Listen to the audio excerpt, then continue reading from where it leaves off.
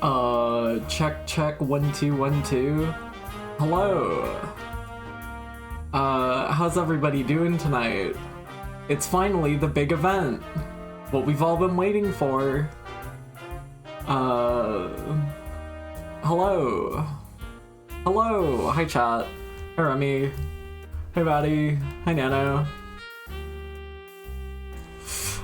So like yesterday Doc was like, can you make him into a trophy? And I was like, you know what? Yeah, I think I can do that.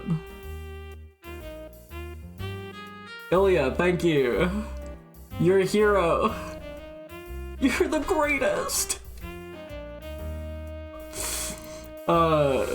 Yesterday I tried so hard to make him into a trophy, and then I did. So this is the retrophy. It will be offered up to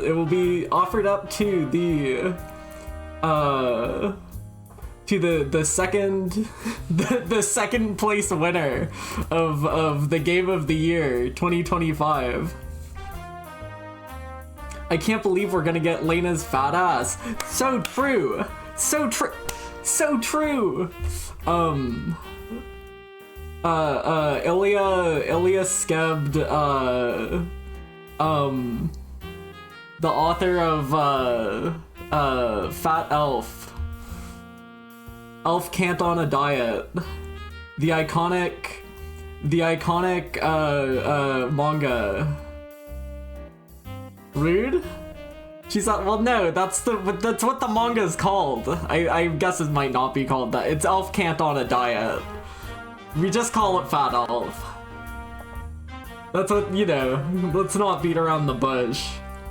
Sorry, I thought about Elf Bush and I got so... Anyway, what are we doing? What's on the docket today? Where's my tabs at? Get these open. What are we doing here? What the hell is going on? How's everybody doing?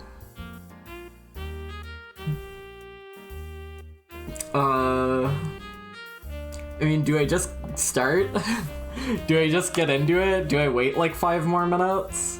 I'm back in hell, let's go. My stitches have been removed, let's go. I hope all your organs don't fall out because of the stitches not being there. That'd be so fucked up. Did they put your spine back in yet? Hi Doc. Hi Winter. Hi Kolkus. Hi Ilya. Hi Nano.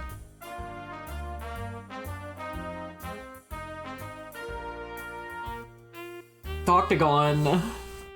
Thank you for 5 subs. I love you. Let's go Jal. Let's go Prisma. Let's go Jimmy. I know those people. I don't know who the Star Glitcher is though. Sliver Sun Knight? Nobody I know. This person doesn't even have a chat in here. Isn't that fucked up? Who are these people? Who are these people? I guess we ran out of people. I guess by the time you get up there. I'm so excited for Void Stranger to receive the Retro Award. No, hold on. The Retrophy goes to the second place winner. the Retrophy goes to the second place winner because we already know what the first place is.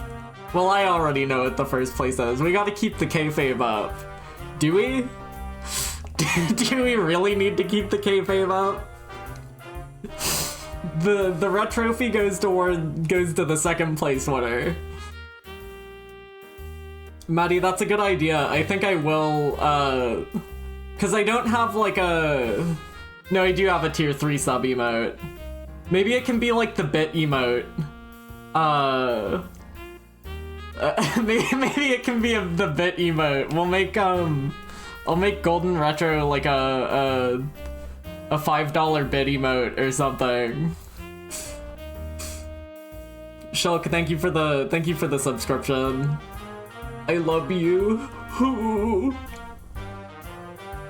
Where's my... What are we doing? Do I just get into it? Do I just start? I feel like there's no... I feel like I need more... We haven't done anything. Hi, Jimmy. Hi, Jimmy, hi. Look at this thing. Look at this little freak.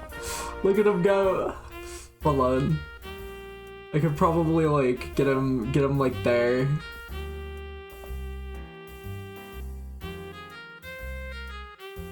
I'm not bored anymore. Let's go. I like the textures on it. I follow. Look, wait, hold on. Can we whip Blender out right quick?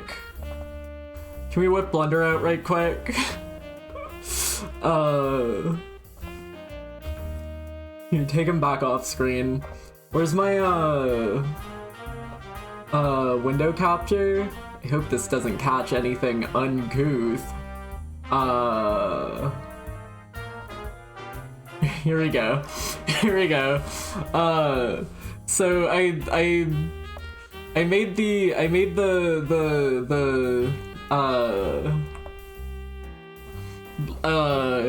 here, let me make him gold. Oh my god, he's so much brighter without like, oh my god. So here he is. I wiggled his like polygons around. I shrunk him a little bit. So wait, where's the... I like how if you go for like the side view, he's like perfect. Well, he's not quite perfect. Hold on. Where's the where's normal retro dot blend? This one's a lot funnier because if you look at like the side view, he's just like... My shaders are compiling, hold on.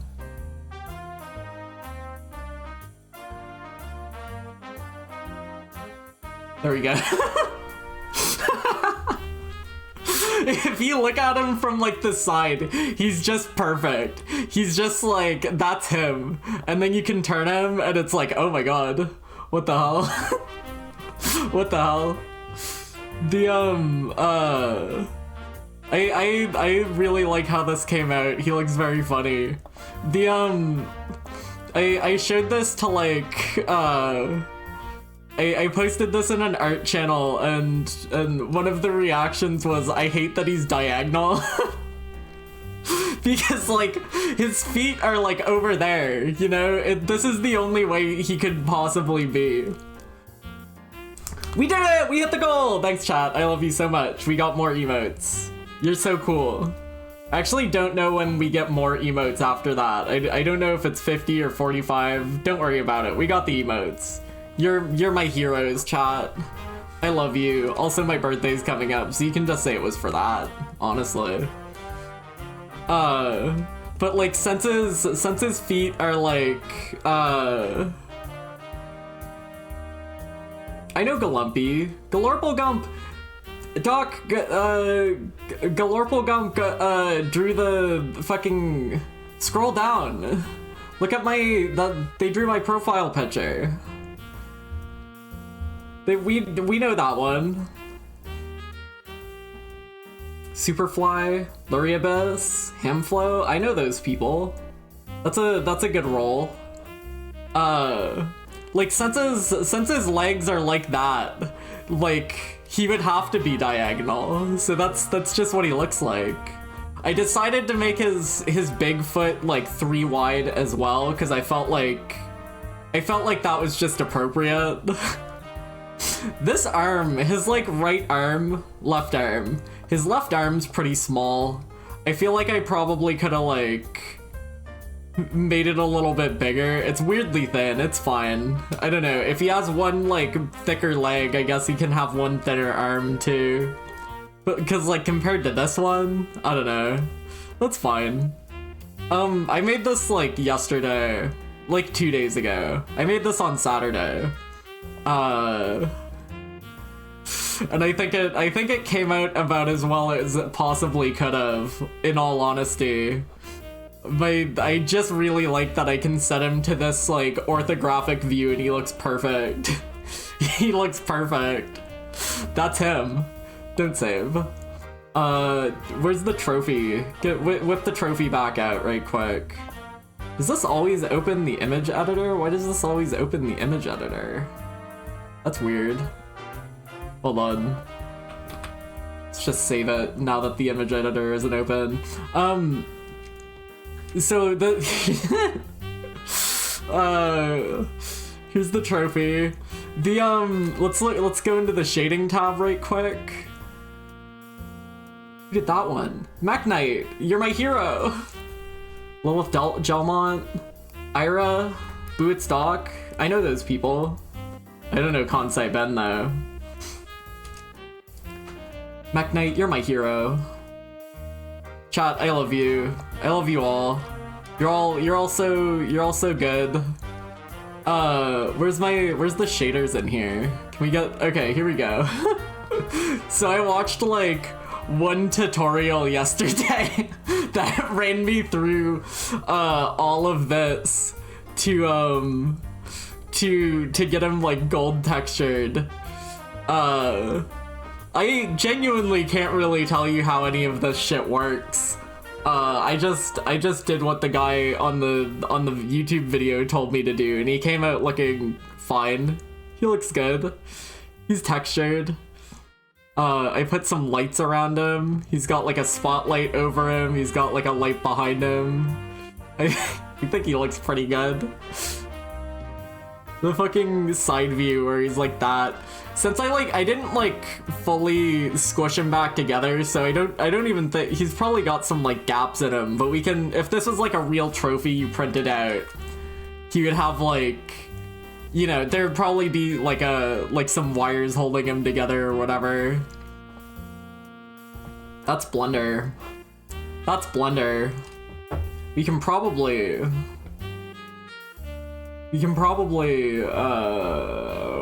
start, I think. How are we doing, chat? How's everybody feeling?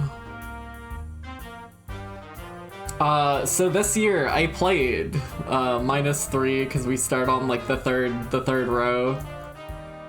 81 video games. We have some high highs and some low lows. I I hope everybody's excited for a Sobutites puzzle lesson, because that's a funny one. Now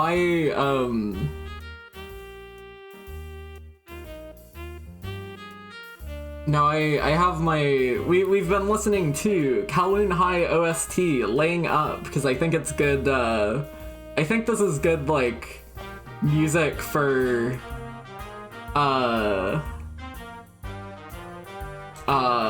this is good, like, award show music, I think. I guess I don't really need the subscription goal thing on the screen anymore, you know? Hold on. Hold on. Well, I mean, we get another slot and we get another slot and 3 subs. I'll leave it up. Why not? Why not? I mean, we're closer to that than.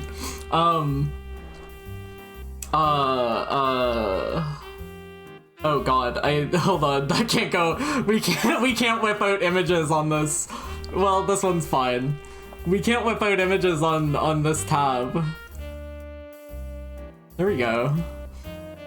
I gotta put this over here. we gotta be careful with that. What if someone posts porn in chat and then it immediately goes onto there, right? What happens then? I'm fucked. Let's go, Armadevil. I know that one. They're one of the good ones.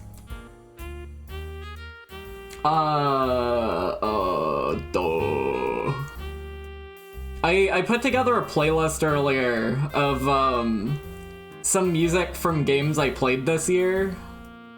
Can I post porn in chat? I can't stop ya. Yeah, this streamer is not supposed to say that. The streamer is not supposed to say that. Whatever. I don't know.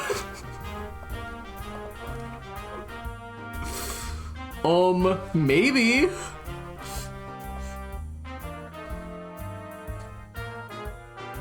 Chat, today the redeem an image is 100 points cheaper. They also don't have to be transparent images today because they're just going on this canvas. I can't be bothered to put them on OBS. Sorry. That's life. They go on the big canvas when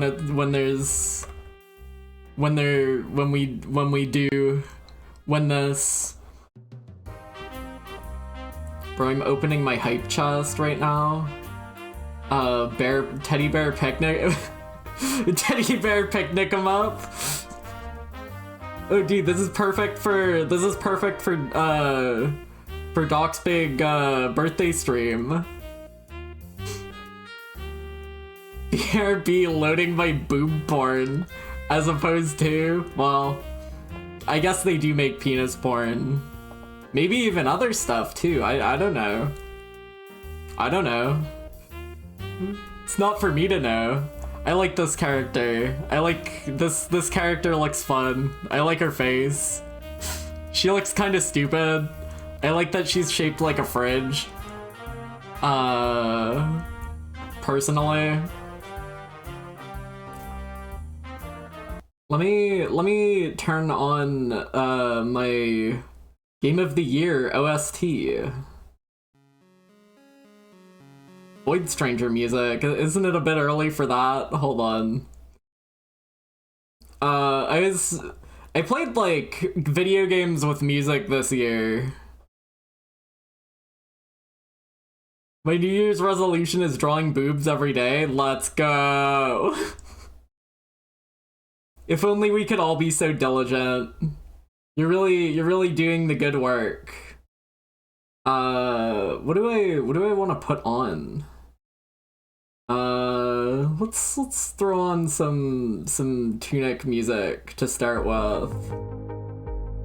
The music, if the music sounds too loud, scream and yell at me in chat. Will Baby Steps be on here? Someone's not reading the footer. Bow, bow, bow, bow. I'm punching you really hard.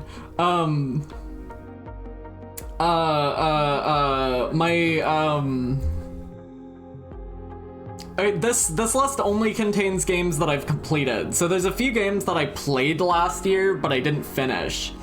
I don't tend to like hard drop video games. Unless it's Tetris. Am I right, gamers? I don't tend to like hard drop video games. I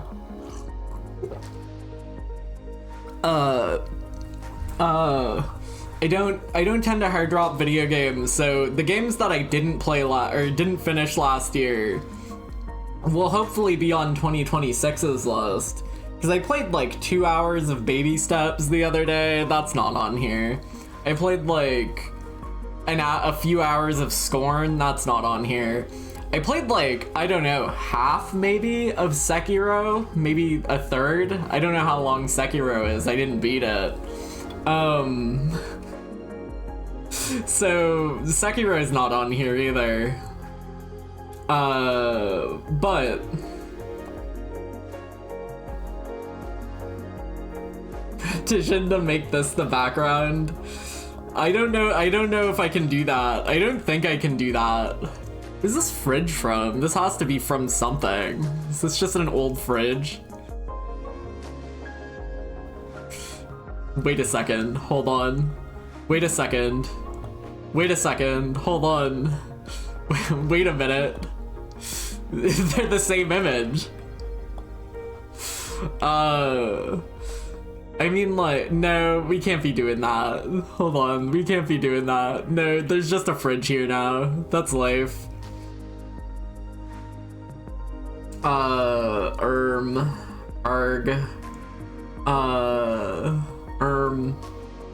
I cannot be making anything the background. That's not how PureRef works. That's not how PureRef works. The images go on the canvas and they sit there, and we're not going to see them for very long because I'm going to move around. When do I talk about video games? Do you guys want to talk about video games now? Do you guys want to talk about video games now? We can talk about video games. I'm dying to talk about video games.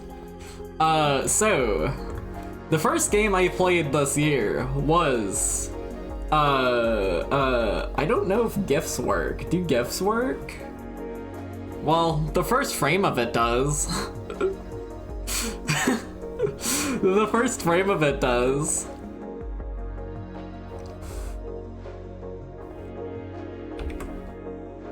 Chat, did you hear about video games? I swear, I swear someone's had to have heard about video games this year.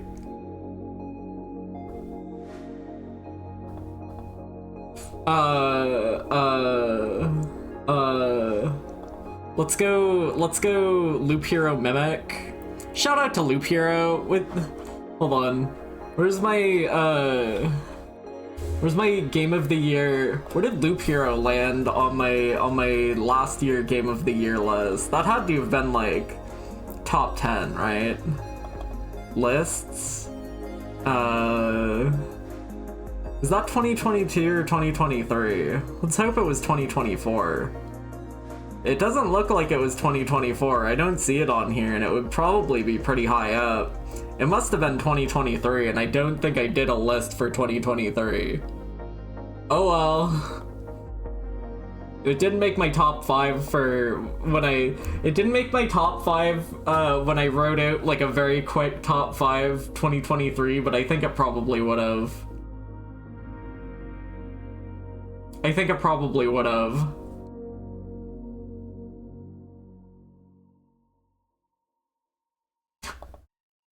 Poor guy. Oh god, wait. Okay, that like took a sec to load in. Last year we like lost the canvas halfway through. It was really tragic. This year there will be no this year there will be no terrible mishaps. I swear. I pinky promise. Wank. Wank. Wank. Chat, the first game I played the first game I finished in 2025 was I Am Dead. I Am Dead is it's kind of interesting. The music's a little loud. I think I took care of it. I hope I took care of it anyway. Should be fine now. The music's going to be like of varying levels of volume all the time forever. The music's going to be like very, very inconsistent, and that's just life. That's just how it goes on this bitch of an earth. We deal with it. I moved the sliders. Panda! Close! Not quite. Almost.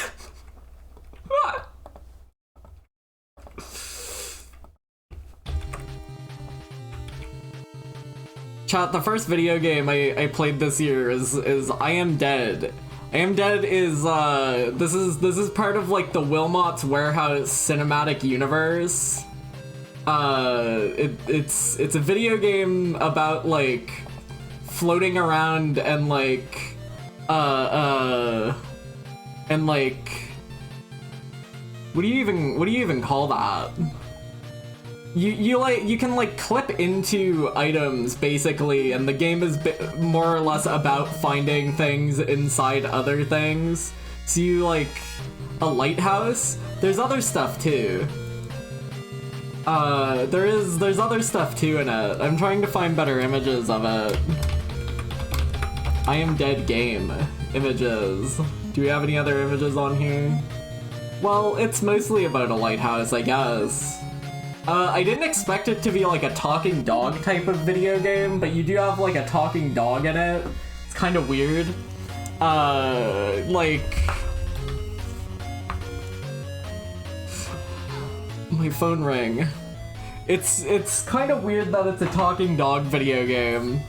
It takes place in like a little British town.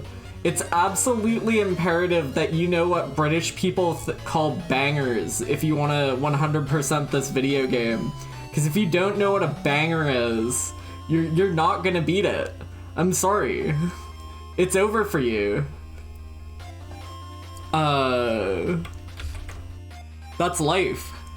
The art style's really nice. I don't entirely know how to describe it, but like everything looks kind of flat, even though it's like 3D. It's a nice looking video game, for sure. There's like fish people in it, which is kind of interesting. There's like robots and fish people and like fruit people, so it's kind of like real life if you think about it. I really enjoyed it. I thought it was pretty good. I thought it was pretty good.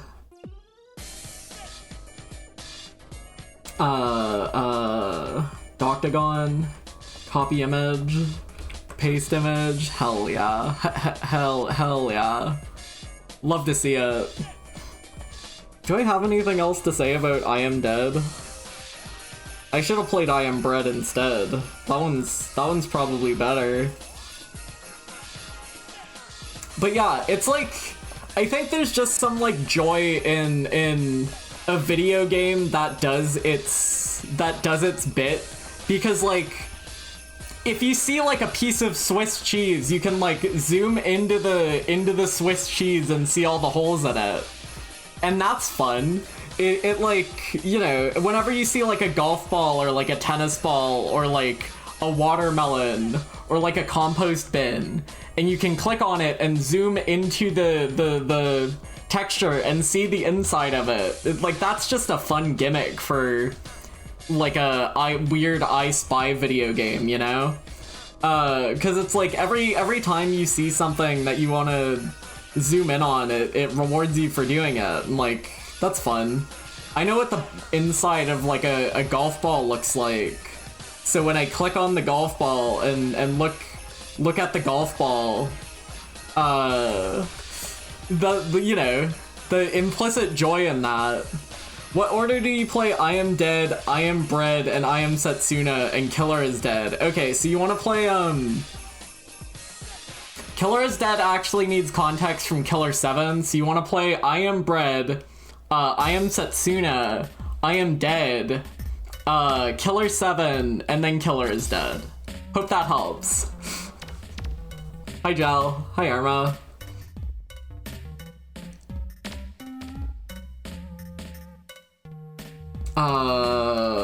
I think that's all I have to say for I Am Dead. It was a good video game, I liked it.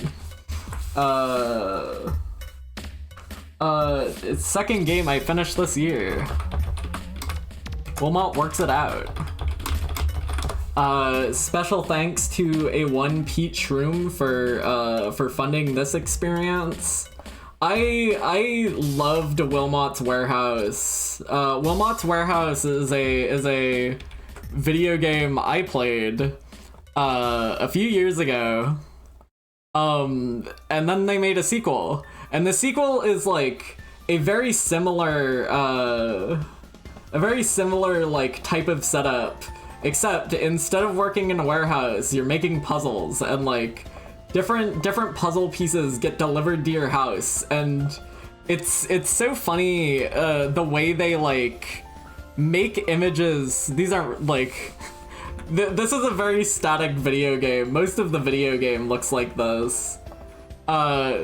There's something very funny to me about how they make like, because there's like 2 or 3 different puzzles happening here, right? The one there's like one about like tying knots and one about like chords and stuff, but since they look so similar at a glance, they package in those puzzles together in a way that's like explicitly meant to fuck with you, and I think that's like really fun and playful for a video game like this. I don't know if so Wilmot works at, or Wilmot's Warehouse is like you have to like do your job well, and That game is about, like, you have a big warehouse, and eventually you have to keep track of, like, 200 things in your warehouse by the end of it. And it's manageable because you're the one who's putting the warehouse together.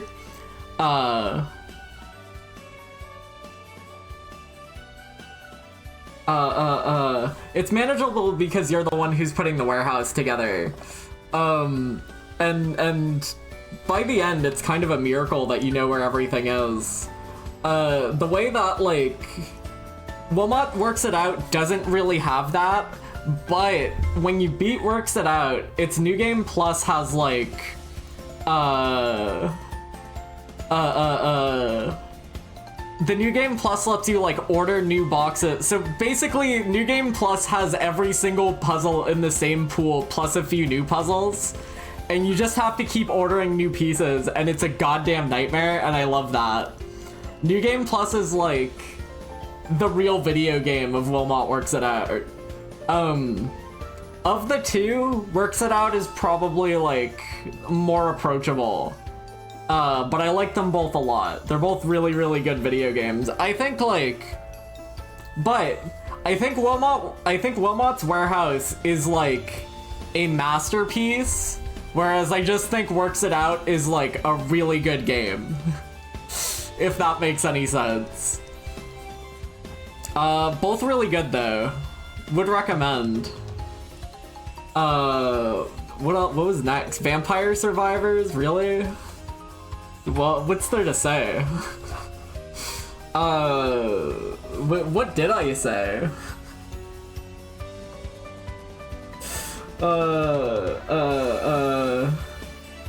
I don't think I said much. It's fucking Vampire Survivors, dude. What do you want from me? I still, despite everything, I still like Vampire Survivors. I'll probably buy more DLC for it. Next year. Or well, this year, I guess. Where was the, It's like such a time waste of a video game, but like, I don't know, man. Sometimes you just want to hit the slot machine. Sometimes you just want to play a video game that looks like this. Sometimes you just... Sometimes that's just how it is. Streamer, can I get a number from 1 to 107? 107. Yeah.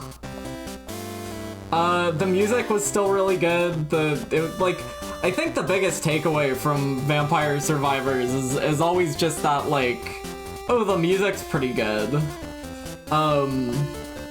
I did like that it still had, like, a cool, interesting, self-serious moment. Cause, like, that was another one of my big takeaways from Vampire Survivors when I played, like, the base game, was I found it really interesting how it was able to, take itself seriously at times.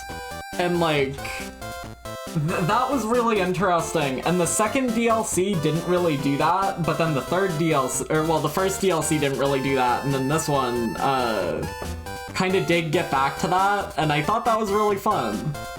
Cause that's, like, my favorite part of Vampire Survivors, is just when it takes itself a little bit seriously. What order do you play Vampire Survivors and Vampire Savior in?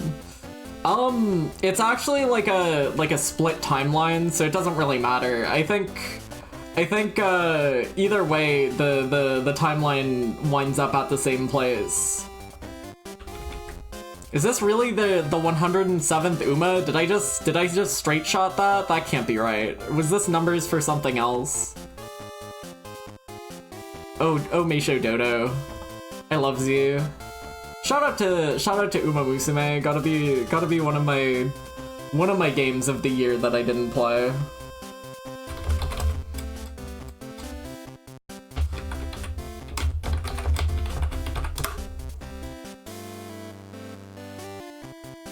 Is this on Steam? It is. I need to go back to Japan to get more Uma Musume. True. Caps lock.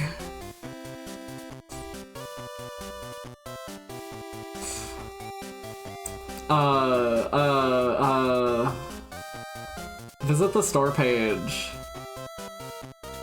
I played Demon Turf. I played Demon Turf's DLC.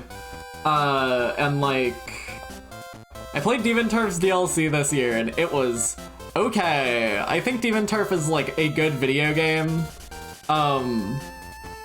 I think Neon Splash is probably definitely, but Demon Turf's weird because like, I like it, but like, I think both of the DLCs are like absolutely better than the base game. Because, and I think the only thing that, like, the only real difference between it is that like, the base game has like too many moveset, or too many bits to your moveset that aren't valuable, whereas like, they cut away from bits of that in the DLC, and it winds up a lot better for it by being like a more constrained experience. It also just helps that it's a lot shorter, so you don't have to deal with it as much. I like Demon Turf enough that I think I would probably buy Demon Tides whenever that comes out. But I think it's so tragic that these devs are stuck making Bubsy Slop now. Poor guys. I mean, maybe they like it? I don't know. Is that even possible? Poor things. I don't think anybody deserves that. Get the fuck out of my chat if you're a Bubsy liker. I'm taking no prisoners on this one. I forgot that was a blocked term. I would not care about Bubsy even if she was a girl. I don't care. Get this thing out of my fucking face. Spits on you. Neon Splash was fine. Good video game. The music was pretty good. We might hear the music at some point. It's on my playlist. It'll show up eventually. It'll show up eventually, I think.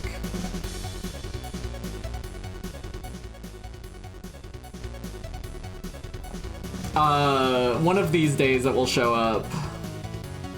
Summit? Am I even gonna be able to Google those? Summit on the Playdate. It was fine. I kind of struggle to have much to say about this video game. It is, like, kind of slow Celeste. Slow Celine. Can I not copy these images? I can copy these images. Slow Celine. Sting of Flynn. It's like weird slow Celeste, everything's like single screen. It has like a few kind of fun mechanics in it. There's like you can like slide down rope, you can like climb wall. I don't know, it's fine. I don't really have much to say about it. This was a Playdate video game. I played this on my Krankenstein. I wish I played more Playdate stuff this year, because Season 2 happened.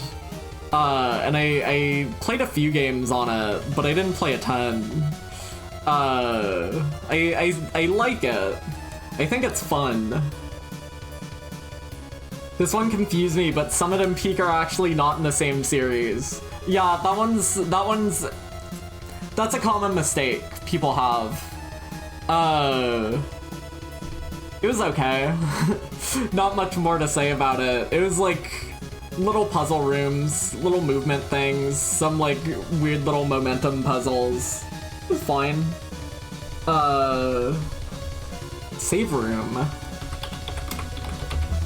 I feel like I played a lot of very, very good video games this year, but I also feel like I played a lot of like video games that were just fine this year, which isn't a bad thing. I think it's good to have those like I think it's fine to have like, you gotta, if you don't play like completely fine video games, then you're not going to have any like taste for like truly good video games.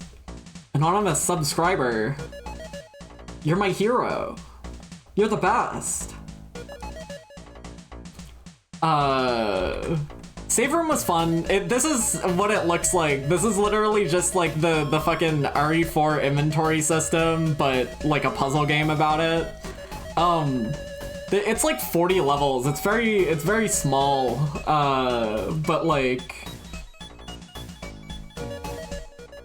it's very small, but like, you know, I fucking love inventory. I love playing inventory management.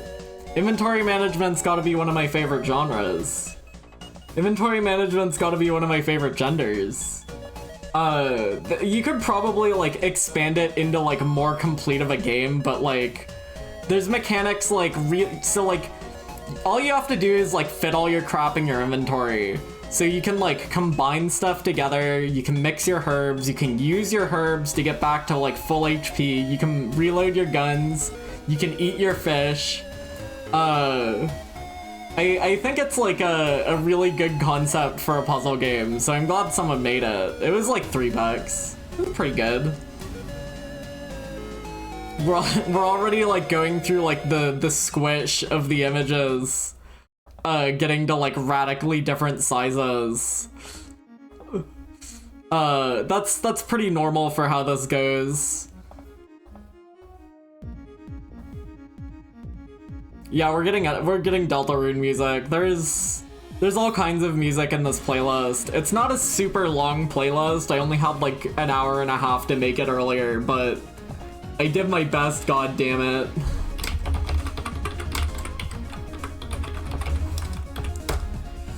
A Monsters Expedition. I love pushing blocks. I love pushing blocks. They can't stop me from pushing blocks, god damn it.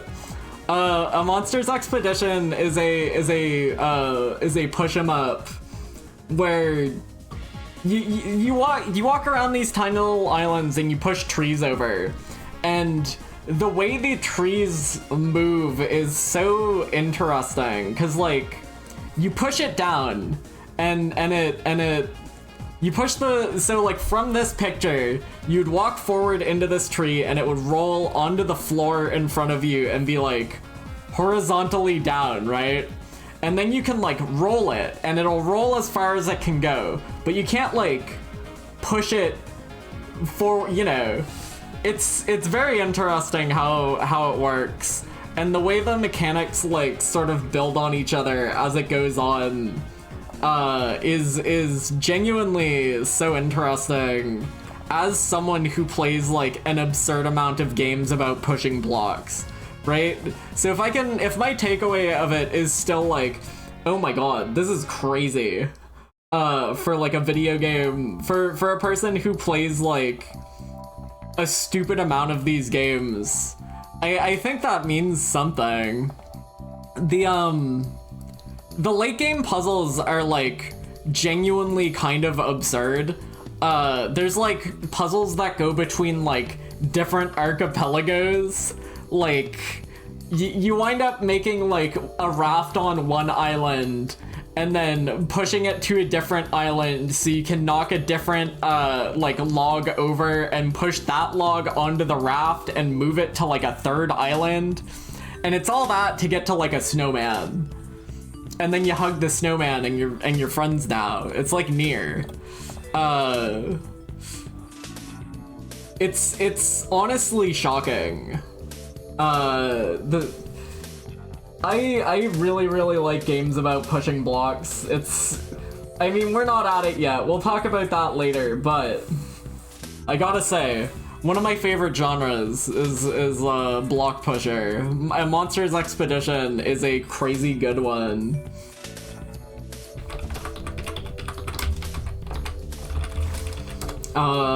Next up, Whitewater Wipeout's another Playdate game. Actually, the Playdate website's taking a sec. How's everybody doing? Are we all hydrated? I'm probably going to need to go and like get water a few times this stream, cause I'm already feeling a bit thirsty.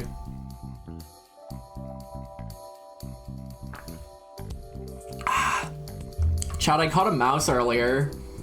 Do you guys want to see the mouse I caught? I was actually going to like wake up later. I was gonna wake up later than I did today, but I heard the mouse bouncing around in the bucket. I heard the mouse bouncing around in the bucket. Cause it's like a tin bucket. It was look at this, dude. I hope it doesn't jump out. I took the mouse. It couldn't jump out. I took the mouse and I let it outside like several streets away. It's probably gonna come back.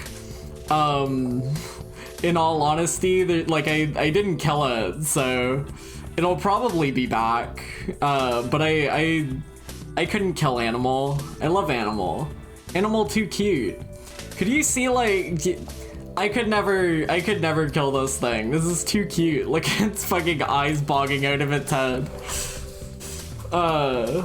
Several streets is a while away, right? Like surely it'll get distracted and go into someone else's house and not be my problem, right?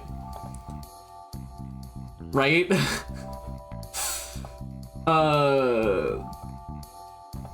Whitewater Wipeout is like one of the first Playdate games that you get with the system. This is like your launch title, basically. It's a surfing game where you like crank. It's a surfing game where you like rotate the crank to spin around. The reason I thought it was worth giving like an entry on this list, because it is just like a score attack game. You just go and you get big scores in it. The reason why I thought it was worth like a diary entry, streamer, can you please not talk about cranking it so much? We're talking about the Playdate. We're literally talking about the Krankenstein right now. Playdate console. Where is my Playdate? Oh, it's in my jacket. I was gonna like get it. I was gonna whip it out. It's over there. It's in my jacket. We're literally talking about the Krankenstein right now. This is what the Playdate looks like if you've never seen it. This is like a stupid little console. It's very cute. I like it. I haven't played as many things on it as I would have liked to yet. I still intend to play all of the, I think the Wario's Woods music's pissing me off. Sorry, Shiver Mountain, no more of that. Taking Shiver Mountain out of the playlist.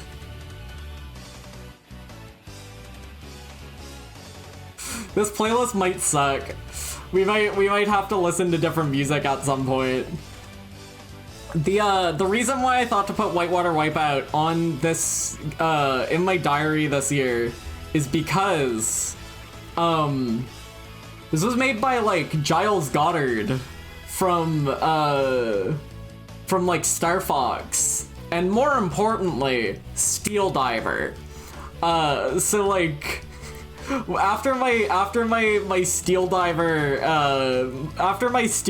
thing last year, I was like, okay, wait, hold on, I should probably write about this. So I played it. I got a big score. I got a big score. I put it on there. It was fun. Yay, Game Awards! Hi, Cow Titties.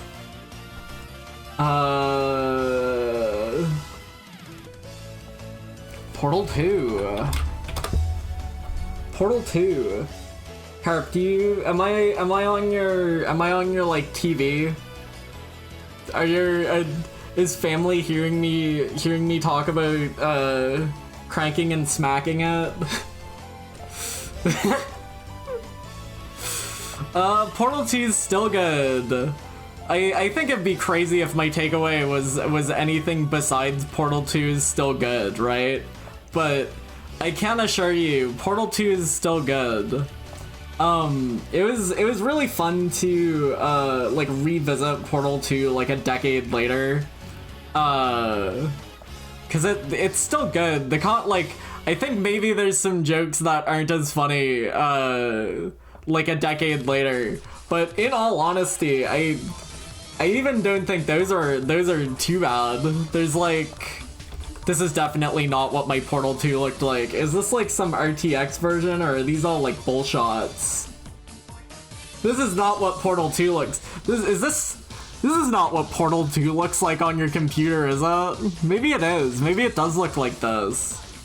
I don't remember Portal 2 looking like this. This is not what my Portal 2 looks like.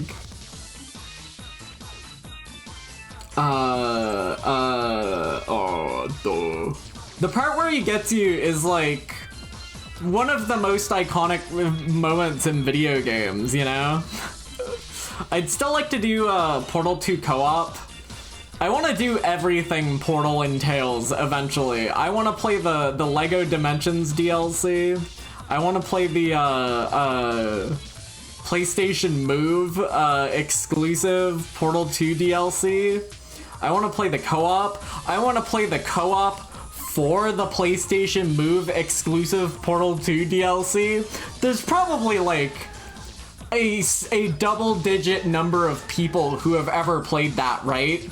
Like, it can't be over 100 people who have played the Portal 2 PlayStation Move co-op DLC, right?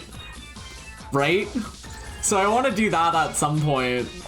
Apparently there's like a way to do online still. Hopefully it's not too impossible for me. The only person I know who can do that is Spitfire though, so it's probably more on them than me. Chat, did you see my mouse? Did you see my mouse I got? Mouse on screen. Woo! Woo!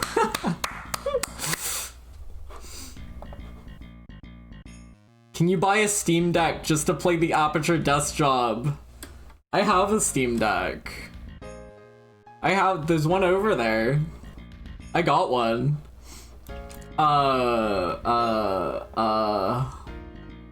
Dodeca, do I really have to talk about Dodeca Dragons? Do not engage. Do not engage. Do not research. Do not research Dodeca Dragons. It's not worth it. Dodeca Dragons is like one of the rudest incremental games I've ever played. It's so fucked up.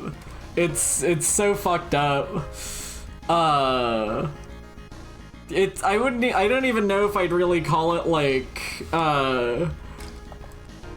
no, get on Dodeca Dragons if you haven't. Do not listen. Don't talk about it? No, I don't want people to play it. I think it's like a... No, this is a public service announcement. Do not engage.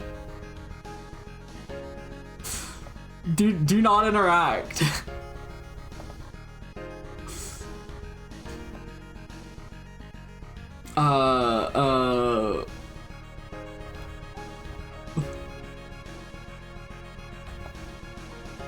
Let me just take a screen. Let me just take a snip.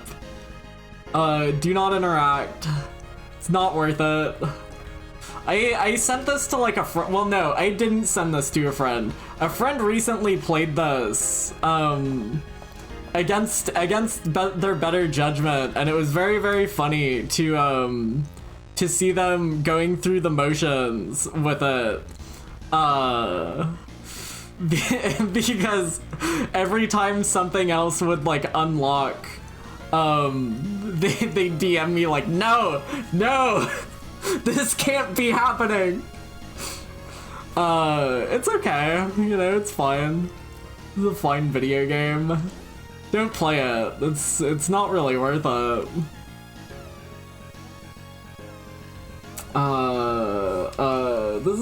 Is this on Steam? This is probably on Steam, right? Deedlit. Yeah. I've never ever engaged. How much hentai of Dodeca Dragons is there? None. But you know what there is hentai of out there? That's right. A record of Lodos War. I don't know that to be true. I've never looked. This is a Deal in Wonder Labyrinth is a very very decent, maybe even good. I would probably say it's good. Is a good like Symphonium up. It's by Team Ladybug. I don't think Team Ladybug have ever made like a bad game. I've never engaged with Lotus War before, but this is a good video game and I liked it. It is like kind of beautiful. This is not good. Zooming in on this canvas is not going to do like the pixel art justice. It's a very good looking game though. Like everything looks really nice. It can be a bit enemies in like hallways, but like I'm not above enemy hallways. If anything, enemy hallways just remind me of home. No, in a good way. By that I mean like they remind me of Symphony of the Night. Though there are enemies in these hallways, I can tell you that much. There is enemies in these hallways. Have not engaged. It did not make me want to engage with Lotus War. I don't think anything really could. But as a Symphonium up, it was pretty good. I liked it. There's like a few interesting bits too. There's like a shooting gallery in it.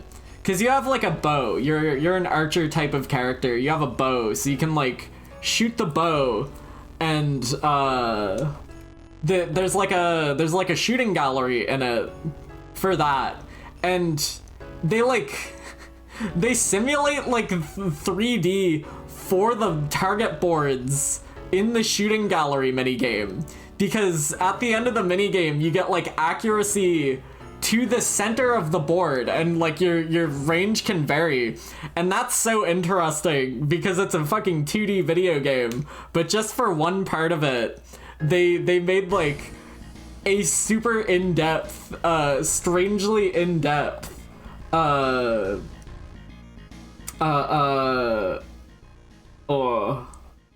strangely in-depth thing for a minigame.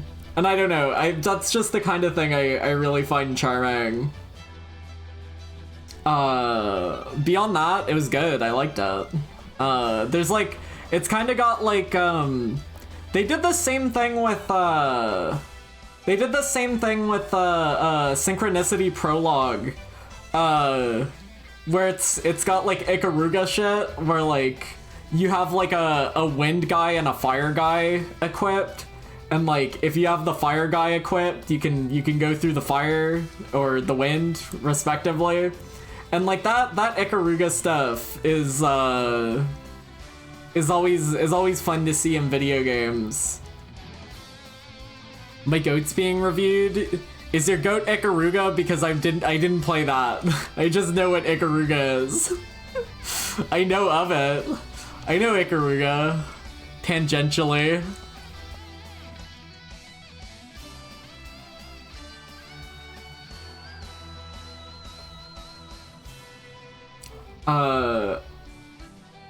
Chat, this song is from Vampire Survivors.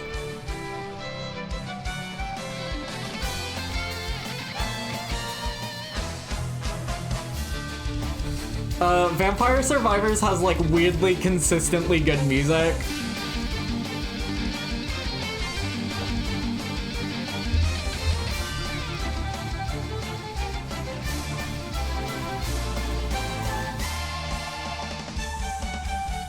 I mean, I guess you have to put the budget towards something. If you have Vampire Survivors money, you might as well put the money into the music exclusively.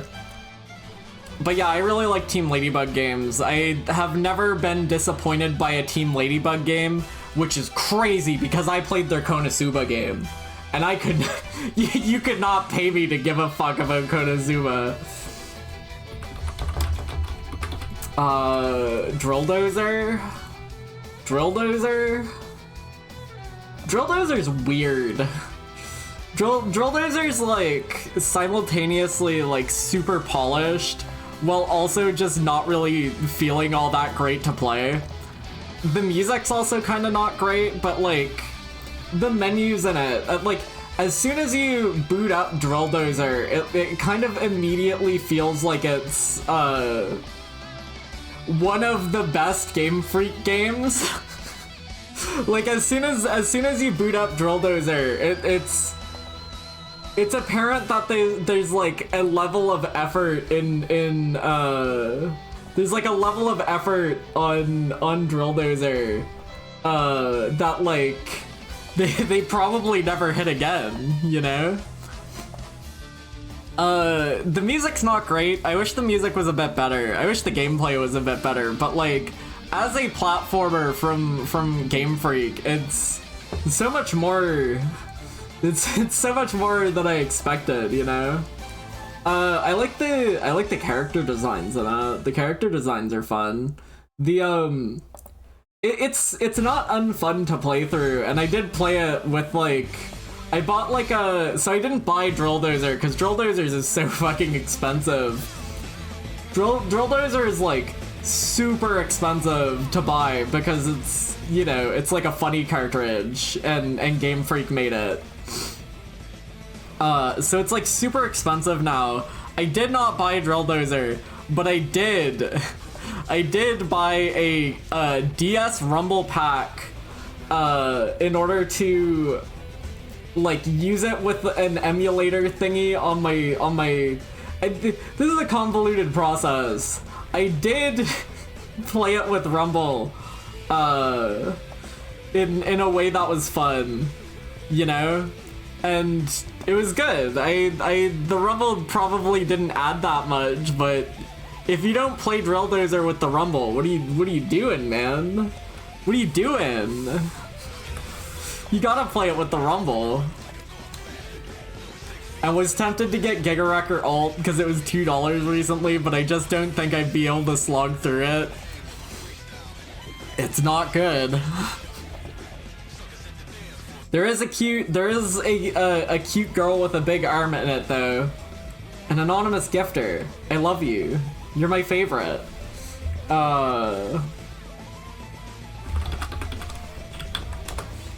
You're so cool. You're so anonymous.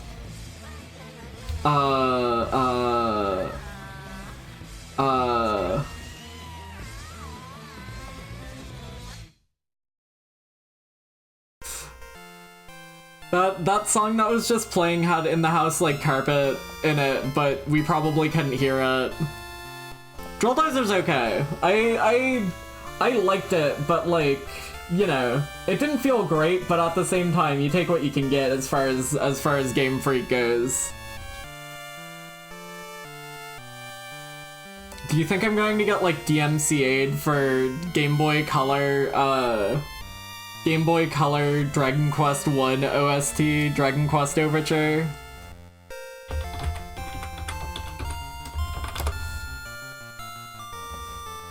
Crossroad OS. This is a interesting one. This is a very small video game that I quite liked.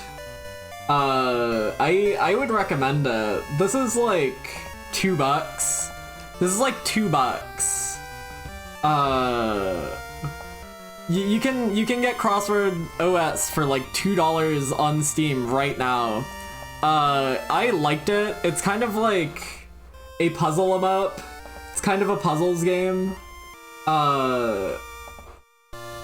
It's like the puzzles in it feel very tactile in a way that I really like, where like everything is like mouse based. It's a very mouse based video game, but like basically you have to like move the block. Like in this puzzle, you have to like move these blocks. You have to pick up the key, put it in the door. That's loud. You have to put it in the door, and then you have to like slide the tile over onto the button. It's like very elaborate in the way that like the puzzles work. It's like an hour long. Oh, here's a GIF. Hold on. Open video in a new tab. Can we bring this over here? Kind of. This is probably better illustrating how this This is probably better illustrates how this video game works. I really, really like the way this looks and the way this plays and everything about it. Like the way everything is so tactile in this is super interesting. This game's like $3, maybe $2 on Steam right now. This is a super genuine recommendation to check this one out. I don't know how high up it's going to go on my list, right? But like, hour-long video game. It's actually like $5 right now. It's not on sale right now. See I guess the Steam sale's over. See the Google page said 25% off. Anyway, put that on your wish list. It's good. It's good, I promise. It's good, I promise. There's a horse in it. What more do you need from video game? Aren't we all Uma Musume fans here? What more could you need from video games than having a horse in it? There is a horse in it. I can guarantee you that much. I'm so tired. I hate horses. I assume I'm so tired is about Uma Musume. Maybe it's not, but it's very funny. It's very funny to imagine that. Demon Turf Tower. Is this even like... How do I find images of this?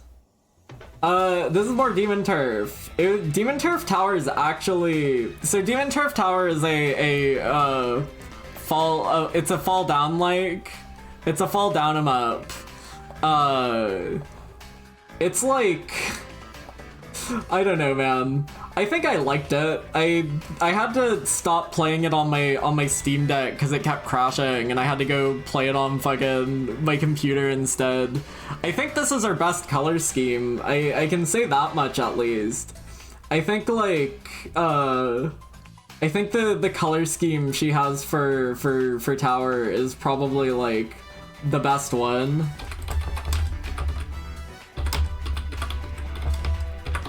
White, yeah.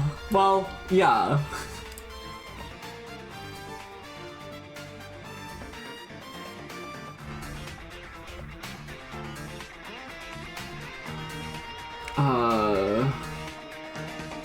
Is there like... I was trying to find like a higher quality version of this art, but I can't find it. That's fine. I was trying to find a higher quality version of this art, but that's fine. The,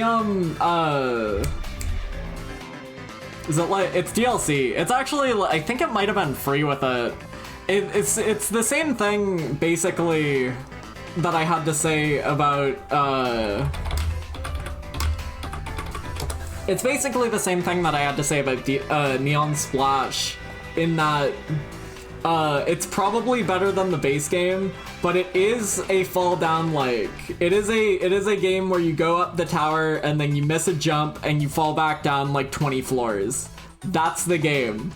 If you like Sisyphus ups, if you like games where you go up and then you go back down, it's okay. I do kind of think being able to die in a game like that defeats the point of a game like that, because like sometimes you just land on a spike and it's like, okay, back to the start.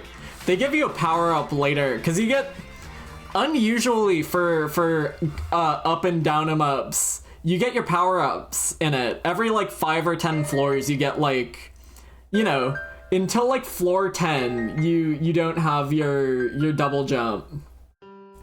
And then like after floor 10 you have your double jump, and when you restart a run you have your double jump again. So it actually makes it really interesting to revisit old floors with all your powers, because you can cheese so many of the floors in the tower, and I think that was really intended to be like part of the fun, you know? Because that winds up being what like most of the fun of Demon Turf Tower is like, oh, I can backflip onto this door, then wall jump onto the ledge on this wall, and then if I do like a ground pound jump and then glide, I can get to the exit door without having to engage with any of this actual level on this floor. And that's fun.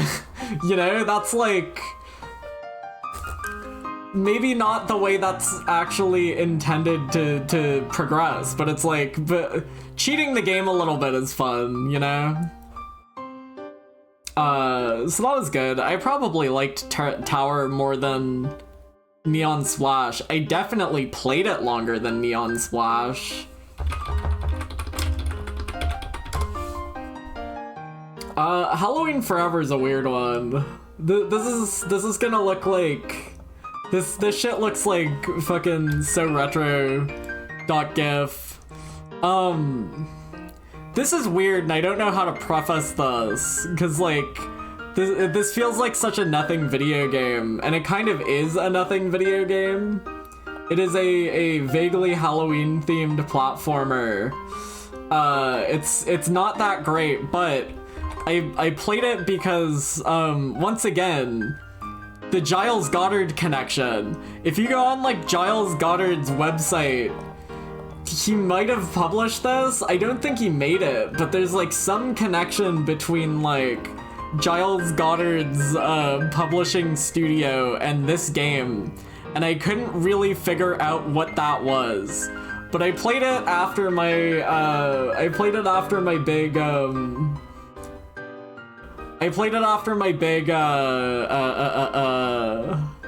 you know, Steel Diver moment. I don't know why. It's fine. It's probably going to get cut pretty early.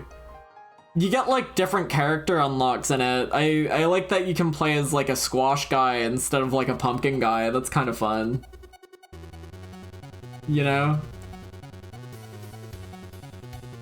Sometimes that's all I need.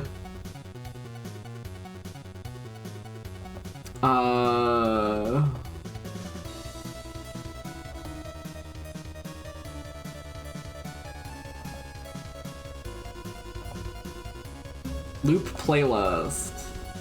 Okay, I don't think my playlist was set to go through every song before we get repeats, because I know I heard this one already.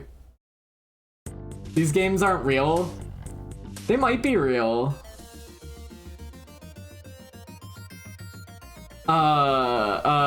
Dragon Quest, I can actually guarantee to you that I should probably hold on. Dragon Quest Game Boy Color, because I don't want that to be confusing for anybody. Not that it should be confusing for anybody. Where's my font at? How do I change the font size? There we go. Not that I think anybody really cares, but it was the Game Boy Color version. Dragon Quest 1 GBC. Images. It's Dragon Quest 1. I wish people would play like their games. I wish people would play their Game Boy Color games with like color filters, because this shit looks so nasty. The fucking emulator color Game Boy Color bright green is nasty as fuck compared to like how it would look on a real Game Boy Color. Not to be like not to be too autistic about it, but it is ugly as sin. Speaking of ugly as sin, can you believe these things looked like this here? No wonder this shit fucking didn't catch on. Oh my god. Can you believe they were like, yep, that's Dragon Quest? It would, especially since like surely Dragon Ball was a thing by then, right? Or was it? When did Dragon Ball start? Was Dragon Ball before Dragon Quest? Like surely the Toriyama surely the Toriyama art would be immediately more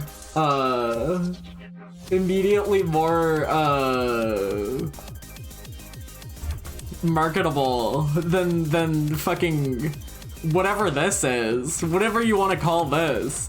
Like, I still recognize the monsters here for the most part. Look at the fucking Draki in the corner. I remember that like tornado guy on the left. I know that guy. The fucking white slop. Ugh.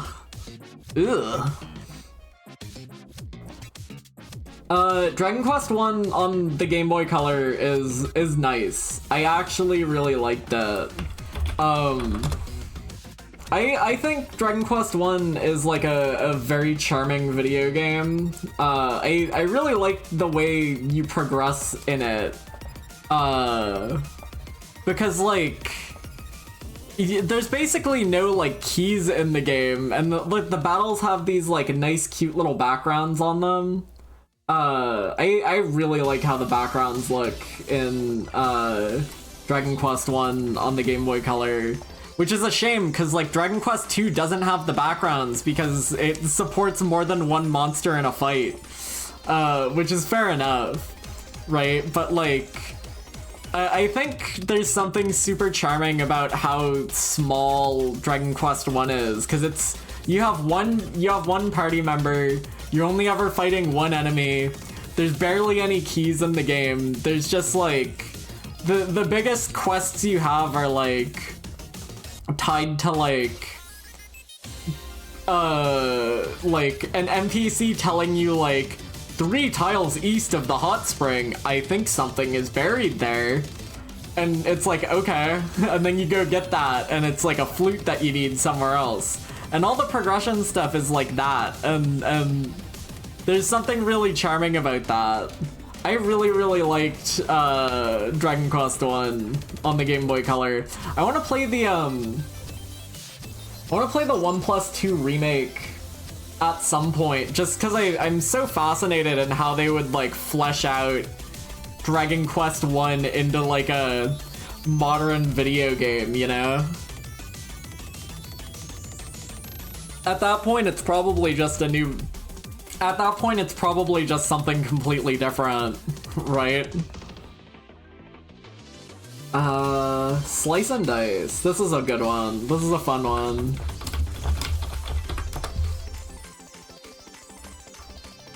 Did I see the Ching guy in the direct? I think are you talking about the like the Dragon Quest 6 like puppet remake? When you say Ching guy, the first thing I think of is the guy who is in like the very first reveal trailers for Ring Fit Adventure, who kind of looked like a goblin. You know that guy? You know that guy? The guy who's the goblin guy. Slice and Dice is weird because this is one of my favorite games of the year, right? I can say that like right away and with certainty. And Slice and Dice is so like mechanics first. It is so bare with its mechanics. In a way that I usually like. I feel like if I'm going to like really connect with a game, it needs to have like more than just mechanics, right? And this is so like, this is such a mechanical video game that it was surprising to me that I liked it as much as I did.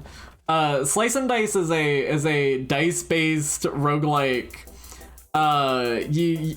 It's 20 fights in a row. You roll your dice. You can re-roll your dice or lock them in. There is so many classes and like items and little weird interactions. There is so many like weird little mechanical jokes. There's 129 characters in those. 129. 129 before the fact that there are like randomly generated ones. Before the fact that there's like super fucking weird ones. You get one later, okay? eventually, after you like win a few runs, you unlock green heroes. You see how everyone has like a type color here, right? So there's like yellow. Yellows are like your attackers generally. Orange are like no. Yellows are like usually a split between like attack and defense. Orange are usually just pure attack. Silvers are your like defenders. Are there any magic classes over here? Yeah, there's some over here. Get rid of that one. Hold on. Reds are your healers and blues are like magic damage. Eventually you unlock like green classes, and green classes are weird. Like they're legitimately bizarre. They feel like ideas that are like completely disjointed. One of them is like a jacket, you know? One of them's a jacket, and when you pick the jacket at the start of the run, it has 2 useless items in its pocket. Items have like tiers from like 1 to 20. Jacket spawns you in with 2 tier 0 items in its pocket. Tier 0 shouldn't even exist, and almost all of the items on tier 0 are useless, but there's a few that you can actually like figure out little like combinations with. There is one that's like I'm trying to remember. I wrote some down.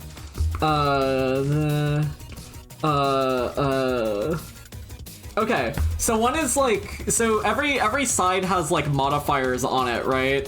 If we go look over here, I can tell you that like, I don't have like a mouse pointer.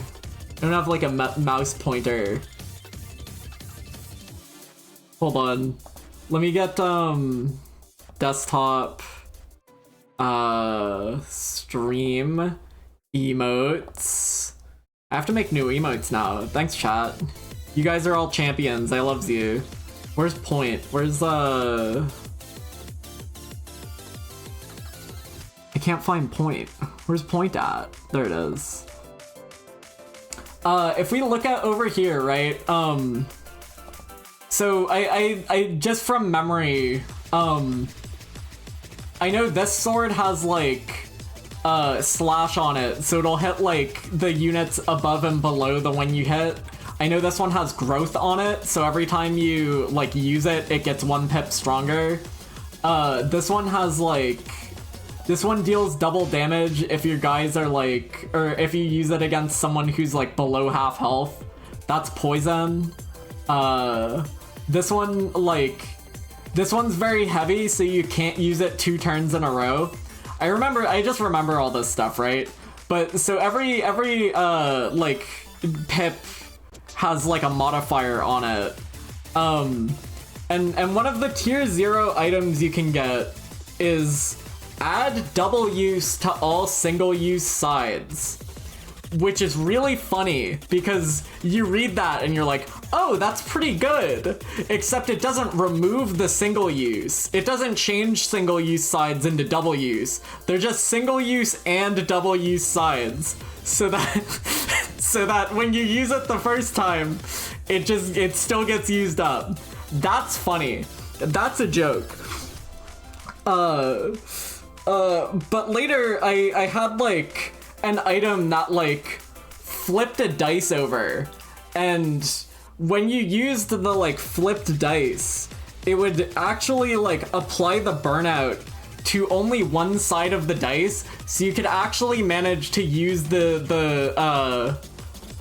it would apply the burnout to the opposite side after it gets flipped. So you can essentially actually use the double use, or use the single use spell twice with the joke item that is in the game as a joke. And the fact that the jokes in the video game have like real mechanical weight to them is fucking crazy.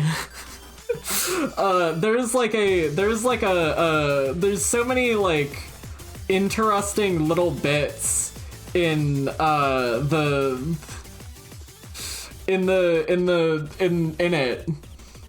I love the joke items. This shit like normal heal that's twice as good against someone with full health. That's just funny. There's one item that's really, really good, but it applies to a class that doesn't exist. That's funny. There's like, one of the joke items is like legitimately super useful, but it just applies to a class that's not in the game. That's funny. That's jokes. There's like, one of the modifiers is like underdog. So it's like double damage to someone who has more HP than you. And then there's another modifier that's updog, which is double damage to someone with less HP than you. And then since there's underdog and updog, there's also just dog, which is it's double damage to someone with the same amount of HP as you. Comedy, jokes, mechanical jokes. There's one spell that's like deal or like one joke spell that's like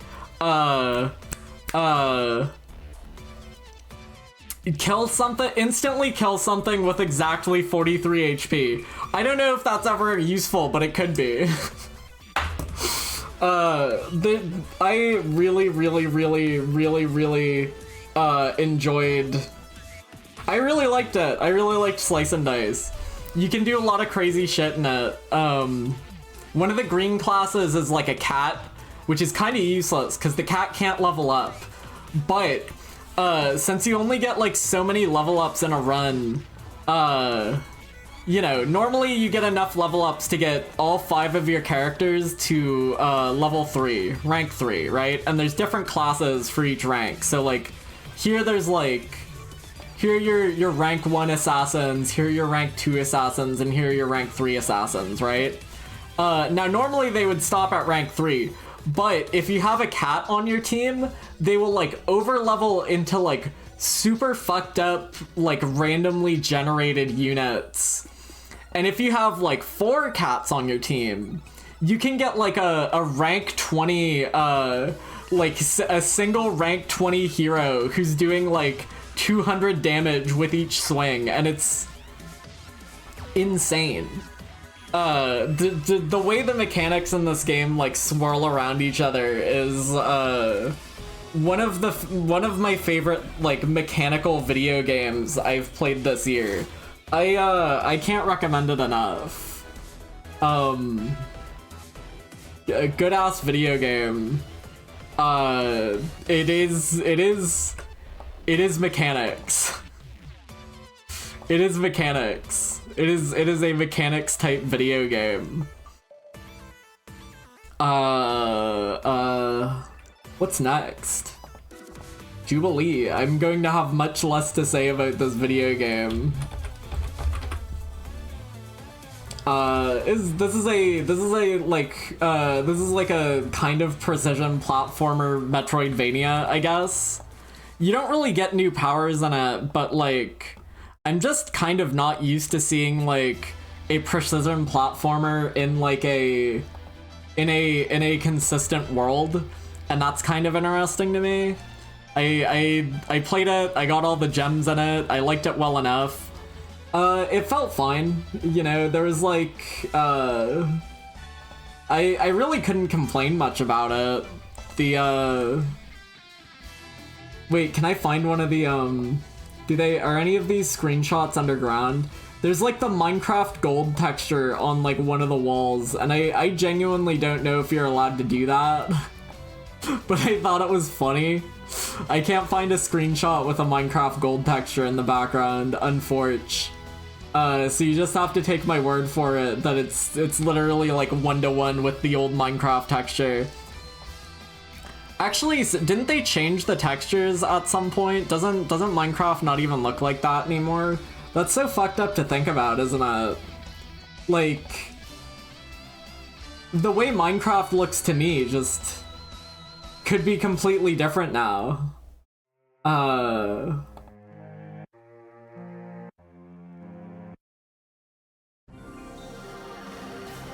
Minecraft just doesn't look the same anymore.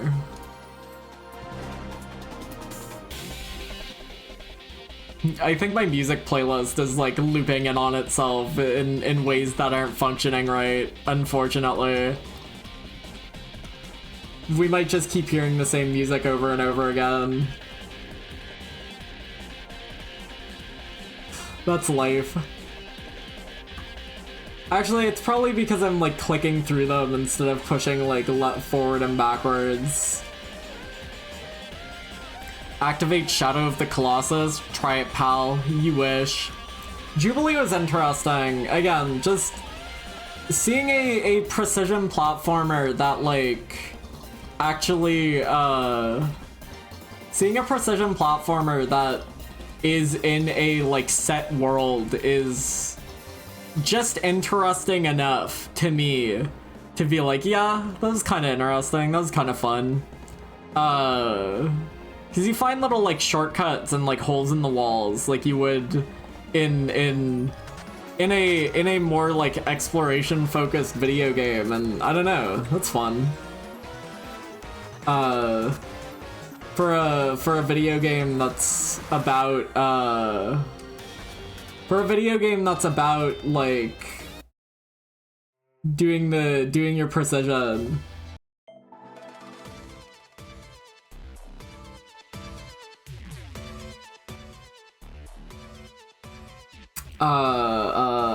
What's next? Ocarina of Time? Huh. It's not bad. It's fine. Like, what do you even say about Ocarina of Time? It's good. It was fun to go through. I think I definitely appreciated it more, playing it on real hardware than I did previously, and even just playing, like, the 3DS version, you know? Like, the music's good. It's iconic for a reason, more or less. I think there's definitely parts of it that haven't, like, aged the best, but I feel like I was never, like, lost or anything. It was not super difficult to, like, progress. Hard to find screenshots of Ocarina of Time on an N64. I keep seeing screenshots of like fucking like the betas. I still need to go through like the beta recreation. I still think that would be like a fun stream idea to do.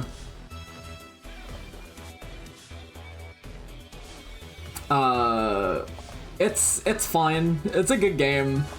I think stuff like Pete telling me about how he would just shoot at birds in over Lake Hylia, leading to me just shooting at birds over Lake Hylia in my downtime. Stuff like that's funny. It was nice to hang out with Pete, you know? I think that's my main takeaway from playing Ocarina of Time, right? Like, it was fun to hang out with Pete a few times. I didn't dislike it. I think I expected to like it less than I did going in, and I came away pleasantly surprised. Cause like, I know if I tried to play like normal N64 Majora's Mask, I think I would get like negative emotional auraed by it and not enjoy my time with it that much, because I just have troubles with the masks in it, the inventory management in it. I think there's some parts of Majora's Mask on like base Majora's Mask that are difficult to reckon with, but that's fine. Streamer, why didn't you play 4K 120 FPS Ship of Harkinian? I think you're stupid if you play it like that. Well, no, I'll stand by that. I just think the game looks bad at higher frame rates. I think Ocarina of Time's meant to be at 15 FPS. That's how it's most comfortable. You can't take Link out of his natural habitat like that. Just play the 3DS version or something. Just play the 3DS version or something. He's not meant to be that high frame rate. It's not right. It's not right. He's not supposed to look like that. You're hurting him. You're hurting him. You're hurting him.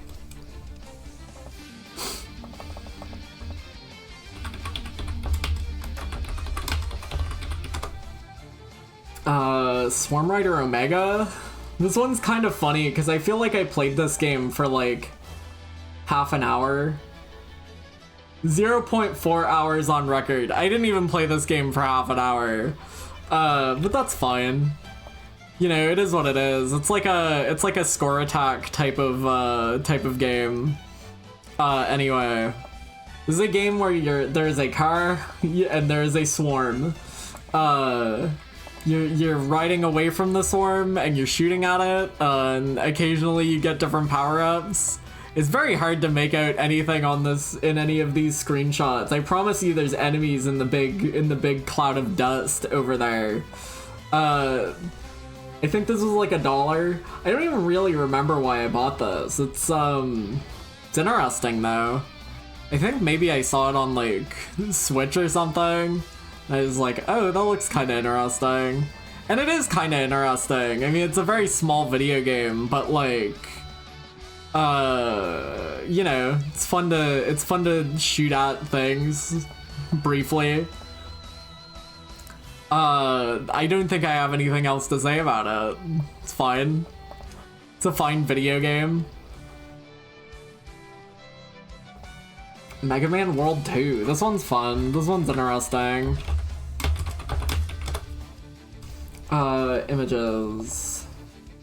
Can I get like colored screenshots of those? Because I did play like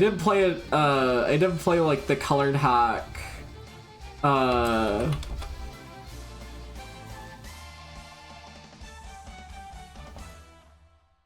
this guy have like... I'll take what I can get. I was playing like the colored hacks of I actually didn't go back, and the colored hack for like Mega Man Game Boy 1 did not come out before I played Mega Man Game Boy 1, but this one did. And like it's nice. It certainly looks good. It looks better on like an actual Game Boy Color. And they even do stuff like So Mega Man World 2, or like Mega Man 2 on the Game Boy, actually has like a bugged soundtrack where everything is like pitched one pitch higher than it's supposed to be. And it just makes everything in the game sound like crap. And like the actual like this colored hack of it like fixed that. Is this the fucking sad Chibi Robo music? Yeah. I played Chibi Robo this year. We'll get to it. You're wanting me to get excited with the Death Chibi Robo song? Yeah, this is one of my favorite songs in Chibi Robo. Suck it up, Buttercup. I think this is one of the best songs on the soundtrack. And I'm not afraid to say it. Come here. Truthfully, I just didn't want to like look at every song on... I had like an hour to put my playlist together, which is why it's bad this year. Sorry. It's not that bad. It could be better. I might trim a few songs out of it as we go on to get it cut down to more what I want here. Let me kill that. Let me get rid of these. Keep that one in. No. We haven't heard any here, throw on this one. Can I just put on the entire Deltarune 3 and 4 OST in order? Ask again in another like hour. Because yeah, probably. Remove that one, keep that one in. The Tunic songs are good. Those are fine. Kill that one, remove that from the playlist. So I'm like manually curating my playlist right now. Wario World, Wonky Circus, get out of there. Beanstalk Way can stay though. Or no, Greenhorn Forest. I don't actually know which one that is. It's fine. Get rid of that one.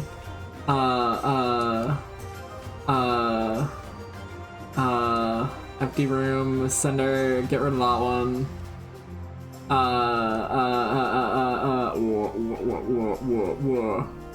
I'm gonna take all the Chibi Robo music out. No offense. No offense to Chibi Robo. I love Chibi Robo. No, I'll leave the nighttime song in.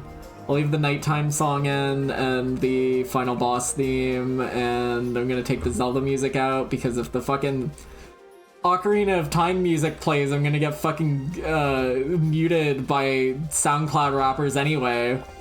So just take it out of the playlist. Don't even give him that. All right, we're good now.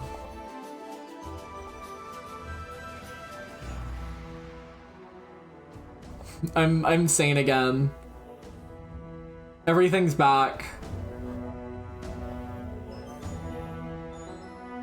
What was I? Mega Man World? So like, this is gonna sound funny, but I think Mega Man World 2 is like close, if not my favorite Mega Man game as of right now. Now, to iterate on that, the only Mega Man games I've played so far are 1, 2, 3, and 1 and 2 on the Game Boy. So the bar is really low. But Mega Man 2 on the Game Boy is like one of the first ones that never pissed me off. Never once. And I think it's really funny that specifically this one is like the one Inafune hates. Because I guess they like rented it out to like a different studio for this one. And Inafune fucking hates this one. He's like, this is the worst thing that's ever happened to the Mega Man, to Mega Man. Which is crazy, because I think he's just jealous. I think he's just jealous that he didn't do this one. He's just jealous he couldn't make a good Mega Man game if he tried. Do they still let that guy make games? Where's Inafune now? Is he in like jail? Did they get him?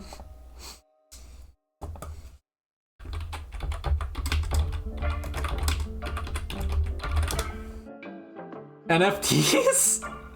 Is it so? I believe it. I believe that.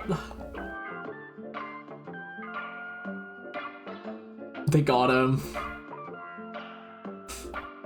I did, I played, Logiart Grimoire, Emil's Magic Training. Also, Quint is in Mega Man World 2. I didn't know he showed up so early. I thought he was in like Mega Man World 5 or something. You guys know Quint, right? You guys, he's like your favorite guy, right? Quint? From Mega Man? This is your favorite guy, right? Him? I genuinely thought he was in like a later one, but no, he's in 2. He's in 2. This guy sucks. His boss fight's like a joke. He gets nowhere near hitting you with any attack and he dies, and it's like, damn. Poor guy. I think Quint being like a future Mega Man is such a funny concept to me, because it's like the only way that this concept works is if he's like a guy, if Wily specifically made this guy to piss Mega Man off, because he's like, yup, this is gonna be you, buddy. Someday you're gonna suck this much ass, and guess what? Nothing you can do about it. We're putting you on the pogo stick, pal. Get used to it. Start bouncing. Hi, Arcade. We is talking about video games I played this year.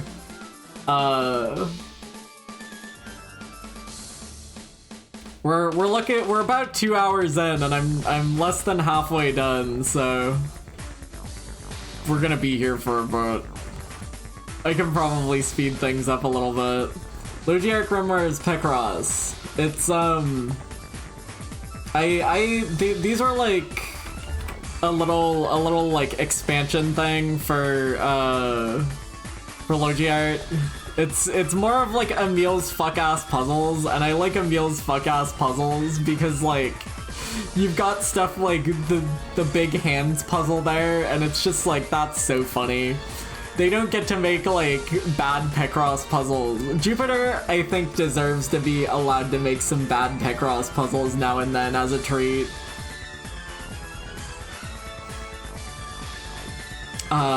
It's fine. There's like five parts to Emil's magic training, I think. Is that true? Am I lying to you?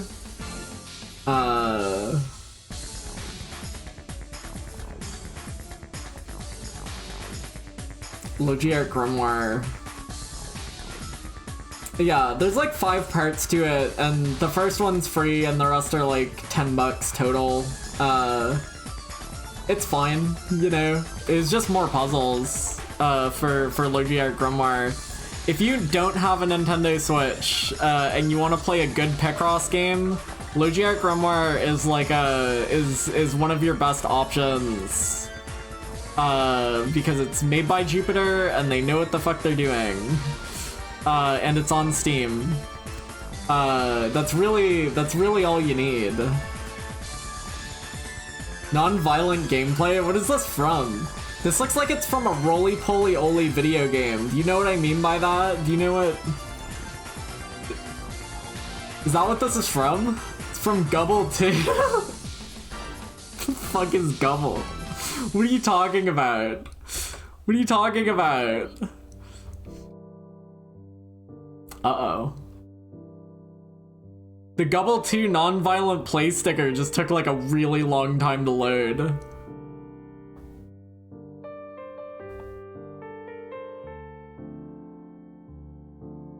Gubble sweep. Streamer doesn't know about Gubble 2. Unbelievable. No. They can't get me for this. Is Roly-Poly Canadian? Sound off. Is Roly-Poly-Oly a Canadian TV show? Does Roly-Poly-Oly exist anywhere else? Sound off. Roly-Poly-Oly literally existed here too. That's what I was thinking of. Non-Canadian, sound off.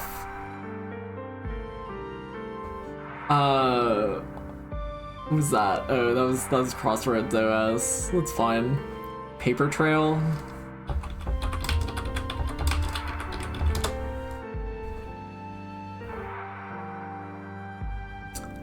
This game was really nice. I quite liked this.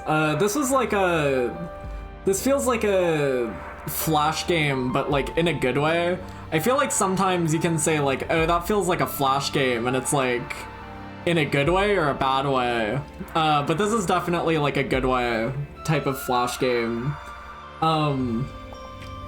So basically like, you have like folding origami powers, right? And you can like grab any of the corners of these maps and like fold them. You can fold these maps in ways that are to like do puzzles and stuff. So like you'll see here you can't get across this gap, but if you like fold half of the screen over, you can get across it or whatever.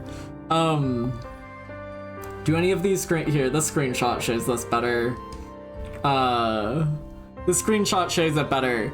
Basically, you just fold the map, and like every room in the game has like a front and back side of the every room in the game has like a front and back side to the to like the floor you're on, and you have to use that to like navigate.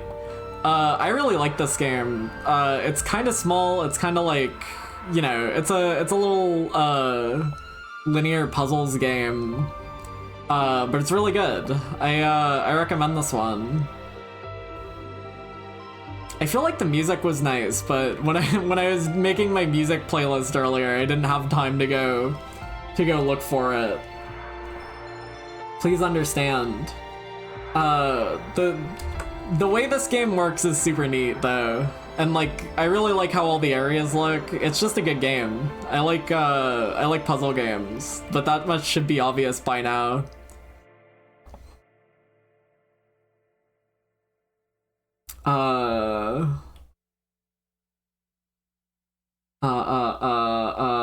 Miss Spider, do I fuck with the Mole Sisters? I'm not familiar with the Mole Sisters, I must be honest with you.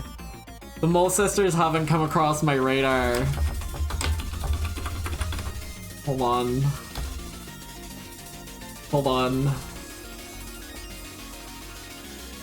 Oh no, I know these bastards. I know these guys. I've seen these guys before. I know these guys. Never mind. Never mind. Never mind. I know these guys. I know these guys. I like how these guys look. I like their shape. I think I am pro Mole Sisters. Honestly. I'm looking at these images of these book covers and I'm like, yup. Yarp. Uh-huh. Yep, these are my guys. Did this have like a treehouse show? This must have had like a treehouse show. I'm sure if it had a show, I probably hadn't seen it in passing. When I was like 3. I know these guys. I know these guys. These are my guys. Yeah, I would say yes. I do fuck with the Mole Sisters. They're all right in my book. They're all right in my book. You put them in the Metroidvania hamster enclosure. Hamster-based Metroidvania would be really funny. Hold on, I think that's an idea. Has anyone done that? Like, has anyone made like a Metroidvania themed around that like specific fucked up hamster enclosure? I think that's a really good idea. Hold on.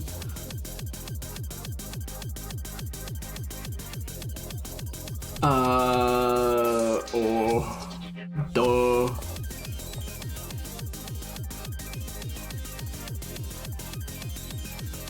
Hamster platformer. No. No, it wouldn't be a platformer. It wouldn't be a platformer. You wouldn't jump in it. No, no, no. You'd have to you'd go through tubes. It would be a game where you crawl through tubes. I guess it would be kind of like, Rain World in that case. But I'm kind of thinking of Unworthy. And I didn't play Unworthy this year, but we're gonna talk about it now. Chat, I need you to play Unworthy on Steam. I need you to go to Steam and buy Unworthy. Save 80%. Is that still on? Chat, Unworthy's $2 right now.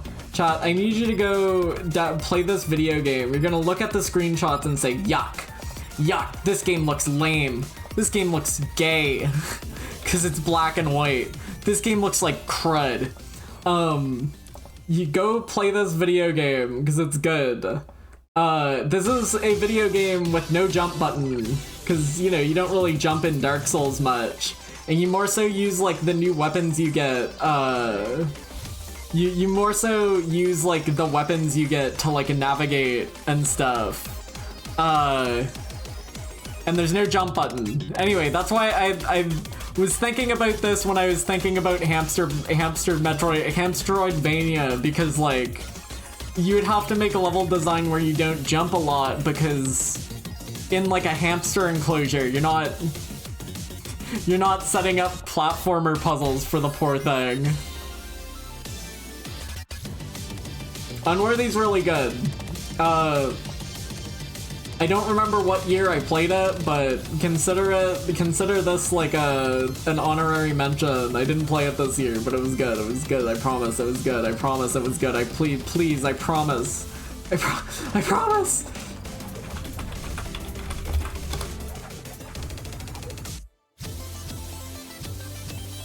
Chat, remember Deltarune? Remember Deltarune, chat? I remember Deltarune.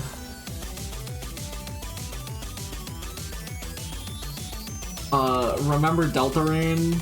I played Chapter 1 and 2 on stream earlier this year. This was pretty early in the year because this was before like Chapter 3 actually came, or Chapter 3 and 4 came out. It's, you know, I can't really say much about Chapter 1 and 2 that I'm not also going to reiterate about Chapter 3 and 4. The music's good, the gameplay's good. If nothing else, I do really appreciate how, like... I like that Chapter 1 and 2 kind of feel bad by comparison. I mean, Chapter 2 already feels a lot better than Chapter 1, and Chapter 3 already feels a lot better than Chapter 2, and Chapter 4 would, etc, etc. And I think Chapter 1 and 2, Chapter 1 being like a part of that experience crystallized in time as it was when it came out so far ago in the game's production is cute. I think that's neat. I think it's cute that like the fucking ass thrasher you make in the first one is still having consequences in later parts, you know? Funny stuff. I'm so excited for more Deltarune. We can stop talking about Chapter 1 and 2 though, because they're probably not going to get ranked on my actual list. I just played it this year. There's a few things that I'm probably not going to rank in the actual like power level ranking that did get like diary entries though. Mario 3D World, I mean Land. Did I write Land? Land. Sorry, wrong one.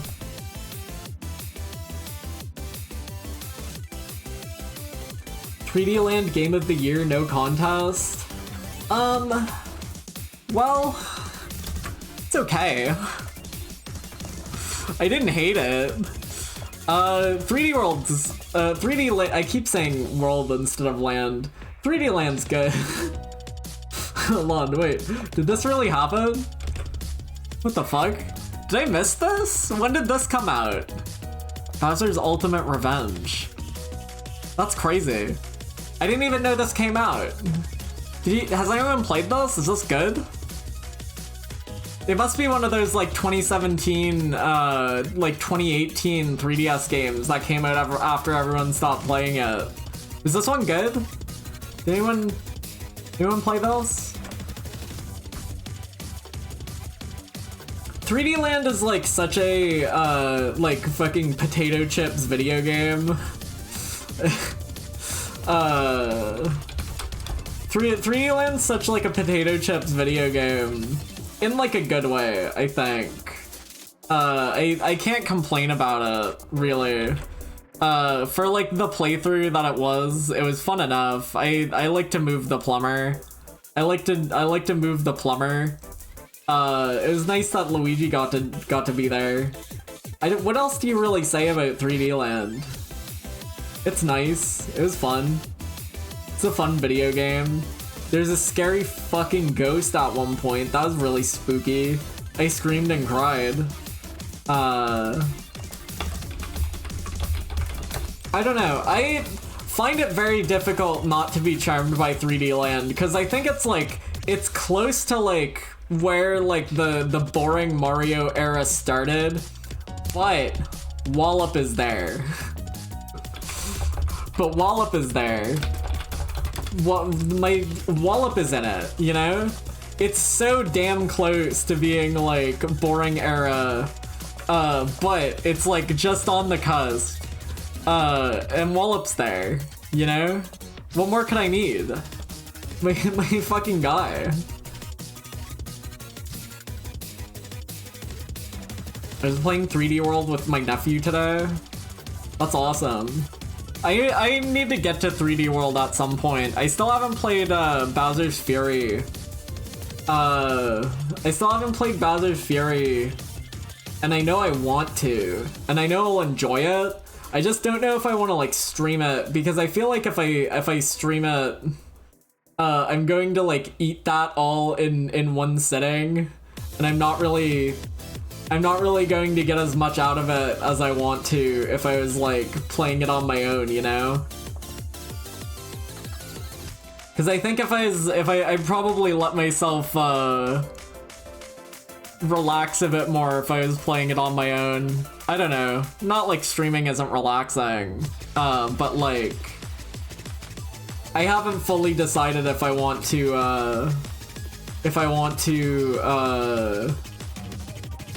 how I want to play it, you know? I know I'll probably like it. I think I'd be surprised if I didn't enjoy Bowser's Fury.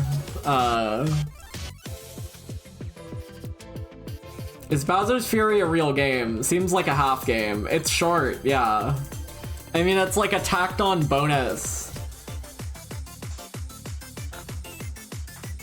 For a while, it was the first, for a while it was like the most recent 3D Mario game, and I'm not gonna let anybody tell me that Odyssey's still the most recent 3D Mario game, because no, goddammit.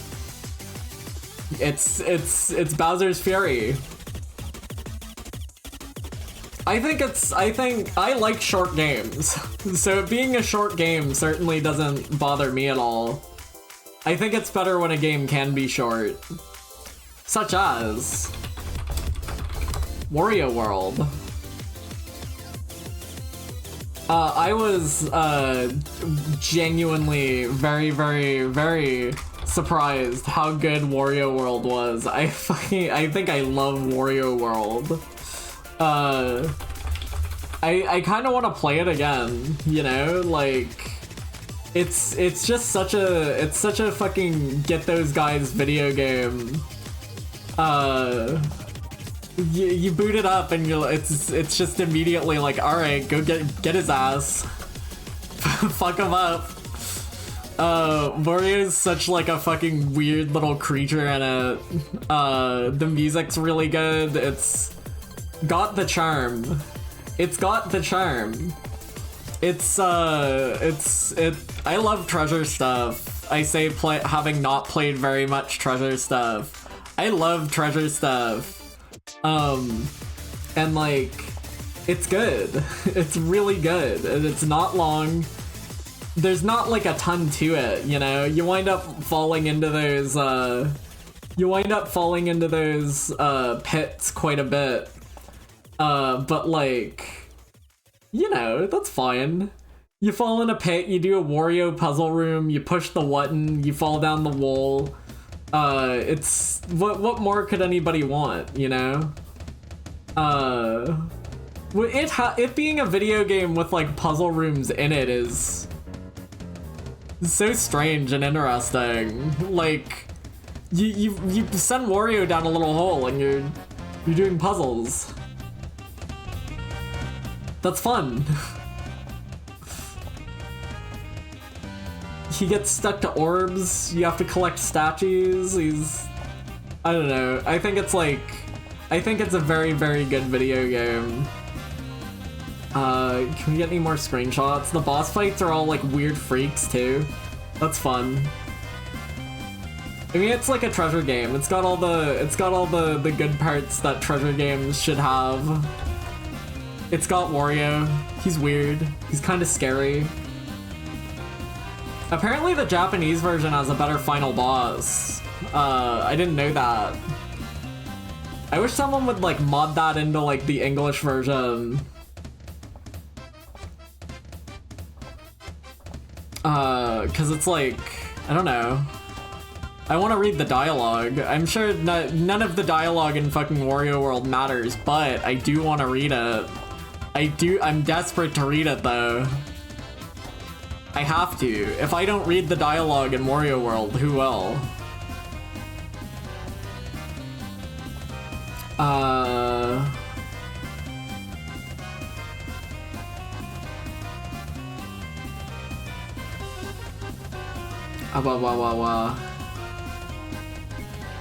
Sonic Unleashed wishes it could be Wario World? Does it? It might. I haven't played Sonic Unleashed in ages. Dragon Quest XI-S. This was a genuinely very good video game, you know? Thank you to A1 Pete Shroom for funding this one. Dragon Quest XI's just like close to one of the best games ever, I think. It's probably like it's probably the best Dragon Quest game. I don't know. Haven't played a few of them, but like it's probably gotta be the best one, right? It's really nice. It's really good. It's like, I think it can be like, it can almost come across a bit like boring, just looking at it, but like it is really good. It's just an excellent video game. I need you to play 5. No, I do want No, I do want to play 5. Sorry, I was trying to think of what the 5 protagonist looks like. I respect that guy. That's one of the guys I like.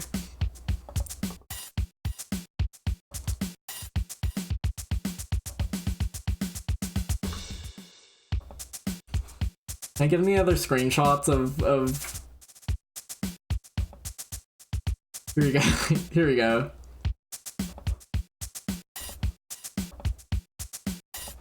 This is a better screenshot.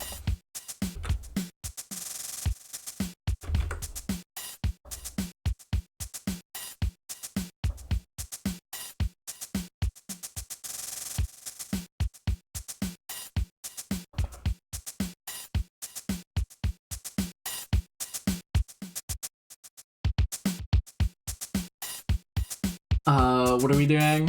What was I talking about? Dragon Quest XI, yeah. Dragon Quest XI's really good. It's like, it's so consistently like pleasant to play. The stories are like, the stories feel like they're not like doing much like super original, but all of them are like told well. All of the little like episodes and party member interactions and everything. It's just really, really, really well done. Scary stuff. Hold on. That could have been porn. We almost fucking died.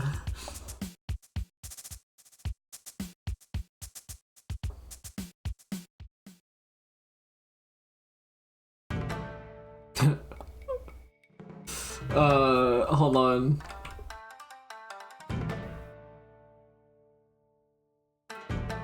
Hold on.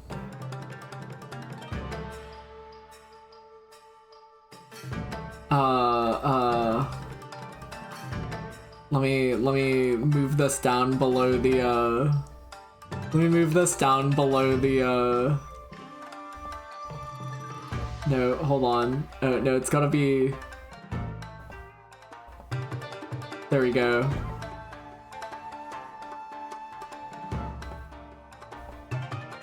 How do I escape this menu I'm trapped in? How do I get out of this? Okay.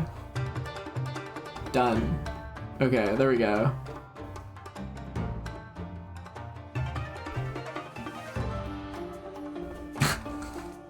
They're not on. They're not on. Opinions on Act 3. I think it's good. I think there's some parts at, like, near the end of Dragon Quest XI that can feel a bit like filler, but, like, I do think going to get, like, doing all the super bosses in, like, the final act is good. I can't complain. I can't complain. I think all 3 acts of that game are very good. I like Dragon Quest XI a lot. I've been like kind of pitching it as like a, I think it would be fun to stream for Doc at some point, but like at the same time, it is a big ass video game. I feel like I'd probably be able to like, there's a lot of stuff in 11 that almost feels like you'd appreciate it more if you were more of a fan of Dragon Quest, which I really wasn't, because I did beat I did beat Dragon Quest XI a lot later than Dragon Quest 1, but I did start Dragon Quest 1 mid Dragon Quest XI playthrough, you know? And I put it down to go play the first one, and then I came back to play to finish Dragon Quest XI, which is just kind of funny. I think it's good. I think it's good. It's even got like retro mode if you want to play it in a way that kind of feels bad. It's even got retro mode. Do you think who's played like Dragon Quest XI in retro mode, right? Like who's actually played it like this? Surely nobody, right? I want to play the 3DS version. The 3DS version's really interesting. Because it has like that on the bottom screen, which makes so much goddamn more sense.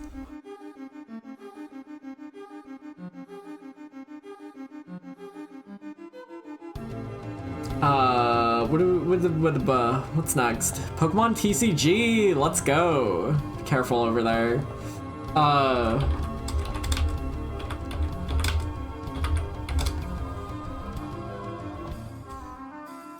Let's go mint, not in this one. Close.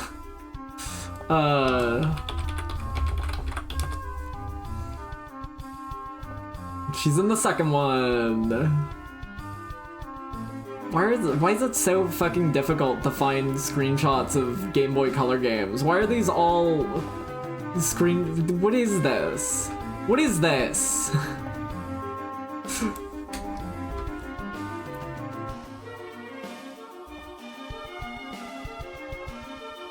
It's on Bulbapedia. Does Bulbapedia have nice screenshots? Probably not. No, the only screenshots here of fucking Jenks. Of fucking Jenks with the just showing her skin tone. I don't care. I don't care about Jenks. I don't care about how much blackface it is or isn't doing. Pokemon TCG GBC was like really nice. Again, like this one was kind of surprising to me because like I went in expecting to have kind of a bad time with it, but like it was actually really pleasant. I've never engaged with the Pokemon TCG whatsoever outside of like this, and like it's fun. It's good.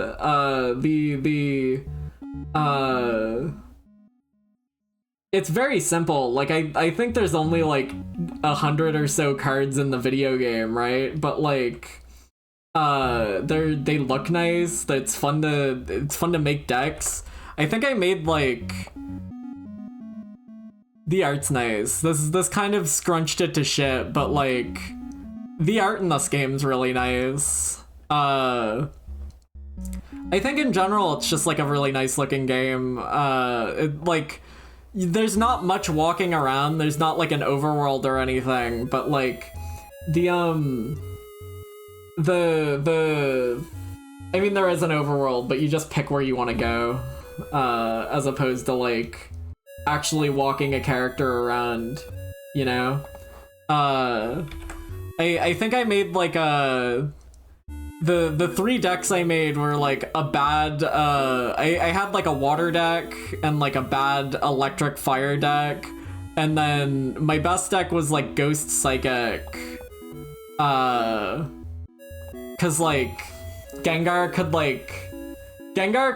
put damage counters on like Pokemon who were like on the bench. That shit was crazy. You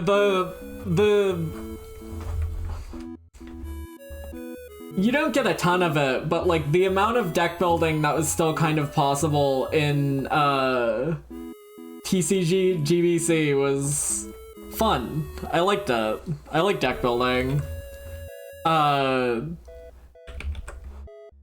It's especially fun when like you don't really know what you're like having to work towards, you know? Cause like I wasn't looking shit up. I was just making decks with what I managed to scrounge together. and it was just fun to go through. I do really want to try out TCG 2, because that has the cute girl in it, but I can't talk about her yet. I like that Meowth. I like this Meowth too. I think a lot of these cards just look really nice. There's something about like the Game Boy Color graphics on these cards that is like very fun, because you can tell the cards they are based on. Like this Clefairy doll is like one of the like really old like CG render ones.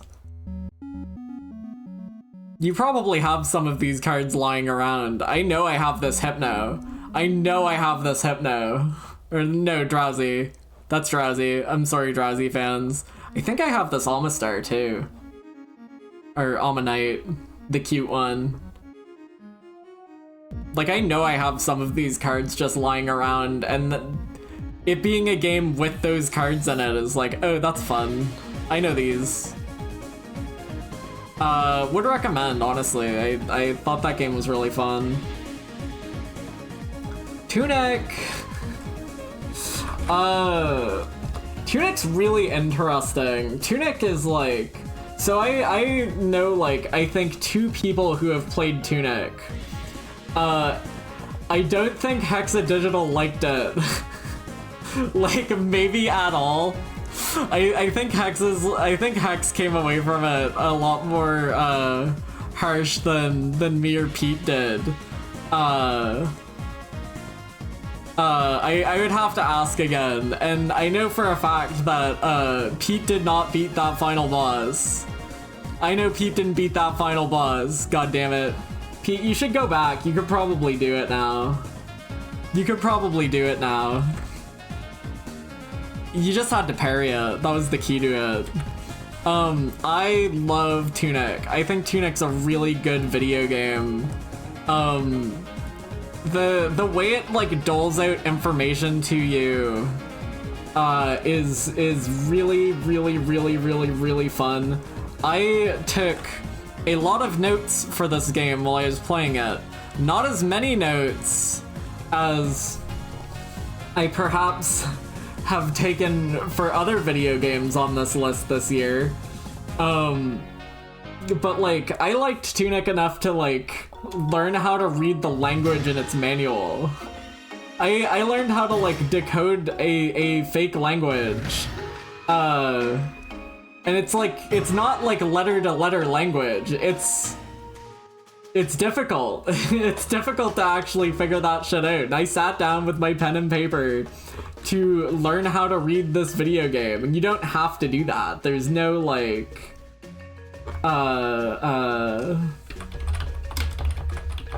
why didn't you learn a real fucking language instead? Because luckily this one still reads as English if you know how to read it. I don't have to like, I can read sword in this language and know what a sword is, so it's a lot easier. I promise. Replacement cipher? No, it's more difficult than that. It's not just letter to letter.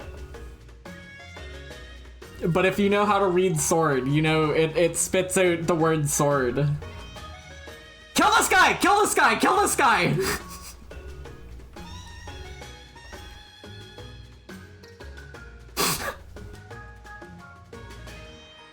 Sorry. Sorry. They were verified? No, this guy, okay. This guy, click on this guy's channel. Can you still see his name? He's streaming right now. He's streaming a fucking rerun. This guy, like, plays fucking reruns and goes into people's chat to be like, hey guys, what's up? Great stream you're having here. He fucking showed up in Nano's stream, and he showed up in Doc's stream, and he showed up in fucking, like, other streams. It's weird. I'm gonna report him, actually. Why not? Spam. Spam? Probably spam. Spam. Yeah. Plays reruns.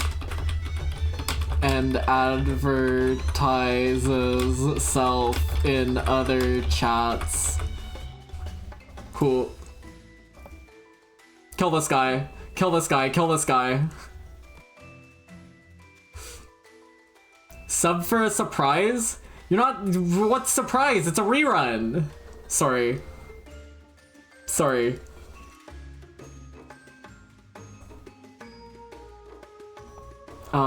Is this...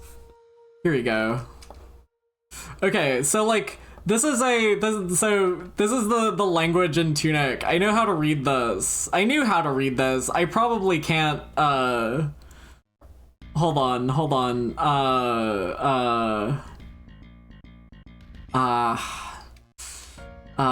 Beginning your adventure. Seize. Okay, hold on. That's S. I think that's S-E-C. That's secret. A secret, man, that's crazy. I can still read this. A secret, I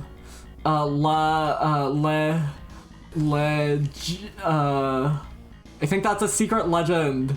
A secret legend, is? No. Says, yeah, says, a secret legend says that, a secret legend says that a, this is crazy. I don't remember why I can read this still. A secret legend says that a,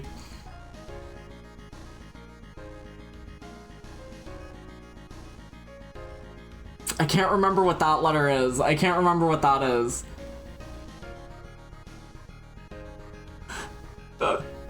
Well, that's a T. Okay,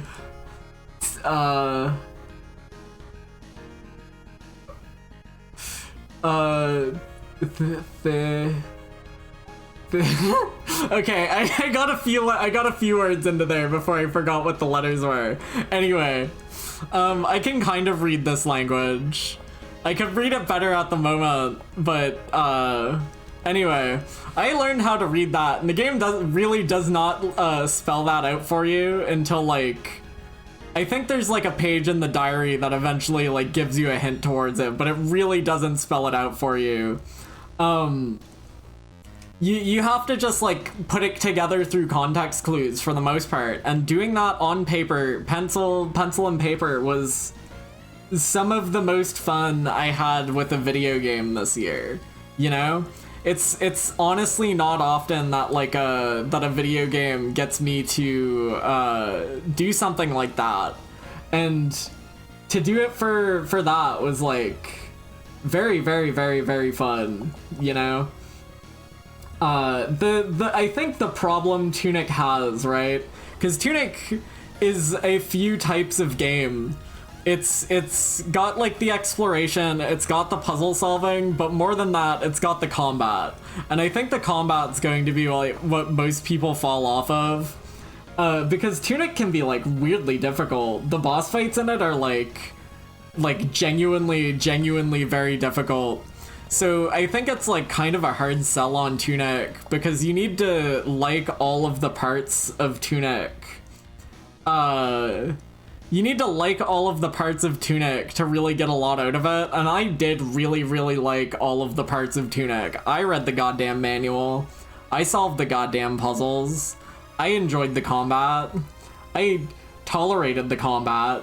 The combat gets better once you learn how to parry. Once you learn like the parry timing, it's good. It's a lot easier to get through. But like, I think having to say like, yeah, just learn to parry in a game that should ostensibly be a puzzle game is like, isn't that kind of crazy? Isn't that kind of wild? But yeah, I really, really, really, really, really, really liked Tunic. It's probably going to be in my top 3, maybe my top 5. I don't know, we'll see. I think the main takeaway here is that, like, if a video game gets me to take notes, I'm probably gonna like it a lot.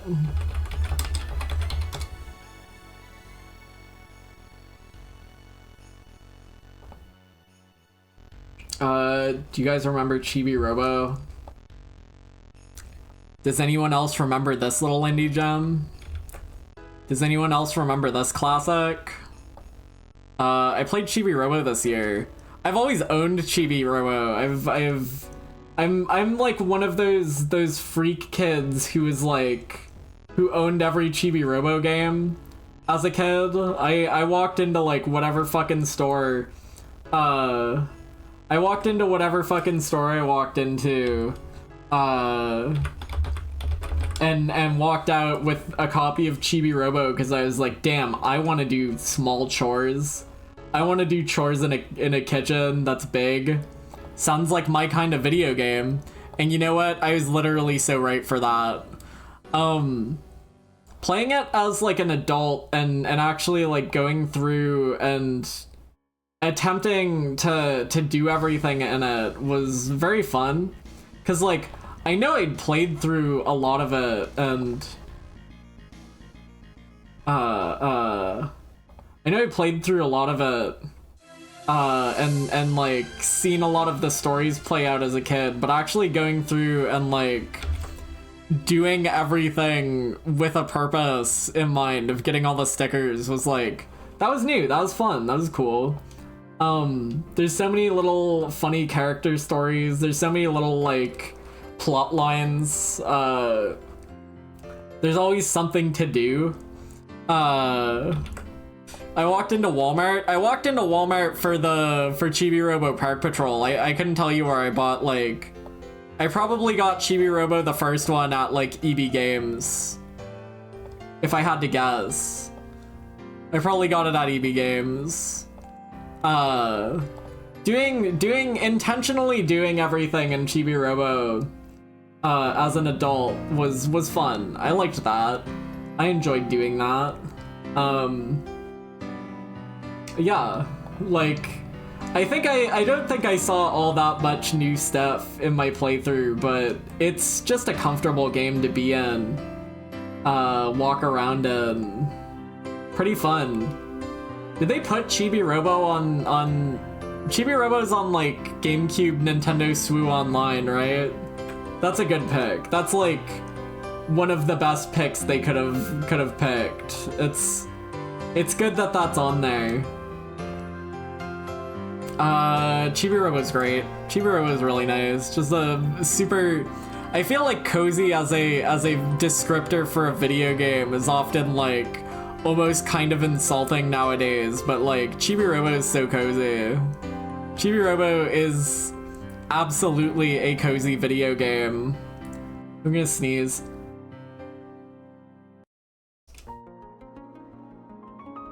No, I'm not. Where's my, no, I'm not gonna sneeze. It's fucking gone.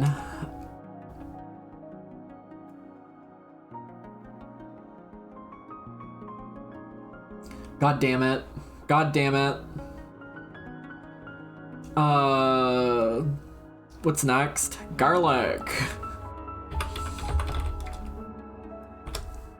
Okay, just type garlic into Google, you fucking moron. No, garlic Steam. This is gonna show me steamed garlic. No, it's not. Okay, we're good. We're good. We're good.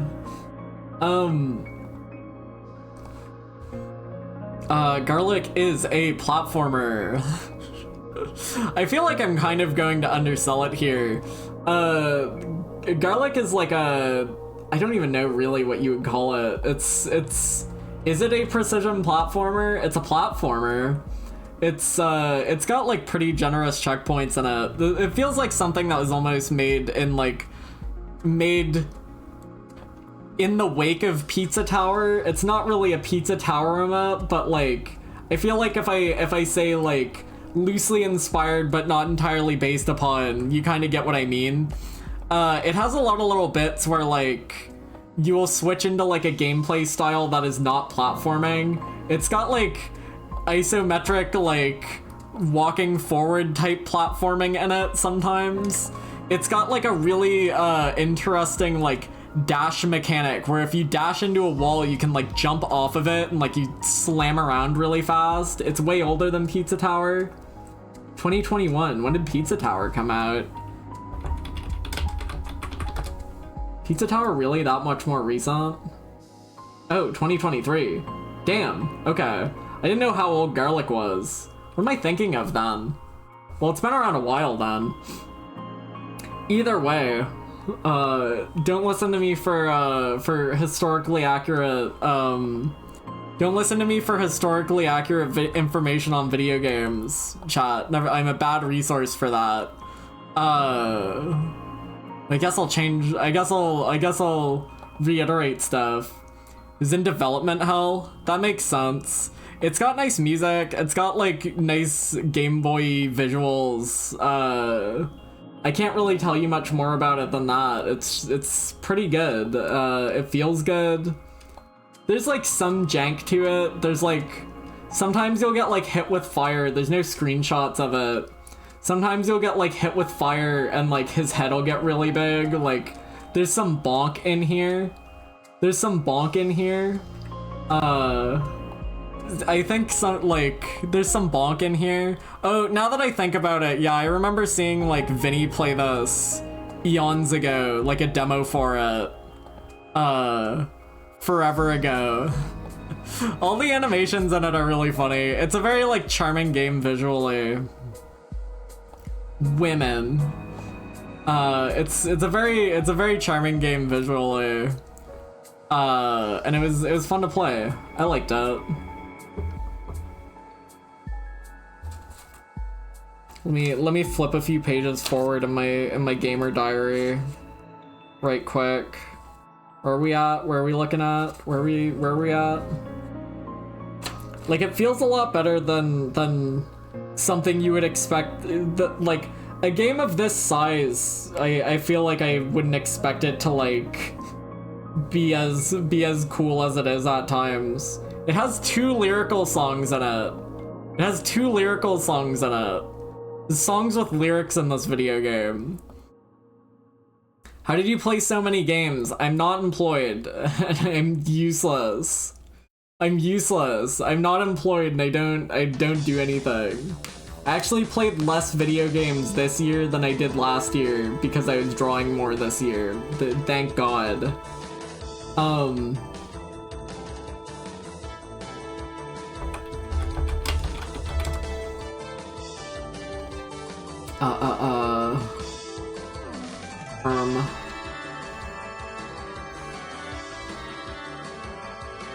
This looks nice. So I'm wishlisting a different game on Steam right quick.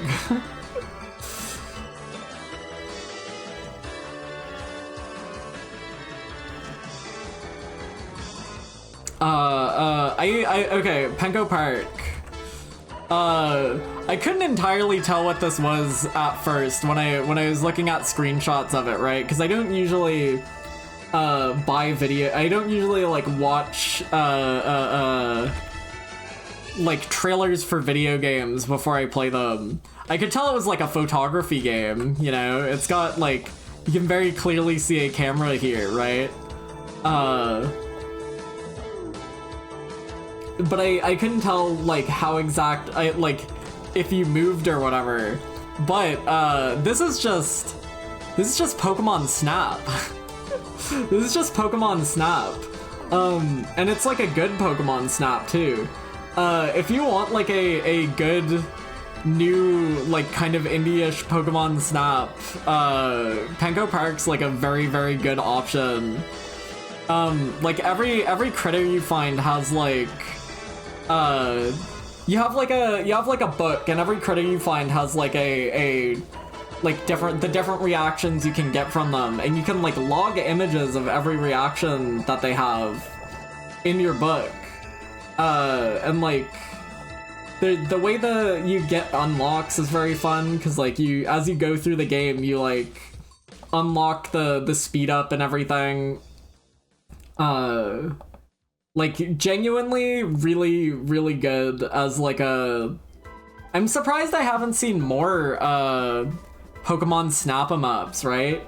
Because like I've seen enough photography games, and I think like I feel like On Rails is one of the best ways to actually do a photography game. Because like I haven't played Umurangi Generations yet. It's been on my plan to play for a while. But like, that's a game where like, I know you can just walk around. Also, like, every game has a photo mode now. You're missing the point. You're missing the point. You're not understanding what I'm talking about. You aren't picking up what I'm putting down. There's an implicit difference between a game with a good photo mode and a game about photography. If you can't understand that. You can't understand that. I was agreeing with you? Were you agreeing with me?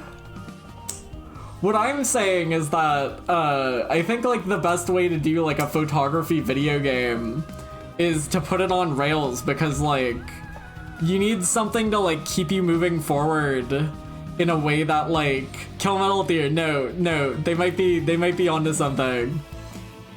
I think you need to have like the rails to keep you moving forward and have like your goals in mind.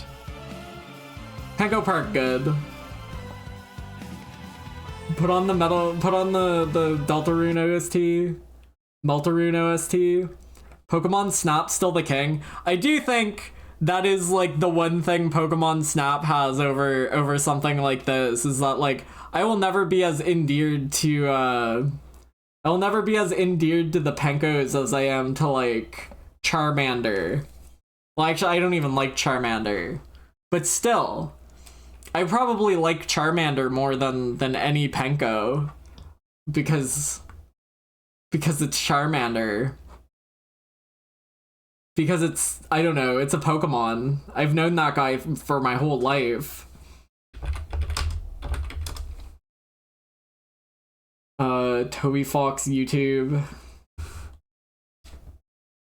Videos, playlists. Hi Hamflow. Have you been here? Have you been here today? I think you just got here. I think you just got here. Do I need to take my pills? I took pills at like 7. I took pills at like 7. It's like 11. Tell me at 3 a.m. Alright. Deltarune 3 and 4 OST in order, sure, why not? No, we're still a little bit off from Pokemon Cafe Remix, but get your, can you get me an Elegant Soiree Audino on the double? Stat.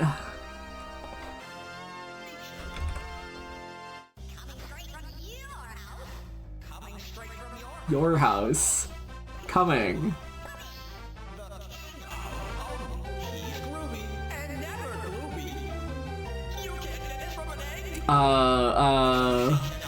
What else? The Panko Park. It was good.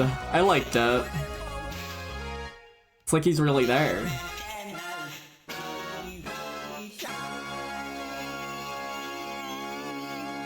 It's like he's really there.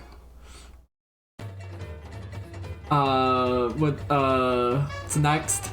Battle Network 2?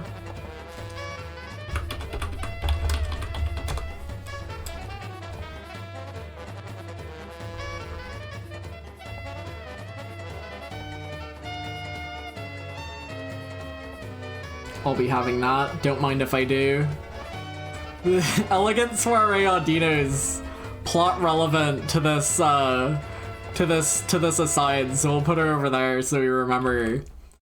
Oh, no, we don't need two of her. Get that out of there.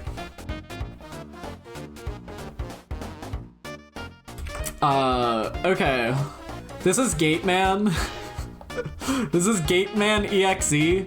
Mega Man Battle Network 2 mostly boils down to running the Gateman deck because it does like fucking 3,000 damage whenever you push the Gateman button. Anyway, Battle Network 2 is definitely better than Battle Network 1, but it's definitely a lot more like structurally sound, because it doesn't have like Battle Network 1's fucked up insane spaghetti maps. Battle Network 1 has like really bad fucked up spaghetti maps in it. And then Battle Network 2 does away with that for the most part, and like mechanically it's better, but there's some like insane like structural issues in Battle Network 2 that are still wild. Battle Network 1's like first or second map is like crazy. It's crazy. It's absurd. I'm looking for like screenshots of Battle Network 2, but I can't really find them. I've been liking Battle Network 3 more than Battle Network 2. I think 3 is probably like the first game that's good. I'm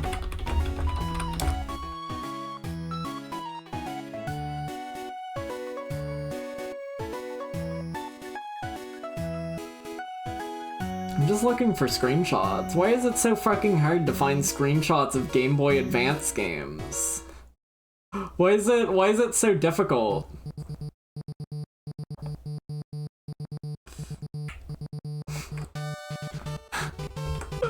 There's a lot of like illusions. So Mega Man Battle Network 2 is also kind of racist. You wind up going to America in it, and like I don't know if they should be writing black people, period. But like there's like a weird amount of like allusions to God in Battle Network 2. There's like a weird amount of like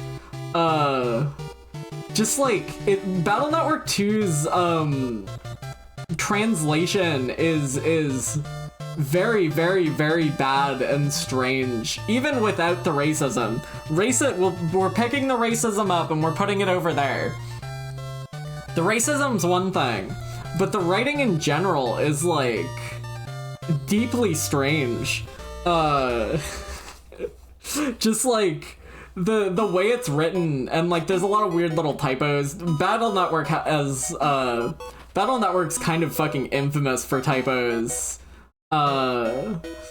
It's strange. I took a lot of screenshots of like strange dialogue when I was playing, but I don't have any of them on hand. I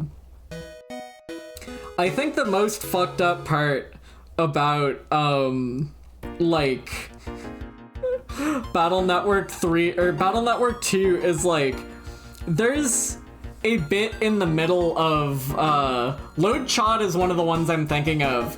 They misspell like Lord the first time Chod shows up, and I could not tell if that was his first name until Proto Man shows up again later and he's like Lord Chod, and I'm like, okay, that wasn't his first name. They just typoed that, and it's on the very first time the character shows up. That's crazy. There is a chunk in the middle of there's a chunk in the middle of Battle Network 2 that is like is crazy bad, because you have to go to a block. There's a block on the internet, and you gotta get rid of the block to go to Yumland. You get a letter from someone in Yumland who's like, hey buddy, do you want to come meet my Navi on the net? Come visit Yumland, bro. So you go onto the internet, you go towards Yumland. There's a big block in the way that's like, you need a net license rank 2 to come to to get to Netland, which is like, okay, sure. So you go to where you do the licenses. You have to get your license to open this block. You have to do 3 different missions, each of which means taking the mission, going to find the NPC who wants to give you the mission, doing their tasks, all 3 of which have like an absurd amount of runaround to them as well, reporting back after you do the mission, and then going to get the next one.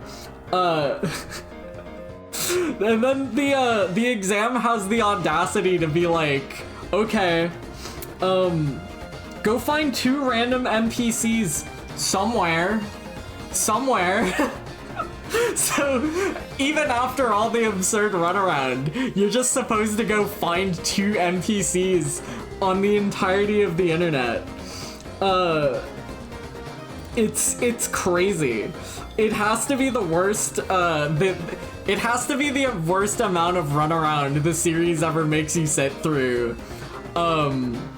because I can't imagine it being worse than this. I know I beat Battle Network 3 as a kid. Or at least I made it to Wily as a kid. I think my deck was too dog shit to beat him because I had every goddamn letter of the alphabet in it. But I know for a fact I got through the structure of Battle Network 3. And I know I got through the structure of Battle Network 5. So I'm assuming the series is never quite as fucked up as it was then. I'm hoping it's not. Mechanically a lot better, structurally just fucked up and evil.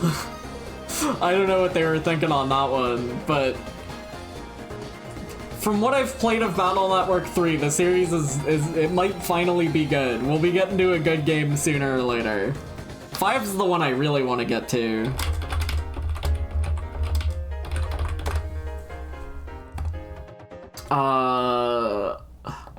The Somnium Files. It's the first one. Yeah, this is the first one. The Somnium Files. It was pretty good. I like visual novel em-ups.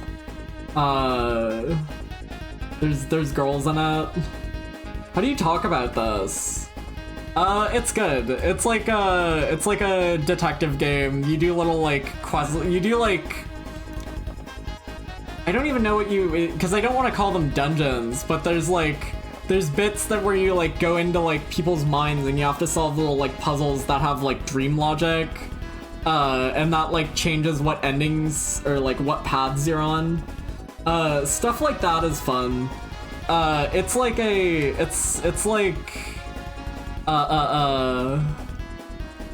it's very like dumb anime shit. There's a lot of very dumb anime shit in it. I like most of the cast. Where'd my pointer go? Where did point go? Did I delete that? I need to bring point back. Hold on. Desktop. Stream. Emotes.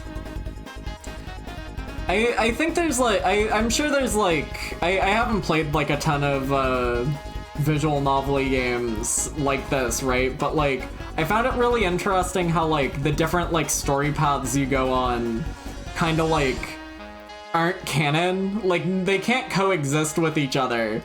And that's like interesting in ways, because it's like, it makes it not entirely clear like what is and isn't canon at any point in a way that's kind of fun. I like Date. He's like a weird asshole. I played with like subs. I didn't play it dubbed. Date is funny. Mizuki's funny. I remember her name, so Aiba's funny. The cast is funny. It's a good cast, you know? Like, without getting into like story stuff, it is pretty interesting. It is pretty interesting. My friends is absolutely obsessed with the otaku guy in this. That's scary. That's scary. I mean, he's okay. He's alright. There's probably worse characters. If it's not dissimilar to like a Danganronpa type of thing, writing-wise, but I like Danganronpa type of things. I'm not above romping it. What's next? Flipper Lifter. Flipper Lifter's another Playdate game. It's fine. I feel like that's usually my takeaway from most Playdate games. I don't think I've played anything like absolutely dog shit on the Playdate, right? But it's just like a little arcade game where you crank the elevator up and down and put the penguins on the elevator and take them to the floor they want to be on. For some reason, when I played it the first time, I could not for the life of me beat the third. I could not beat like the final level, and then I just booted it up and did the final level in like one before this diary entry, and I don't think it got easier. Maybe I just had a better run, but I fucking crushed it. I'm just that good. It's fine. I like how the penguins look. They're cute. They're cute little guys.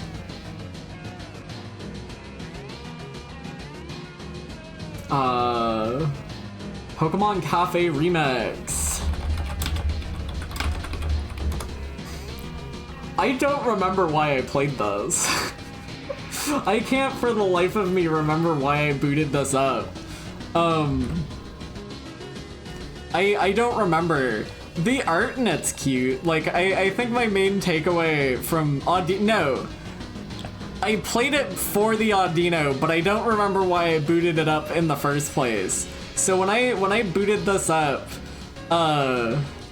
it must have been like before I got the Swoo. Or maybe after I got the Swoo? It must have been just before I got the Swoo, because like, I remember booting this up, Audino fat butt. Hold on, wait a second. I remember booting this up and seeing like Elegant Soiree Audino event going on, and I was like, alright, hold on, I can probably manage to do this. Cafe Remix is like, I struggle to call it good, but I also struggle to call it bad. It's a very it's a very like simple mobile-y game.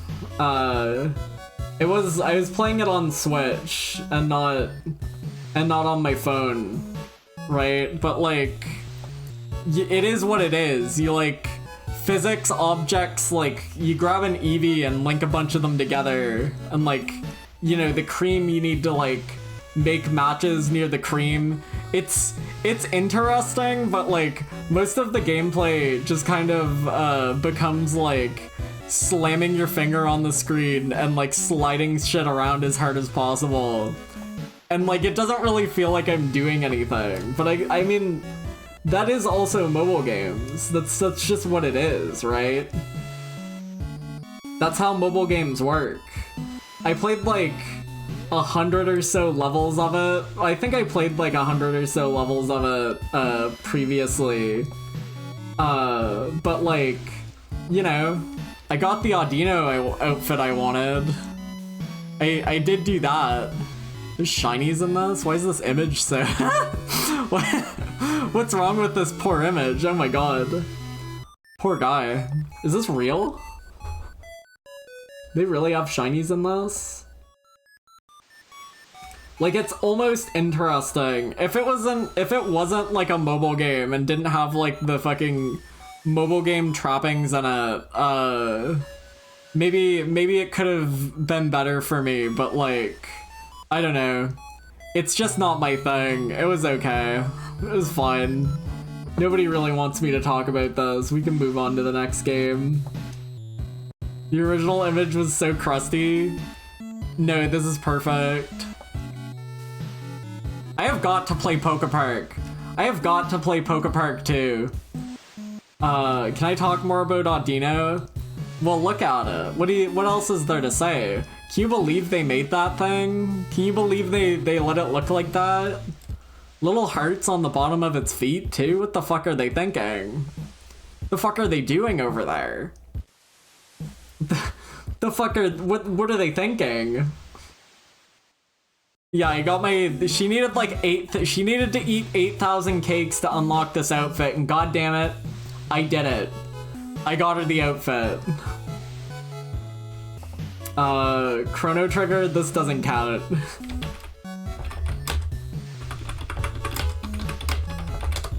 This doesn't count.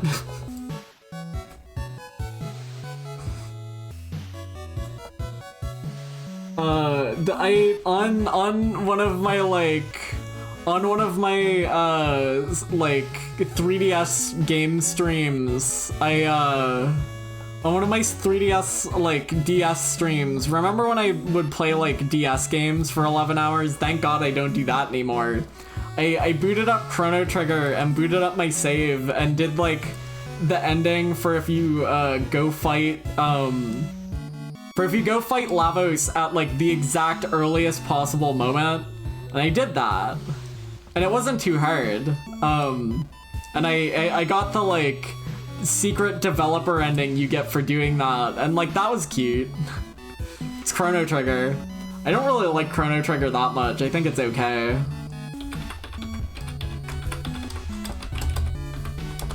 If you've thought we've been going kind of slow, thank God we're at some of these DS games, because we're gonna be fucking lightning styling these soon. Draw Penner. Draw Penner. DS game where you draw little blobs and flick them at things. No, you draw like... No, that's accurate. You draw little blobs and you flick them at things. This was the first of the like Nintendo Game Seminar thing, which was like a thing that they used to run to let devs make like games on like DS or whatever. There was like a few of these made. It ran for like a few years. A lot of the games are lost media now, which is kind of a shame. But like, I don't know, the art in it's cute. The art, this is like a tortured screenshot. The art in Draw Penner is really cute. The gameplay was fine. That's gonna be my main takeaway from a lot of these DS seminar games. They're okay. They're alright. Dig Dino! That's a Playdate game, baby! This one I probably have a little bit more to say about it.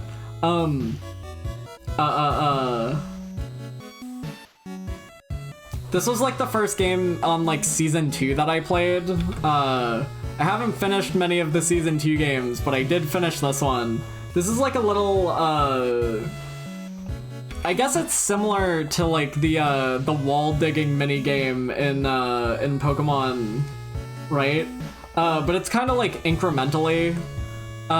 You get like, you know, as you dig in the ground, you pick up monies.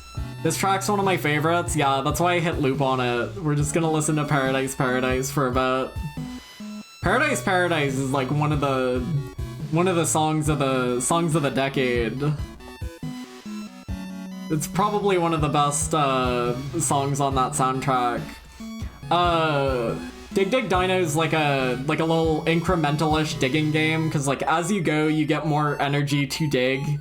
You get more like abilities and stuff, and like you're digging up dinosaur bones. And every time you like complete a dinosaur, you get like a little bit of lore on it, and like eventually you realize that like the dinosaurs died out to like an alien invasion, and they were employing like slave labor and shit. Tragic, I know. Problematic faves the dinosaurs. This is like one of the first games you get on like Playdate Season 2, and I think it was a good one. It doesn't, you don't crank anything in it, but that's okay. It's like a good type of game to have on a Playdate, you know? I'd like to get a few more Playdate games in for next year, but I love not playing them. I love not playing them.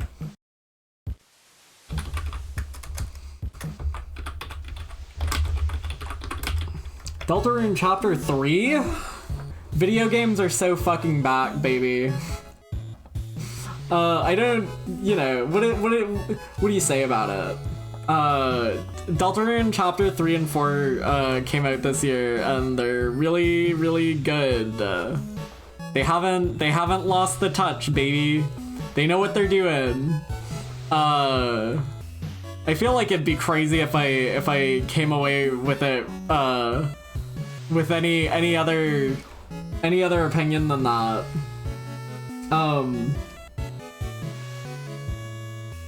Do you believe more Deltarune this year? Soon? Coming soon? I think like the game within a game shit in chapter 3 is so it's so neat. I played chapter 3 like a crazy person. I played chapter 3 like consecutively like 3 times to do everything in it, because I wanted to like when I was getting ready for my because I did fucking research. I studied for my for streaming chapter 3. I played it like consecutively like 3 times back to back, and I still wasn't sick of it by the end. And it's like, I don't know, it's really good. The 10 is funny. The game within a game stuff's cool. It's a good chapter. It feels like I feel like having like a very light chapter and then a very story chapter back to back in the way that they did it is that's cool. That's pretty cool. We can probably get into like more thoughts that I have about Deltarune whenever I get around to actually streaming it, because that'll happen at some point. That'll happen at some point. But like all the little bits in chapter 3 are so cute and interesting. It's like I really like the Tenna's boss fight's really good. Do you believe the fucking night fights in chapter 3 too? That's crazy. That's crazy. That's crazy.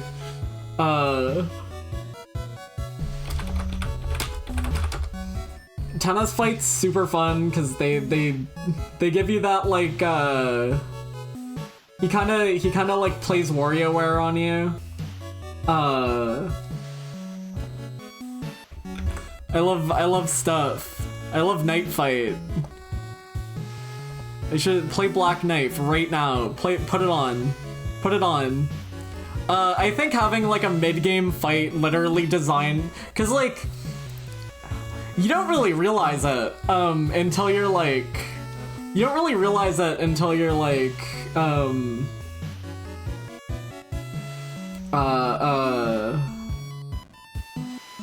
we're so far away from TV time on the fucking on the playlist. I don't want to skip all of the other songs between that. We'll come back. Hold on. Play TV time.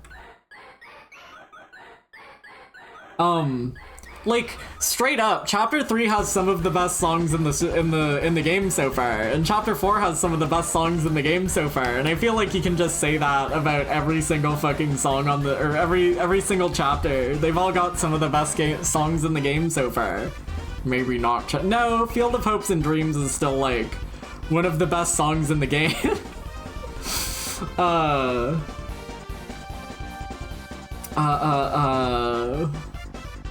I don't know, it's just such a fun chapter. It's just fun. I love Deltarune. We may as well talk about chapter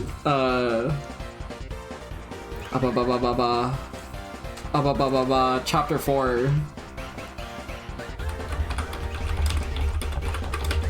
Chapter 4's like whole vibe is so completely different. It's honestly crazy. It's really good still.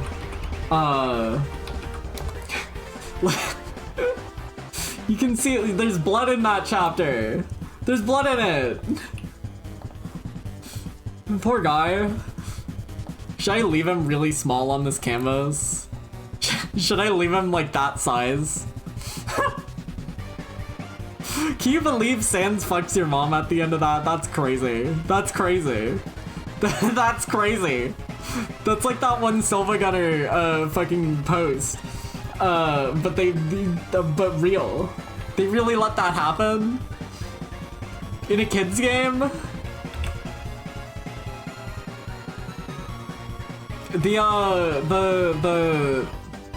Everything about like the tonal shift from 3 to 4 is so cool and interesting.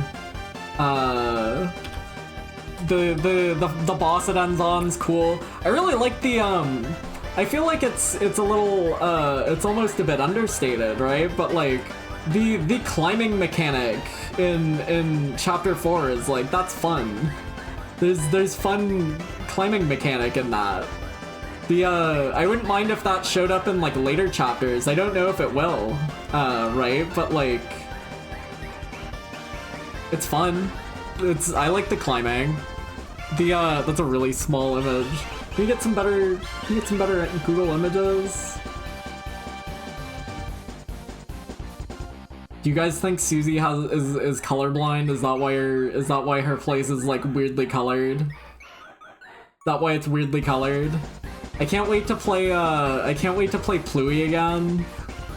I can't wait to play Pluie again. I didn't actually get to play Jongler. I didn't actually get to play Jongler, so I'm gonna be doing that for like the first time whenever I stream it. I can't wait to play Pluie again. It's so hard to find actual screenshots, but I managed to find this.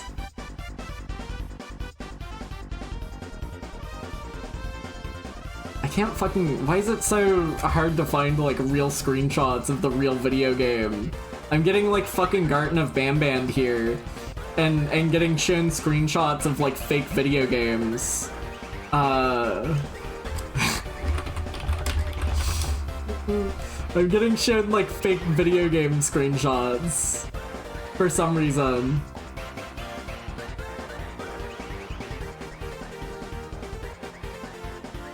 I give up. This is too difficult.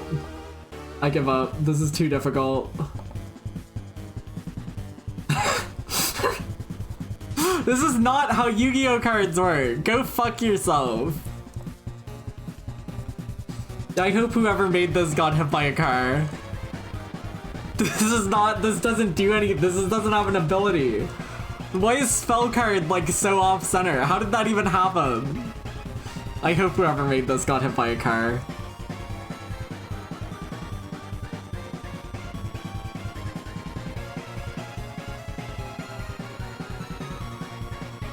Like, fatally? Yeah. Duh, implicitly. Chapter 3 good, Chapter 4 good. Chapter 4's music is like, I'm not gonna say it's better, but it's like, it's such a tonal shift in a way that is very, very, very, very cool. We're gonna go back to Raft Ride and let the playlist play normal. It's good. I'll have more to say about Deltarune when I play it, when I stream it, play it. You know?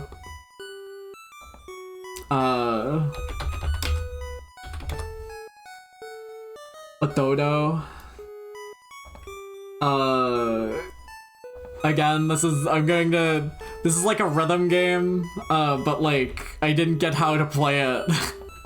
It has a cute whale in it. I think the cute whale in Otodo is like probably the biggest takeaway from it.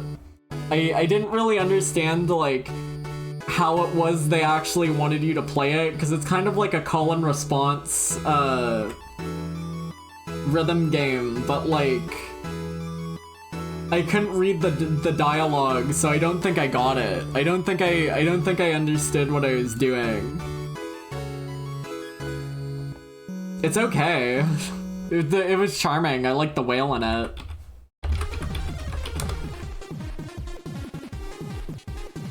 Man, the screenshots you have for Planetaria are even worse. Any screenshots of gameplay here? Nope. Well, this is the only image we got. Planetaria is like a little,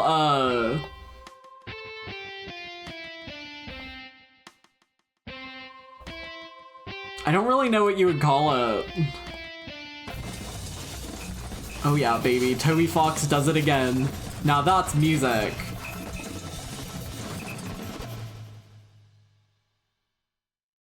Fucking composer of the generation. That's my goat right there. Planetary is like a little like gravity game. You move a star around, you try not to hit meteors, it's fine.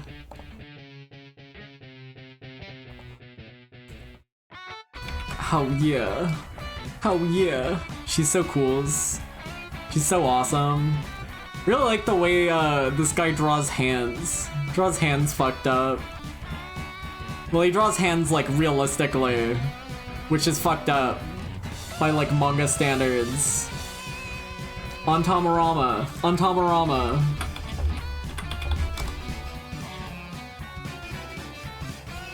They don't need to be transparent today. That's true. On Tamarama is like a little rhythm game on the DS that I played. It's like, it's kind of strange because it's almost like rhythm slash multitasking because you have to like tap the notes on the bottom screen and then they get like put on the bar for you to like input with your D-pad. It's like an interesting gimmick, but it's kind of like, it kind of just makes it a nightmare to play. It had like cute, like character sprites in it. Like that, again, that's the other big takeaway. It's cute. It had, it had the, in the house, like, carpet sample. Is this thoughts on games? Yeah. And brother, I've been thinking about those games.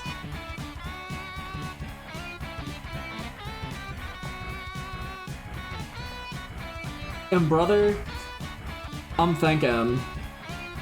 So like, as a rhythm game, maybe not great. As like a DS game, rhythm game, like, there just wasn't really that much content in it, but I think that's fine, you know? As like a stream game, just to look at it and see like some cute character designs, in and out one stream, like that's all I need. Wow, cute green type of character. Oh god, don't do that. Put that over there. Get rid of that guy. Put that over there. Get rid of that guy. It was fine. Like the idea of like a rhythm game on the DS that's like has to deal with like DS game size restraints, where there's just not that many songs in it. It's just kind of funny. It was alright. Can't complain. Good heavens. Hi subject, hi. He didn't redeem my image. Image did you post, Pete? Where was it? Where was it? Egg's husband. Could you have complained a little faster? What fucking image? Where was it? I don't see any image. He's sending me on a wild goose chase. I'm banishing him to hell for this. Pete, if it's been like an hour and it goes off my fucking screen, then prepare to die. May you be banished to the dark zone. Redeem this cool thing I made for you? Oh, Pete, you shouldn't have. This kind of looks like shit, man. I don't know what to tell ya. Kind of looks bad, dude. I mean, I guess it's the thought that counts.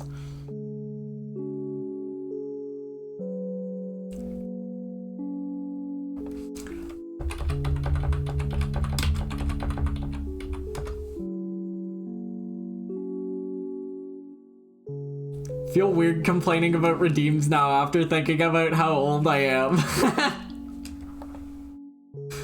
35 years old, and you gotta get your image on the screen? Goo goo gaga? Sorry. No, you paid good money for that. You paid good money for that. Have some standards here. You deserve it. You deserve better, even. Why is this image, like, bad?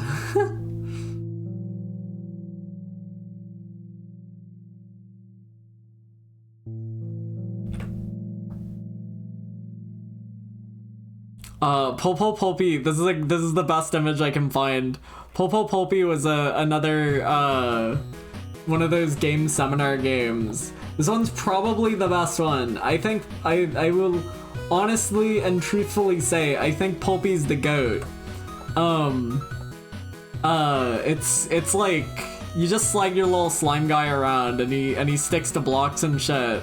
But look at his little face. Look how cute he is. He's perfect. We love Pulpy.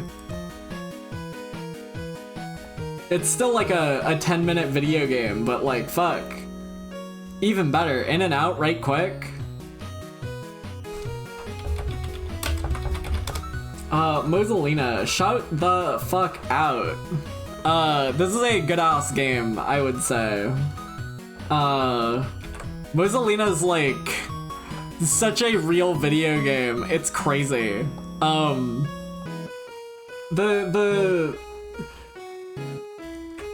If you haven't seen it, essentially you get like slapped on a level and you have like tools to use. So right now this guy has like camera, anti-grav, and like a circle. I don't remember what the circle is. Anyway, these levels are not guaranteed to be beatable with the tools provided. Like, the tools you're given are generally like useful enough that you can beat most levels, but you're never guaranteed to be able to like beat any level in this game.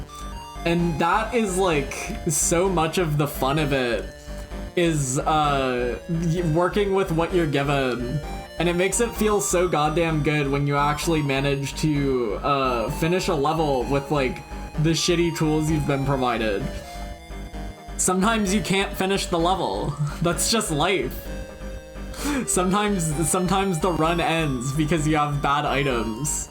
But like, you know, you can like reload and re-roll, and maybe you'll get clock next time instead of squid. And you know what? Clock's great. Clock's all you need. I would super recommend checking out Moselina. It's very fun. I liked it a lot. How much is this? $10? I would probably not buy it for $10. But for like a $5, pretty good. I don't know, $10 is probably fair if you're like able to play it co-op. The way all the different like items can like combo together is very fun. I don't know. It simultaneously kind of feels like there's like a lot of thought put into it while also just being like something that can just happen at random. I don't know. It's fun.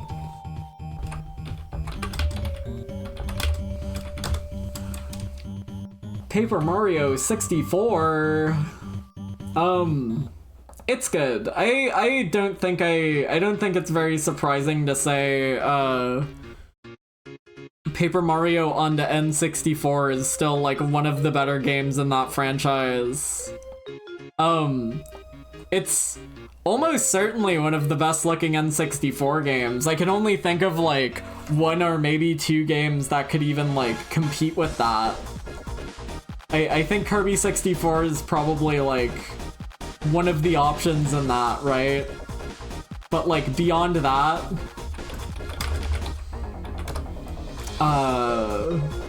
Mario 64 is just really good. This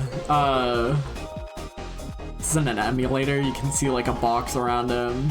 Kind of see like a box around him. Emulator bug. Project 64 moment. Really like the I think the party members you get in Mario 64 are really good. I like Perry Carry. He's my goat. I just think like the sprites in fucking The sprites in Paper Mario are really nice too. Look at this guy. Look at this guy. There's no way that Paper Mario 64 isn't like one of the best looking N64 games. I genuinely don't even know what would be competing. The gameplay is good. I almost kind of wish the I almost kind of wish that the like you didn't have as like harsh of a badge point like restriction, you know? 'Cause like only being able to have like 30 BP is interesting because it does like limit exactly what you can do.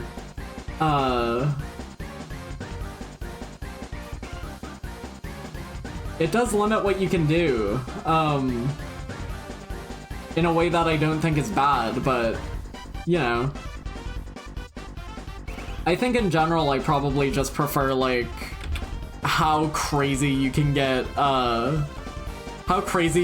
with it in Thousand Year Door. I should probably replay Thousand Year Door at some point, soon, at some point, but like, at the very least, playing 64 again was nice.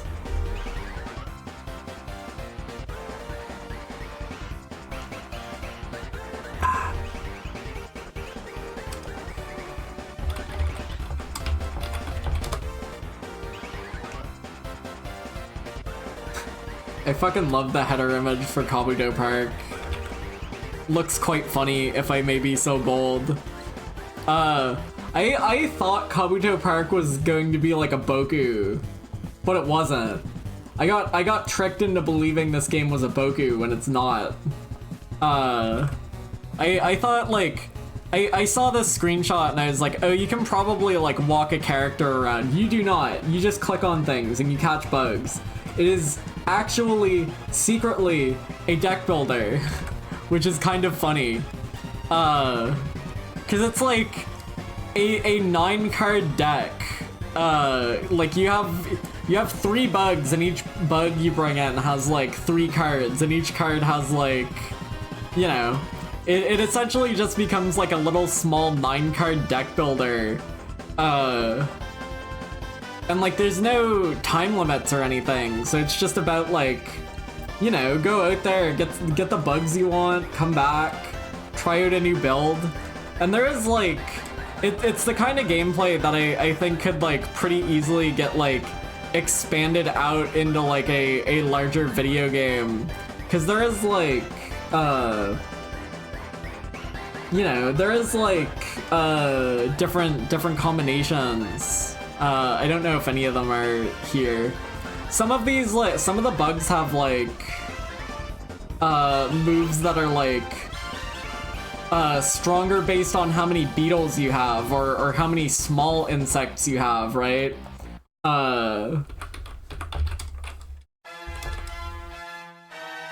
And like that's cute. It's cute to see like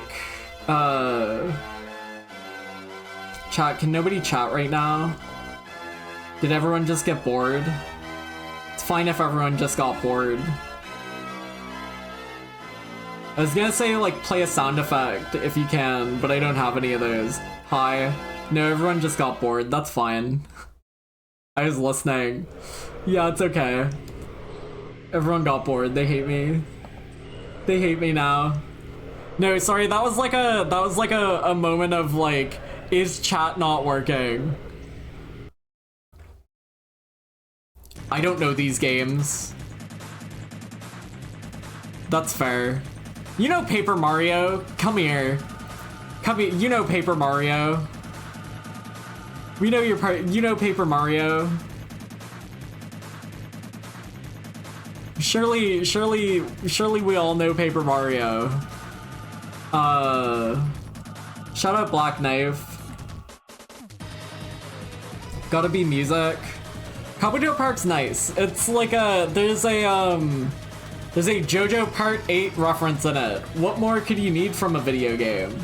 What more could you need from a video game? I would probably enjoy like a bigger version of Kabuto Park a lot. I enjoyed the version of Kabuto Park I played a lot, so can't be bad.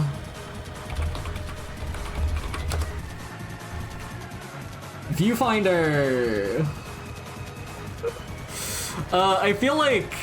I feel like it's actually a little bit unfair what they did to Viewfinder. What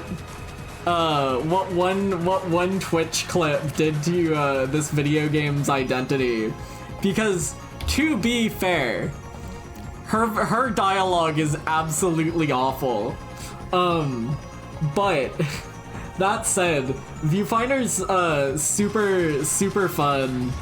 It's not a particularly long game, but just going through it and seeing all the like single one-off bits like this that they do. Every time you like get a new like textured object and like splat it on the world and walk around in it, like it's fun. That magic doesn't really go away. Even if the gameplay is like simple. I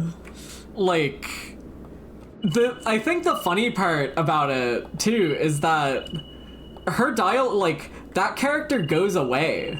That character like stops existing like after like the first quarter of the game, right? And like you don't have to hear her anymore. But like the start of that video game being as like brutal as it is with her dialogue like that is so thoroughly damaging to the game's identity that there's just nothing they could do. But as like a puzzle video game that you play and outside of like the dialogue in it, it's really good. I liked it a lot. You know, being able to like, because this is like a concept I've seen floating around for like at least a fucking decade of like the camera game where you take a picture of something and then you get to put it down, right? That idea is so fun, and actually finally playing something that does that mechanic, just great. It's fun. It's cool. I love puzzle games, so like, and I really do also love like first person puzzle games. I love non-Euclidean first person puzzle game. Gotta be one of my favorite genders.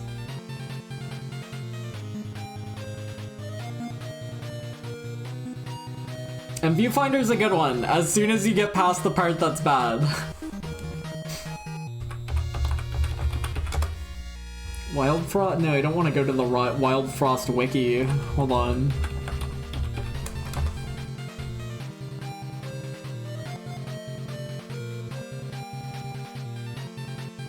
Wild Frost is a deck builder.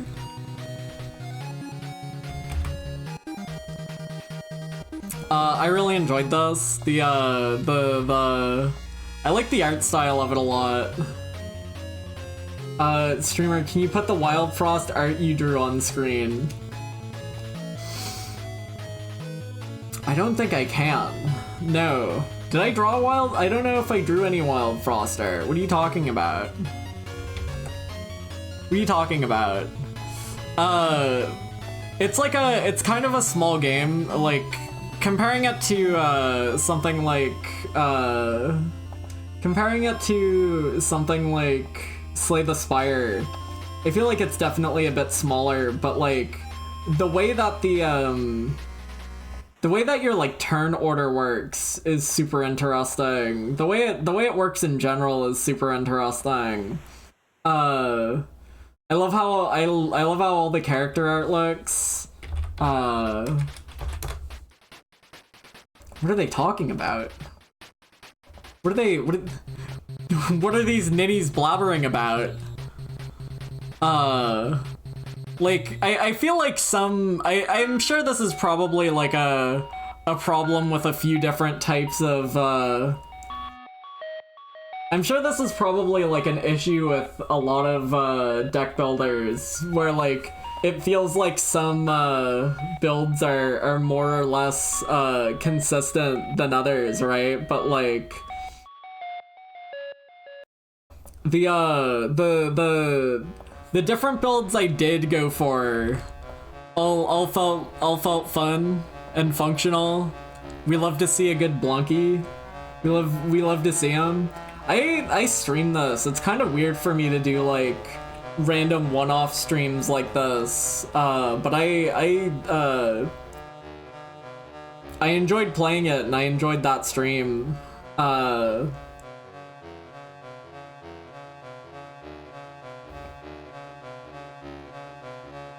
I liked it. I liked it. I like card games in general though, so I think I was probably always going to like it. I think it kind of launched rough. Like I remember seeing Vinny stream it and like not being able to consistently get past like the third fight. So I think like the difficulty was like weirdly high. Look at this little guy. I sent this guy to Colchis once. He's like Colchis, look at this. Look at this thing. Look at this little freak.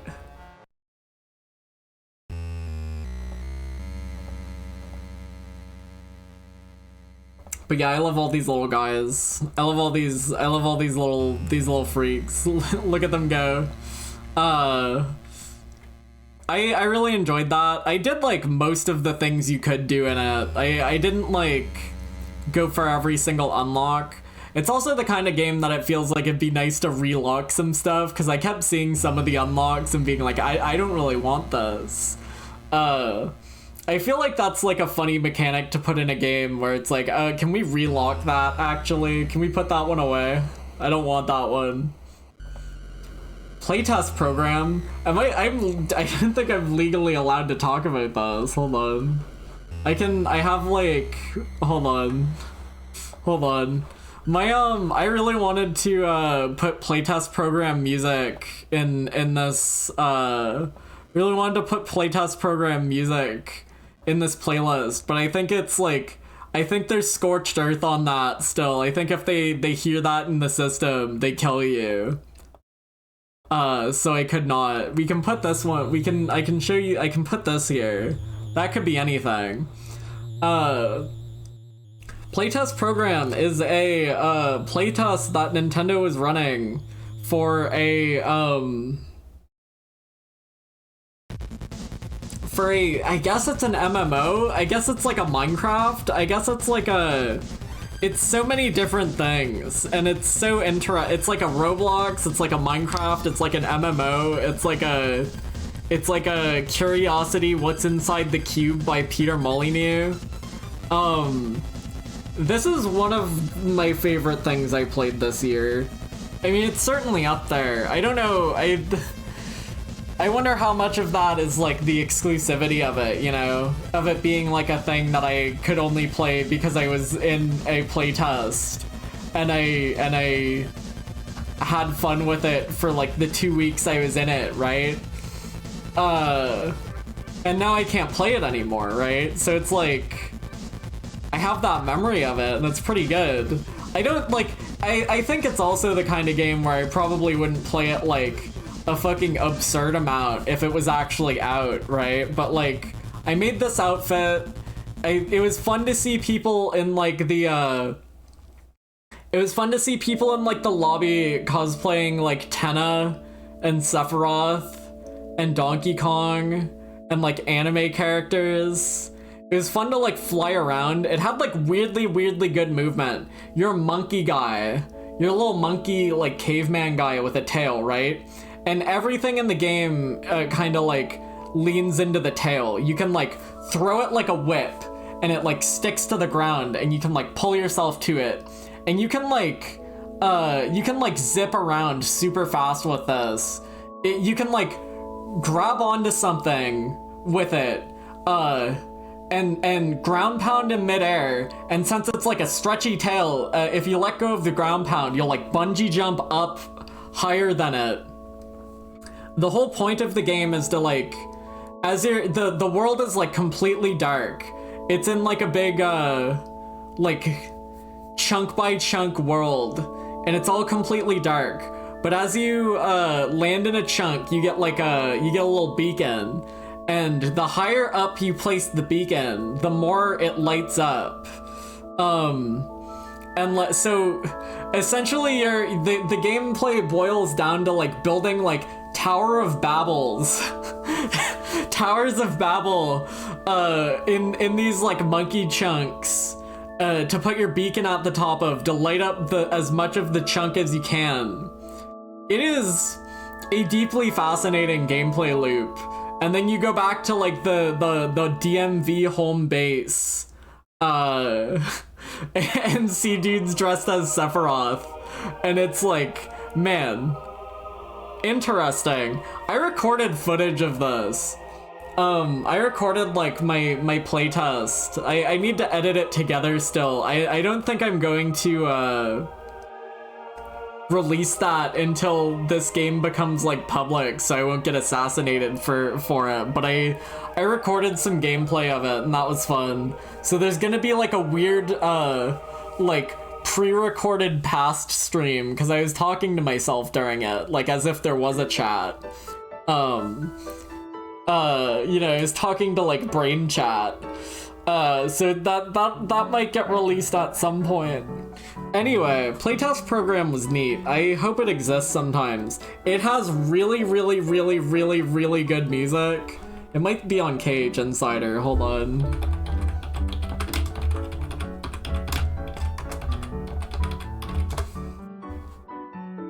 It is. It's just not on YouTube. It gets killed on YouTube. Where is moving number 5? Is this the one? Yeah, that's the one. That's the one. Alright. Chat, listen. Pretend I'm playing this for you. Pretend I'm, copy. Chat, pretend I'm playing this for you. Is this, what is this link? Why does this look so fucked up? Go open this Cage Insider link and listen to this song instead of me. Actually, hold on. Okay, I've muted my music to listen to this myself. So play along, because there's not going to be any music for the next 4 minutes unless you also do this. Unless you also do this, you're not hearing shit for 4 minutes.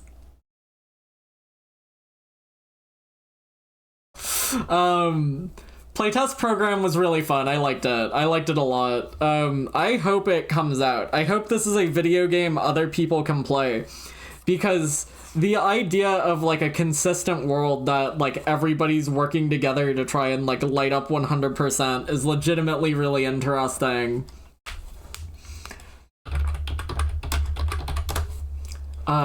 Next up, Ginseng Hero. This game's kind of bad. This game's a little bad. This is one of like, this is one of Sock Pop's like floppy roguelikes, or floppy Souls-likes, but it just doesn't feel very good.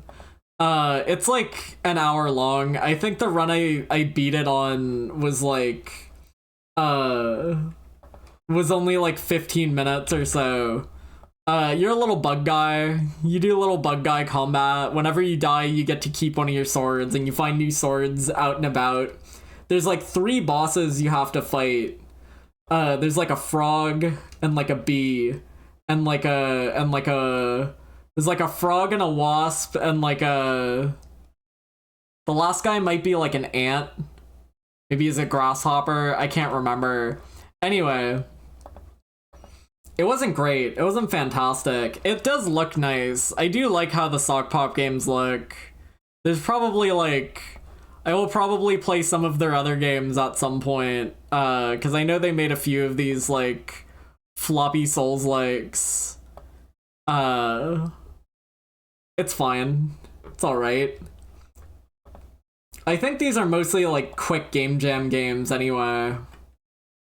Featherfall was okay. This was sub Featherfall. Featherfall was better than this one. I want to play Broom. Broom looks like a real game. Featherfall was okay. I made a game with zombies in it.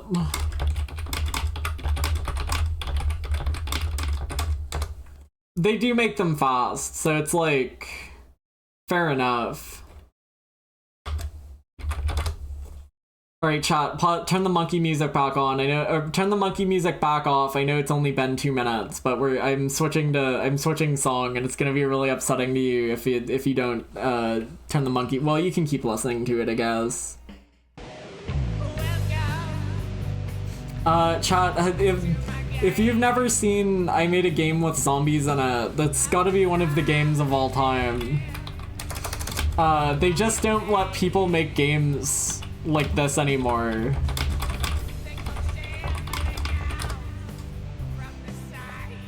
It's on Steam. It's free.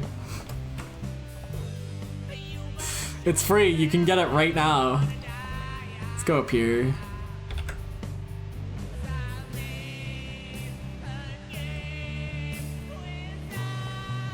Do you believe they wrote this song for the game?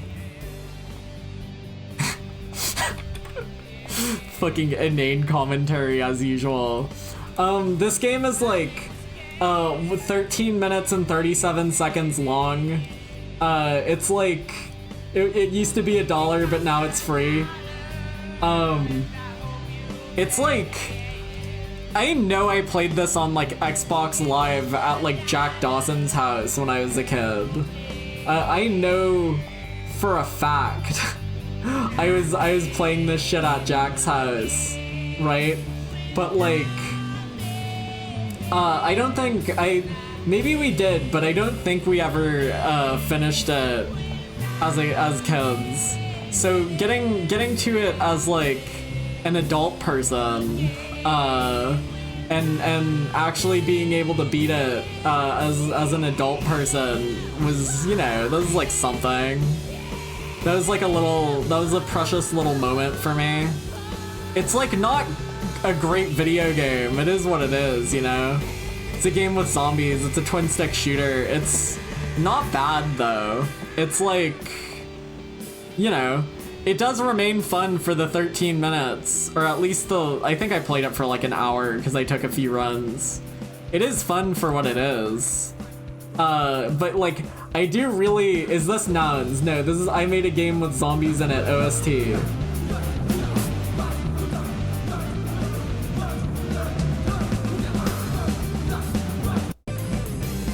Sorry, this song's 13 minutes long. I would keep it on for 13 minutes, but I don't think you want to hear it for 13 minutes.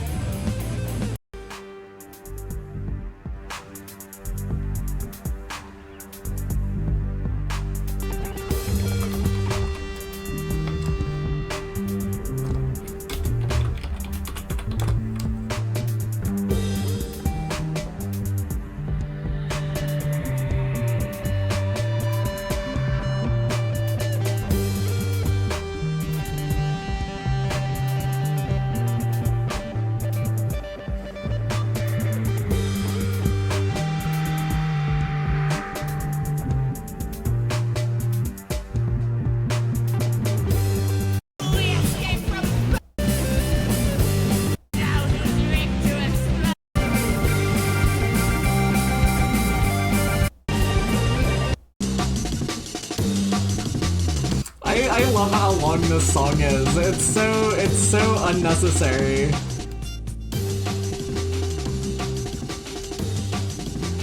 I've thought about it. Like, I think an I Made a Game with Zombies in it, like, send up homage would be like a really funny thing to like put into like a different video game, because you could probably make it in like a day and a half. But the thing that matters, the most important thing to getting the vibe right, is the song.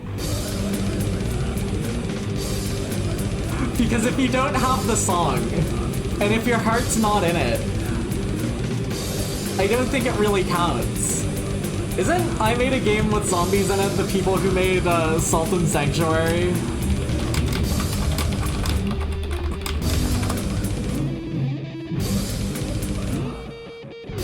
Yes. That's such a funny, that's so funny, dude.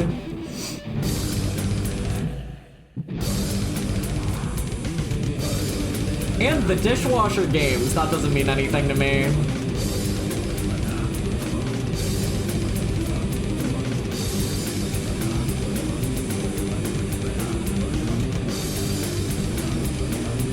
I don't think I respect any of their games besides I Made a Game with Zombies in It and Salt and Sanctuary. Charlie Murder, not for me. Dishwasher, Samurai, Vampire Smile, not for me. Salt and Sanctuary, that game's pretty good. That's one of that's a great.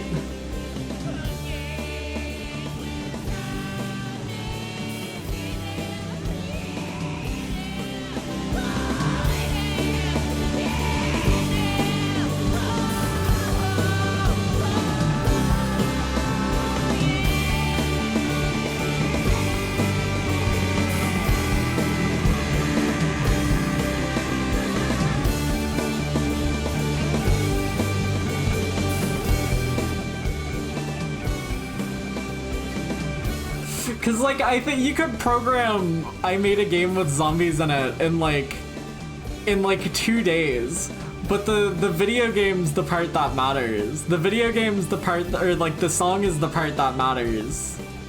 Actually, I don't know. That's probably kind of unfair to the video game because like even the like the game itself is like linked up to the song. Like the speed at which the zombies come out and stuff is actually like synced up with the music. So that's probably not even fair to say. Anyway, good ass video game. They don't let people make games like that anymore. I don't even really know if you would call Blippo Plus a video game.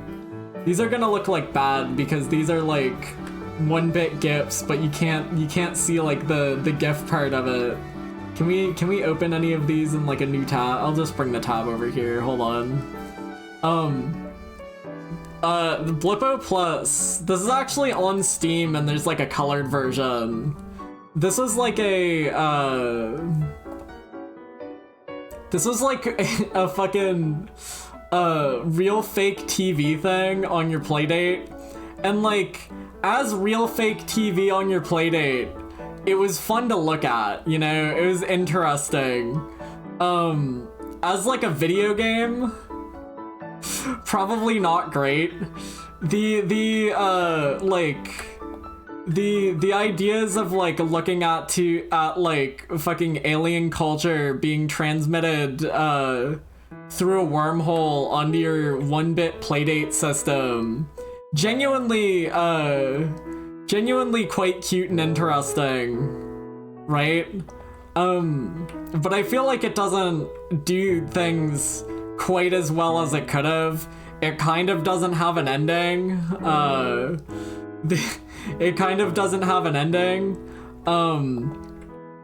Like I think the ending was like a live streamed event in like New York, which interesting if you're in New York and you can go to that event. Not really all that interesting if you're watching it on the playdate, and I don't even know if they like added in a real ending to like the Steam version or not. There is a version of it on like Steam that like is in color and does have like, you know, the way they like sent this out is like each week there would be like a new programming block, so like each channel would have new stuff on it. I saw people streaming this. No, it's just TV. You just watch it. In real life, or like in the version I played, the Playdate version loose, it is interesting because it's like a It's actually pretty similar to,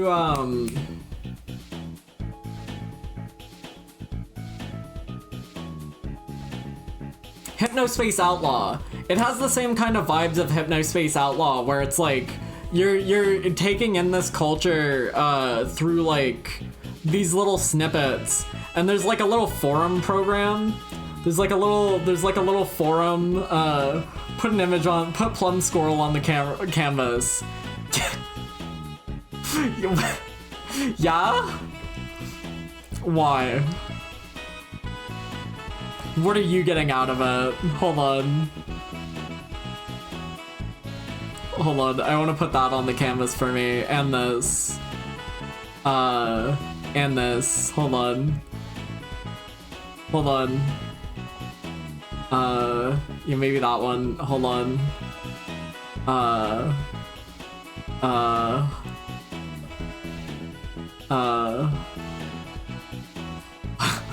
Hold on.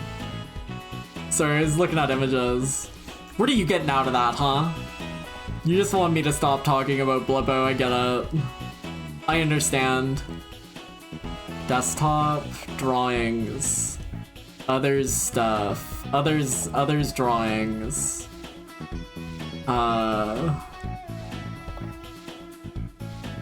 You alright? You alright? Wow, isn't nature beautiful? Wow, isn't nature beautiful?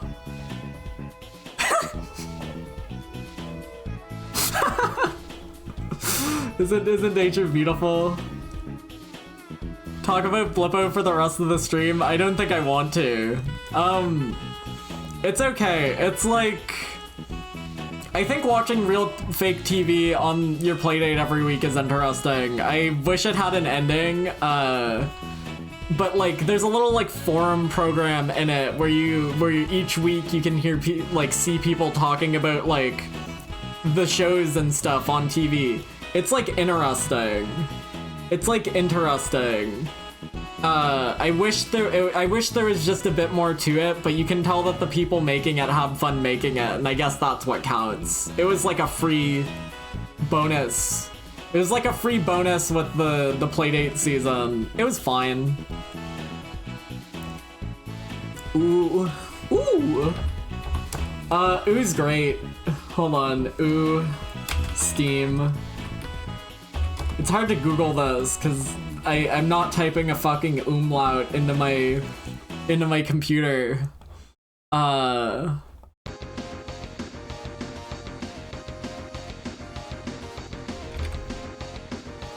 Ooh's great. This is by the guy who made Electhead, and I think Electhead is great too. This is like this is a platformer, but I think it's also like doing some really fun stuff. It's sort of similar to like Bomb Chicken. Now in Bomb Chicken,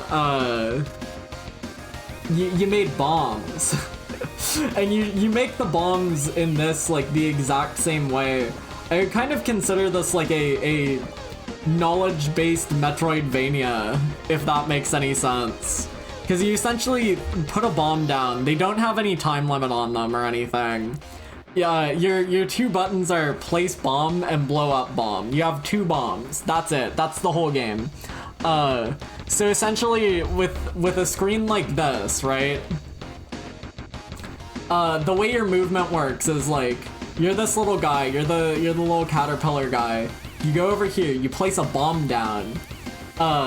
If you blow it up next to you, you'll go like straight across and go across this gap. There's no jump button. You just have bomb and explode bomb. You can't jump whatsoever.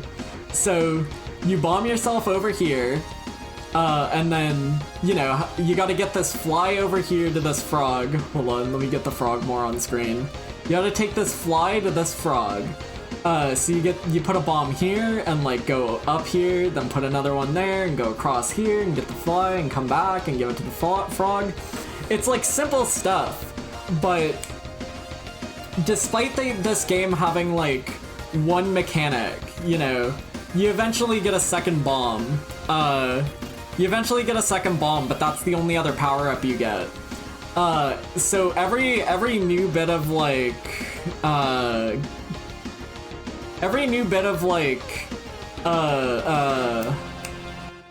key unlocking, right? Because it is, I would say it's kind of a Metroidvania. It's got like a map, right? It's got a map. It's a pretty linear map, but like there is a lot of back and forth on it.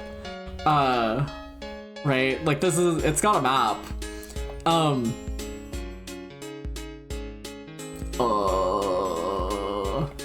The only knowledge you unlock in the game, or the only like other power-ups you unlock in the game after you get the second bomb is like knowledge-based, and that's really cool. I think Ooze probably one of like the better games I played this year. If you want like more wishlist recommendations, this is a good one. It is 1 hour long. It is a hour-and-a-half video game, which I think can be a hard sell for people, but honestly, it does not overstay its welcome. Feels great, feels good, just awesome. How much was it in Doingos? I bought it when it came out for like, I think there was like am I satisfied? Yes, I thought it was great. If a game's like $10 and like an hour long, but it's a really, really good hour, I don't feel bad about that. That's good for me. Cause that just means I got a good experience and the game's over. And I can go play a different game now. I feel pretty much the same about Electhead. Electhead is by the same guy. I would recommend that too. Electhead's maybe like a bit longer, but it's very similar in... It's very similar, the ways it teaches you things. They're both very good games. I liked them a lot.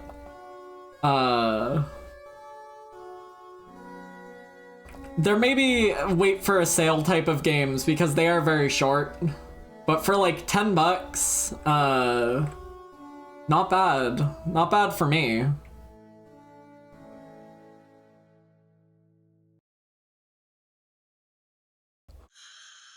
Donkey Kong Bonanza?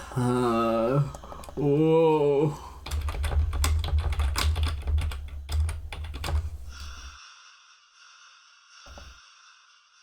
Bonanza's pretty good. I gotta say, I don't know if I've played any video games that quite let you crush, kill, smash, slam, destroy in the ways that Bonanza lets you do. It is very much like a next-gen video game. I saw someone call Dong the absolute worst dog shit they played this year. That's crazy. Are they stupid? What do they like? Do they like anything? Do they even like video games? Donkey Kong Banana is very good. He can like polymorph into like a zebra. It's really scary. As like a proper next gen video game,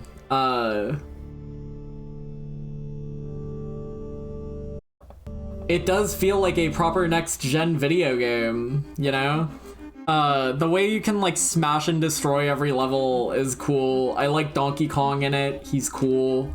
Like the fully destructible environment's neat. The way the game feels is super interesting. 'Cause like, you never have like, it feels like you never actually get like locked into a, like move. Like normally in a platformer, like, there's usually more limits on stuff. Like, sometimes,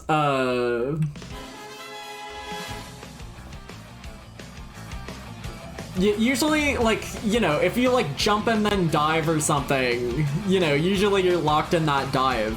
But like, it feels like you basically never get locked into like any movement in Dong. And it's just fun to push buttons in. It's just a game that feels good to play. I do really like Odyssey. Odyssey is one of my favorite Marios. We've been playing that on stream recently, and it's good, and I like it. So like, it's very naturally and very obviously a sequel to Odyssey. It does have a lot of collectibles, but like, I think the amount of bananas actually feels a bit better than Mario, because you have like a skill tree, and like, there's never any like actual banana gates to progress until like the post game, so it doesn't feel like you're obligated to get them. And that's fun. I don't know. It makes them feel fun to collect. I liked it a lot. I don't really know if I'd be like all that excited to go back and replay it anytime soon, right? But I don't know if that's like a metric for success. I enjoyed it. I like Dong. The music was good.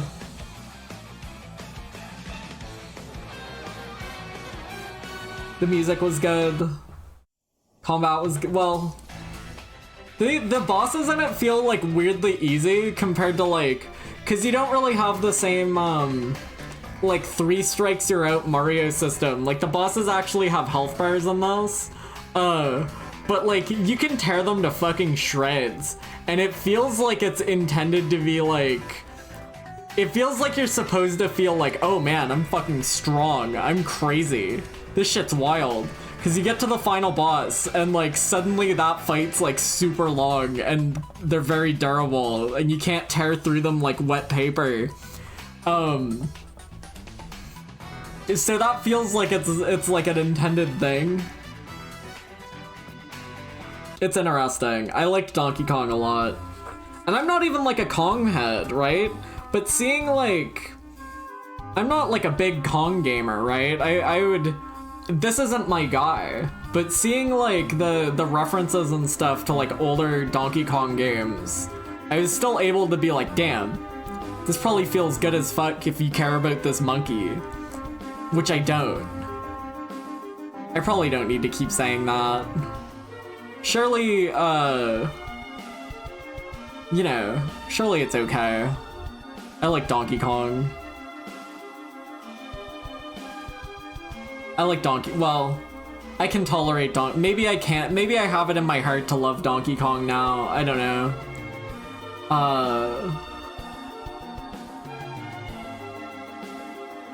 What are we at? New soup 2? Chad, I'm gonna go get more water before continuing. Let's take 5. I will be right back. Everybody get up and stretch. Everybody get up and stretch. I hate this fucking monkey. Keeps playing Donkey Kong games. I wouldn't do that. I might. I don't know. There's like, I think I bought Donkey Kong Banana because it was like a new AAA video game platformer video game, right? Whereas like, they could not pay me to play Donkey Kong Country. Maybe Donkey Kong 64, I could probably play that one, but like, DKC 2? More like DKC Spew.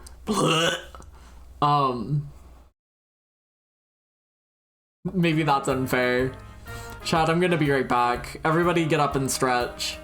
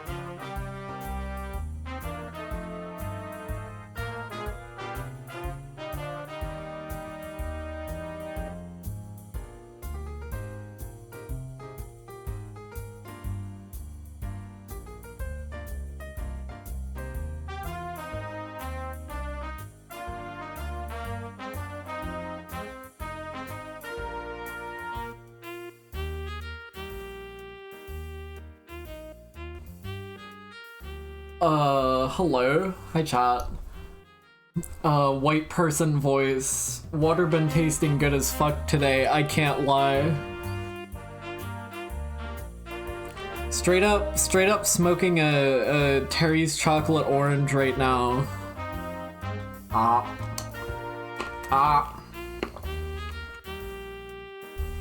think this is dark chocolate. I can't really taste much of the orange part.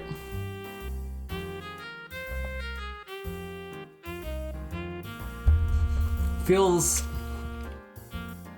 a bit hollow if I'm not even getting the orange out of it.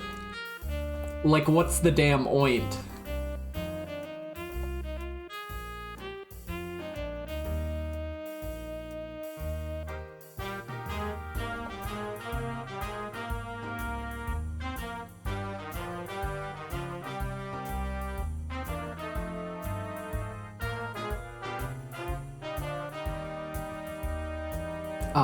Sorry, I was seeing why I had a ping in like a porn channel. Twirl's hair. Want to share with the class streamer? No.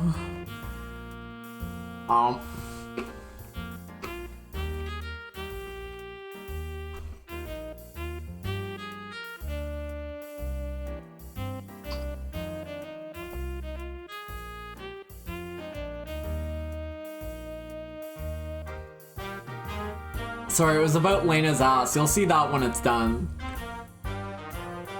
Don't worry your pretty little head, chat. Where was I? What? New Super Mario Brothers 2!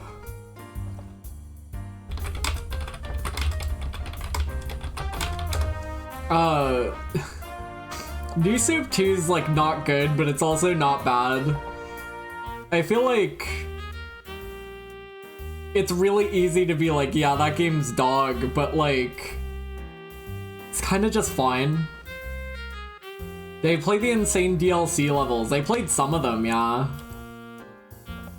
It's New Soup 2 is interesting because it's like cultural identity is kind of not all that true.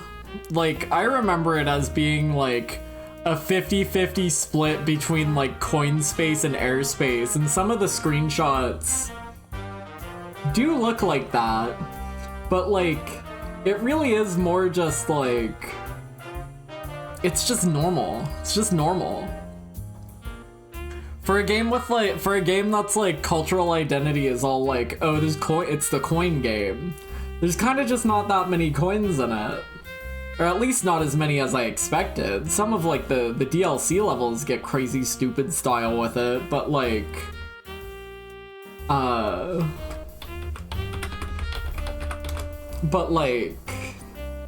the most part, it's just kind of normal. It is like it's not interesting. It's almost interesting, god damn it. The way it like it's so uninteresting that there's some parts about it that become interesting.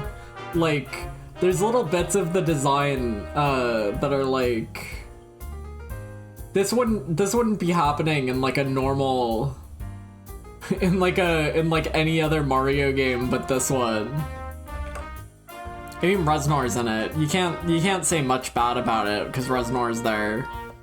Honestly, probably pretty good just because of that.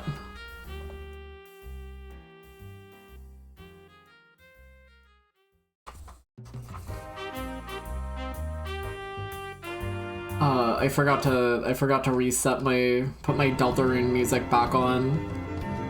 Time for bed. Good night. Good night, Pete. My year in review 2025? Sure glad it included 2025 skull. Oh, Pete, you always know just what to say. Schmile.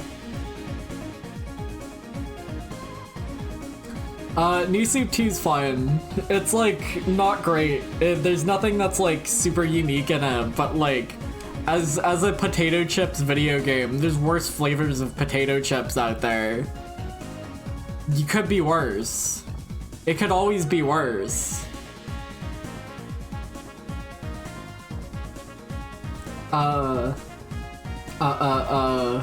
Undertale hard mode. We don't really need to. Undertale hard mode did get a diary entry, but I'm probably not going to rank it on the power level ranking. It's interesting. I think as like a thought experiment, it is fun to think about, like, well, what if they did do that? What if they did make it, right? And like, I kind of doubt they will. I don't think they will at this point. But the idea that they could have, or the idea that they might, is like, I don't know, it's just kind of fascinating.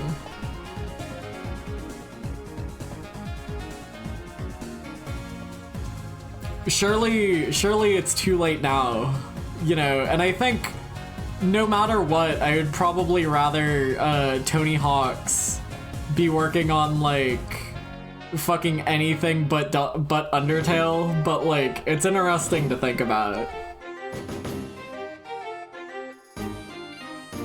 I think the idea of like doing that but for like a full game's worth is interesting, because some of my favorite hard mode in like a video game is my favorite hard mode in a video game is Joe Must Die from Resident Evil 7, right? Cause that like recontextualizes the game and makes jokes on it in a way that you can kind of see Undertale hard mode also doing in its short run. So more of that, you know, be kind of cool. Joe Must Die is such a good fucking hard mode. I cannot wait to play Resident Evil 7 this year and then fucking rush through it so I can play Joe Must Die twice.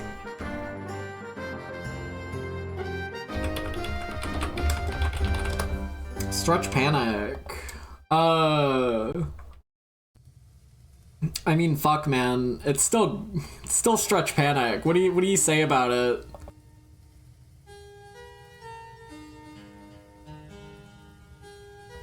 It's like a 2-hour video game, you know? Maybe an hour and a half. The vibes are great. It's got the big booby thingy in it. I've played Stretch Panic like 5 times, so it's probably not making the ranking. But like, it's fun. I like it. I like playing it. I like seeing it. Jesus Christ. Why did they think to do all that? Why'd they think to make it like that? What was the idea here? What were they going for? What was the idea they were going for? We just don't know. We just can't be sure.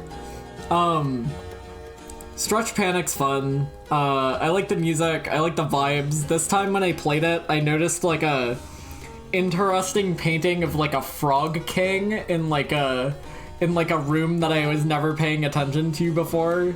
That was kind of fun. Stretch Panic's like, I feel like it's a game you can appreciate more the more you play it, which I guess is probably most video games, but I feel like most video games, if you got like really into playing it and replaying it, you just keep finding like things that piss you off, whereas like Stretch Panic on like a replay is super fun to me because like it becomes more about like hitting as many weak points as you can to like maximize your points, so you have to go to Grind Boob Island less. I don't know, there's something.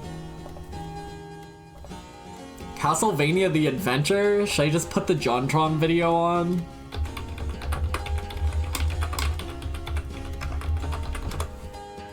You just put the JonTron video on? This is, I think it would be deeply difficult for me to not rank this as the worst game I played this year. And I don't think anyone would really argue against that. It's like actively falling apart.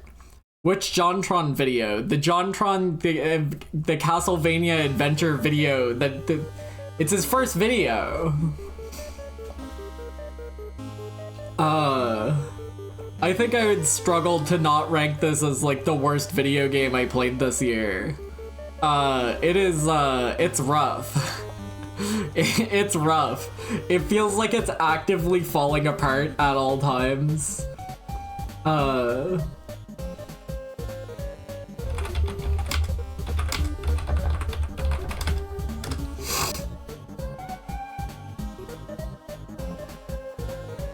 Konami GB collection, is it on? Volume 2? Volume 1? It's not on Volume 4, is it? These different collections? Why don't I see Castlevania on it? Oh no, there it is. It's on the first one. I'm showing a black and white image, but I did technically play the colored version of it on like the Konami GB collection cartridge. Oh, here we go. Yeah, here's what my version looked like.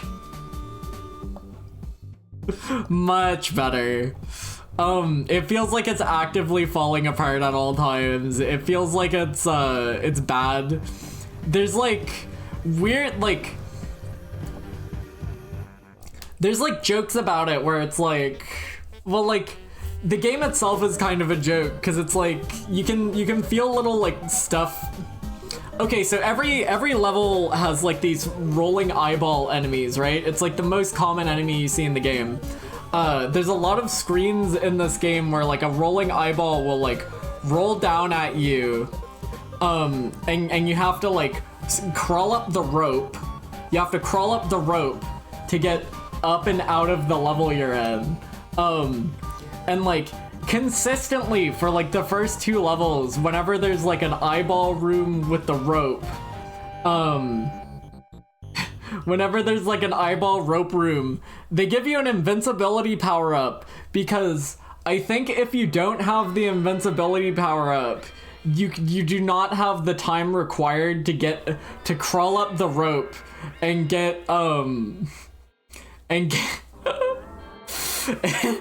you don't have enough time to crawl up the rope if you're not invincible, so they had to program invincibility power-ups into all of the rope rooms with eyeballs in them so you could actually leave the room, because they couldn't be bothered to program the eyeballs to stop falling if you're close to the rope, right?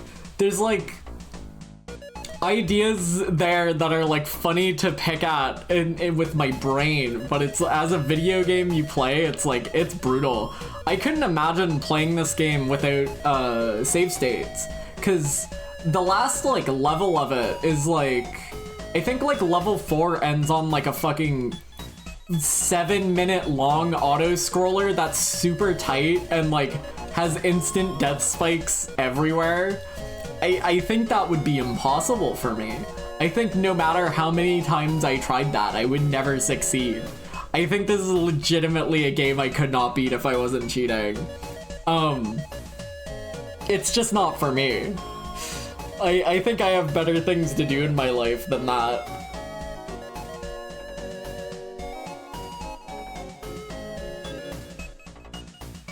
I need to play Adventure Rebirth. I just want to see it. I doubt I would like hate that game. It can't be that bad. I don't think I ever reached Dracula. Bro, I don't think you ever saw the 3rd level. I doubt it.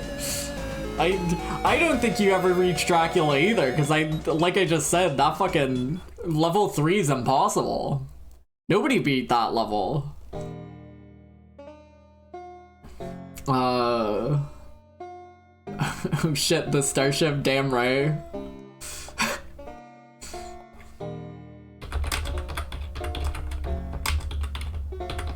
Remember when I read like the two light novels that were included in the Starship Damn Right out of spite? Remember when I did that? because I got to the end and got pissed off.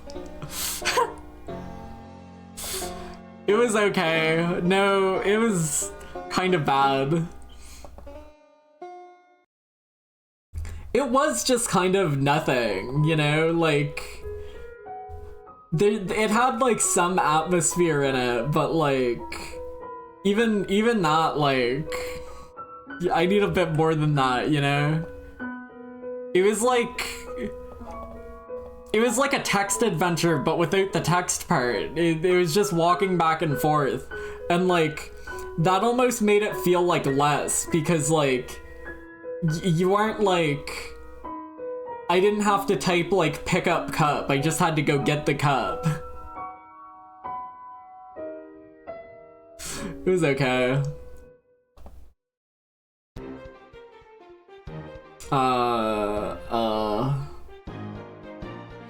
I'm old. Old theme. When's Belmont's Revenge? It's... I was going to smoke that like immediately after, but then I didn't. So it could be any day now. Chat, remember Splatterhouse 2010? Do I really need to talk about like... Do I really need to talk about like the video games that I streamed like 2 months ago? Surely we all remember Splatterhouse 2010. It wasn't that long ago. There we go. This image, like, there's some... When I was looking at like art to try and make like a border for Splatterhouse 2010, I was consistently kind of impressed with like how good some of the concept art was for it. Because there's some crazy good concept art for it. That is like utterly unrepresented by the video game itself. This is good ass art. This is like art ass art. The video game's like a wet fart.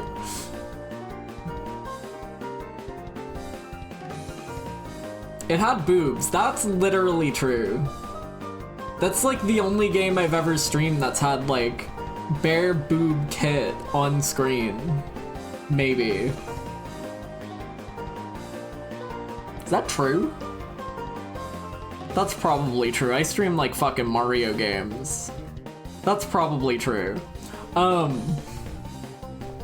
really liked when they splattered all over that house.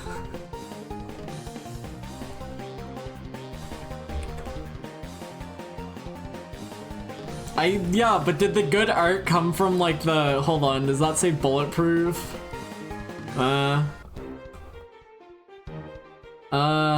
Or what, I don't remember what like the first studio was. Maybe all the good art also came from like after Namco took it back. It's like fine.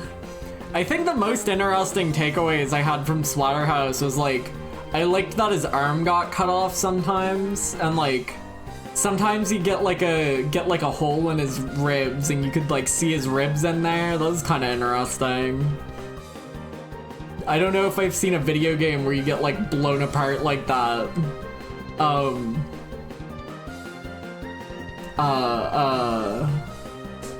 But like actually playing it, it was like, ooh, yeesh. Ooh, yipes. Gee whiz. This bottle rocket, they made Mark of Cree.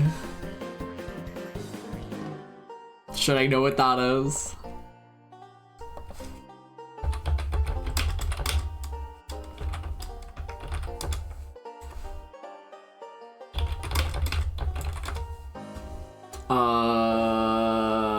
I'm gonna say no.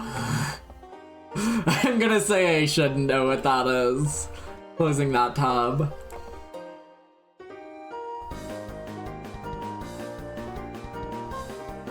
I just don't think it's for me. Mark of Cry? Mark of Cree? Aikini no Yoru. This was a good one. I think playing this game with the fucking Wii balance board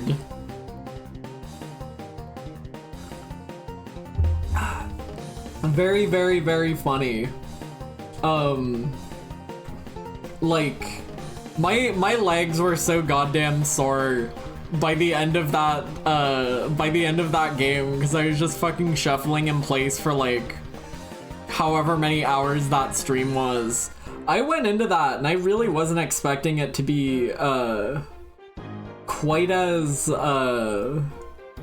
I expected it to be less Nanashi no Game than it was, but it was extremely Nanashi no Game. It was like shockingly Nanashi no Game. I didn't expect there to be like actual like what do you call it, like DNA connection between, okay, you definitely can't tell, but that guy, you know, he's playing Nanashi no Game down there. You can't really tell from the screenshot. I really genuinely did not expect there to be like real like developer connections between those two games, because Nanashi no Game's like a Square Enix joint, whereas Aikini no Yoru was like a Marvelous thing. So like, interesting, really.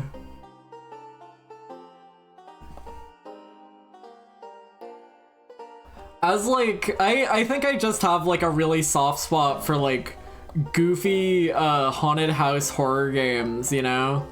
Cause I'm not really like a big, I'm not a huge like horror fan, really.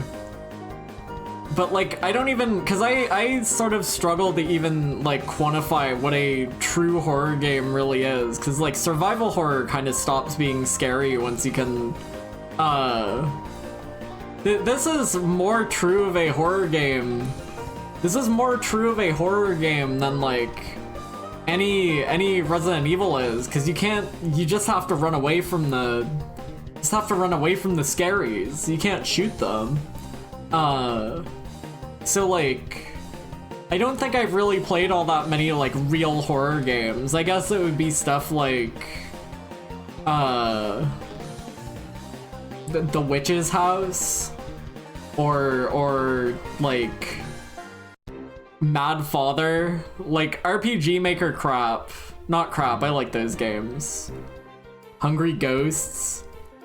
You don't think, I think Hungry Ghosts has like a spear in it. I think you can kill those guys.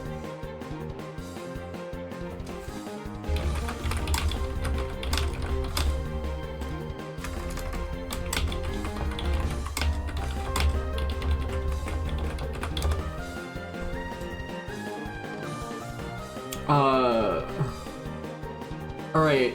You know what the actual main event is? The actual main event here is how many video games did I play this year that I think are worse than Nintendo Switch 2 Welcome Tour? Because I gotta tell ya, it's gonna be a lot of them.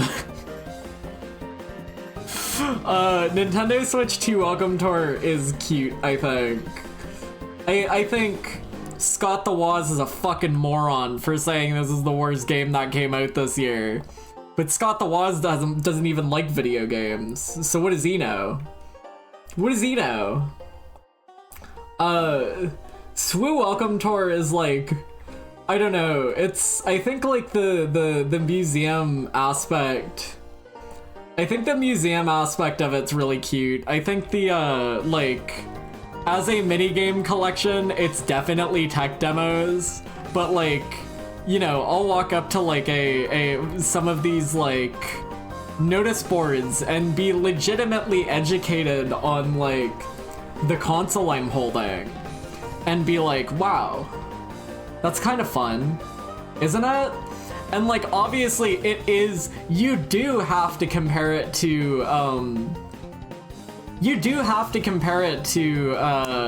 Astrobot, or whatever the Astro PS5 pack-in is, because that's so much infinitely more of a video game than SWU Welcome Tour. And it's also infinitely less expensive than SWU Welcome Tour of free.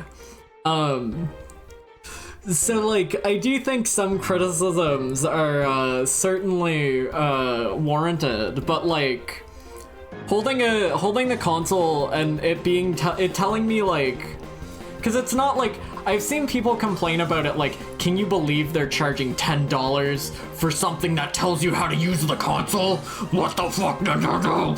I'm mad! I'm angry! I'm bald! I saw people get really upset about that idea when in actuality it's not really like it's not really like telling you how to use the console so much as most of the information is like weirdly specific educational shit. They show you where all the screws on the console are and they're like, hey, can you find the screws? Look over here, there's the screws. They show you like a video of someone peeling off the sticker. Like if you have a Switch 2, pull one of the Joy-Cons off, right? The orange on the inside is like a sticker covering the magnets, and they show you like a video of someone peeling that off, and it's like, that's weird because you're definitely not supposed to peel that stuff off.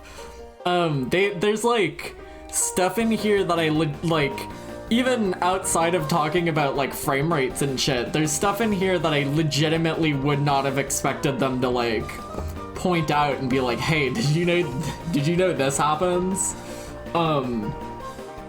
As a video game with mini games in it, the mini games are definitely like tech demo shit, but there's like, they can be like legitimately difficult. Hi subject, hi. Hey subject. Hey subject, hi. How's your day going? Good morning. Like going for all the medals in SWU Welcome Tour is like legitimately super difficult. Like the par times are like really harsh. I don't know why you would really want to go for all the medals. I didn't get all the medals because like, for one, you needed like a 4K TV for one of them. Don't own a 4K TV. I was having like legitimate accessibility issues on the facial tracking minigame. Cause I have like, my webcam doesn't like my glasses. And my webcam also doesn't like my fucked up lazy eye if I don't have my glasses on. So like, legitimately getting accessibility issued by Switch 2 Welcome Tour, but like, I wasn't really that concerned about going for 100% anyway. I got most of the medals, but there's some that are like, you know, one of the mini games is like, like angle your dock. angle the kickstand for the console to a exact degree. Like, okay, get 45 degree tilt on that. And it's like, that's cute. How can you hate this? How can this be the worst video game that was made this year? Are you stupid? Are you literally dumb? There's like fucking crypto games out there. There's crypto games out there. There's like fucking NFT video games still somehow being made, and this is the worst game of the year? Come on, guys. We can do a little bit worse than that. I think the idea that this is like something that like they're willing to put front and center at a console launch is cute. I like small video game. It's like, as a video game, it's fine. But I guess you gotta hate something. Kinky Spiritual Affairs Bureau?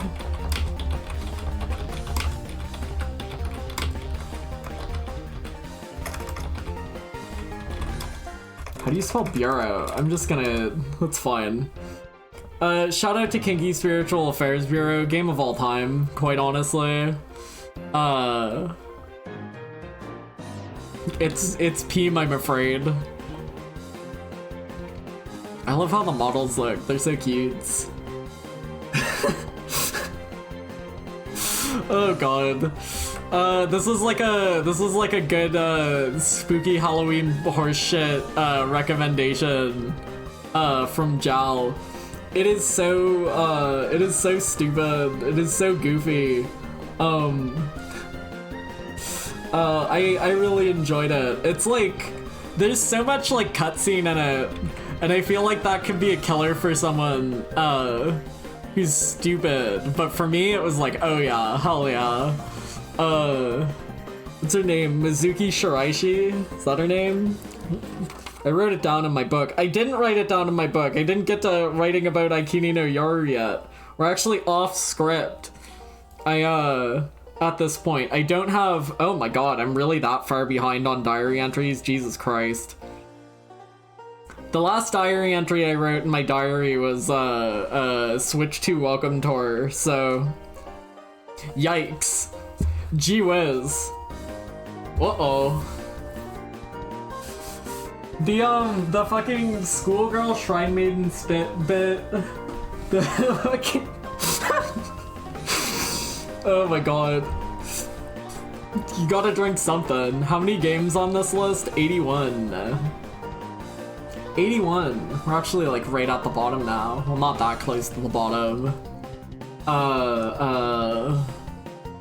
Kinky Spiritual Affairs Bureau is like, it plays like kind of like a bad like fucking military shooter for most of it, but like the way it's doing jokes is very funny. I liked it a lot. There's like a fucking crazy filmic scene near the end where you're wearing like a bomb suit and you storm into like a government building, and like as you're walking up to it, there's like a fucking cop barricade fucking firing bullets at you, and it's crazy, and you blow them all up, and then later at the top of this building, you see helicopter footage on the news of your character doing this, and it looks fucking crazy from that point of view. And it's like, that's such a like movie scene film moment in a video game about fist fighting ghosts and shooting at them with ghost bullets. It's crazy. It's crazy. I really enjoyed it.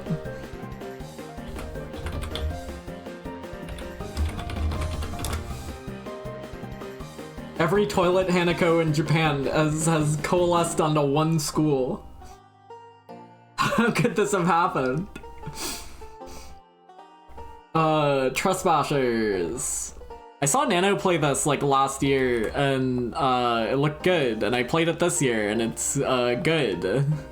I liked it a lot. I like how ear-piercingly loud the baseball bat sound effect is. I like how many like ghouls are in it. There's some good ghouls in it.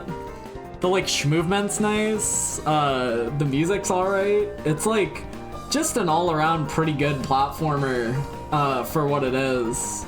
It can be kind of absurd with the amount of like enemy rooms it throws at you. I think if there's like one problem I have with the game, it's that like there's just maybe a bit too many like fucking enemy jumble combat rooms in it. Because like it can be a little absurd when you walk into a room with like fucking 20 different enemies in it, all standing over top of each other. But since they never respawn, it feels like okay. It feels a bit more fair than if like they always came back or whatever. It feels fine, but like it's still kind of wild that that's like the design they went with. But I liked it. I really like how ear-piercingly loud it is when you slap the wall with your bat.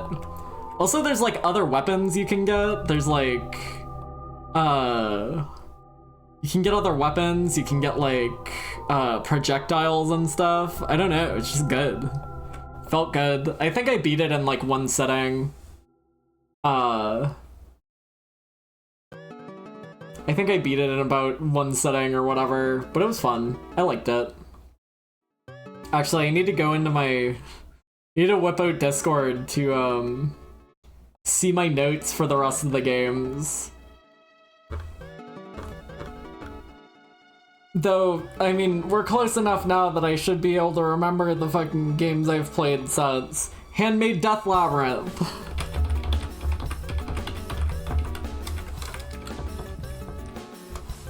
This is weird. This is like a pilot for a game, I guess. This is like a game, this is like a tiny little game. It's meant to be a game that's like 10 minutes long. I put like a bit over, maybe how long did I put into it? I played it for an hour and a bit, like an hour and a half. It's meant to be a game that's 10 minutes long, but like, this is kind of spoilers. I think this is a legitimately interesting video game for being 10 minutes long. It's very short, it's very small, right? But like, it is a little dungeony video game. It's a little dungeons video game. It is like a tiny video game, a very small amount of rooms in it. You go down one path and you destroy a wizard of 5 things. And when you beat him, he drops his things. And then you can use his things. You normally just start with like the dagger. You normally just start with like a dagger, right? There's this guy over here who's like, you can't come this way. You'll need a torch for this way. This part of the game doesn't exist, right? You can never get the torch to go this way. There's like another door like here, which is like, looks like you need bombs for it. There's no bombs in the game. There's like 2 hallways in this game, basically. And the reason I have so much playtime is because I would go down one hallway, I would kill the wizard of 5 things. I would come back, cause you need to beat this golem guy here, with the things, and you need to spend like, you need to spend at least like 1 or 2 things to beat this golem, and get over to like where the slime wizard is, and like no matter what, I could not defeat the slime wizard. I don't think you're intended to defeat the slime wizard, but that like allure of like, what if I can beat him though? What if I can beat the slime wizard this time? It was enough to make me play this game that's supposed to be 10 minutes long, like, you know, like several, you know, probably like fucking 8 more attempts. I probably got the bad ending where you lose to the slime wizard like 8 times before I was like, all right, I don't think you can beat this guy. But like, what if? Anyway, this is called Handmade Death Labyrinth Issue 0 on Steam. I get the feeling it was supposed to be,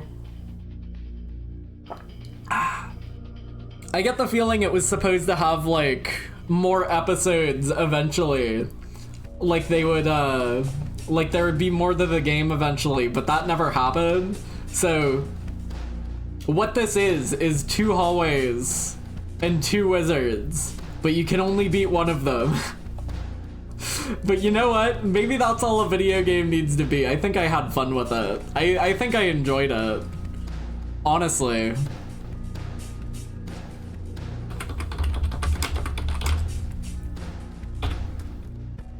Resident Evil 6, baby. Pete went to bed already. He can't hear me, he can't hear me say how much I love my good friend Pete. RE6 was very fun. Type giraffe blowjob in chat, and then Nightbot won't say that's really funny because I disabled that. But you can pretend he did. RE6 was like, again, I don't even really think I'm surprised at this point that like RE6 was fun, because RE5 was fun. We really had a good time with both of the co-slop Resident Evils.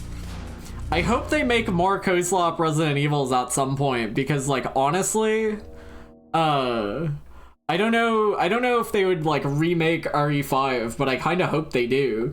Remember when Piers used his fucking lightning powers? That was that was crazy. That was insane. Like consistently very fun video game. We didn't put a ton of time into the mercenaries mode, but even that was fun. We remember when Coach from Left 4 Dead was there? That was crazy. That was actually insane. Sherry was really cute in it. Shout out to Sherry. Gotta be one of my favorite genders. Remember the fucking Left 4 Dead collab? What the fuck were we doing? RE6 was very fun. I really enjoyed the game. I feel like maybe it petered off a bit towards the end, you know, because like the Leon campaign was really good, and I think the Chris campaign was really good. And I think I was mostly being carried through the Jake but even by the end of the Jake campaign, we were like endeared to the guy. Like, I don't know. I think Resident Evil 6 is just all around a good video game. And that's crazy to me. That's wild. That's insane. Because like all you ever hear about Resident Evil 6 is like, oh, it destroyed the series. Resident Evil 6 ruined everything. And it's like, no, it was fine actually. Do you guys want to talk about Void Stranger now or later? We can just skip it if you want. Do you guys want to talk about this one? Is there a point? We can just skip this one. Dead Site.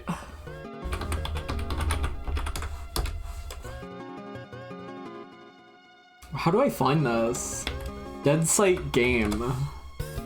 Here we go. Oh, Dead with a Site. This is a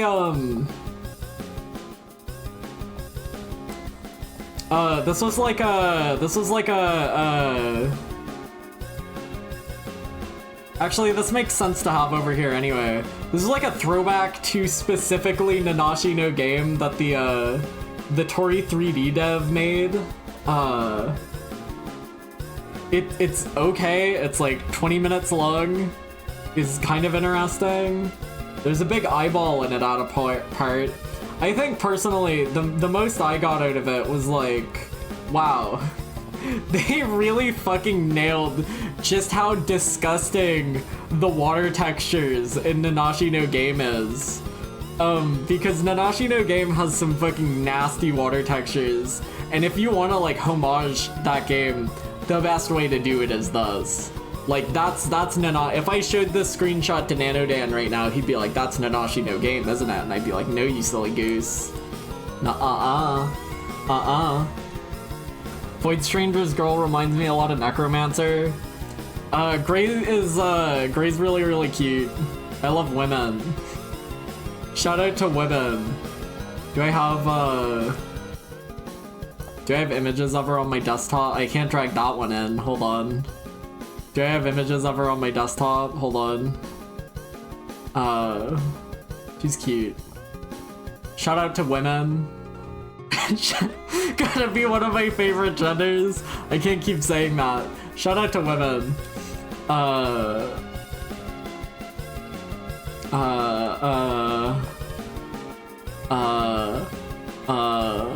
I want to play Void Stranger again. Stop looking at that. Stop looking at that. We'll talk about it later. Talk about it later. Tinker Toy Theater. Tinker Toy Theater. Fucking speed round. This is like a small Zizzo Game Jam game. This is like a Zizzo Game Jam game. It's good. I liked it. You can go play this in your browser right now. It's like 10 minutes of content. It's like a goofy little tactics game where you just send your guys out. The art's really nice in it. Do any of these screenshots have monkey in them? No. There's an Undertale 2 reference in here. I love funny sound effects. I love Zizzo games. Shout out to Zizzo. Shout out to good pirate girl character design in this. I like how your main guy looks in this too. I like his stars. I mean, you get like 2 PNGs of this character in the game, but he looks cool. He looks cool. Let me post Tinker Toy Theater in chat. It's a good one. I'd recommend it. Next. Picross, Records of the Shield Hero. This was a bad Picross game. I mean, it was fine Picross, but like... But I truthfully kind of regret playing fucking Shield Hero Picross because these are not my guys. I've never watched an episode of Shield Hero in my life, and I don't intend to change that. As a Picross game, completely fine. I do genuinely really wish I played fucking Jifute Radon's Picross Jifute Raiden's Guide for Pixel Museum instead. I should have played this one. I really should have just played this one. Look how much better this one looks. Look how much better this one looks. There's like an anime girl to talk to you. Would it like... There's no way this isn't like... If I have to settle for like some kind of Picross game, there's no way this isn't like the better one, right? There's no way this isn't the better one. Anyway. It was fine, it was Picross. There's no such thing as bad Picross, but it was kind of bad. Next. Mini Shoot Adventures.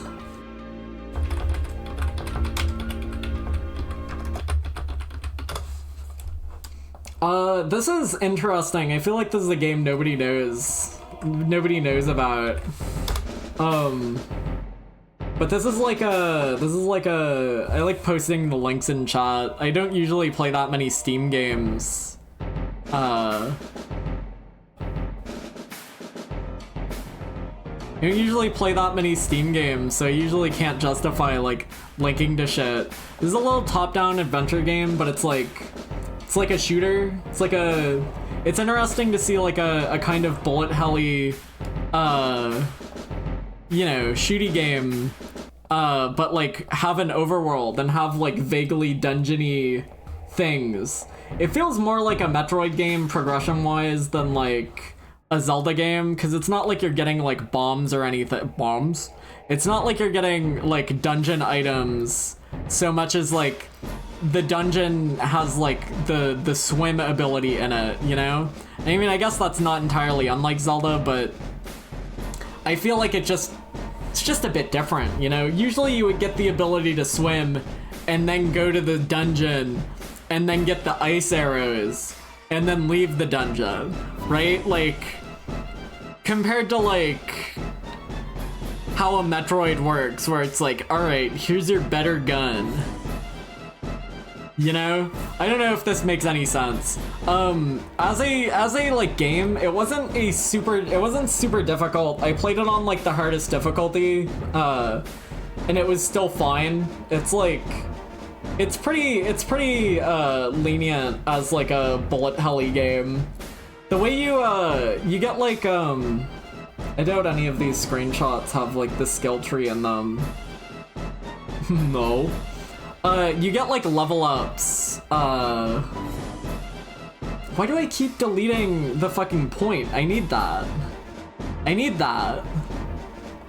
Why do I keep deleting it? Where is it?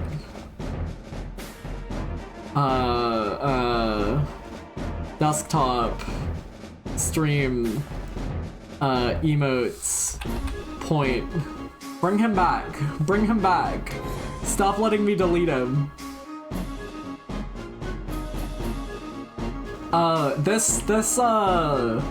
You get like level ups for killing stuff in this. And you can like apply those to your like bullets and like your stats and stuff, like move speed and like the amount of bullets that you shoot. And like with the amount of bullets that you shoot and the context that I'm like approaching this as if it was a Zelda game, my big like takeaway on the vibes of Mini Shoot Adventures, where this is kind of like 3D dot game Heroes, because the sword gets really big functionally. Your bullets might as well be the sword, and the fucking bullet piss stream you're launching is, you know, it's like, you know. Hi Spurvis. Hi Spurvis, hi. Spurvis, check this thing out. Check this thing out. The retrophy. That's for whatever game wins number 2. We're almost done going through the video games I played. Make that an emote. I might make the I think I might make the like golden one. I might make the golden one into like a bid emote, because my bid emotes suck anyway, and I could probably move Shark. I got more slots, so. What does number 1 get? Well, number 1's not interesting because we already know what won.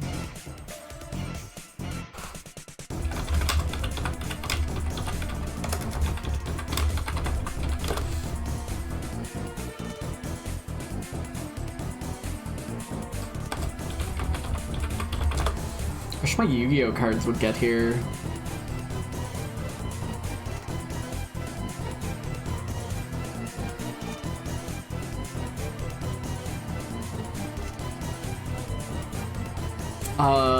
Star-Crossed World.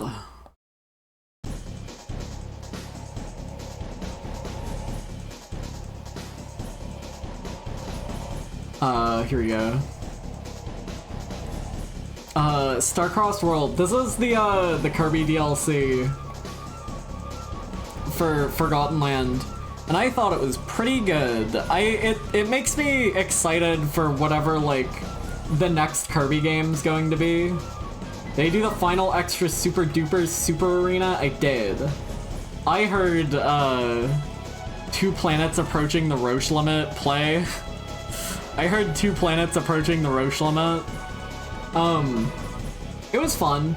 I think I'm lucky in that I played I think I'm lucky in that I didn't play like this and the base game back to back, because like honestly it feels like you would kind of it feels like you kind of want to go into this having waited like a few years between playing Forgotten Land and playing the DLC, because it is like it is like old levels recontextualized. It's not like completely remixed levels. Like they're mostly completely different, but like the themes can be the same. So like one example is like one of the beach levels has like as you go along it, who's that dude who used his Beyblade to split the ocean in half? That happens, but without the Beyblade. And like the ocean like splits apart and gets like crystallized on the sides, and you wind up walking along like the seabed and surrounded by like crystallized ocean on both sides. And that level's cool as fuck. You mean Moses? That's the guy. I was thinking of Noah. I've been thinking about Noah's Ark 3D too much because of Dubious. That's the guy. Yeah, but it's like when Moses split the ocean with the Beyblade, but without the Beyblade part. It's good. I do wish the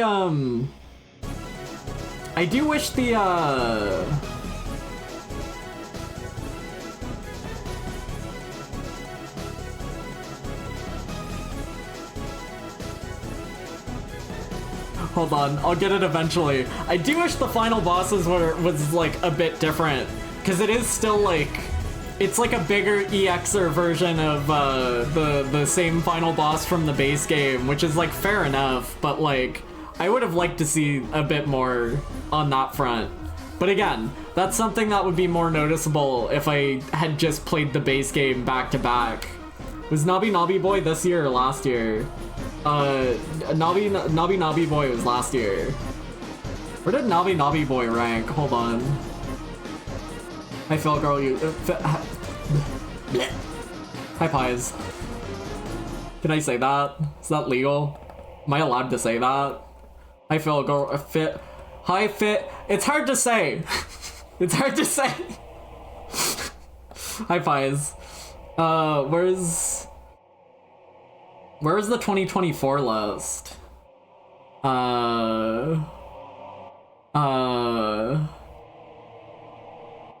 Where was Nobby Boy ranked in at a big 22? You can't see those. Hold on. Well, you can't see those.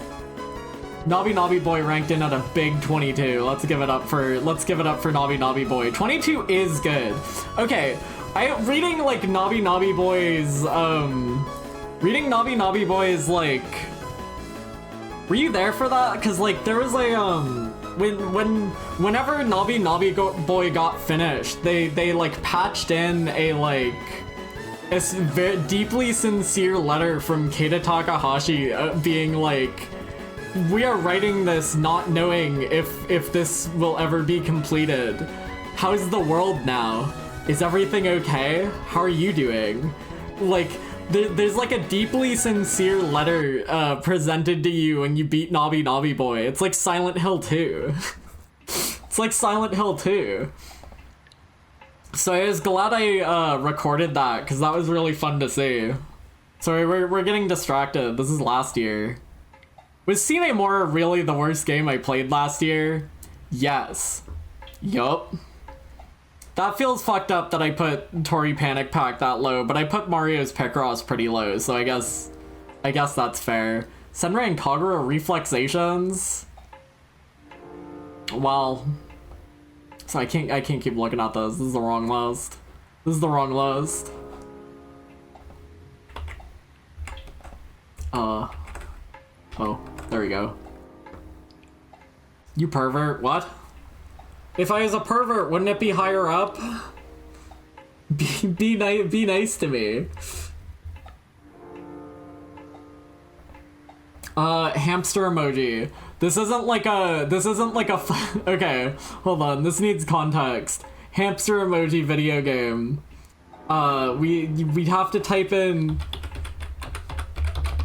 carpetbones.itch.io. I'm going to copy this. I'm going to paste this into chat. This is a video game called the Hamster Emoji. It's kind of like impossible to Google, I think. If you don't know like if you don't go to like the developer page. This is the only image we have of this. This is the only image we have. Copy image. Yeah, that's what the game's called. This is like a hamster walking simulator. You may nicky him up. It's okay. Again, it's like 20 minutes long, maybe half an hour long because you move really slowly. I just have like I have a real like appreciation for I have a real appreciation for like video games that are impossible to Google, you know? Like the idea of making a video game and then also being like, yeah, we're gonna, you couldn't even find this if you wanted to. Because I don't remember where I got here. I think this was submitted to like a Vinesauce like pack years ago, and then I found it again, and then I sent it to Nano, and Nano played it. It has like a hamha button.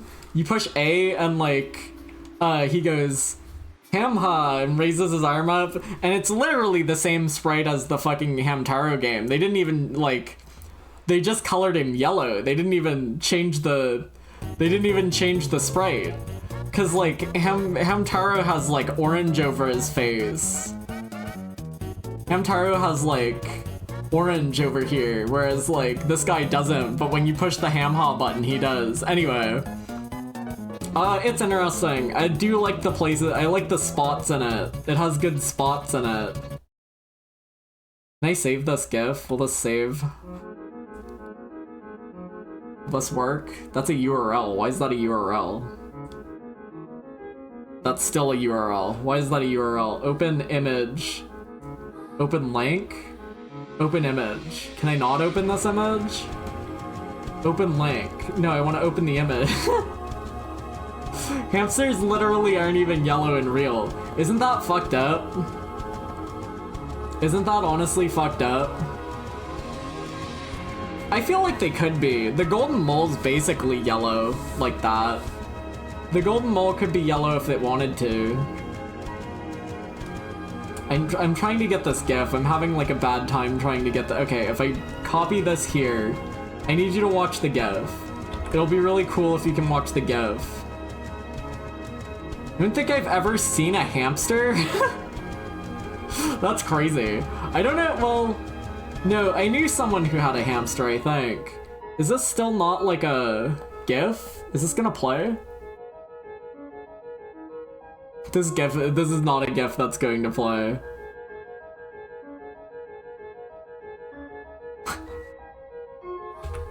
This is so much effort for something that doesn't matter.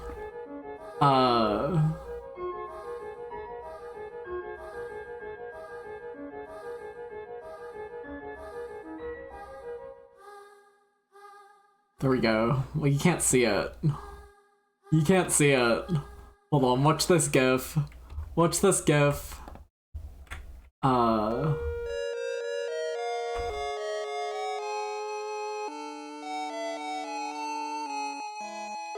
I can't get any other screenshots besides like this, so...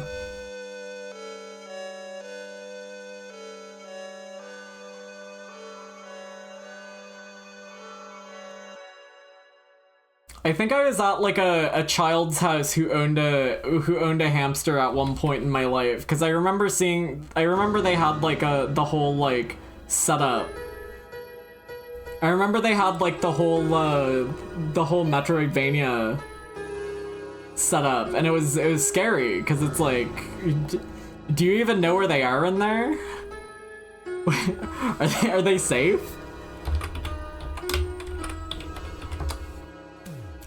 Leap year, I need to type in game because it's like a generic title.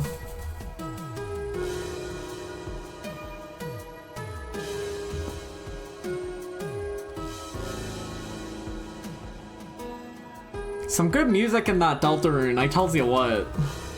I tells you what. That Tobert Fox can really tickle those ivories. You know what I'm saying? You know what I'm saying? Leap Year. This is a platformer. I really like this game. This is another like very short puzzle platformer game. To spoil the end, right? To spoil the end. The main mechanic, the main joke of it is that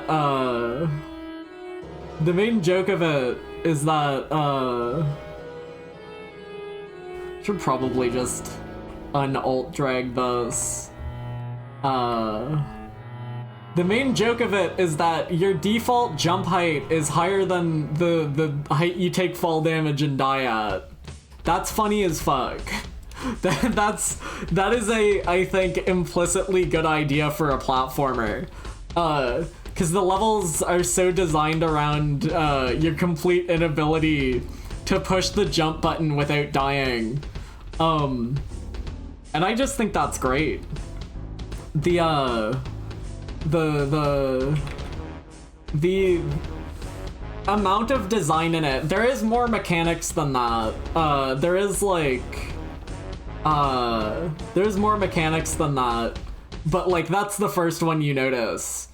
And I like going through this game and getting all the items in it, because like if you want to survive a jump, you need to either go up a level or like bump your head on the ceiling, because that'll stop your upward momentum, so you can like so like these are survivable jumps because you jump there and like you bump your head on the ceiling, but you can still like, that doesn't immediately make you drop, so you can like keep sliding and then land on the platform. Anyway, this is a really good game. I liked it a lot. It's short, it's cheap.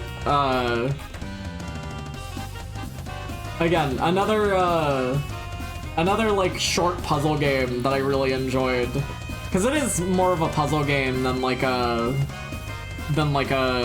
real platformer, because there's not like, there's a bit of like that platforming stuff in it, but like it really is just more of a puzzle game. And like I do like, it's simple graphics, but I do like how each of the areas look. It's all like hand drawn. There's a DLC for it that's like much longer, apparently. Haven't played it. I want to though. I'll probably get that up at some point. Cause like this game's like, I think it was, how long did I play it? An hour and a half. Yeah, that's about what I expected.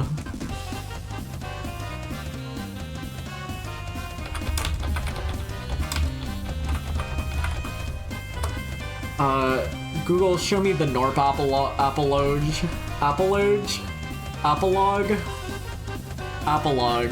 It's probably Apolog, right? This is one of them number uppers. This is one of them their number uppers. This is a good one, I think. If you're desperate for like a numbers type of video game, I think this is actually a pretty good one.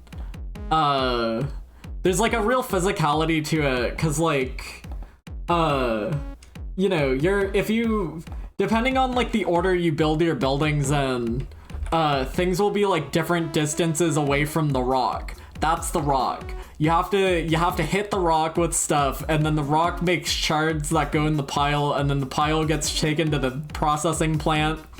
Anyway, it's good. It works pretty well.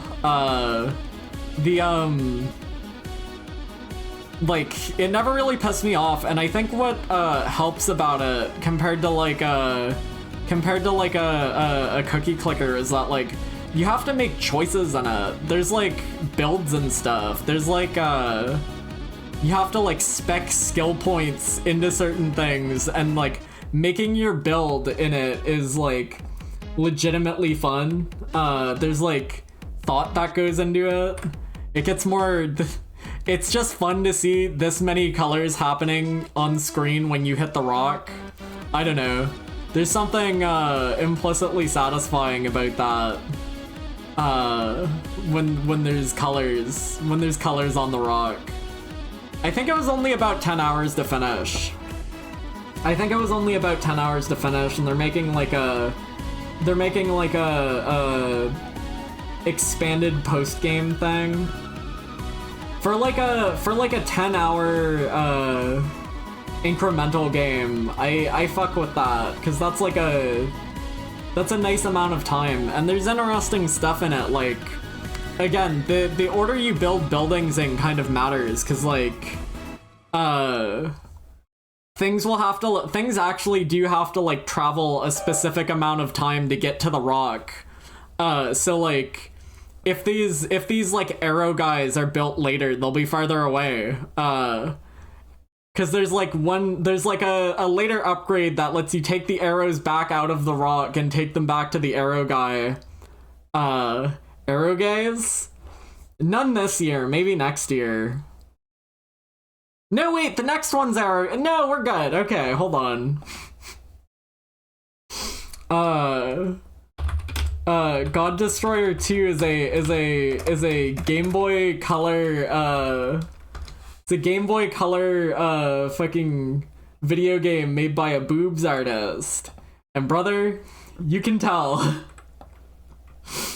Can I put this on screen? No, maybe. It's like kind of bad and kind of jank. It's kind of bad. It's just not great. It's like physically falling apart, almost in the same way as like fucking Castlevania, almost in the same way as like fucking Castlevania Game Boy Color. We is out of music. Going back to my first playlist. Thank you. It's fine, it's not the focus. No, brother, speak for yourself. It's like almost kind of impressive that like it's doing like it's kind of impressive that it's doing like side scroller and top down. Like it's kind of got Blaster Master in it. It's also got like space shooters for bosses. It's almost kind of impressive, but it never once feels good.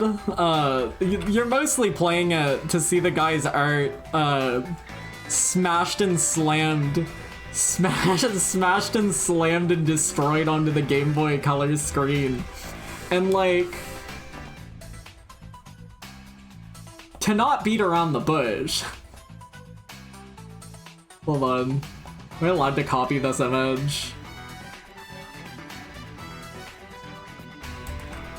And like, you know, there's some charm in seeing this on your Game Boy Color screen, but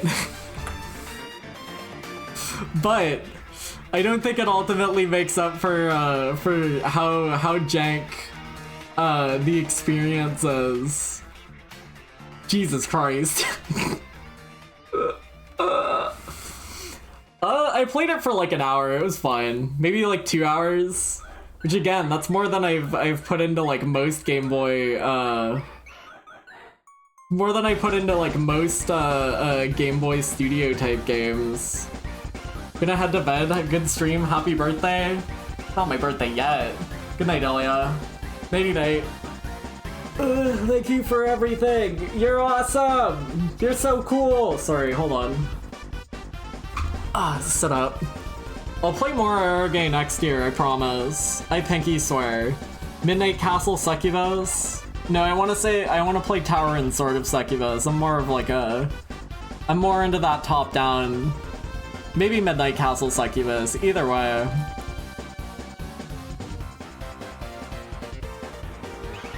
It could happen. We just don't know. Brothership. Brothership's weird.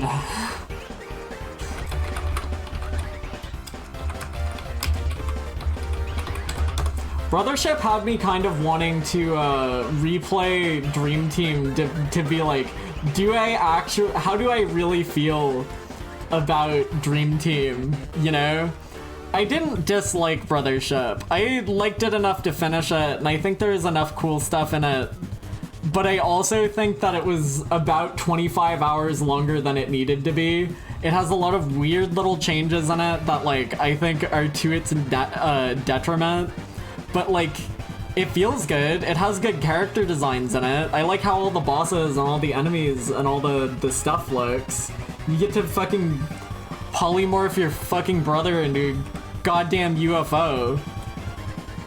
Not many other games you can do that in.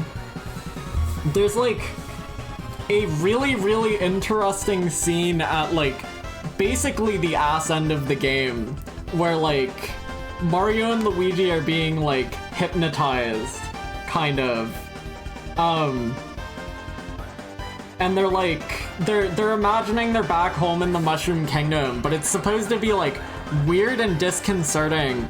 And seeing them able to knowing that, like, the Mario franchise is in a position again where they can actually, like, show you generic Mushroom Kingdom, and the idea of them showing you that is supposed to be weird and disconcerting, and there's, like, horror stings playing in the background in the part of the game where you're seeing the most toads on screen that you have, period, is, like, that's interesting. There's something to that.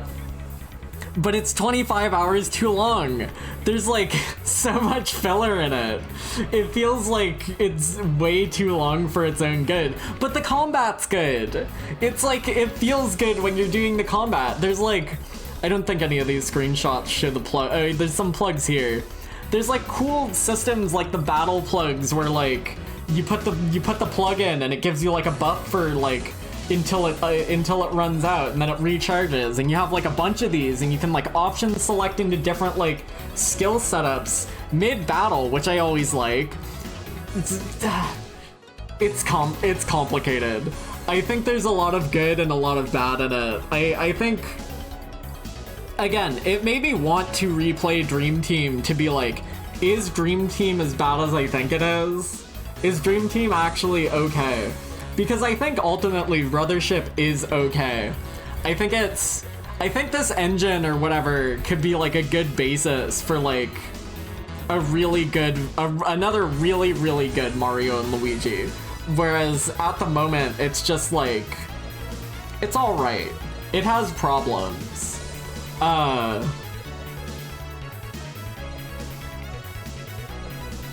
It's okay. It's alright. I didn't hate it. I did finish it, but, like, did I only finish it because I spent money on it? I don't know. Super Mario Bros. Remastered. Where's the GIF? Well, the GIF doesn't want to play, but this was good. I really enjoyed this. Super Mario Remastered was like something I was definitively disinterested in, you know? Like, it wasn't for me. But like, oh god. Cause it's like, I don't know, I don't like Mario 1 that much. It's not for me. It's not really my guy. But like, but like, A1 per freeze, making the fucking, sorry, I know nothing's on screen right now. Hold on. Perfreeze making the fucking retro sprite was like, yeah, okay, I'll play that. That's funny as fuck. And it was funny as fuck. It was legitimately a ton of fun. Like, even outside of that, even outside of like retro being there, Mobile Suit, thank you for the sub. I love you. Kiss kiss. Choo choo. Even outside of it just being funny as fuck because retro played like crap, the actual effort into remastering Super Mario Bros. 1 and like doing new tile sets and new music, and like they have like Mario All Night Nippon with like a style meter and combos in it, and they have like the Super Mario Special from the fucking computer. Like, all that stuff is really neat, and all that stuff, like, I don't know, it is like an elevated experience to some degree. I don't think I would not have played, it's not something I would have played if not handed retro on a silver spoon so graciously, but I'm glad I was because it was fun. And who knows, I might play it again someday. Wink! If we discover more brothers in the brother mines. If we discover any more little freaks in there, I don't know. You never know what you're gonna see. And last and possibly least, we have a Sobu Tights puzzle lesson.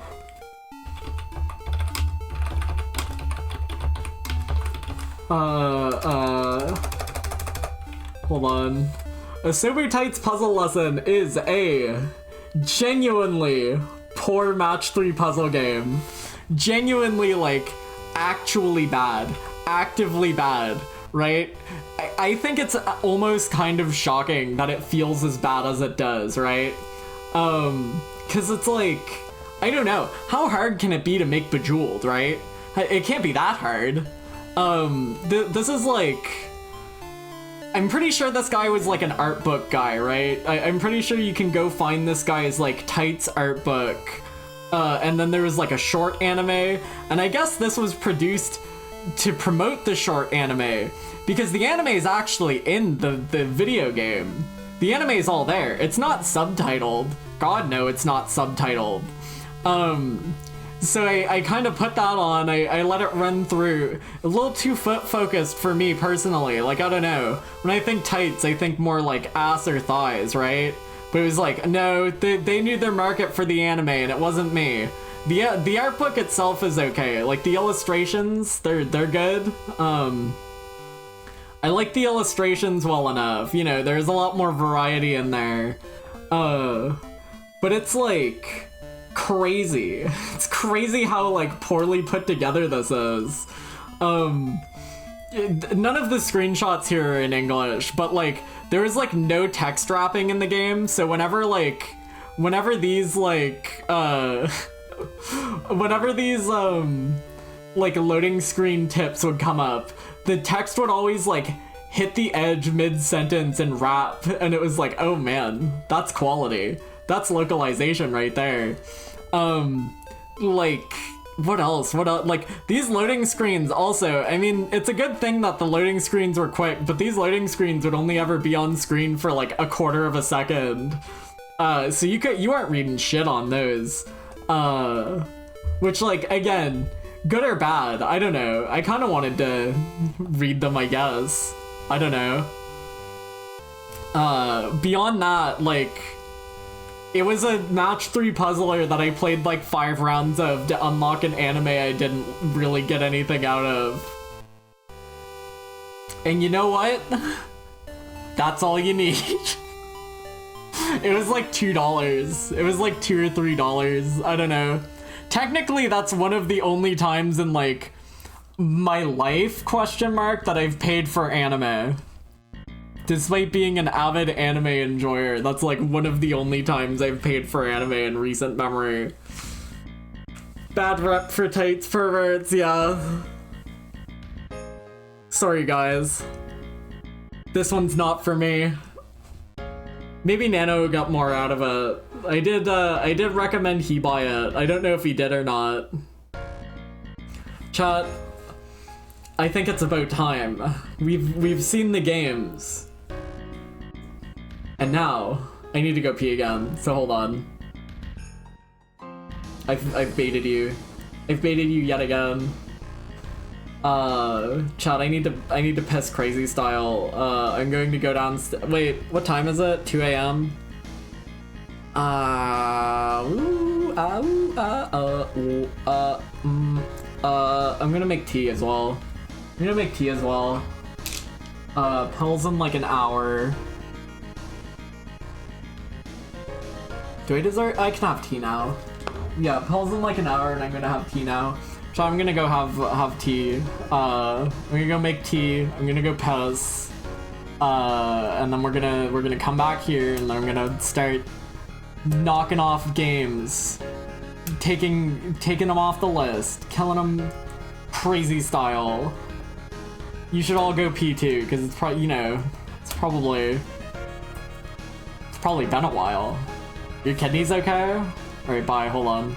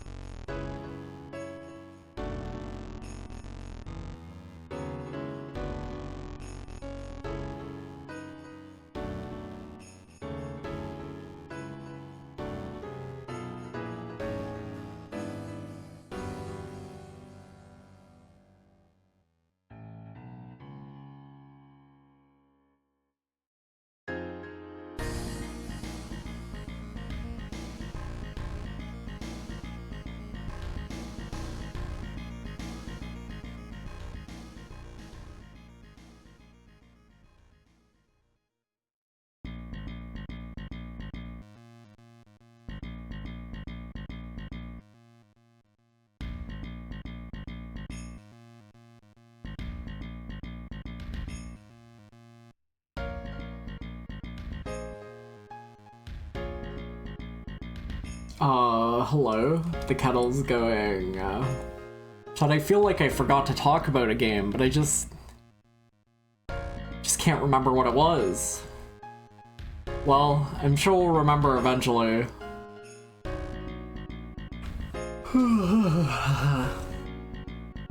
Chat, what was your favorite game this year? What did you enjoy playing? I feel like I probably should have asked that by now, but I kinda didn't.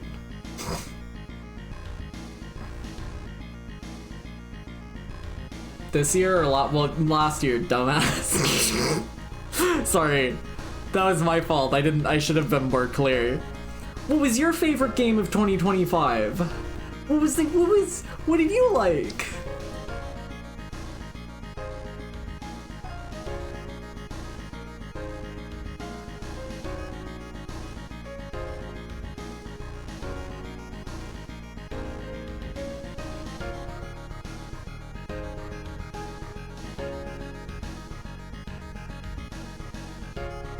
My favorite game of 2027? That's gonna be Elden Ring for sure.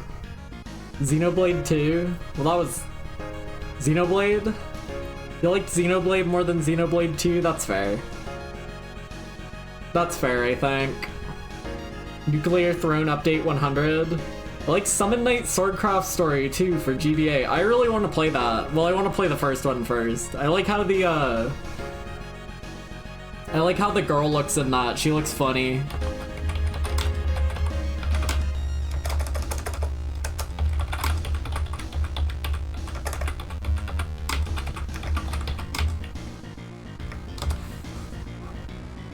Images.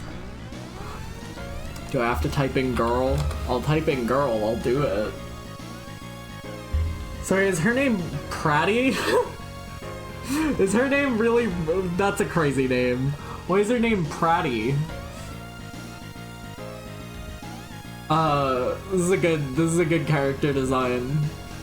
Looks quite stupid if I'm being honest.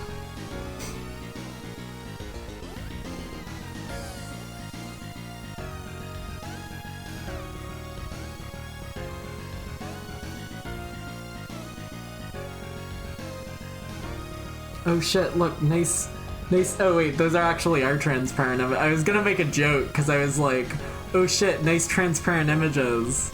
But these actually are transparent images, I guess. This one's not. This one's a trick. This one's a joke. It's really interesting to me how many, completely untranslated Summon Night games there are, but for some reason we got Swordcraft Story 1 and 2 on the Game Boy Advance.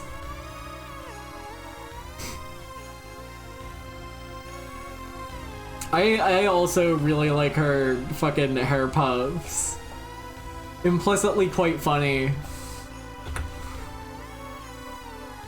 Oh, I should get...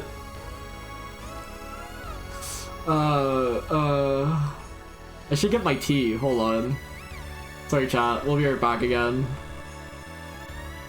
Sorry, chat. We'll be right back again. Yippee! Yippee! My water's probably done boiling. I'll be back.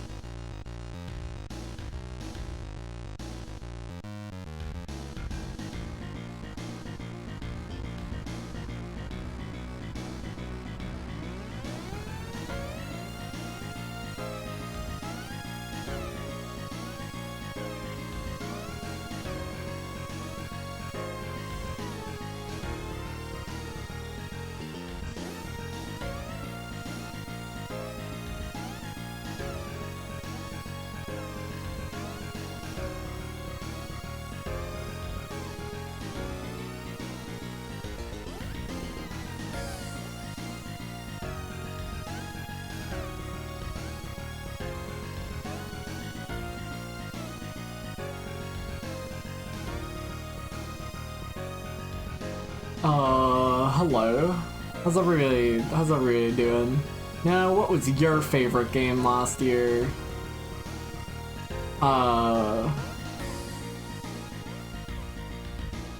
Neku's Art's here too. I wanted to, I thought about, like, I thought it would be fun if I got, like, friends to all draw, like, chibis of different characters to put on the BRB screen, but I got lazy. So that didn't really become much more than like that idea. I still think it would be fun, but like I did reach out to ask someone, and they're like, "Yeah, I'll do Arya," and then like didn't, which is fair. It's not like I was paying them. I could probably pay. I should pay them.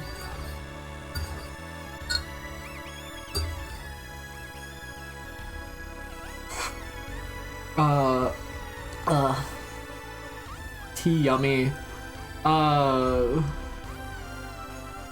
was thinking now, while I was downstairs in the kitchen, I was thinking like, what else do I want to play this year? Or what do I want to play this year, right? I think like, I know I downloaded like the version of Ys that's on Steam. I was gonna play Ys 1, whatever the Steam version was, because I was like, you know what, I could go for a Ys. So that could happen soon. I want to play Outer Wilds soon. I want to play, there's gotta be some other stuff. I guess I'm playing, like, Jump King.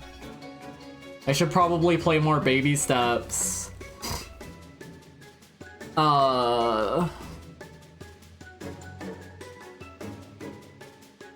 There's probably more things, I just can't think of it all. Oh, I'm playing Battle Network 3. I almost spilled my tea.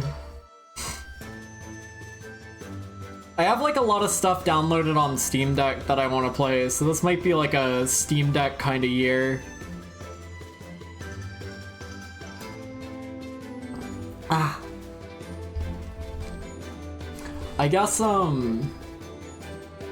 I guess this year was also kind of a Steam Deck kind of year. I don't know how many like total hours I put into every video game on this list. Probably too many.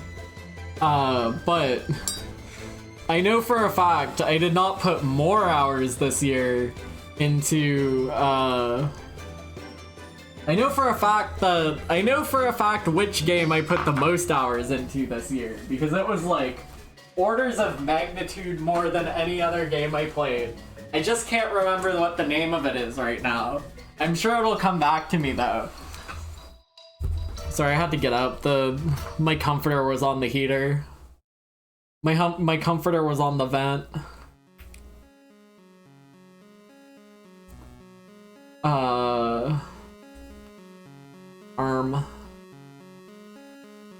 Oh, let me header. Let me rewrite this.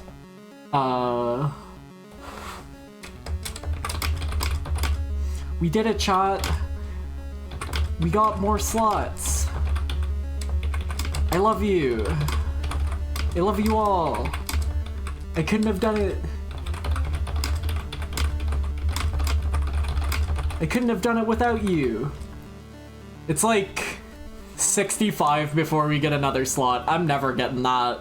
We've got all the emotes I'm ever gonna get, so congratulations to everybody for giving me money, I guess. I mean,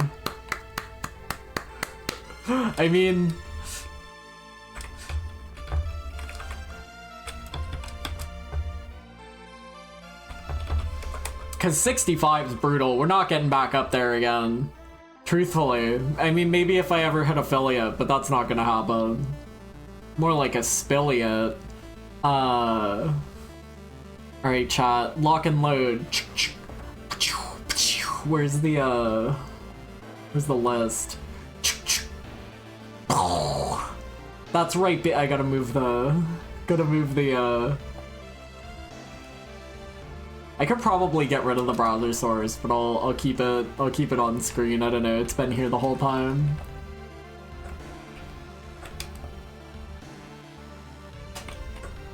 "72 pixels from the top." There we go. It's been there the whole time, why not? Alright, chat. Cracks Cuckles. What's getting cut first? Alright. So the way I usually do this, if this is your first game of the year, game stream, game from me, first stream, what's getting cut first? Void Stranger? No, I kinda like that one. We'll talk about that later. Immediately, let's grab Castlevania The Adventure. Just slide that, oh god. Just pull this over here. That's fucked up. What, is it? No, hold on. No, I mean, one of these has to be like the first cut. I mean, I'm gonna grab some things that I would say are like. No, that was not subjects. Okay, so we're all for killing Castlevania The Adventure immediately.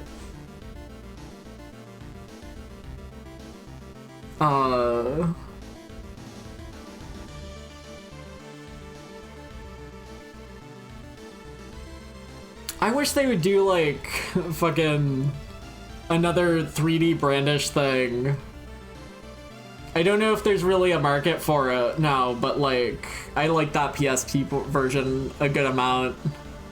I must say.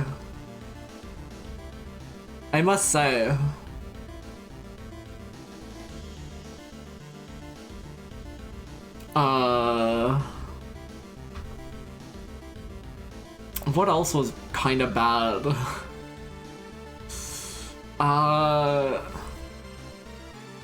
Halloween Forever is probably quite low. I don't remember exactly how I made my cuts last year. Save room's like a good like halfway point, so it's not gonna be that.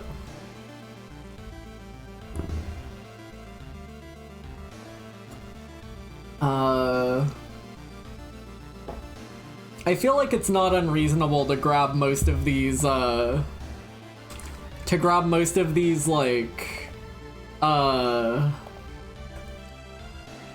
DS, like... Can I not pull these over? Okay, I can't do it. I can't do multiples like that. Can I not? What's going on here? Why can't I drag those? Aw. What's going on here? Okay, now it works. I feel like it's not unreasonable to immediately grab, like, all of these, game developer, what was it called? Game seminar games and just put them off to the side. Because I don't know, I mean, Pulpy's the best one. Of these ones here, I think a Toto gets cut first. I think these would probably be in this order, and Pulpy's probably like a bit higher. Undertale hard mode I'm probably not putting on the list. I think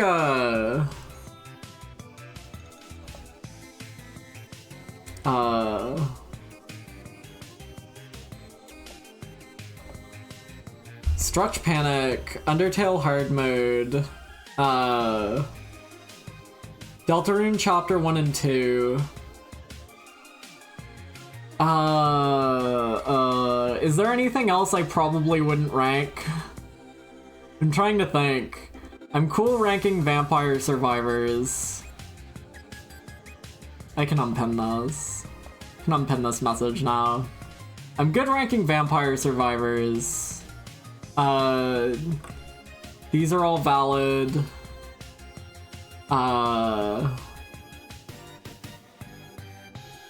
Yeah, none of these are games I've played before. Ocarina of Time still feels a little fucked up to rank, but I'll do it. Is Blippo enough of a video game to rank? Yes. Unforged. I think that's it. I think just Deltarune, Undertale hard mode, and Stretch Panic are things that I think those are the only things I gave like entries to this year that I don't want to rank. Like I've played Portal 2 before, but I haven't played it as an adult, you know?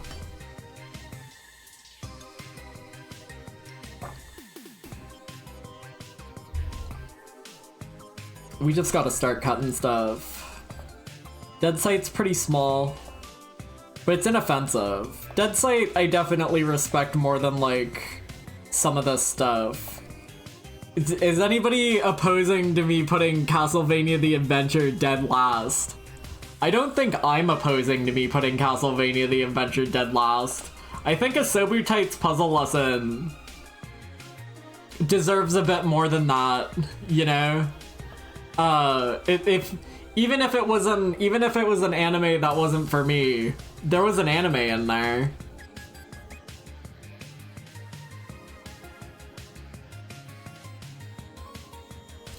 Like, Damray's gotta get cut at some point. Splatterhouse has gotta get cut at some point. These are games I'm like content cutting earlier. Let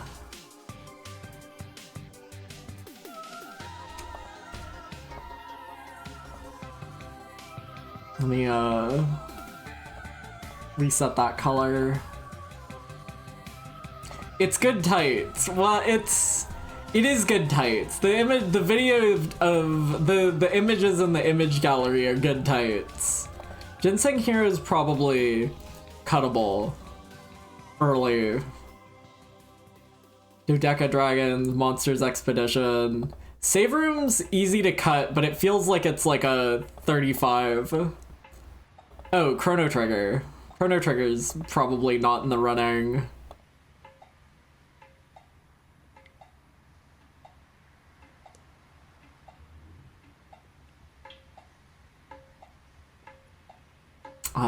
New Soup 2. I don't know how high Blippo's gonna go, because, like, I know someone whose game of the year was Blippo Plus, and I don't think I get it. Whatever they felt about it, I wasn't feeling, but, like, I respect the idea that it could be your game of the year. Like, does a game even really need gameplay? Maybe. Maybe not.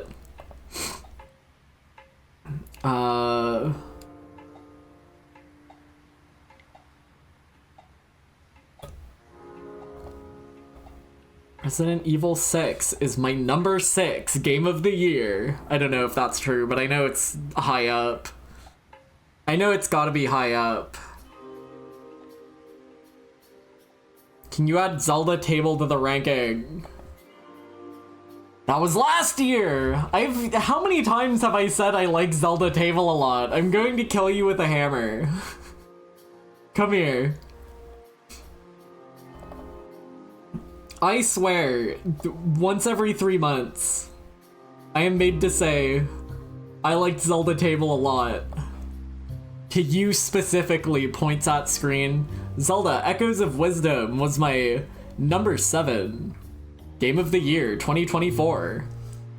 The fuck is Zelda Table? It's the Zelda game where you make table.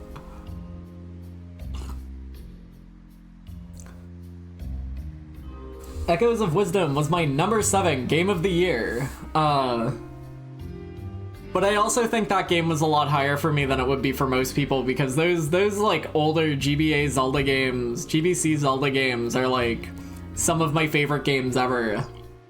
But I liked it a lot. I like that you get to play as a girl in it.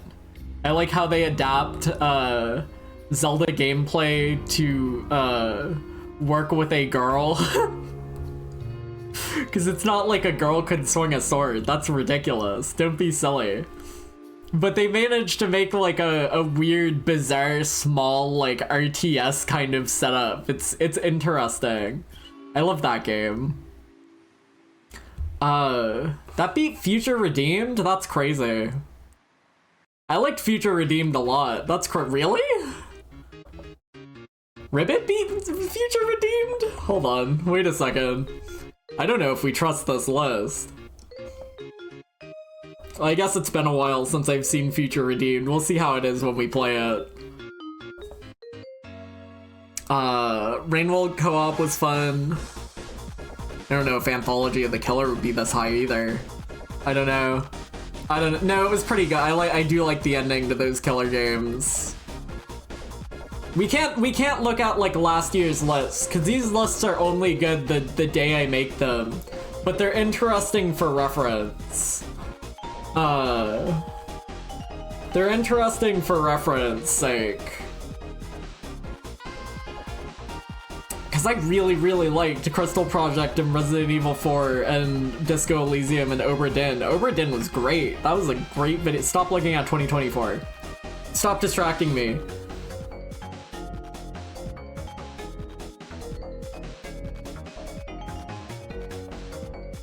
Doc, ZZ's not an OC. ZZ exists.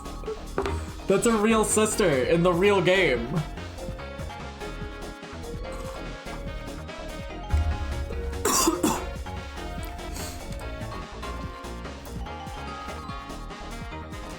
I think this isn't where these are gonna land anyway, but I do want to put Tower above Neon Splash.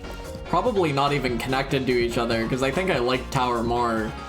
Tower definitely stuck with me more than Neon Splash did, but I think that's probably also, hold on, how many hours do I have in...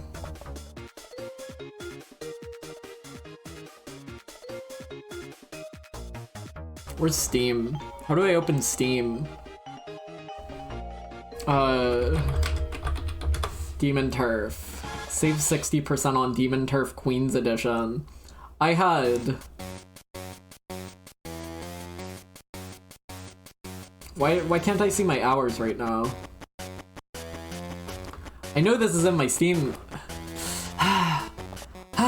Open Steam. Oh god. Oh lord. Oh geez. Okay, bring all those back up. Demon Turf. Demon Turf what is this? Is this a demo? That must be a demo. Why can't I see how many hours I have in those? This is pissing me off. This is really cheesing me. I have 17 hours in Demon Turf, which was all Tower. 17 hours in Demon Turf. 17 hours in Tower, and I'm sure, like, we can actually find this out too. We can actually find this out too. Exophase.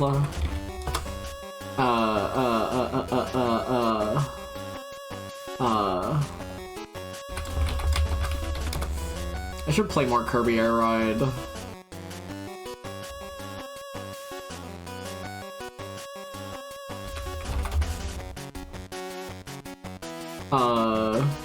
Neon Splash I played for 3 hours, so yeah, no wonder I like Tower more when I played it for 14 more hours.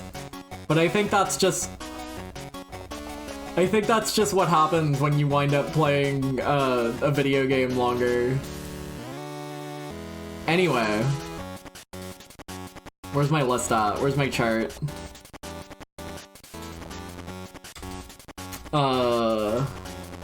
Mega Man World 2, that can't be that high up the list.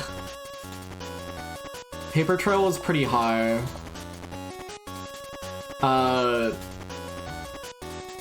Is stream kill? Is it? Is it kill for anybody else? I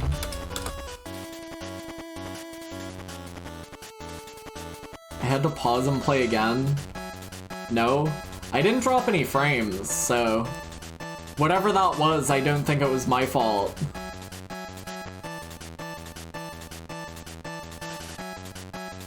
Must have been the wind.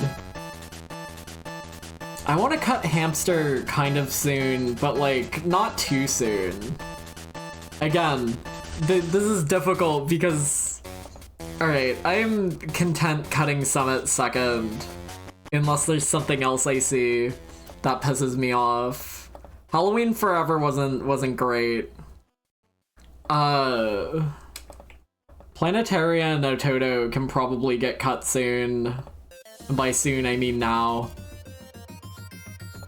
I have a little more respect for Draw Draw Penner and Pulpul Pulpy. But not that much. Whitewater Wipeout's like a very, very simple video game. When do I cut Asobu Tights puzzle? It's like genuinely bad. The gameplay in it is genuinely bad. But I can cut something else before it. This is the fun part, because it's like now I need to keep figuring out ways to justify Asobu Tights puzzle lesson not getting cut as a joke for me.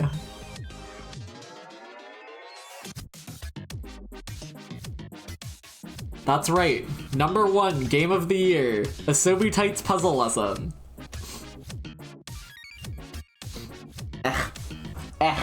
Hold on. Ugh.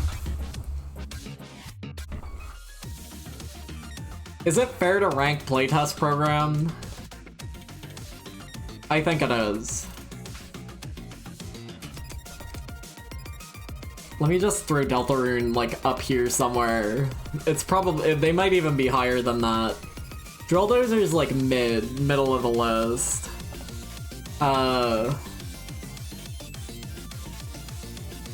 3D Land. Swarm Rider Omega. Not great.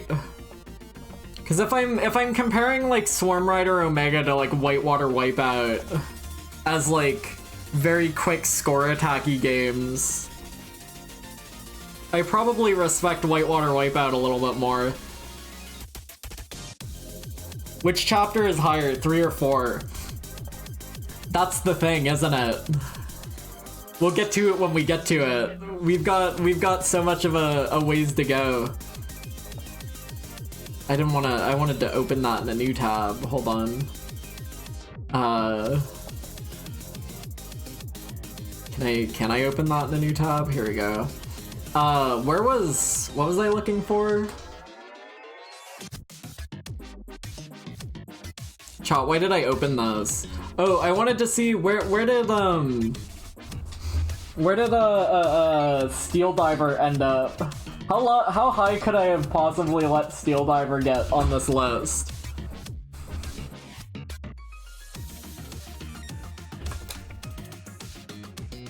No, I don't want to type F. No, I didn't drop it in dirt. Number 31? Am I crazy? That's insane. That's absurd. Out of 95? Do you guys trust me on anything? I wouldn't. Over Frog's Adventure? Over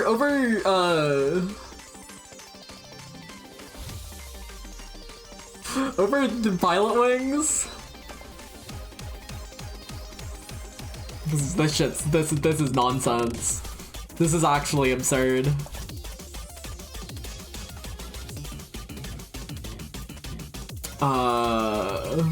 Tunic's gonna wind up being pretty high, I gotta say. Tunic's gonna wind up being pretty high. World Steel Diver fan? I think that was the idea. I think someone had to be. I don't know if I respect Flipper Lifter or Whitewater Wipeout more. Probably Whitewater Wipeout. Giles Goddard made it, and he made the Mario face. He made the Mario face, so...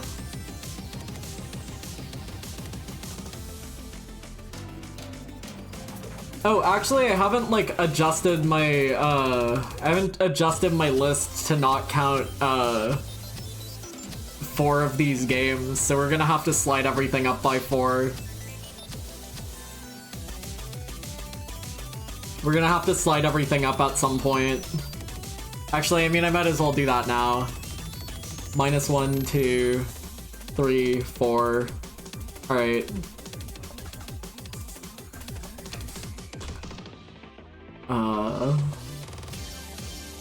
Alright, everything go up by 4. Look! They're moving on up! They're moving on up! Castlevania The Adventure is now my 77th best game of the year! Hooray!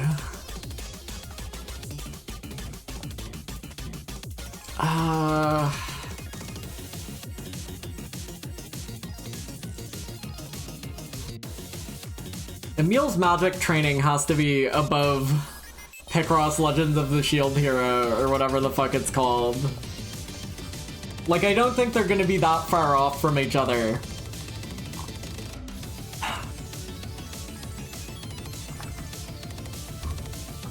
Dead Sight's like a 20-minute game, but it's like a send-up to a game I do really like. It has to be higher than Asobi Tights.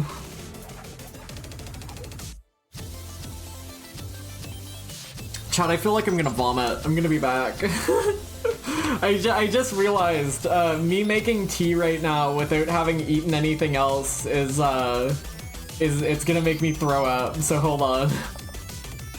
I need to go take an emergency snack break right quick. I'm not supposed to eat drink tea on an empty stomach. Hold on. Do I have anything like not sugary up here that I can eat? No. Not really. Is Nature's Bakery fig bars? No. I got like halfway through the cup of tea and I was like, okay, hold on, I'm gonna go fucking puke. Sorry chat, hold on. Completely my fault on that. I'm going to go get a little snack and be right back. And you know what? I think you should too.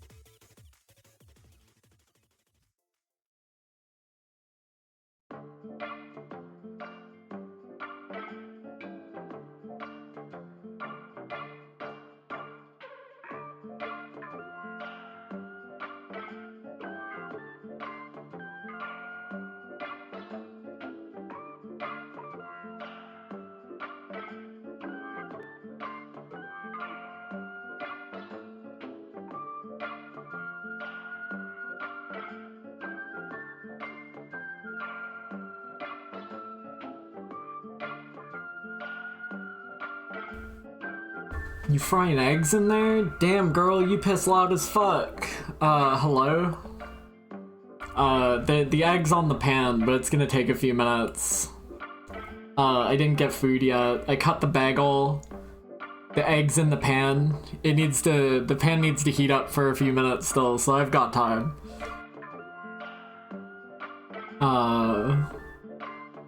I did not reset the mousetrap. Did not reset the mousetrap since earlier, because I feel like if I heard a mouse skittering around in the bucket while I was trying to stream, it would freak me out. And like it takes like 10 minutes, 15 minutes to walk it a few streets over so it won't come back. Well, it probably still comes back. So we haven't caught any more mice today because I didn't reset the bucket.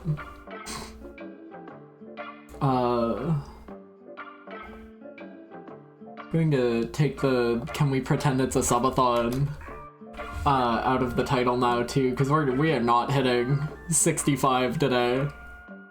But I appreciate the effort. I love you all. Schneil. I'm gonna give it like another few minutes.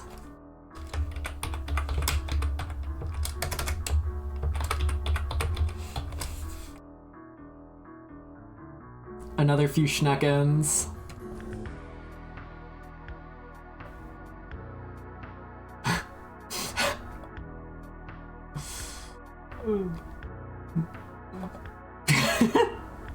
That looks like shit. Alright, chat, I'll be right back.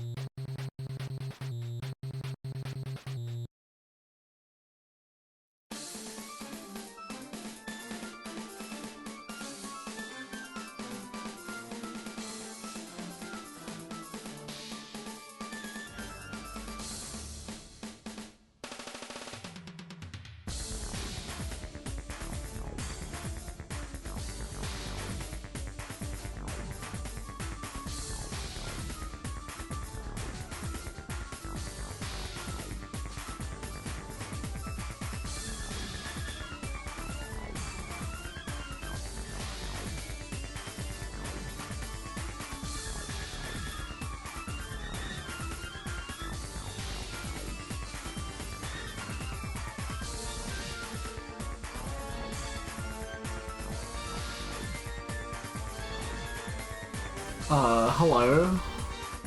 I had to go get the bagel. It wasn't made yet. I have it now. If I was like more of a crazy person than I am, I think it would be really funny if I like had downloaded every single bagel picture I've taken this year, which is a lot.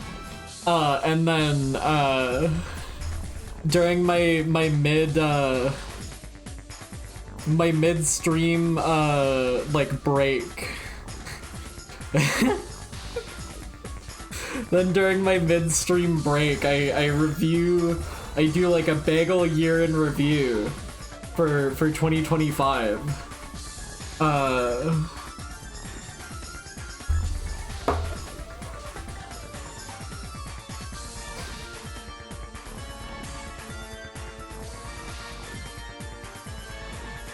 No, there's another server, server's like food channel that I have consistently been replying to the previous bagel with the new bagel with, so I can like follow that chain up for like 2 years worth of bagels.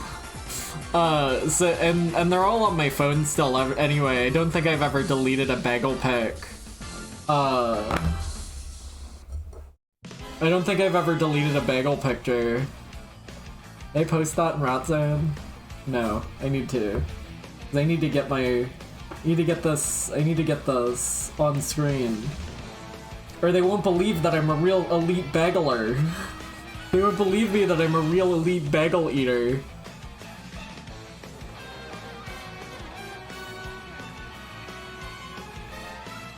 It's too big.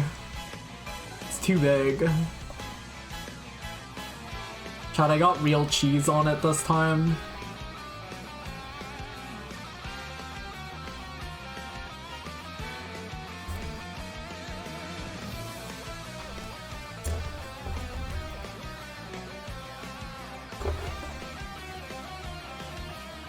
Aww.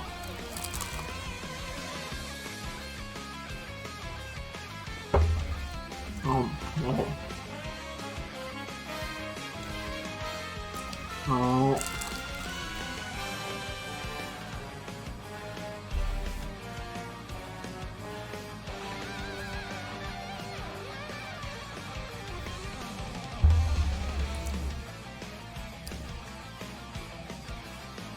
Oh. Oh. Oh. Oh. Ho, ho, ho. Oh. Ho, ho, ho, ho.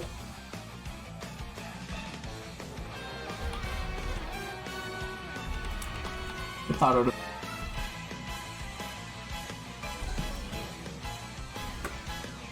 Put the T right back where it's supposed to be. I think it's funny that I will like I know that I will feel very bad if I drink tea on an empty stomach, but I always seem to forget.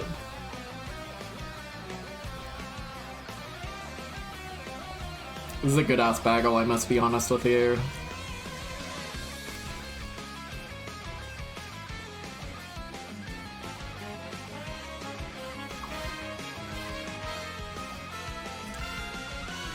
I got a new egg pan. I got a new egg pan for Christmas, and the timing, the cooking timing on it's a little different, but I think it's better. Cause this bagel is like, this bagel I'm eating right now, like the yolk is almost cooked. But it's like not, it's not wet enough to be like drippy still. It's almost cooked through, and it's exactly how I would have wanted it.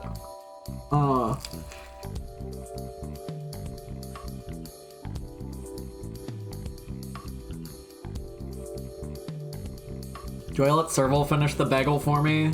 No. I'm starving over here. She's a wild animal. She hunts her own food.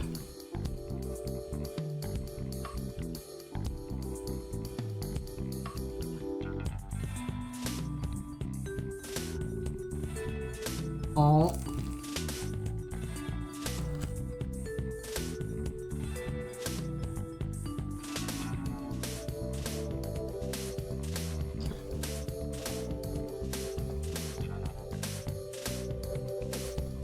Doc tag 2 or Serval eat.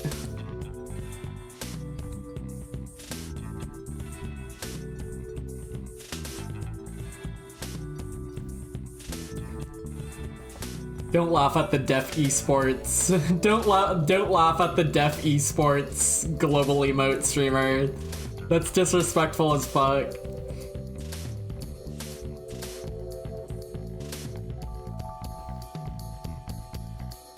Why is there a Darth Jar Jar global emote?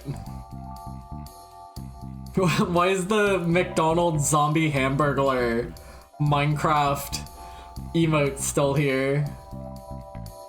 I shouldn't look at the what? the what?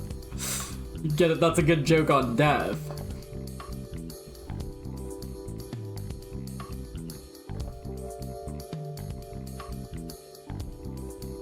What is this emote for? What's the possible use case for this? When the esports are deaf! Exclamation mark, exclamation mark.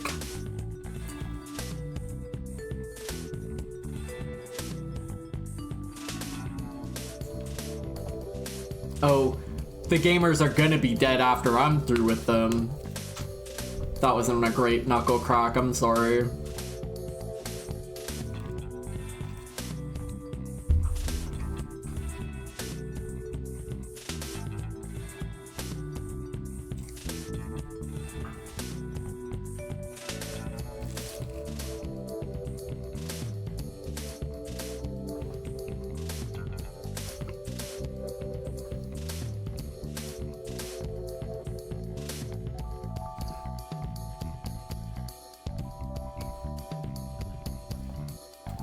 Bagel good as fuck, to be honest.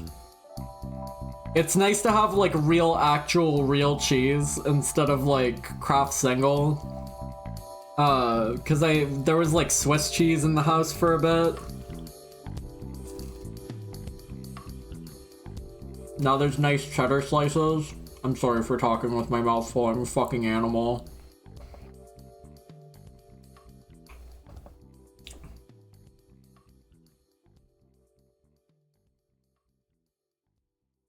Are these like official Batman emotes?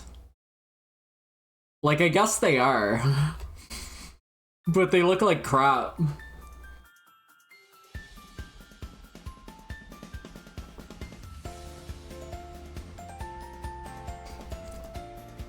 Oh. Oh.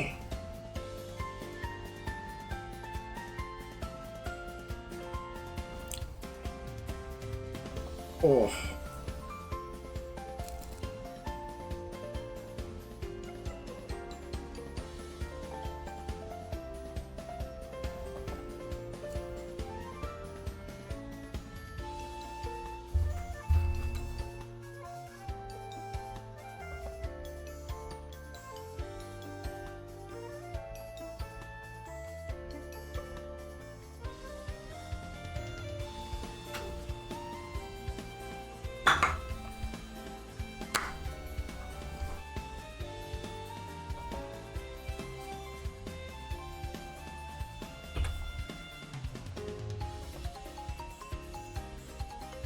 That was a good ass bagel. I'm satisfied and healthy now. Everything is okay.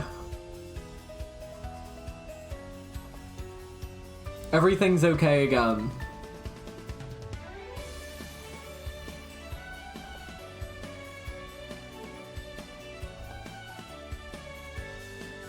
This is like my favorite song from the Kirby DLC.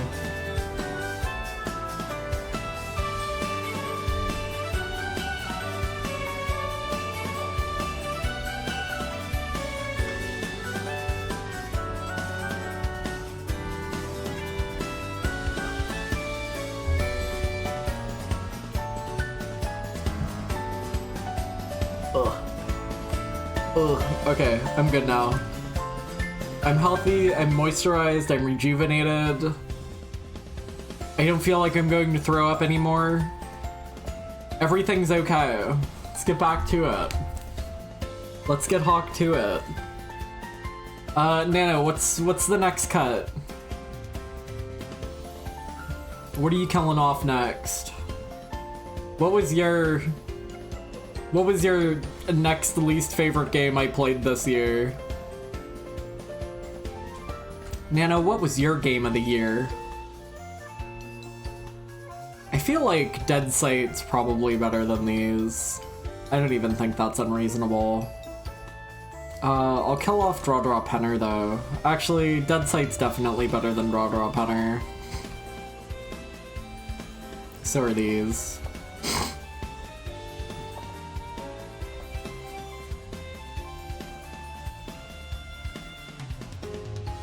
I have answers for one of these questions. None?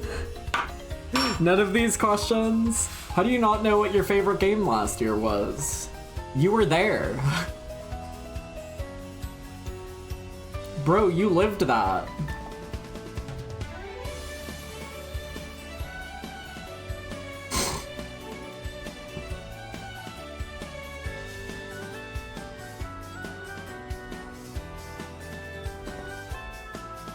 Bro was not present.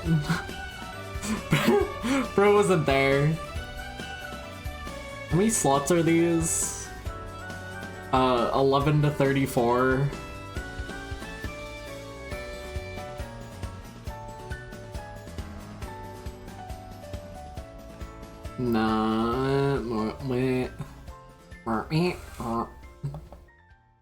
Make those red. That'll please me. Any hot button decisions I missed since Stack Break? Not really, I've just been like smashing down a few of these.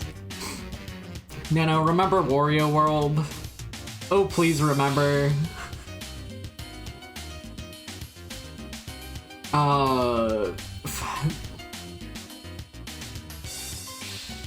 Starship Dam Race probably doesn't need to go much higher than that. I struggled to think of anything else that left me feeling so. God Destroyer 2's probably good to go soon too. Okay, wait, so God Destroyer 2 and Splatterhouse both have boobs in them. Actually, I guess, hold on. I guess Splatterhouse is more eroge than God Destroyer 2 was, because I don't even think God Destroyer had nipples in it, so... Maybe Splatterhouse is... Chat, is Splatterhouse 2010 an eroge? This is an important question. Does it count? And if not, why doesn't it count? What does an eroge need to be an eroge? Is it just erotic game? Because I'm pretty sure it is. I don't respect it as an eroge. I don't either. I don't think.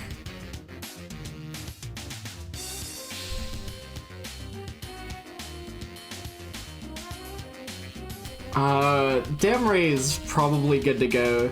Dead Sight's literally like a... There's like a... Oh, no. It's not how that's spelt. I should fix my... I didn't write about this yet.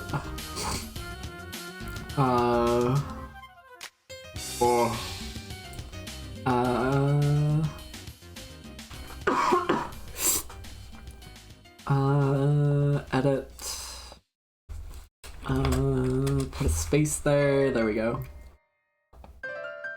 Dead Sight's like a proof of concept video game, and it's hard for me to put much more below it. I think Damray is probably the next cut. I laughed at Splatterhouse a few times.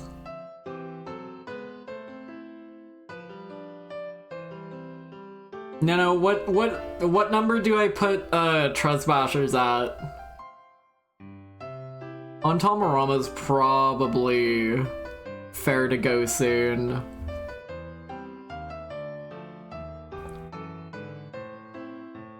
Wario World, everything up high is pretty good. I think I forgot to say it, but I Am Dead made me cry at the end, which is pretty good. Like, I feel like if any video game elicits, like tears a level of emotion, it's gotta be at least, like, top 20. I'm susceptible to emotional manipulation.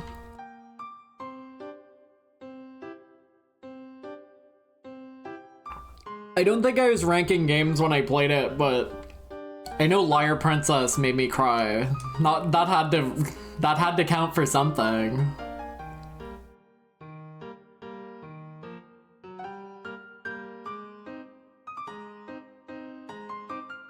I don't know, I can't remember who said it, but when this fucking koala hit the screen earlier and someone said "Panda" in all caps, it made me laugh really hard. I don't know who said that. Did they know? Was that a joke? Is that real?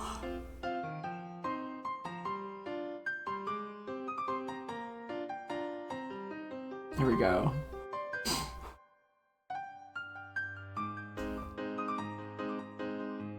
Trespassers at 83? Bro, we don't go that far down.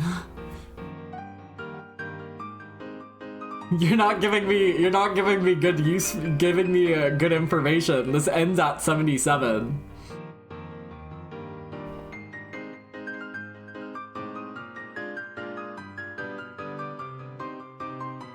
What's that? Oh.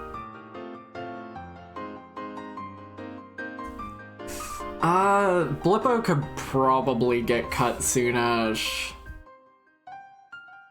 Ontamarama is probably better than Splatterhouse. It's probably better than Ginseng Hero. I don't want to put, like... Emil's magic training was not doing anything particularly special for me. Like, it wasn't bad. It's definitely at least better than, it can't not be better than Records of the Shield Hero, but... Pulpy. Pulpy's probably better than Ontamarama. Ikenny no Yoru. New Soup 2. Emil is cuter than any Shield Hero. Like, I'm not about to debate that.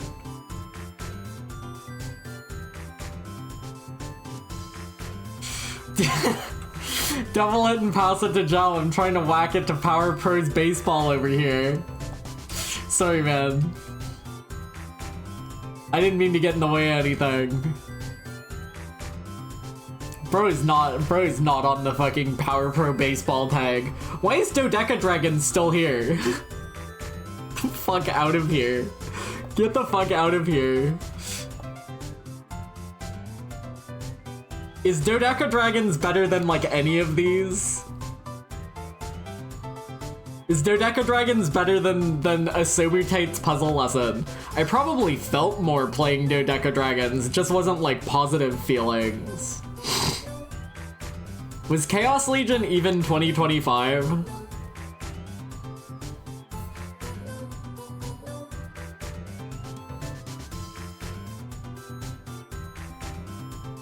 Dodecadragons made me feel things, they just weren't good things.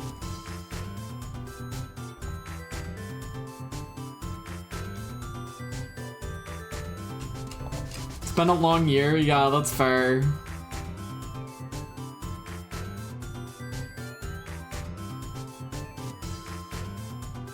Is Save Room better than Drill Dozer?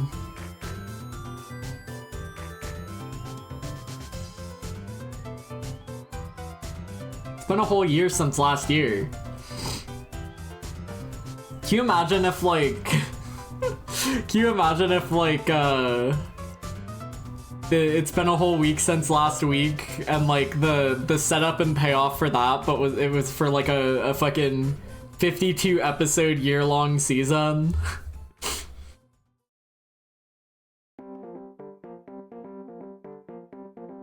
"365 days ago, I streamed Final Fantasy and Silent Hill. Poor baby. Poor guy. Wah. Wah. I don't know why I'm saying this. I don't know why I'm saying this, I'm sorry. I didn't mean that. I feel like Pokemon Cafe Remix can go kind of soon. Like, it wasn't awful. I didn't feel like it was killing me.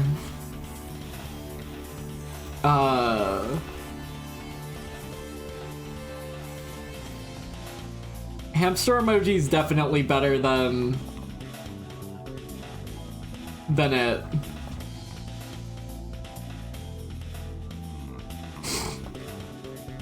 Streamer, why are you just moving Void Stranger up on the left list? What's that all about?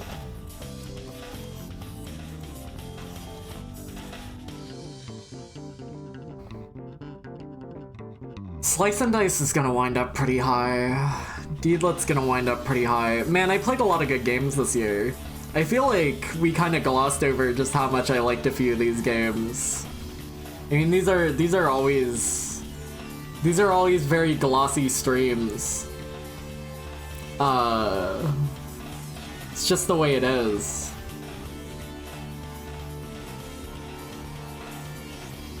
A year ago today, I was playing Severed and beating it, I think. That's awesome.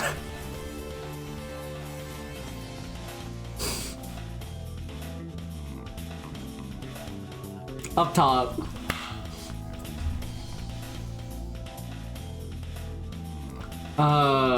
I can't no Yaru.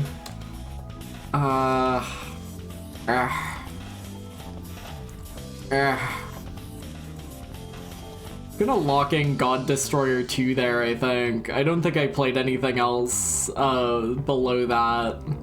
Kabuto Park's probably safe to get cut kinda soon. Jubilee's probably pretty low. On the lower end, anyway. I don't know how far New Soup 2 needs to go up. Honestly. The problem with New Soup 2 is that it's, like, perfectly fine as a video game, you know? Like, I don't have any major, complaints. It's just kinda dull.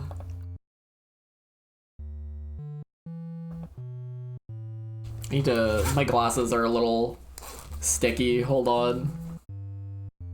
The ones in your hair? The ones up there, streamer? Yeah, that's why they're stuck there. Yeah. Yeah. Ugh. Ugh.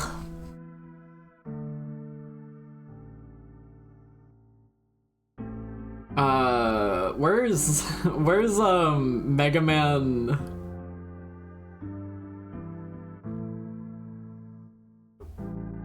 Does anyone see Mega Man World 2? Where did that go?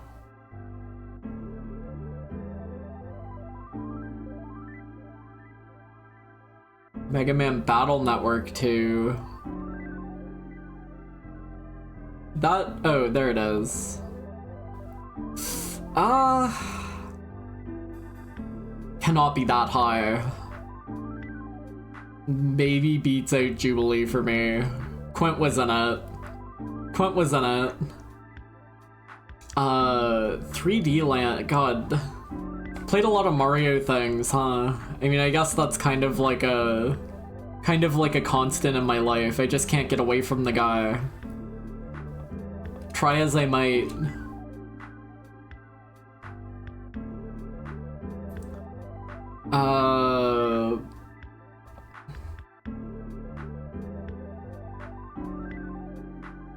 We could probably smash a few of these down. I don't think anything else is going below God Destroyer 2.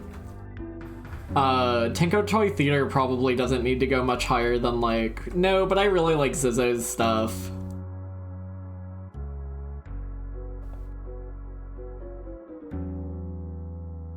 I don't know how much higher I can get Blippo Plus on here for it being barely a video game. You know? And not even like in particularly satisfying ways. If it had like a great ending, I'd be more reasonably willing to champion it, but like quite honestly, I just don't think it's my guy. I don't know where Dragon Quest's gonna wind up. Either one of them.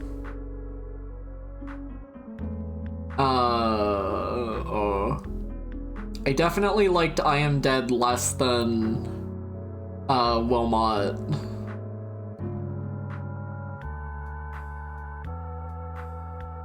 Mosalina's probably pretty high. I keep saying everything's probably pretty high, right? But like, I know for a fact I liked Wild Frost, and I know for a fact I liked Mosalina, right? It's rough out here.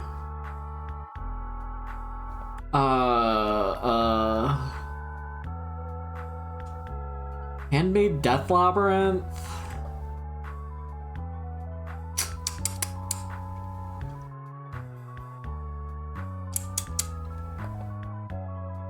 How do you rank Uma Musume? There's so many like stories in there, you know? I mean, I guess it's not that hard to rank.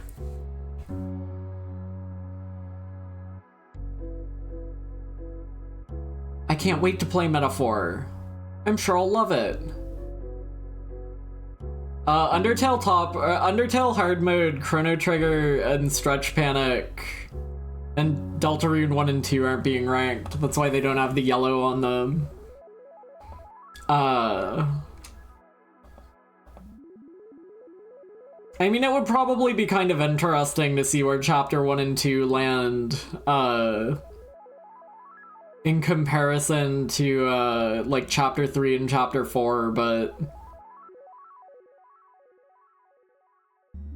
Tinker Toy Theater.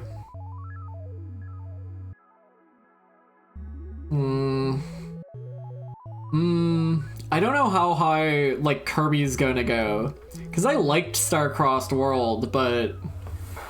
it wasn't like a...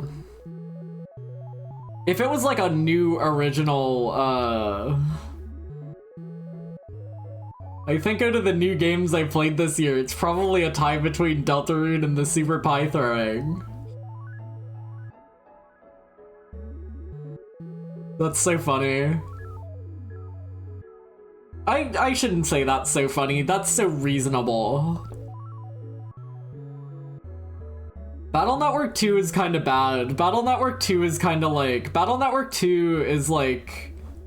similar to Brothership in that like... I'm deeply conflicted about them.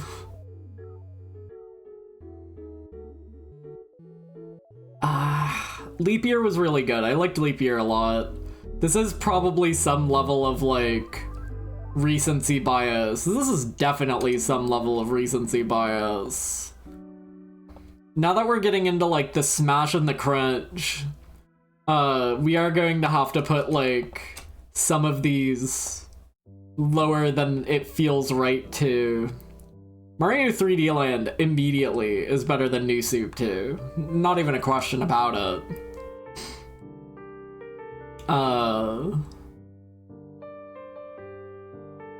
Where's Jumbo Mario on that? What is Jumbo Mario? What is that?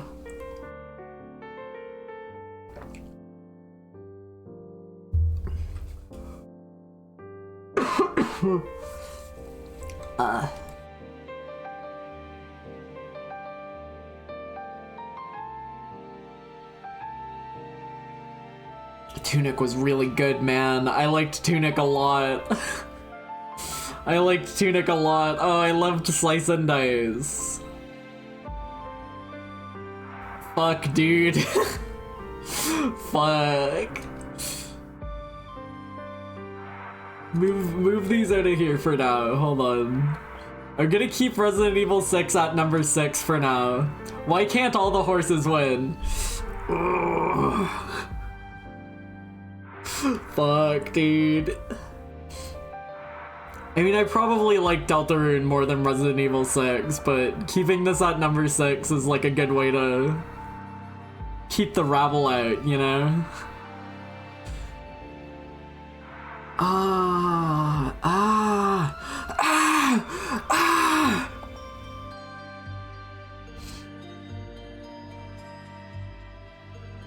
Aikini no Yoru probably can't go that much higher. Pokemon Cafe Remix. I think this is reasonable. I think this is reasonable. Rank all the horses? Can someone find the link? Brother, I did. Meisho Dodo, Rice Shower, Jungle Pocket, no, Meisho Dodo, Rice Shower, Major Palmer, Jungle Pocket, does anyone remember what my number 5 was? Was Happy Meek in there? Was Happy Meek in there?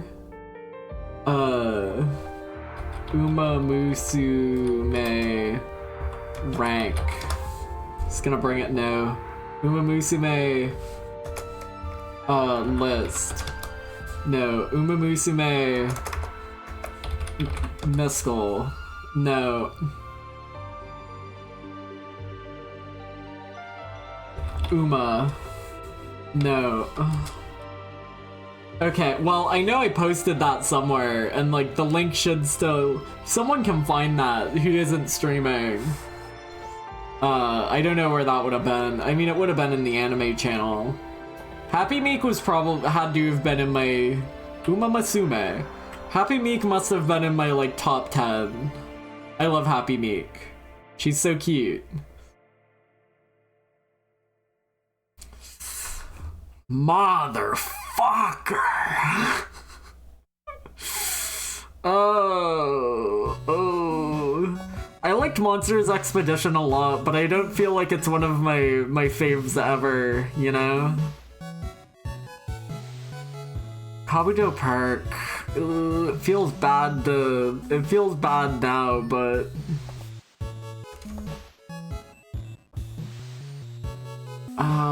Records of Shield Hero? That could even probably go below that, honestly, but... No, I think that's a fine place for it. No, well, it's better than Cafe Remix. Uma Musume. Does Mega Man World 2 really need to go this high? I think it's better than Jubilee, so I guess so. Let's cut the Picross and Cafe remix right there.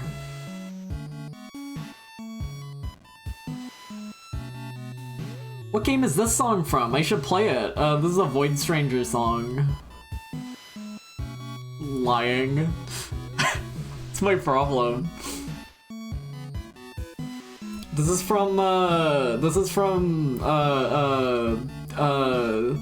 one of the Game Boy Color Zelda games.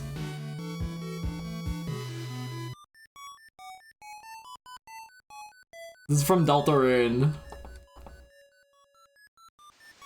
Sorry, Jal, you heard the man. 2 Void Strangers coming right up. 2 Void Strangers coming right up.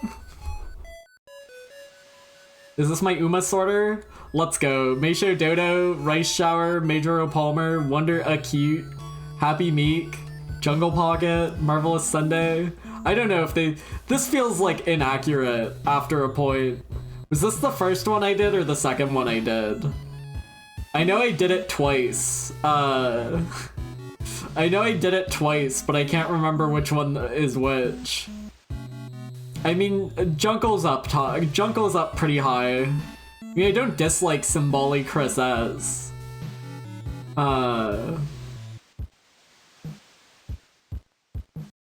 They should let you, like, manually reorder some of them. It's like, I don't know about Symbolic Chris S. Sons of Earth is probably my 14th favorite. Stay Gold would probably be a bit higher now. I didn't know she was like a weird divorcee father. I didn't know she was like a deadbeat dad. I think Stay Gold would probably be higher now. I don't dislike Symbolic Chris S. She's cute. I probably like NTR more.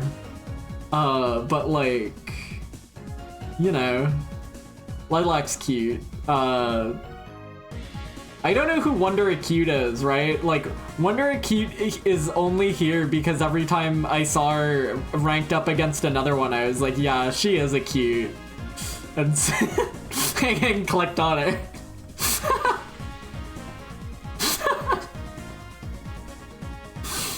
I like Palmer. Shout out to Palmer. I feel like I would probably put like Junk Pot. I feel like I would probably put Junk Pot like 4th. In like a proper top 10, I would probably put like Junk Pot 4th.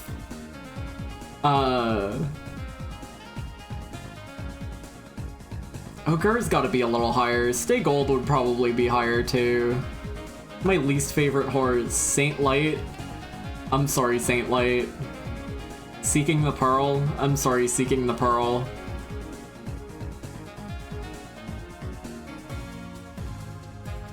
There's gonna be like someone's favorite like really low here. Transcend is cute.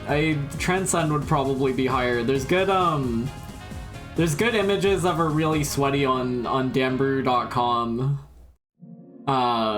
So Nice Nature's low. Blast One Piece is pretty low. We have to remember, I've never once played the game. Oh, King Halo's in the fucking dumpster. Poor guy. I haven't played the game, so we're going purely off of, like, what I've seen in the anime.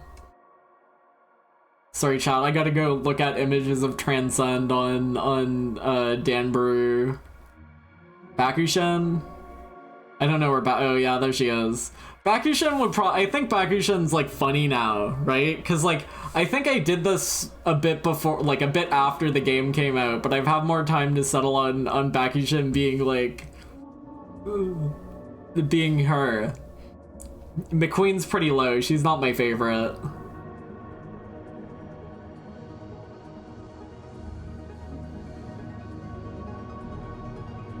Super Creek's pretty low too. Some of these ones are just like, yeah, they're okay.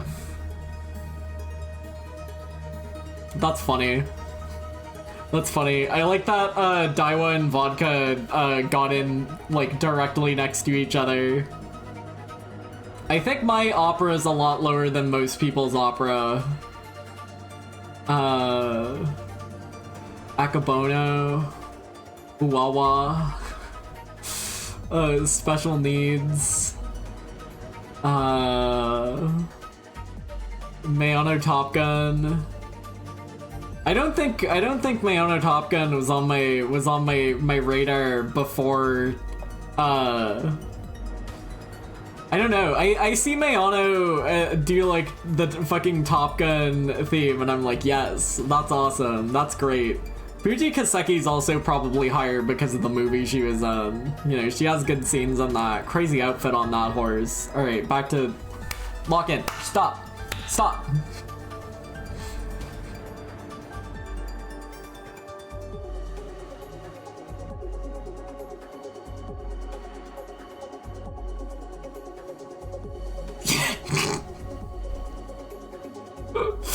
Not reading that comment, but it's interesting. It's fascinating. Ah, fuck. I don't know. Is there anything else left here that's like probably worse than Jubilee? Probably not. Save Room doesn't need to be much higher than those. In fact, like Save Room was nice, but I feel like we always get to this point where I'm like, oh, I love that game. That game was pretty good. And then it winds up like 50 from the top because I played a lot of better games. For what it is, Hamster Emoji is like... There's not much to it, but I liked what was to it. Well enough. How high does Switch 2 Welcome Tour go? Why don't you switch to a better... Why don't you... Hold on. I gotta workshop this for 20 minutes. Why don't you switch to...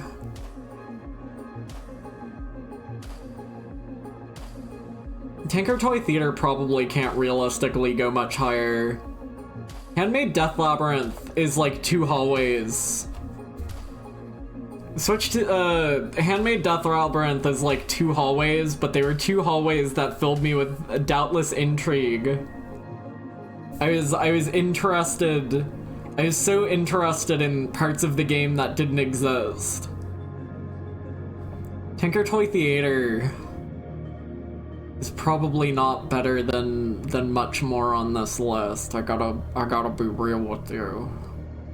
Dig Dig Dino is good, but again, we're in the crunch now. It's fucking over. It's done. Just move these all up by 2. When do I cut Ocarina of Time? Because it's not like one of my big favorites. Most of the fun I had with Ocarina of Time was like hanging out with Pete Shroom. You know? Like that's something.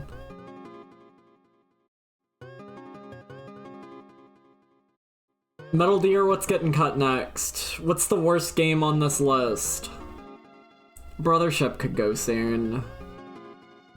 I probably like Brothership more than Drill Dozer, though. I'm gonna tentatively put those, staple those 2 together. Tentatively staple those 2 together. Chibi Robo? Chibi Robo can't be that low. I think it's fair to cut Tinker Toy Theater soon. I don't know half of these games. Eyes gotta go. Somnium Files gotta go.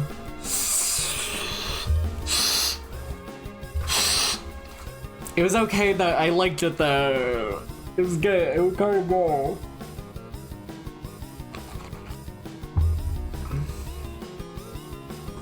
I want to play the sequel at some point. I think they gloss over it. I think they gloss over it completely. Chat, spoilers for I the Somnium File coming up in like the next sentence, okay? If you don't want to hear about if you don't want to hear about how I the Somnium File ends, you gotta close your ears soon.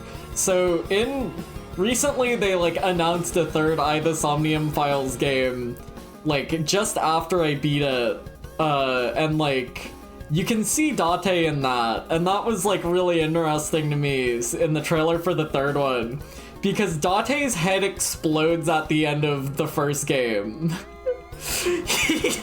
Date's head explodes at the end of the first game. He gets like body swapped out of his body, and the body that he's in, the guy you recognize as him, his head explodes. So I don't know if they're gonna do like reconstructive surgery on the body that he's in to make him look like the protagonist of the first game or what, or if they're just gonna handwave that. I don't want to know. I'd like to find out when I actually play those. It's just very funny to me that it's just very funny to me that I saw a trailer for the third game where his head was very much not exploded, and I just had to accept that bro got better. I just have to accept that. He just sucked all the brain back in. He's fine now. Sorry, chat. That was a tangent. The Somnium File spoilers are over. I mean, you couldn't hear that if you muted anyway, but... Is Vampire Survivors better than Tinker Toy Theater? Maybe. Is it better than Drill Dozer? Probably not. Kabuto Park. New Soup 2, I mean, it's gotta be better than Kabuto Park. Viewfinder is gonna probably wind up pretty high. I liked Viewfinder. Maybe not that high. Well, no, I probably liked it better than Paper Trail. And I like Paper Trail. Mosalina's probably pretty high. Dig Dig Dino can probably go soon. Let's tentatively smash those down.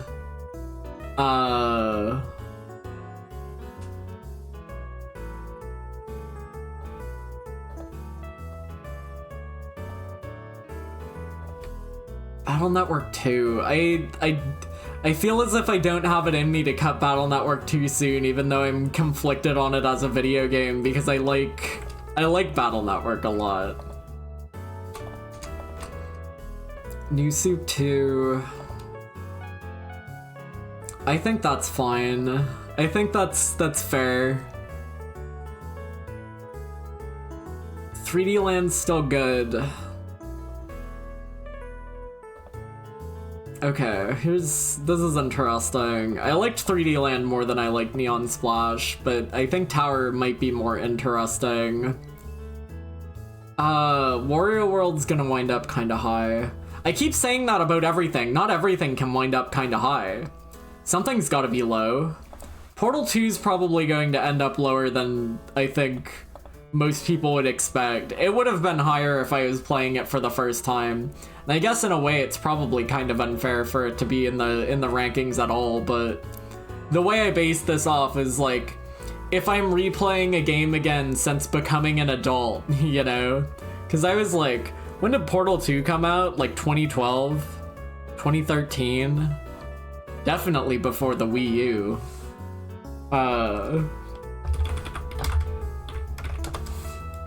Portal 2 is a 2011 puzzle game. Wii U. 2012, I'm so right. I'm so smart. I'm literally such a genius. Definitely before the Wii U. I feel like I made a game with zombies and it can't go that much higher. I'm gonna cut Blippo, because I definitely liked Dig Dig Dino more as a video game than Blippo.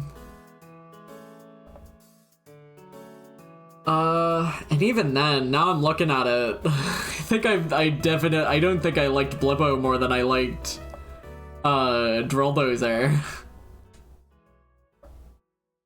Maybe I liked Drill Dozer more than I liked Brothership. I don't know, Brothership is something.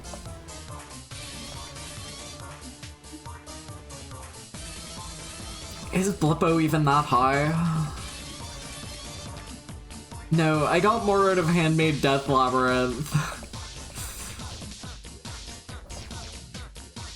I probably got more out of Handmade Death Labyrinth than I did Vampire Survivors as well. There we go, hold on, we're getting somewhere.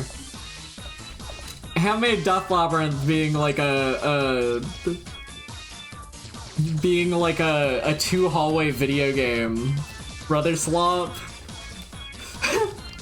Poor guys, poor bros.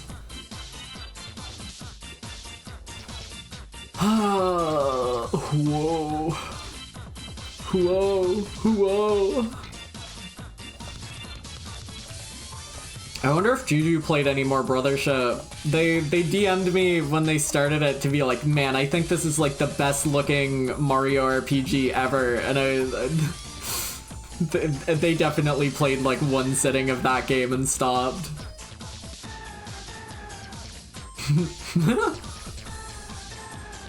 That's so fucked up to presume. But it's true and I'm right. Paper Mario, Wario World. Wario World's gonna be pretty high. I stopped saying that. No, it's not. They're all gonna be low. They're all in the garbage. No! No! Ah, fuck. Running my own mini tier lists here. I probably liked Battle Network 2 more than Mini Shoot. Mini Shoot was a kind of like going through the motions type of video game. Like, I didn't dislike it. I liked it when I was playing it, but like it wasn't drawing me in, you know? It wasn't like, I have to finish this. I guess I don't know if I felt that way about Battle Network 2.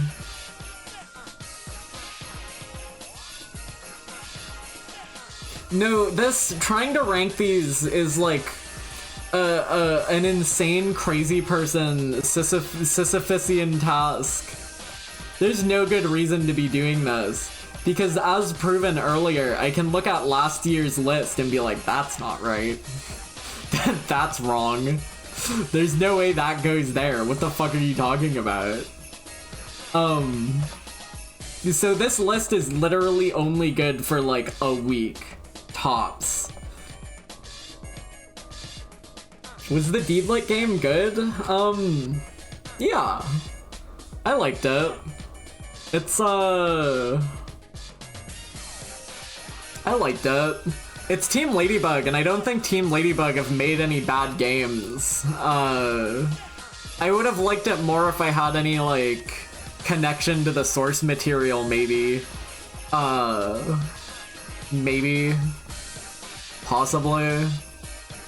But like, I've never engaged with that franchise, and I don't plan on it either. I guess, good question, like, in comparison, what other, did I play any other, like, Metroidvanias this year? Did I play any other, like, Metroidvania 2D platformy games this year? The most comparable thing here is probably Tresbashers. And I probably liked it more than Tresbashers. The boss fights and stuff in Deedlit felt real good.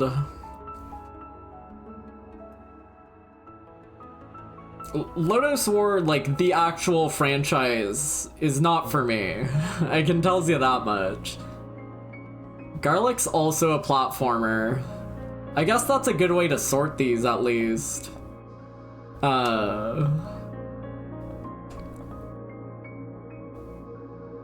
Like, puzzle games to puzzle games, platformers to platformers.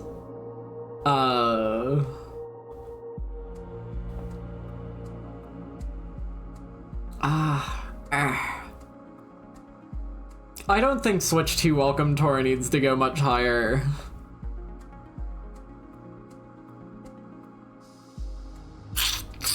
And even then, now I'm like looking at it and I'm like, was it really better than Hamster Emoji? And I think it probably was. That's like a big drop for that. We can't be giving hamster emoji that much leeway. I think I'm happy cutting Switch 2 Welcome Tour at number 43.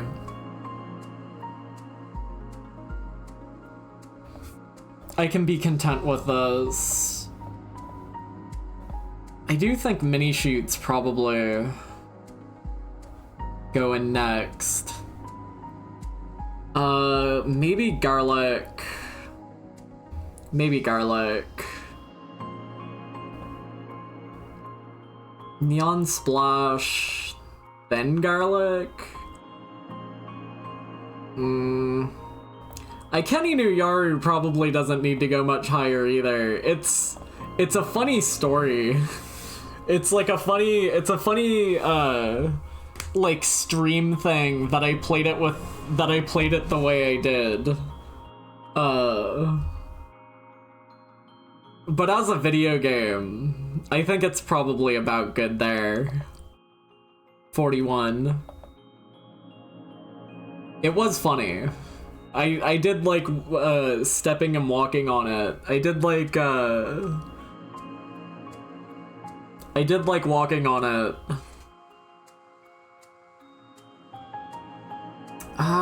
I probably liked Portal 2 more than 3D Land, so Portal 2 is still like safe there. Banana's probably pretty high. They can't all be pretty high. Stop saying that. Penko Park's probably going soon. Kinky's kind of in a similar boat to Ikeni, where like I really enjoyed it as a stream game, but as a video game, it probably gets cut soon. Wilmot Works It Out might not be top 5. Wilmot Works It Out might be a little bit under that. I don't know how much higher I Am Dead goes, but I think I want to try and at least get it into the green.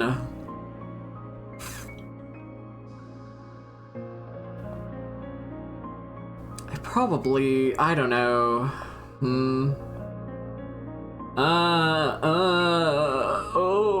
Star-Crossed World probably goes soon. I don't know, I do tend to like a new thing more than old things, so it probably still beats Portal 2.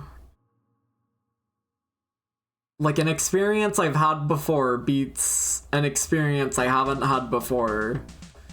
I'm trying to think if Ocarina of Time beats it, because like, yeah, I was seeing most of... Was I seeing most of? Where would I have stopped in Ocarina? I definitely never saw past... What's the dungeon order in Ocarina? It's like the 3 kid dungeons. Then, I don't think I ever saw like the water dungeon, the second water dungeon. Forest, Fire, Water, Shadow, Spirit. Forest? Yeah, Fire. What's that fire? I wouldn't have done that either. Did I really, like... Maybe I never got out of, like, Kid Link, but I'm pretty sure I at least would have made it to... No, maybe I didn't. Because I don't think I made it... Yeah, so I was seeing most of, that video game for the first time when I streamed it. Because I don't even think I made it into fucking Jabu Jabu. Honestly.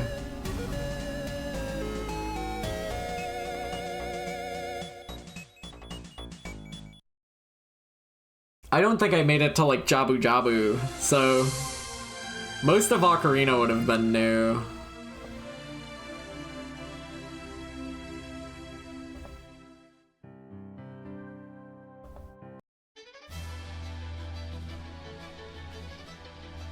I'm gonna take one of these songs out of this playlist. I'm gonna take that Stretch Panic song out. Sorry, Stretch Panic. It's kind of funny that I put Stretch Panic music in this playlist when I'm not ranking it. But it is what it is. I made a game with zombies in it, probably doesn't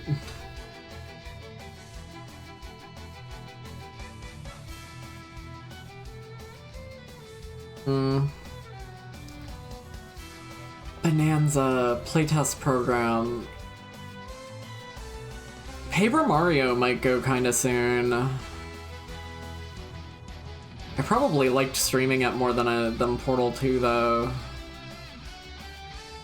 We're gonna have to like smash some of these down kind of soon. Crossroad OS I haven't really talked about, but I did really like. I want to put it higher up, but like probably still below like Moselina, maybe below Viewfinder. Actually, I think that's like a safe tentative spot to put it. Plop that in right there. That's still, Crossroad OS is still like a recommend. I'll probably, right before like once the list is done, I'll probably run through and like say that, hey, wishlist these like 5 Steam games, cause they're good.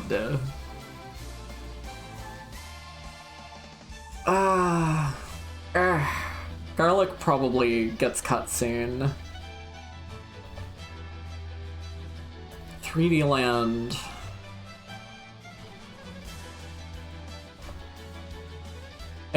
Game with zombies in it probably doesn't beat Tower. It probably doesn't beat 3D Land either. I think that's fair. Panko Park.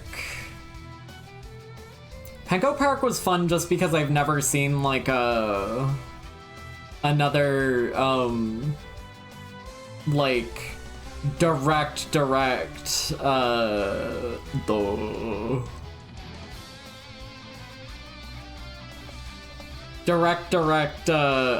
Pokemon Snap like before. Wario World, Ban. Pokemon TCG was fun. This is too hard. I want to go home. This sucks. This is tragic. Doc, what gets cut next? Who dies next?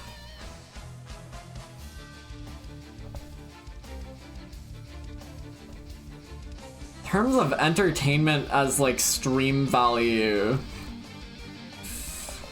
I think Kinky has to beat out Ocarina of Time. Norp? I liked Norp. It is like a number go up game though. Oh.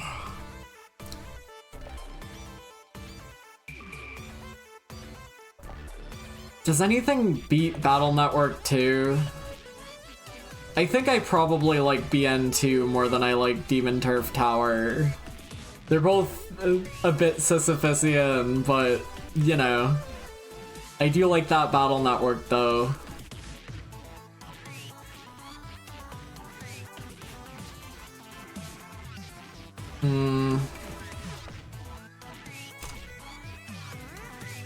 Chat, would you be upset if Portal 2 was cut already? Like I said, I've played it before. Chibi Robo is probably also getting cut around Paper Mario. You probably liked Paper Mario. Did I like Paper Mario? Chat, you watched this. Did I like Chibi Robo more than Paper Mario? Could I have? Is it even possible?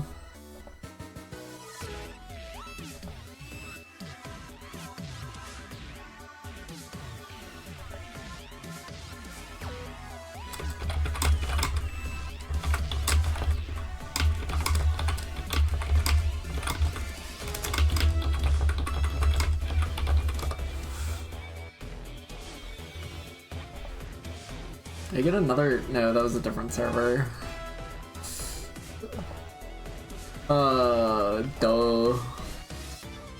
Doy. Sorry, I was looking at Discord. Bad streamer. Bad streamer moment. I'm I'm gonna say Somnium Files gets dropped soon. Can I squish the 2 kill list? Oh yeah, I can get it all on like one screen now, probably. Well, you mean to save list? Let me move these out of the way. Put these up top. Unranked.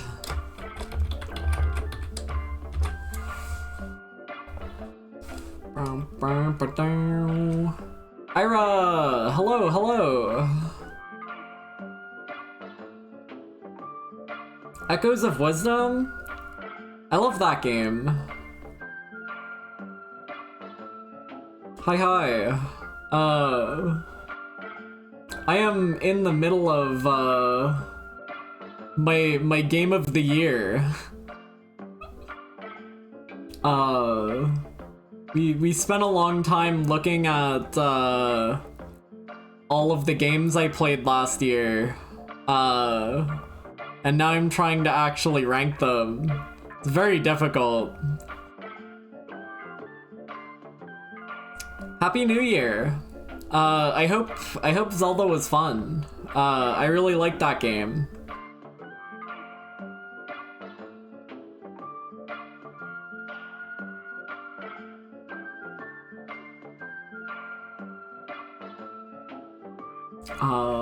Let me get this back over here.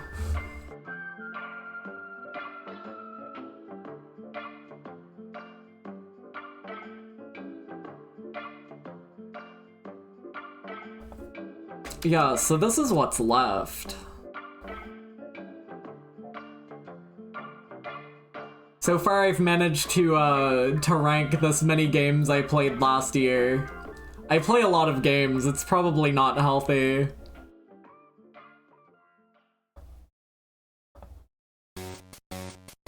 This is what's left.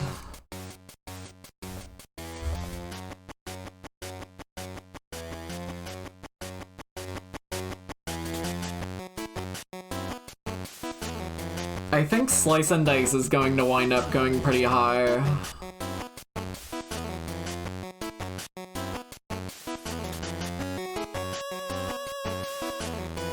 Oh yeah, shout out to MechKnight for the gift subs earlier. I saw that one go to you and I was like, oh, Ira got one. That's good.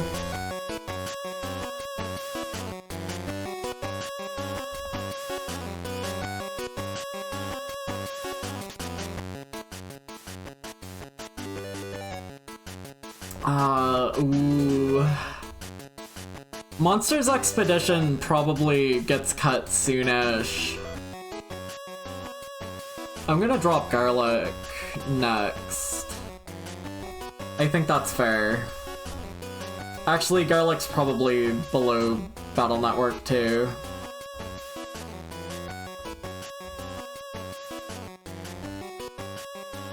What's this song from? I'll play it even if it's Void Stranger.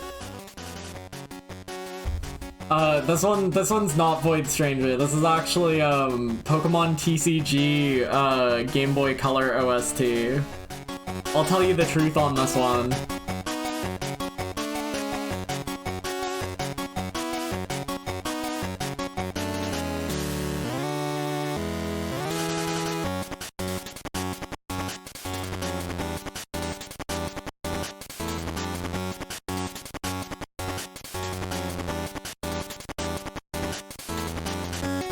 This is like the Elite Four theme, so you gotta play a lot of the game to hear it.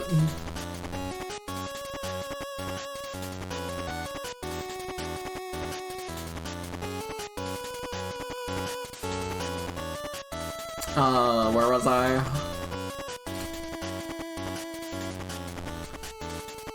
Chibi Robo. Is there anything else here like below Chibi Robo for me? In terms of like, I feel like Dragon Quest Game Boy Color could probably go soon, and I really liked that game. It was just a quaint little video game. I think I probably like D-Lit more than Tresbashers.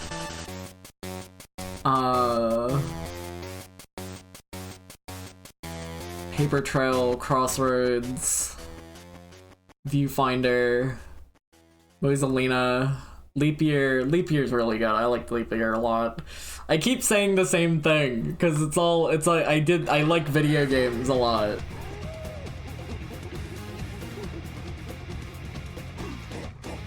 Liking video games is one of my favorite things to do. Wilmot works it out. It's below Leap Year. It's below Wild Frost. It might not be below Moselina. It might be kind of surprising that I know Wilmot is like ooh, ho, ho, ho.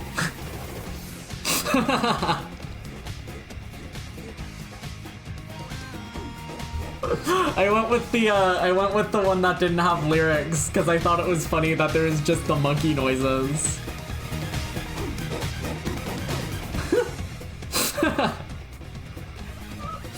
You would cast PK Gaming. I am like 90% sure the first time I played Mother 3, I was blasting off PK games, yeah.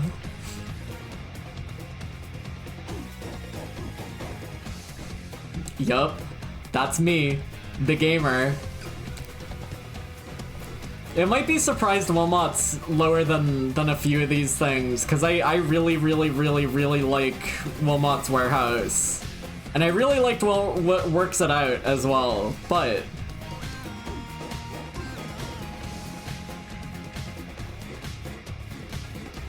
Oo's pretty high.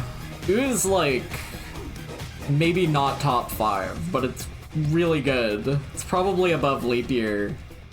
Those two might wind up stapled together. Dragon Quest, Super Mario Bros. Remastered. Yeah, I think okay, we'll move these down. And then move these down. I think that's fair. I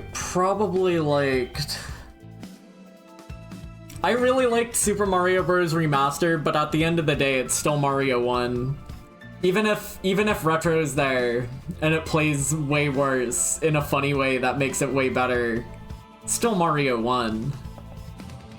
Despite the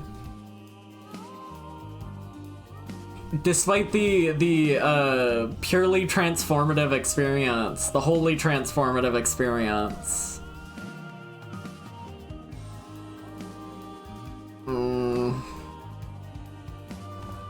Oh, I don't know where Banana's gonna wind up. Did I cut Kirby? I cut Kirby. Oh, oog.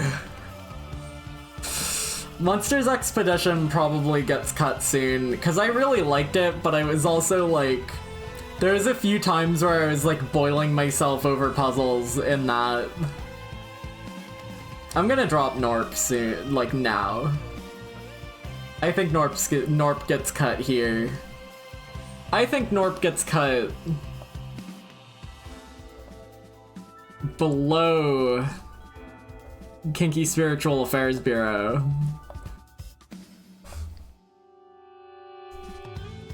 Chad, are you seeing any sweeping changes you'd make? Asobu Tights puzzle to number 3? Is anyone going bald over where Drill Dozer landed? I think we're safe. I probably did like Paper Trail more than Expedition. I heard people talking a lot about Expedition this year, but I think we played different games. I don't know if we played the same one. Because mine's not the game of the year. I think I Am Dead gets cut next. Right now. Game that made me cry at number 24? I guess that's fine.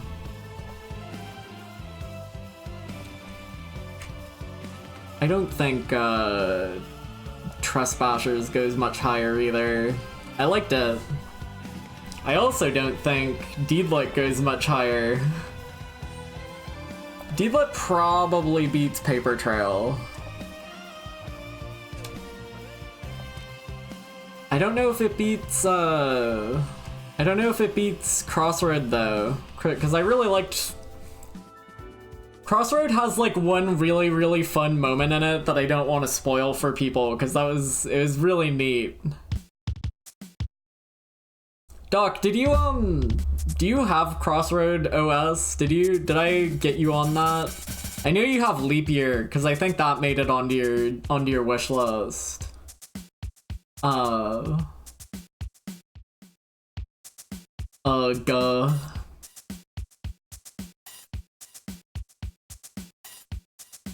No.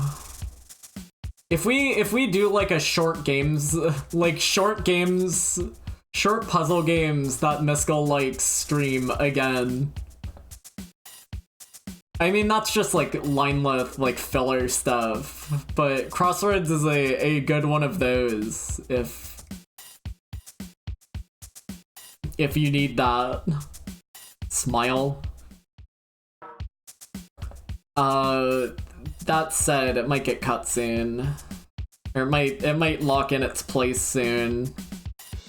How much higher can Wario World go? I really liked it.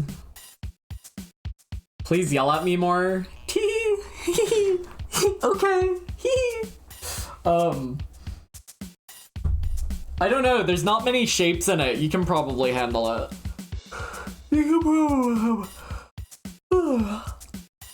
I'm tired, chat. I'm so tired. I need to stream for the 12 hours in case someone... I need to make sure I stream for 12 hours in case someone wants to do a gift sub at the exact 12-hour point, or else I wasted 5 hours of my promotion. So fucked up to say that. Which part? Yell at me more, or there's no shapes in it, so it's okay, or stream for 12 hours, or...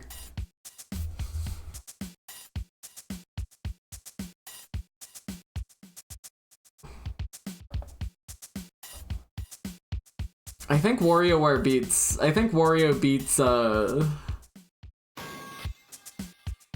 Deedlit.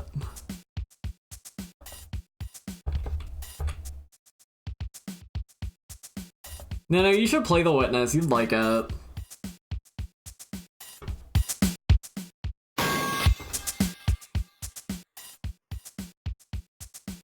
Fuck it, Wario, Game of the Year.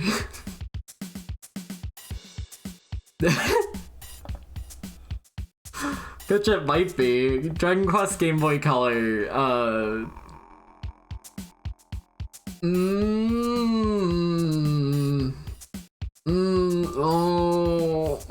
no, take it back off.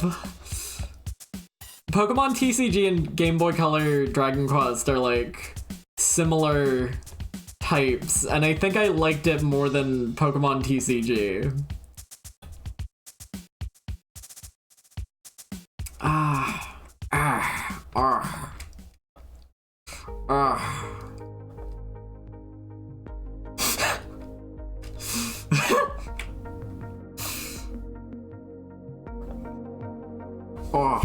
I just fucking smashed my silly bone into the fucking... I'm so evil to say you'd like it to a puzzle game. I would not like it. He hates thinking. Nano, use your goddamn brain. Rattle your brain cells around for once in your goddamn life. I'm sorry. I think you could like anything. I think you have it in your heart to like any video game if you set your mind to it. For Tunic, sure. This is Tunic music. Sorry. Sorry, I just looked at the red trophy on the side and laughed. It's not funny. I mean, it's kind of funny. Do you guys like that I had to, like, install a table behind me? Do you guys like that I had to, like, install a table to put the, to put the trophy on? Because I put it floating there behind me, and I was like, hold on. That doesn't really look right if it's just there. So I had to get the table there. Do you guys want table spoilers? Check this out. This is gonna fuck you up, right? This table is actually white. This is actually a white table, but I color corrected it to I color corrected it to like brown, so it would stand in better. What? What? That's crazy, I know. I fucking took the time to varnish that table so that it would match the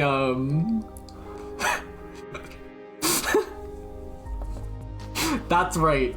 The table's been white the whole stream. You didn't even know.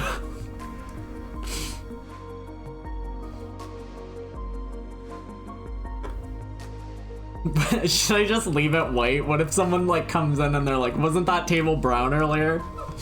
I don't think anybody noticed the table until I pointed it out. I mean, like, not enough to remember what color it is, certainly.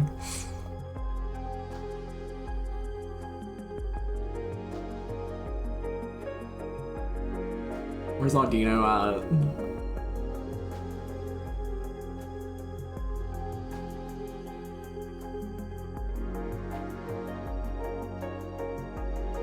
Tunic was really good. I really like Tunic. Gonna make the table brown. It's not right if it's white.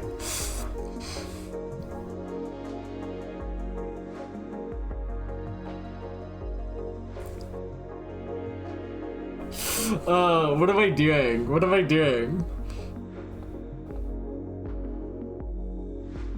Deedlit and Wonder Labyrinth, yeah, that's a fair place for it. Pokemon TCG, yeah, that's a fair place for it. How high can I realistically put playtest program?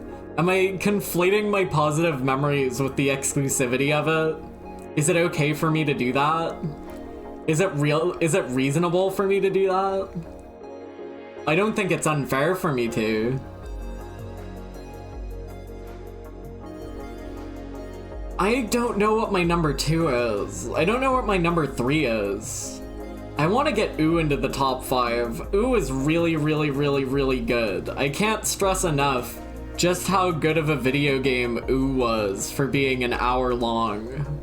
Like, it gave me everything I would have wanted from that type of video game in that hour, you know? Gave me more than I could have wanted in that hour. That's crazy. That's crazy. I struggled to put Crossroad OS above Wario World. I think that's probably where Wario hits it. I think I struggled to put Dragon Quest 1 on the Game Boy Color above it as well.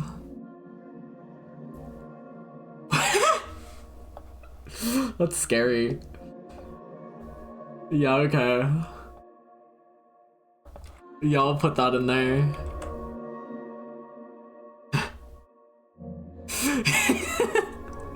That's scary. Okay.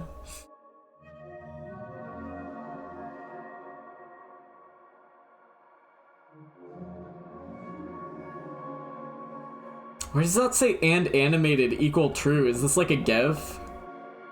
That's scary. Wait, what gets cut next? What gets cut next? Viewfinder? Dragon Quest Game Boy Color?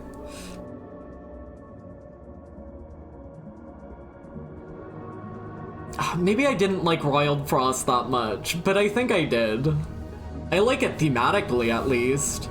Maybe the gameplay wasn't my favorite ever, but I don't know. It looks cute. I drew boobs about it, so it can't be that bad. Something must have clicked. Playtest program, Dragon Quest Game Boy Color. Is Dragon Quest Game Boy Color better or worse than Wario World? I don't know. I'm gonna put it above it, I think. This list is only valuable for the week it's made.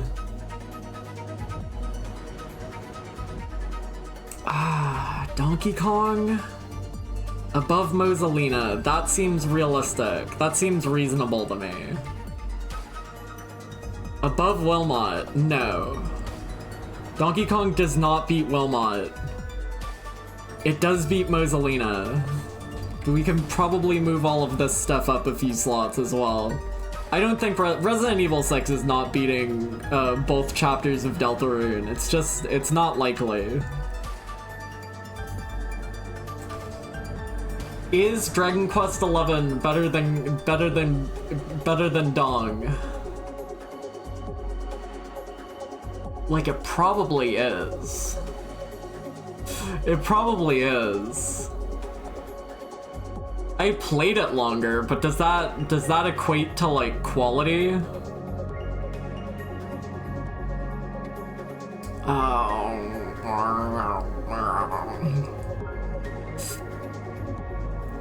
Take the Deltarunes off the list for a second. Take them, get them out, get them out. I feel like I'm too recency biased to Leap Year, but I did really like it. I liked it less than Ooh though. And I played it more recently than Ooh, so I mean, we could probably staple those two together. But I want Ooh in the top 5. I want Ooh to be at least top 5. Maybe Resident Evil 6 is number 6, still. So like, what's my top 5 then? We're getting there, we're getting close.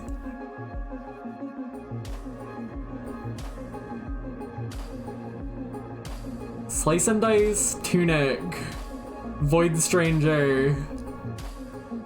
But Ooh can't make it in if we have both Deltarunes. This is so fucked. Well, I liked there's no way in hell that I liked Ooh more than either chapter of Deltarune. So, I don't think Ooh makes the top 5. That's just the way it is. That's just the way it is.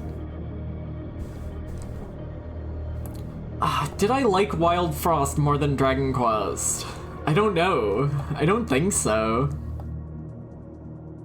But I didn't draw any Dragon Quest porn. I definitely didn't do that. Combine both Deltarunes, they're a package deal. No. No way. No way, Jose.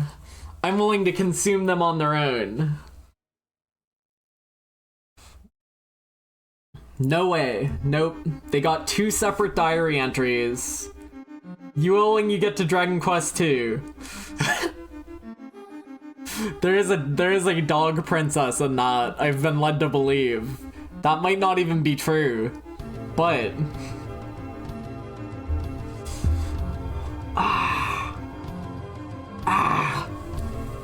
No, no, Deltarune 3 and 4 are separate entities. Even though, can you imagine if they released, like, Deltarune Chapter 3 without Chapter 4? And, like, it ended on how Chapter 3 ends, and, like, it was, like, a year wait before Chapter 4 came out? Wouldn't that be fucked up?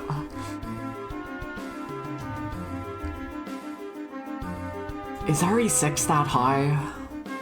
I think it is. RE6 had really, really high highs, and I mean, like, I think that's the Pete buff.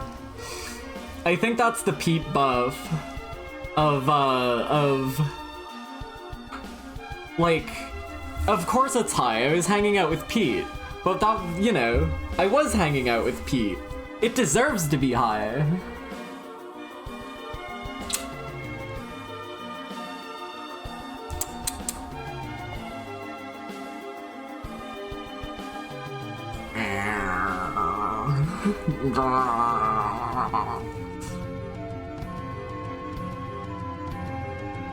Did I miscount these? How many slots are left? 1, 2, 3, 4, 5, 6, 7. 1, 2, 3, 4, 5, 6. Okay.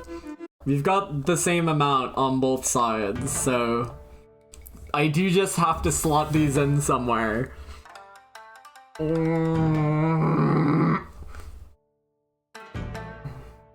For as much as I like Dragon Quest XI S, I don't think it's like... I think there's potential that I will eventually like another Dragon Quest game more than it.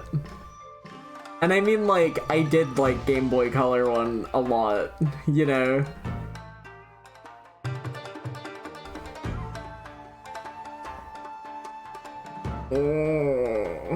Dragon Quest number 11. That is a great point.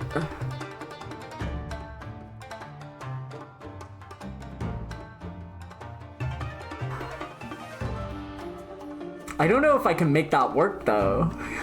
Where does playtest program go? Like there? Did I like playtest program more than leap year? Maybe. Probably. Dragon Quest 11 at number 12. It might be there unless I fudge the numbers to get Wilmot there. That's funny. I don't know if I liked Wild Frost more than Wilmot. But he didn't draw porn of Wilmot, so... That can't be the metric. That can't be the metric. Come on. That can't be the only metric here that matters. I mean, I didn't draw porn of Leap Year playtest program or Resident Evil 6 or Ooh or Deltarune or Slice and Dice or Tunic. But...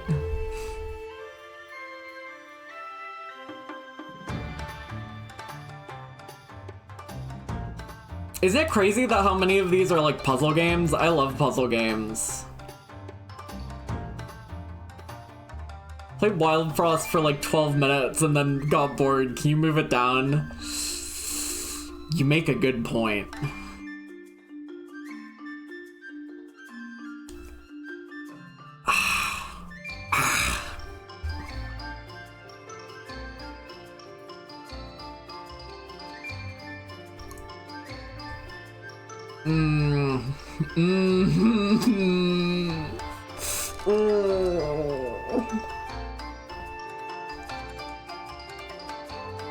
I just think Wild Frost deserves number 10.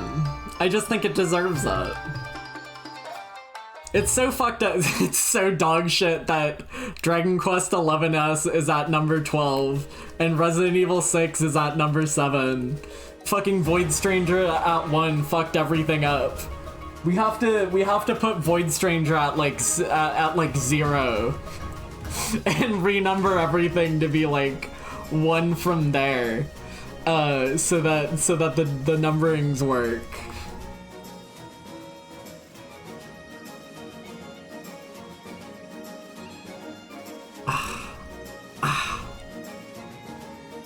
Can you combine Deltarune chapters? No.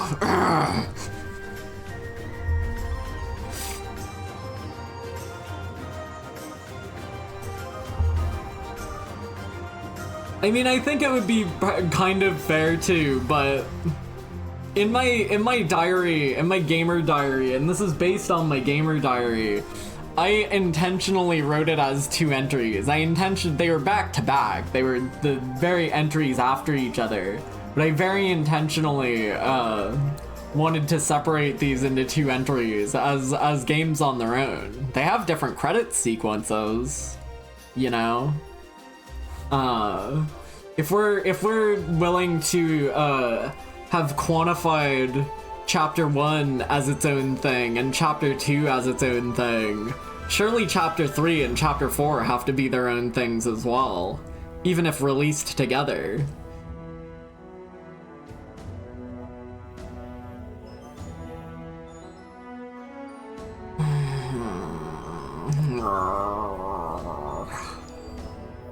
I don't know if I can say I liked Slice and... Like, I liked Slice and Dice a lot. I liked it more than Ooh. I can tell you that much. I wrote a lot of notes. I learned how to read a language for Tunic. At least some of a language. Kind of.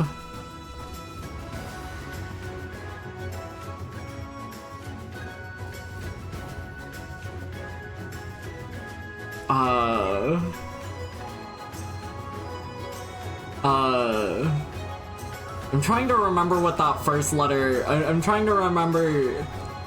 Where's, I think that's your... I think that's your... I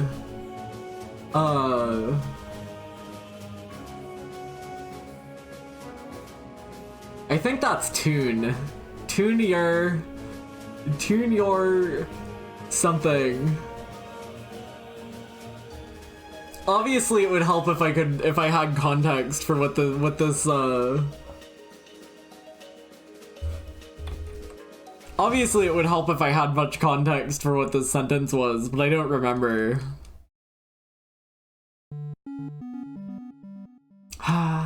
Tunic was really good. I like Tunic a lot. Tunic was really good if you like what Tunic is. Tunic fans will love this game. I'm talking about Tunic.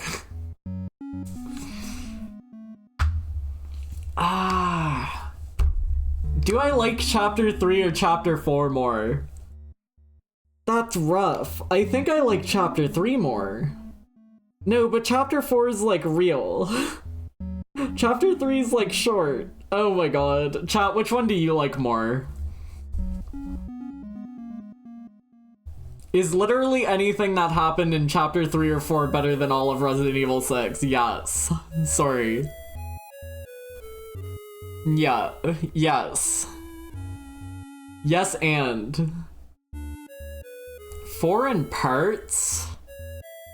I feel like all of 4's Dark World's great, and I like the bit where you're like in the house and like eavesdropping as the heart is great. And like taking Susie out to get lunch, that's great. No, 4's great. 4's so good. 4 is so good. And like the Dark World's good. The Dark World's like all the parts of the and the Garson fight, it's good. 4 has to be 3. There's an old man. There literally is an old man.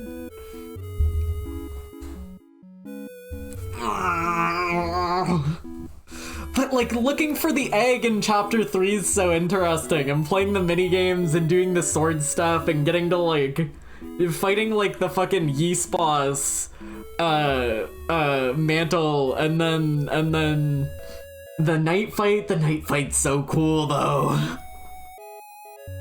I love Toby Fox. I literally do. I do. I love Undertale. I'm not afraid to say it. Though Deltarune's like way better than Undertale, it's not even close.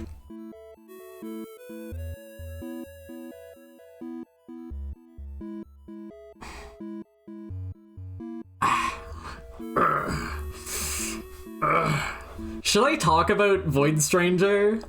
Should I address the elephant in the room, or are we just all okay with it being #1 without elaboration? Like, am I allowed to slot that into #1 and turn the stream off without talking about it? Because I kind of want to. I kind of think that's... I kind of think that's like... I don't know, what do you want me to say about it? Looks like a fuck-ass Game Boy game, it's dog shit. Bro.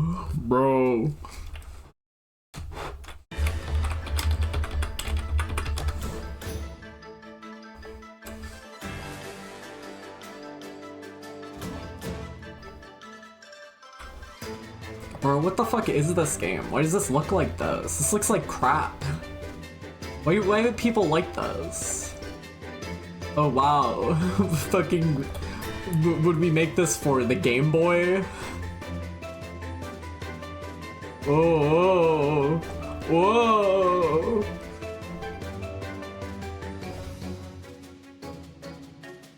I think it's kind of funny that some of these, I'm like pretty sure some of these floors on like, in these like Steam screenshots, I think some of these are impossible. This one's definitely impossible. This one's literally impossible. Because you would hit that sigil and, you know, walk over, you'd have to like step on the sigil, then turn around to pick up a tile, and then you would die because you can't turn around.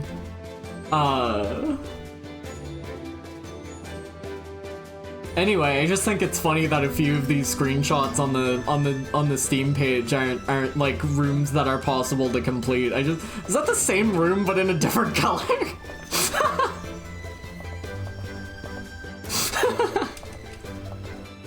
That's funny. Did you know you can make Void Stranger green? And orange? Wait a second. Hold on.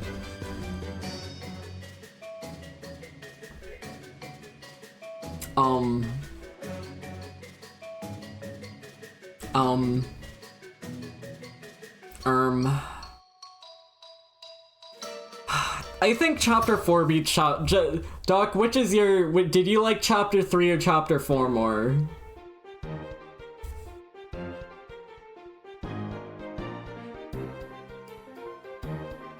I think I also liked 4 more. Jal, did you like 3 or 4 more?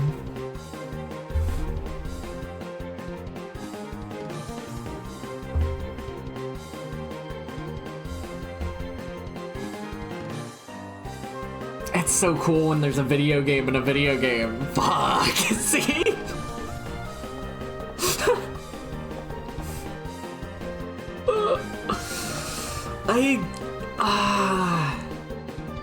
I don't know if I'm putting Tunic at 3 or 2.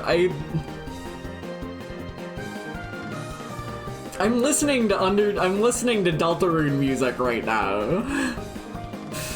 Tunic, it's really interesting, right? Because in the way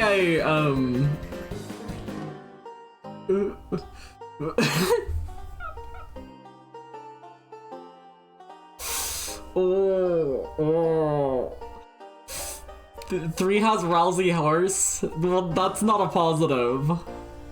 Poor guy. I can't believe they do that to him.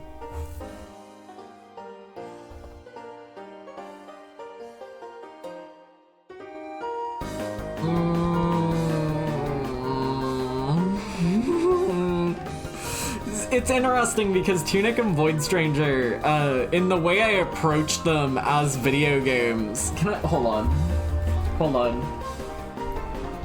Chat, let's talk about Void Stranger for a sec. Chat, let's talk about Void Stranger for just a second. If you will humor me. Let's talk about Void Stranger for just but a moment. If you will humor me on this. Let me pull up is this working? I hope it works. Video capture device. Microsoft LifeCam HD. Alright. Chat, if you'll humor me on this for just but a moment.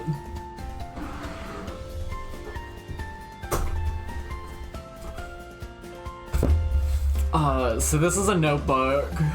You may be familiar with that concept. You may be familiar with that concept of a notebook. It looks kind of scary. Looks like the fucking Death Note. Don't worry about that part. I wrote a, frankly, absurd amount of notes for Void Stranger. I wrote a frankly insane, crazy person amount of notes for this video game. I wrote a frankly absurd amount of notes for this video game. I essentially wound up writing my own my own walkthrough for the entire video game, floor by floor. Not because it was entirely necessary, but because I wanted to know that I had solved each floor. I wrote a, frankly, absurd amount of notes. You do not have to do this. This is not how you have to play this video game. I decided to play this video game like this, like a crazy person. This isn't, that's it, no. This was already in the notebook when I was going through this. So you don't have to play the video game like this. I would actually maybe advise against playing the video game like this, but it is worth saying that this is how I played. Okay, there it is. That's all my notes for Void Stranger. It is worth saying that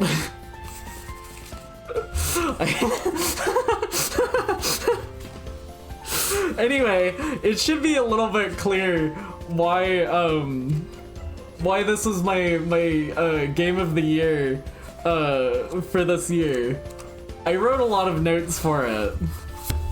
Anyway, that's to say that when I played like Tunic and I wrote 11 pages of notes and I translated the language and I fucking loved Tunic, it wasn't even close. It didn't even compare. It didn't even compare. It wasn't even close. You don't have to play it like that. I think it's important to say that I played Void Stranger like someone who was writing a wiki about Void Stranger would have played it. You don't have to play it like that. I played it like a crazy person. Anyway, you don't have to write the Void Stranger wiki because it exists already. I didn't have to write the Void Stranger wiki for myself. But I did, goddammit.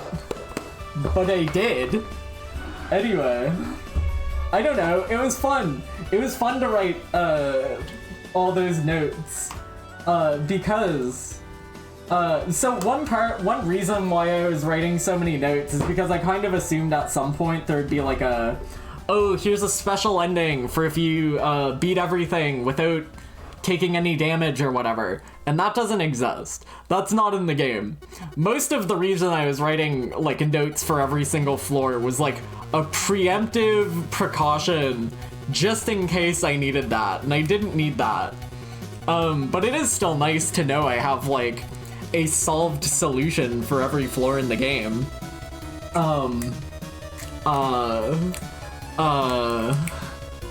Is there anything else I had to say on that topic? But yeah, it was fun to put lore together, because you hear names before you see character designs and stuff. So it's like, you hear the name like Gore, and it's like G-O-R, and it's like, I don't know who that is. Who's Gore? Who's Lev?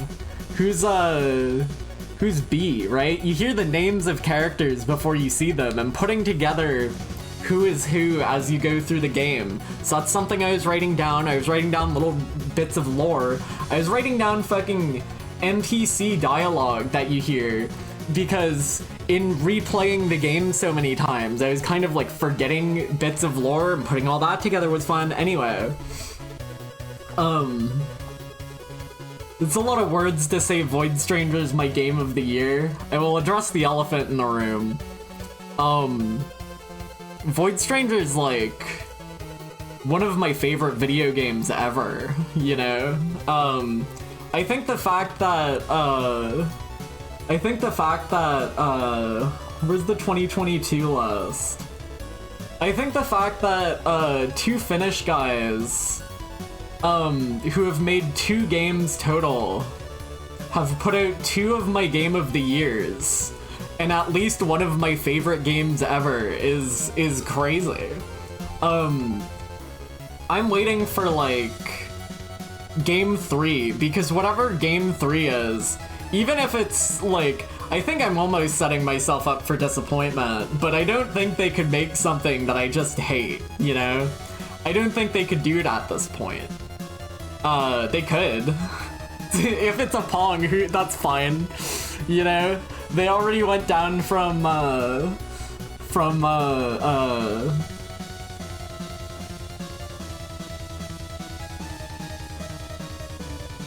and the music in Void Stranger is really good. Anyway.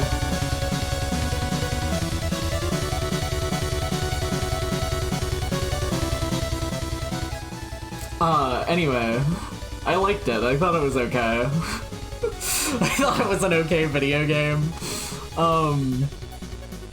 Yeah, I think getting 2 Game of the Years for different years from from the same devs, from the same indie devs, even, is already kind of crazy.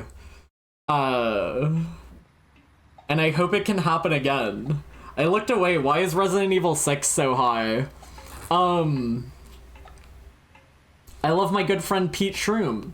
I love to have fun with Pete. I really enjoyed Resident Evil 5 and Resident Evil 6 as, like, co-op slop. Co-op slop's fun. I think Resident Evil 6 gets, like, a bad rap by people who haven't played it because, for, like, a decade since it's come out, people have been like, that's the bad one. That's the bad one. And it's not the bad one. It's the good one. You're all just stupid. That's not fair. No, it is fair.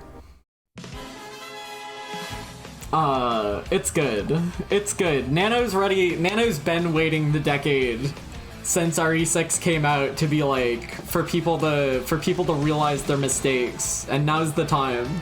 Chad, I think Chapter 4 is better than Chapter 3. I love video game, but like, I think Chapter 4 is better than Chapter 3. Am I allowed to put, like, Tunic above Chapter 3? I feel like that's fucked up. I don't know if that's right, you know? Maybe I should just bundle them together. You know? Maybe I should just bundle them together. Cause then Oo gets to make the list, or the top 5. Who gets to make the top 5? Resident Evil 6 gets to be number 6. Dragon Quest 11 gets to be number 11. It all just works so perfectly if I relent. Like, honestly, if I'm going to put them at slot 2 and 3 anyway, I might as well, I might as well put them together, right? I might as well, everything works out a little bit better if I put them together. I think it's number 2. I don't think... For as much as I liked Tunic, and I did like Tunic... Where are my notes for Tunic? Hold on. I'm gonna stand up and see if I can find, like, the notes I made, for Tunic. I'm gonna stand up and see if I can find the Tunic notes. Did I put them in with the physical manual I bought? I just brought my... Oh no. Oh no. Oh fuck. Oh no. I just brought my small scissors that I keep at my bedside, under my bed. They're gone forever. There they go. They put the Tunic notes in with, like, the physical manual I got. Is that where it went? Is it, like, at the end? It is. No, that's just one bit of the notes. That's just, like, the language decoding. Anyway, I still wrote, like, 11 loose leaf pages of notes, which would probably be about, like... It would probably be a pretty good amount of those, like, smaller notebook pages, because those smaller notebook pages, those are small pages. That notebook size would probably be, like, a good, like, 3 pages of loose leaf paper. So the 11 pages I wrote for Tunic would probably have been, like, probably be like 30-some pages of my Void Stranger notes. Chad, I need to pee. I need to pee. I need to pee again. I know it's fucking stupid to stop the stream again when we're 3 from the end, but I can't lie to you. I need to pee crazy style right now.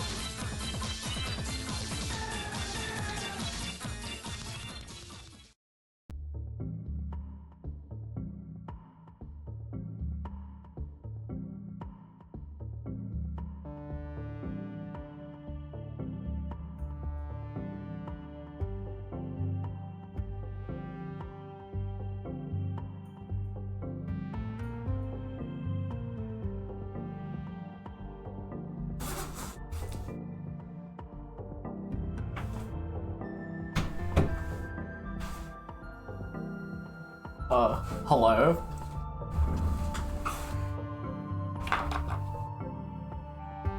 Looking for Tunic in the same pose as Tennis Spring Spampton? Huh?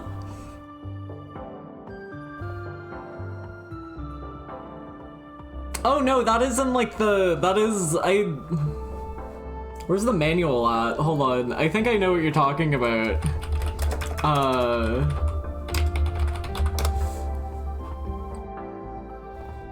Tunic manual untranslated.pdf. I would hope it's untranslated. I love the little drawings in the manual. The manual in Tunic's so it's so good. I love Tunic. Tunic's good.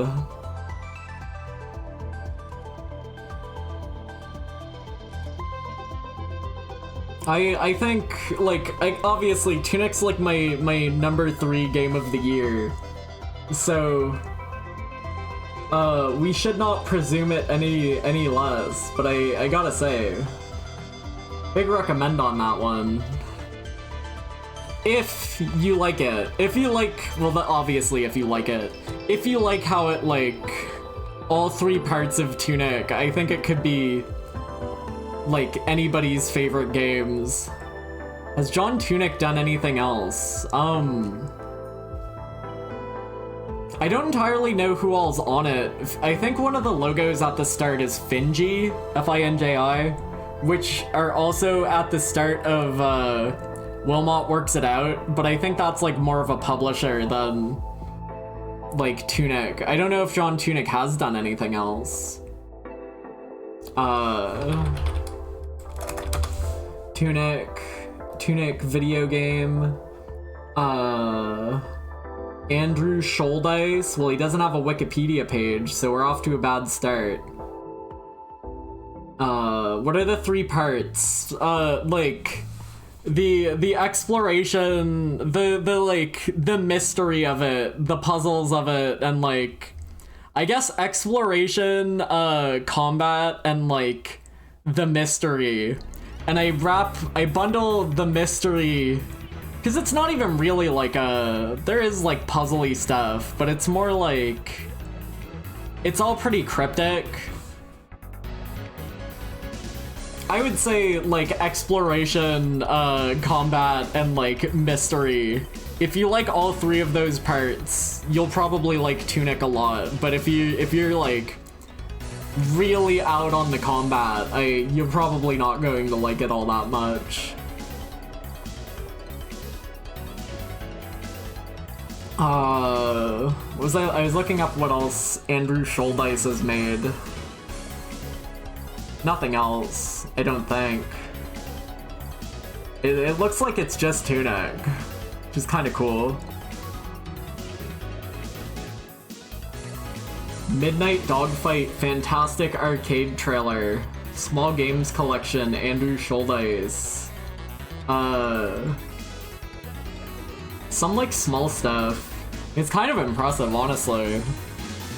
Some small stuff like 8 years ago. Oh my god. Tunic Update 2 8 years ago. When did Tunic come out? Tunic was like 2022, right? Yeah, 8 years ago? That's crazy. Tunic's just been in development for eons. Tunic Update number 1 8 years ago. I mean, I guess it only took 5 years to come out, but still. Because 2020, well, I say 5, well, okay, hold on. 2022 is 4 years ago now. But I mean, not yet. It came out in March. Well, that's close enough. Anyway. Yeah, it doesn't look like he did much, like, big before that. It's kind of interesting.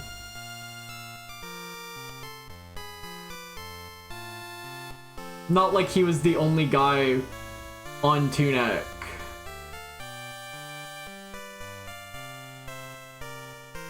Solo project in 2015.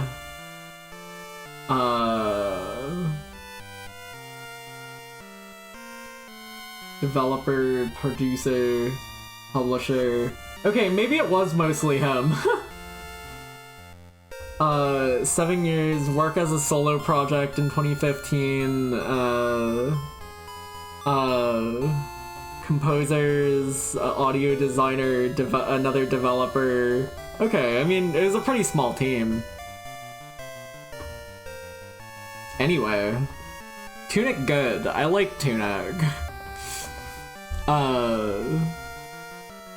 Is Tunic my number 3 or my number 2? I think it's my number 3.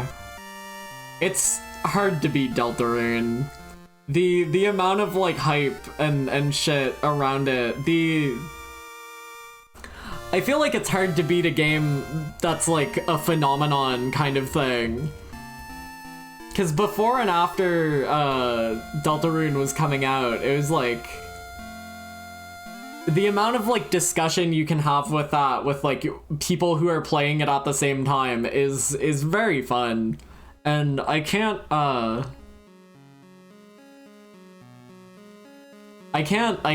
give that like I have to praise that, you know? It's just good. You'll love to see it. I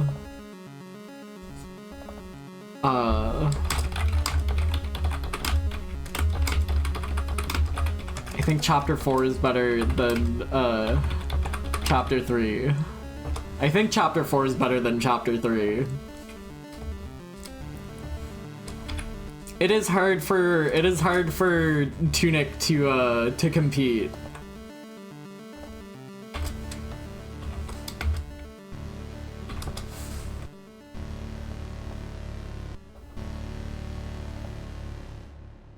All right, well, I guess that's that, huh? 2025's Game of the Year Ultimate Power Level Ranking.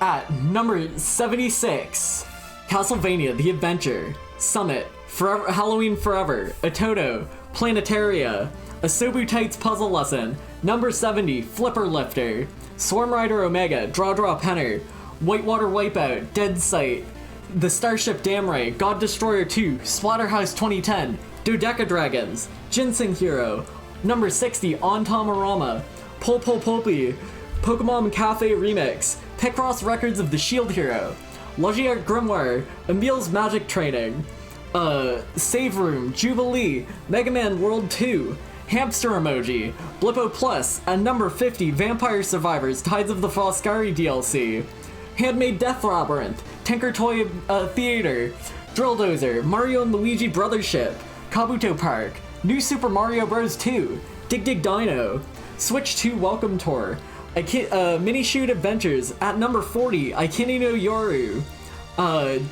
Demon Turf Neon Splash, I Made a Game with Zombies in It, Mario 3D World, Penko Park, Demon Turf Tower, Garlic, Mega Man Battle Network 2, Portal 2, Chibi Robo, at number 30, Paper Mario, I The Somnium Files, Kirby Starcross World, Zelda Ocarina of Time, The Norp Epilogue, Kinky Spiritual Affairs Bureau, Super Mario Bros. Remastered but specifically playing as Retro, who's a bad character but like in a funny way, I Am Dead, A Monster's Expedition, Trespassers, Paper Trail, at number 20, Pokemon Trading Card Game, the Game Boy Color game, Deedlit and Wonder Labyrinth, Crossroad OS. Really reading this out like I'm reading my Patreon supporters. Can I give a thanks to, let me read out everybody who subbed. Or gift subbed, I guess. Well, now I don't want to do it anymore. You fucked it all up. How do you feel now, Nano?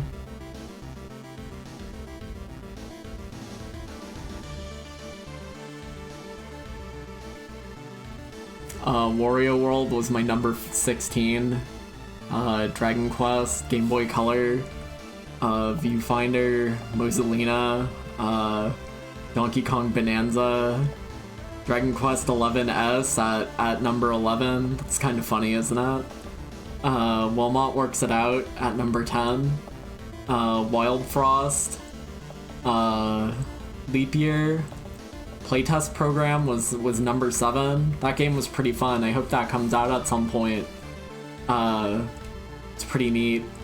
Resident Evil 6 at number 6. That's kind of funny, isn't it? At number 5 is Ooh. Actually, I don't actually know how to pronounce the umlaut O, so that could be anything. Number 4 was Slice and Dice.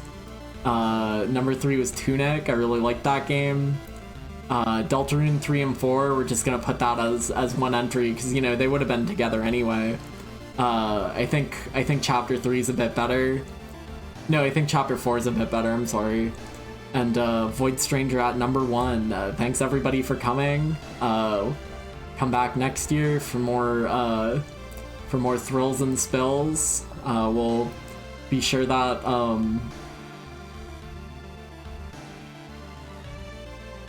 we'll be sure to play more video games for next year. Hopefully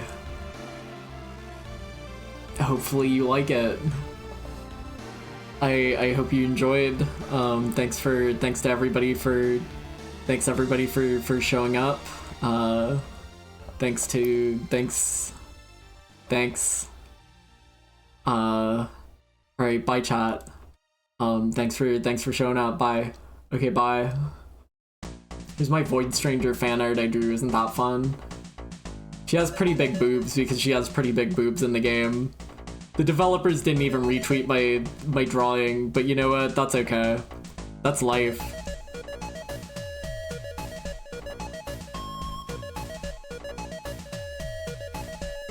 And I gave them Game of the Year for it. Chat, am I doing anything else? Am I stopping streaming now? What am I doing? What time is it? I didn't take my pills 2 hours ago. I was supposed to take my pills 2 hours ago. I retweeted it! Subject, you're my hero. Oh. Did I take my pills 2 hours ago?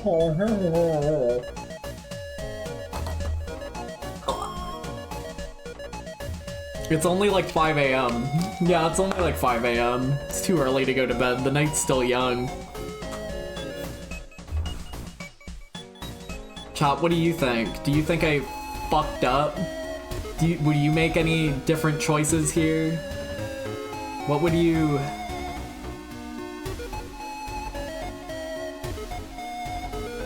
Would you play a video game? Seriously, big recommends to, Leap Year. Ooh. Write this down, chat. Go on Steam right now. Go on Steam right now. Hit a big wish list on Ooh. Hit a big wish list on Leap Year. You can't see my... I forgot she was there. Hold on. Hold on. I forgot she was there. Get out of here, Gray.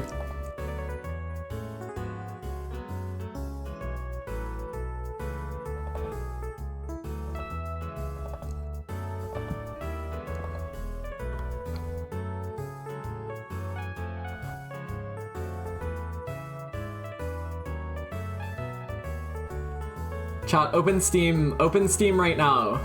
Open Steam right now. You wanna wish list Ooh. It's really good. You wanna wish list Leap Year. It's really good. You wanna wish list Crossroad OS. It's really good. It's number 17, but it's still really good. I liked it. You wanna wish list those 3 games, and then they're gonna go on sale at some point in the near future. They're all puzzle games, so if you're stupid as hell, if your brain doesn't work, maybe you won't like them, but you know what? I believe in all of you. I think you can all manage to rub 3 brain cells together and make it through a video game now and then. I think you can do it. I think you can do it. I can't seem to find playtest programs. Should I reach out to Nintendo directly? I mean, like, what do you think they would do about that? Do you think that would make them, like, more likely to release it? Like, probably, right?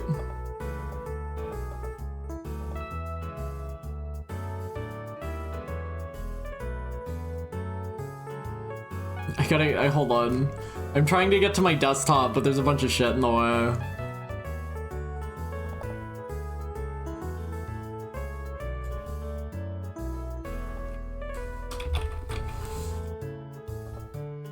this safe to boot up? I wonder what will happen.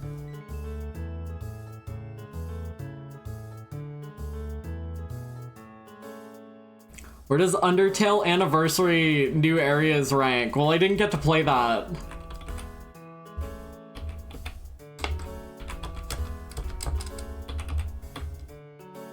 I didn't get to play that part.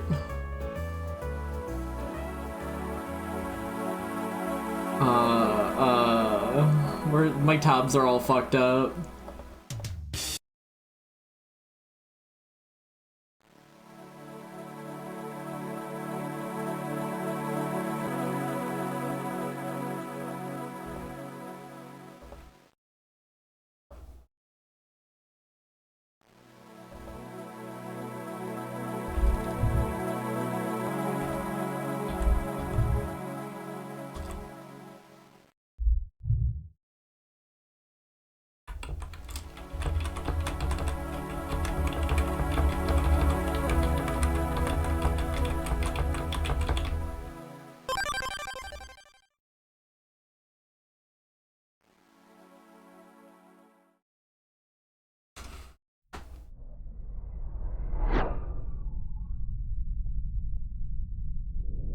Who do I give the retro to? I don't think Toby Fox wants this thing. If I showed up to Toby Fox's house with this, he'd fucking slap it out of my hand. He doesn't want this. Does it go to what do I give this to? Does anybody want this thing?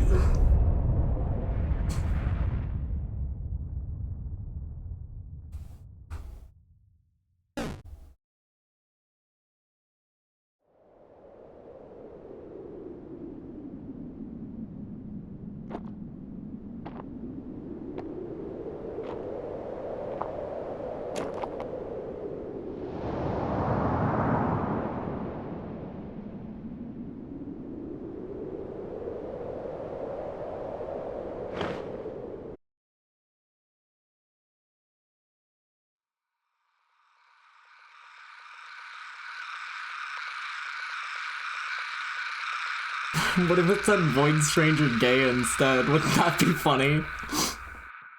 Yeah.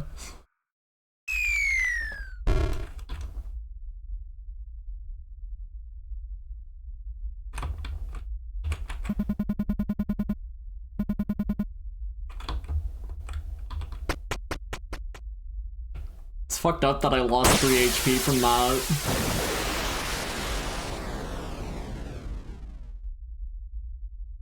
Her boobs are kind of big though, huh? That's crazy. Wonder what that's all about. Wonder if there's any plot significance there.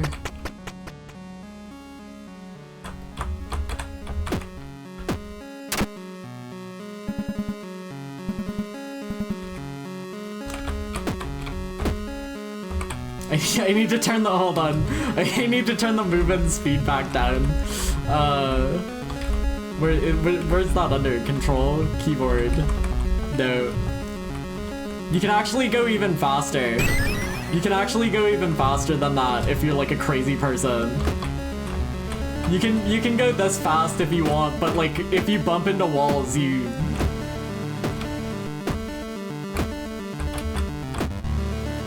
Is her boob size part of the plot? I dare not say.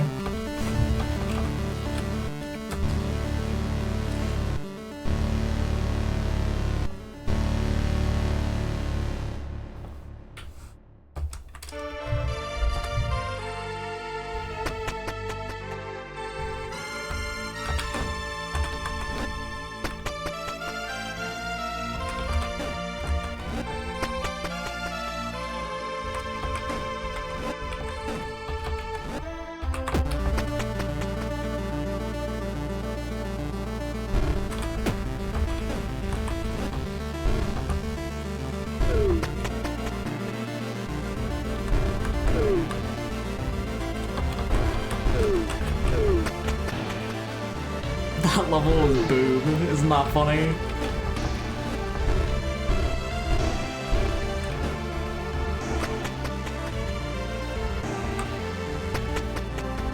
Not there to engage with that.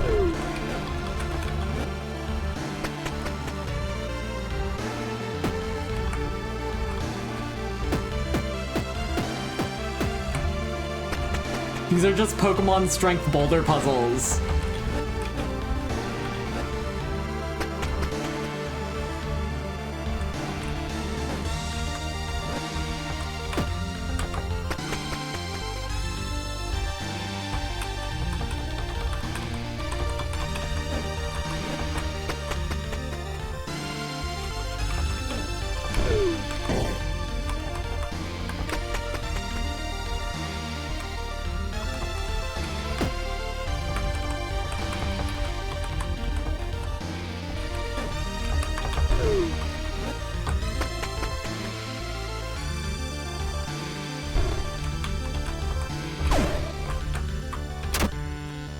I'll get that one.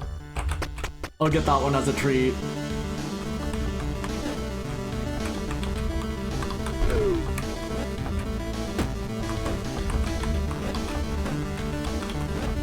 I hope this keyboard ASMR is pleasant.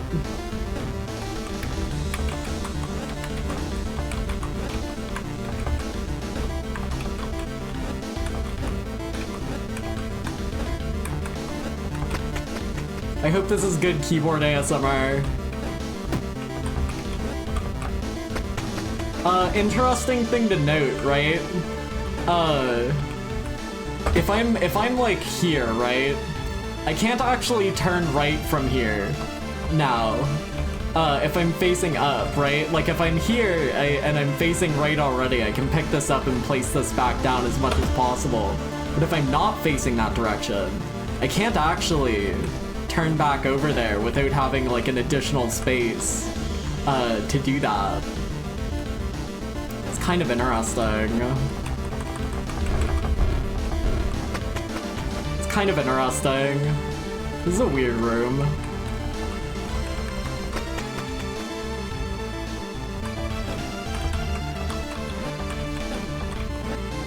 Hold on, that's not gonna work.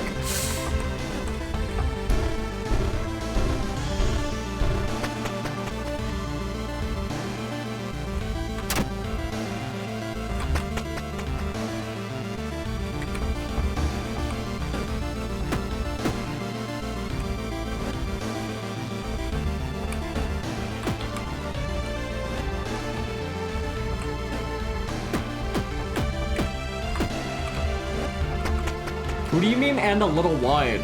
Did you have like Izzy widened during that? That's fucked up. Chat, do you want to stop and talk to this nun or do I keep going? I know the first time I played this nun fucking got killed, died to fuck. Do I stop to talk to her? Do you want to hear what she has to say? Please don't kill me. Sheesh. Scared me senseless right there. Chat, did you know? Whenever you oh, hold on.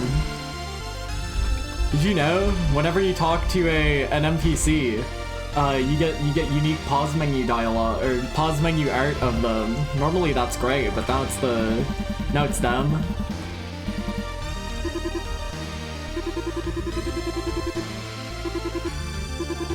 Sister Ballbuster's gonna skin me alive if I don't show up soon. It's a pinch. Wait, what the hell? Can they say that? Hold on. Keep on keeping on.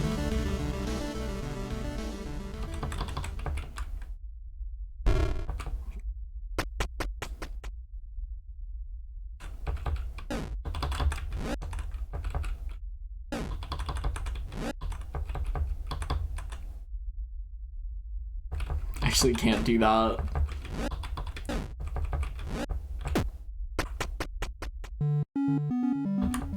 Good heavens. Excuse me, ma'am.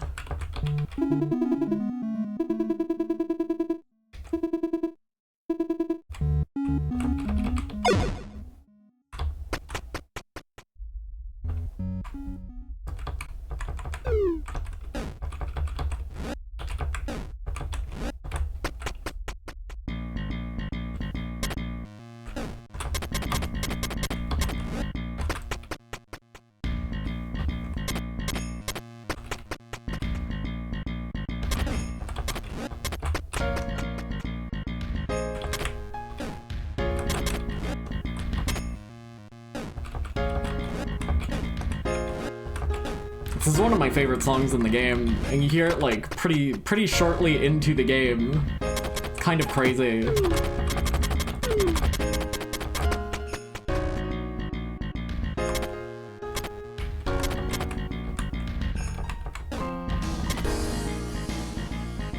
I have glass on hand?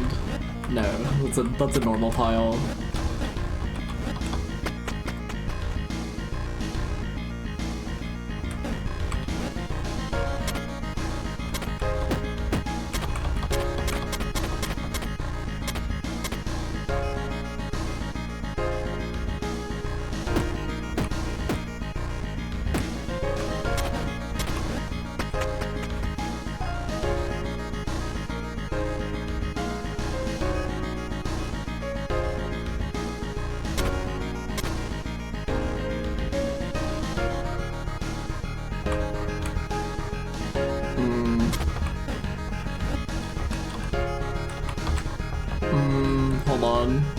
Hold on.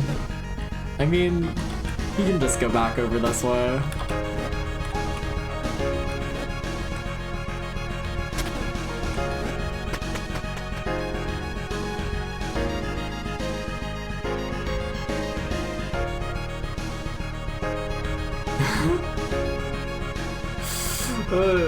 Was looking at development stuff and I found an image that said 100 mana recovery, 100 movement speed, to an image of a flat chest and an image of big boobs. Good god, I scrapped that idea. What? No, that sounds good to me.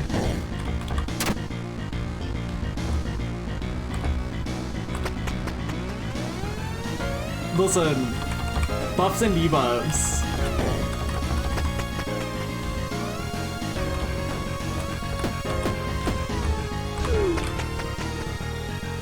What do you think of these mouth type enemies, chat?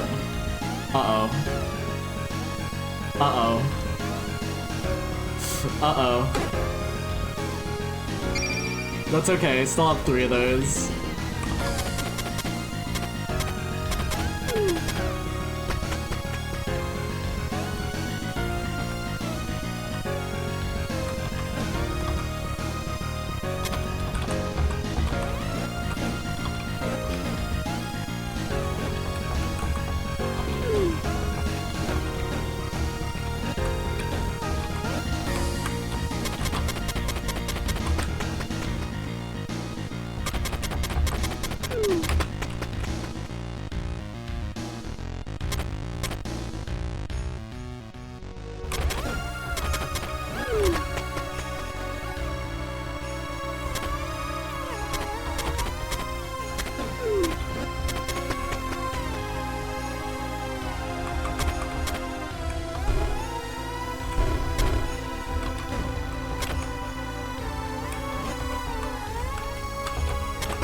Almost fucking tumbled into the pit for no reason there.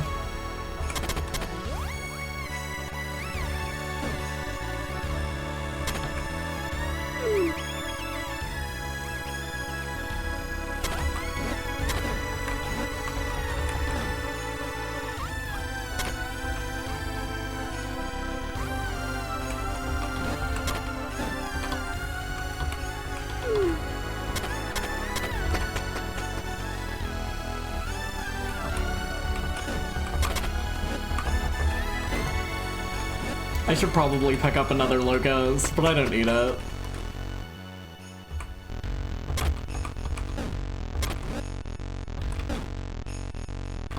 Uh-oh. Wait a sec, hold on. Bad order. I mean, as long as you have like 4 tiles, you can mostly get like anywhere. As long as you have like enough room to move the tiles around, you can like juggle tiles anywhere. Kinda crazy.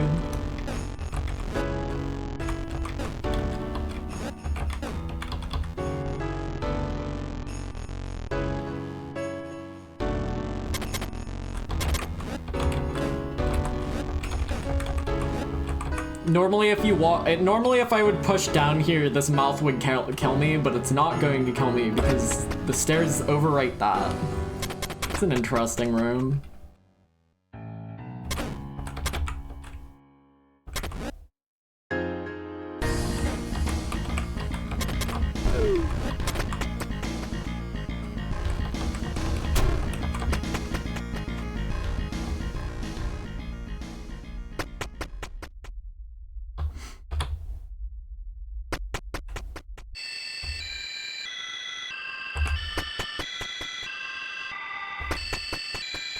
This is an easy floor. That was an easy floor.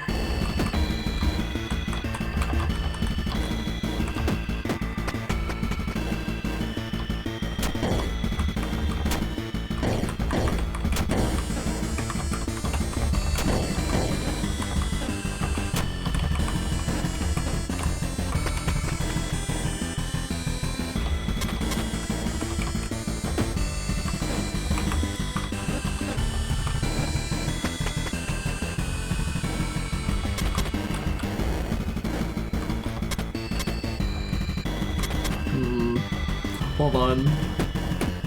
Hold on. Ooh, yikes. Ooh, G-Wiz. Alright, hold on. Maybe I should get that locust in here.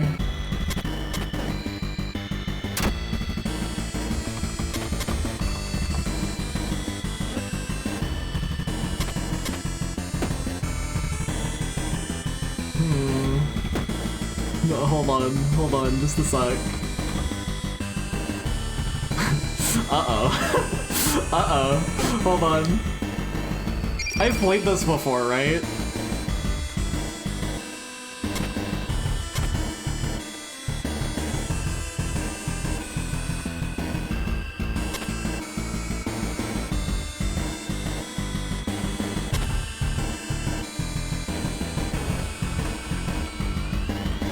There we go. There we go.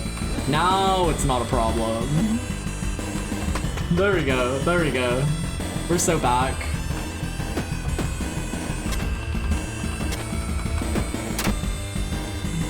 Grab one of those as a spare.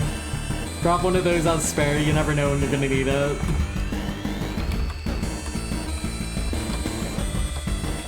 Uh-oh. Hold on. Hold on. Oh. Here we go.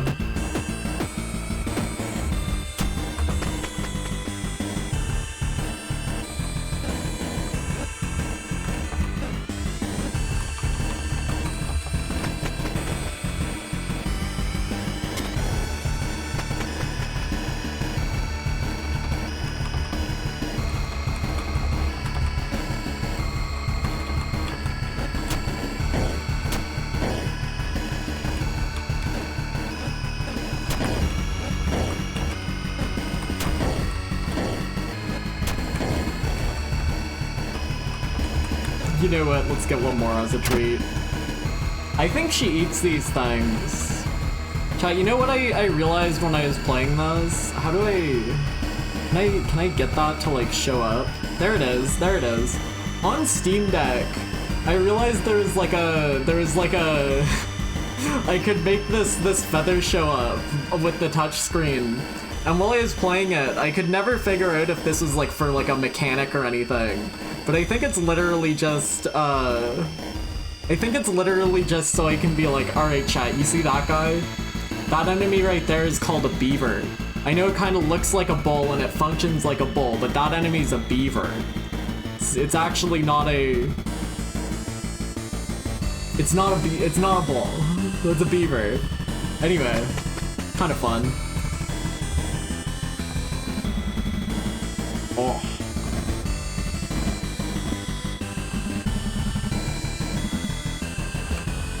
No, bro, listen. I don't do handouts, man, I'm sorry.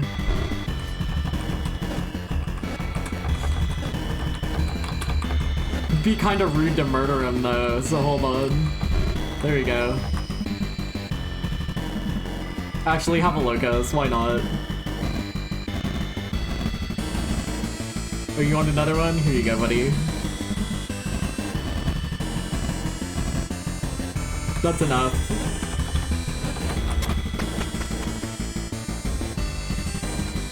There's like 4 versions of this room in the game. It's actually absurd how often they make you do this room.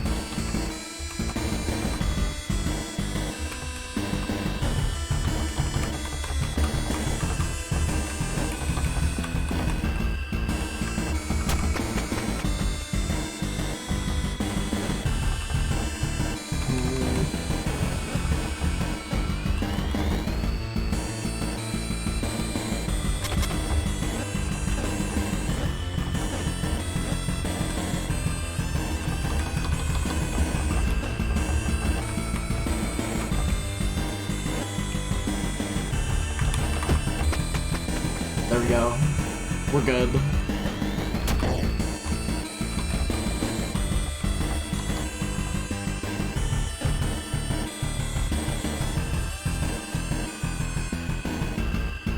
Do I want to do that?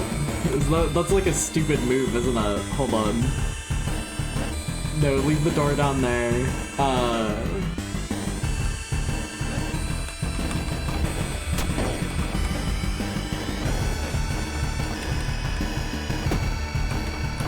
There we go. That'll work. That'll work. That'll do.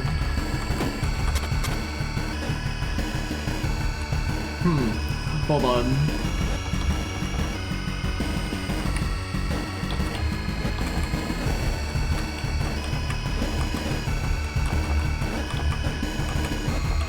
I kind of wanted to get that locust over there, but now's not a good time for it.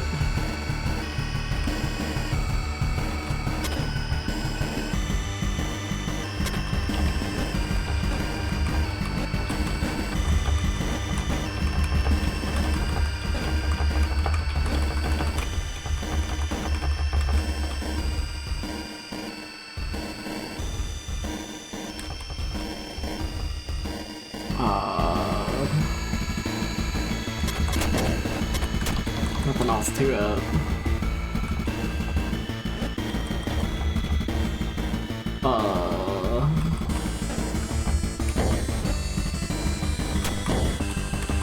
There we go. Well, hold on. I don't know if that's gonna work either.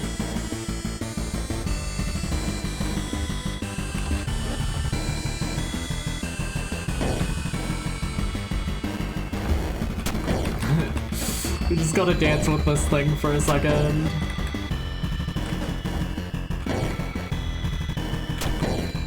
Actually, I might be fucked. Hold on.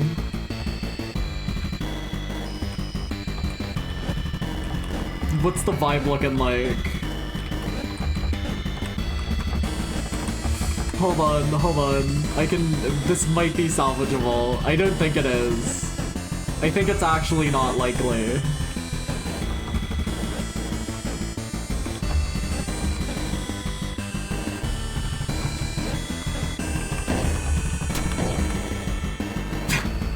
No, this one's not. No, we're fucked. I fucked it.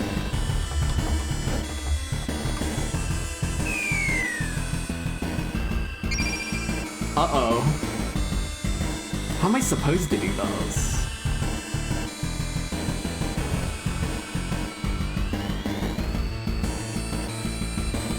It's been a while since I've had to do this floor, huh?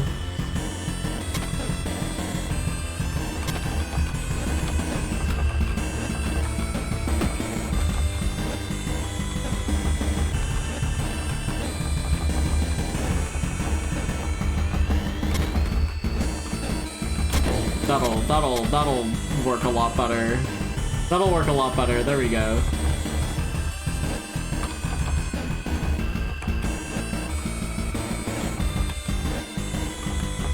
Because I just needed to get that to like there. Actually, I need to get that to like there because I'm not going to be able to bridge left after that. Anyway, we're good. We're all good. Everything's fine. Place that there. Bridge back down over to the button here.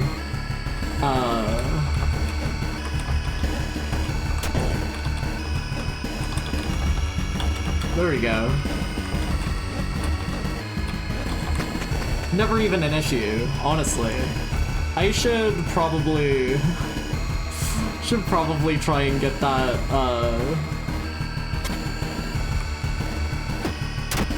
should probably try and get that chest.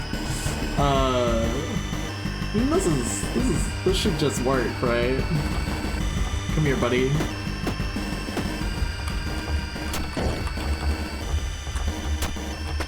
There we go.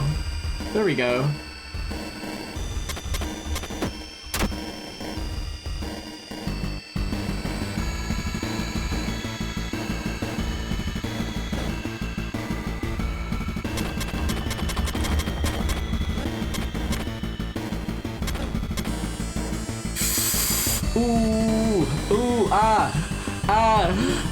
No, we're actually good because he needs a tile to reset. Okay, we're good. Whew. A little scary there. A little worrying right there.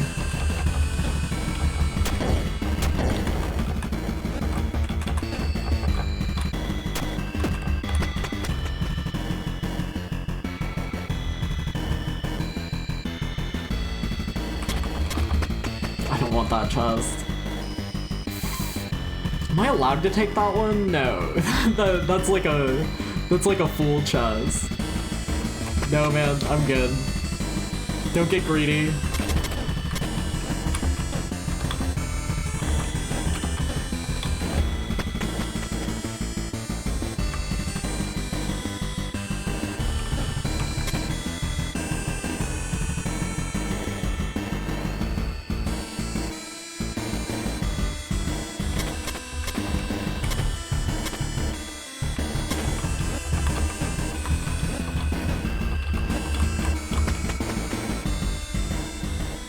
$84?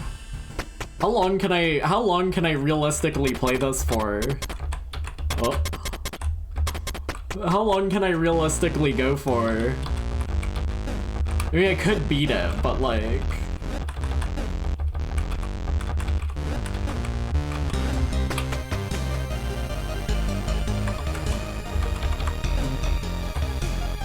I don't think I've done it yet, but like, you can like move the stairs and shit.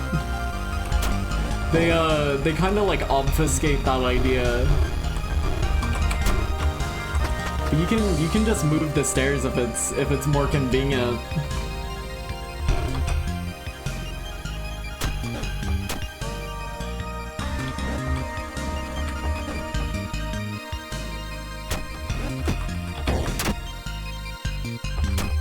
Might as well get that locust as a treat.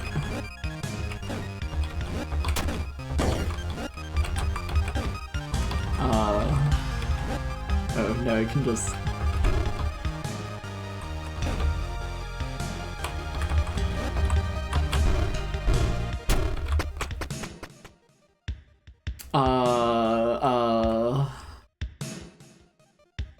This is another one where like just moving the button is a lot more useful than trying to push the rock.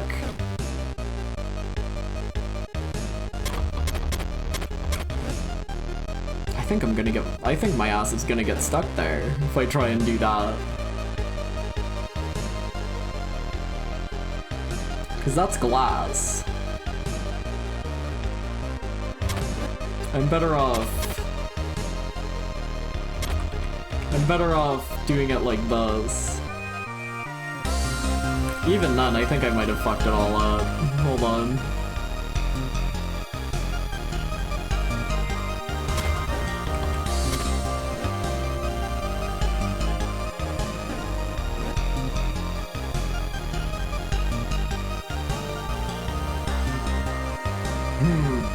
No, I fucked it. It's blown. Hold on. Hold on. Hold on, no wait, we're so back. Oh,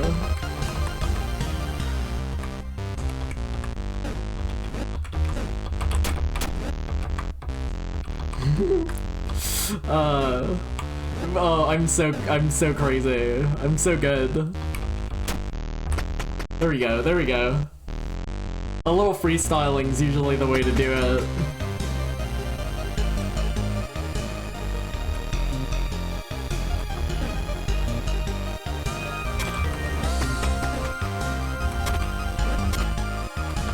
Who's that?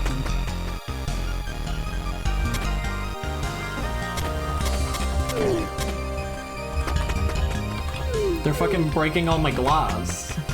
What an asshole.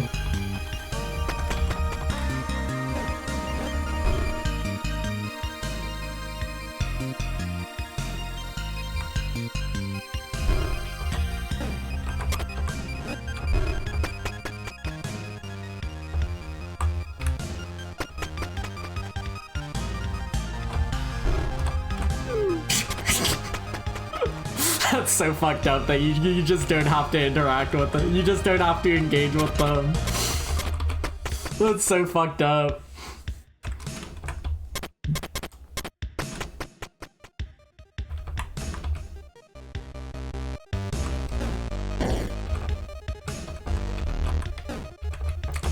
Normally they would steal your stuff if you talk to them. There's actually something really fucked up you can do, and get them to run into like a bull here, and they like fucking explode and they drop your stick on the floor. It's honestly kind of fucked up that you can do that.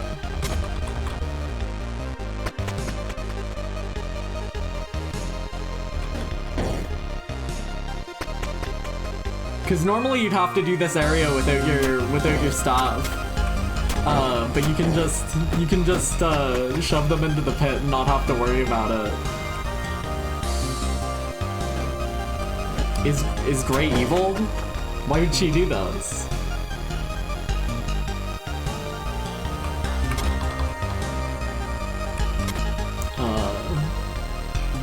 Hold on. There we go.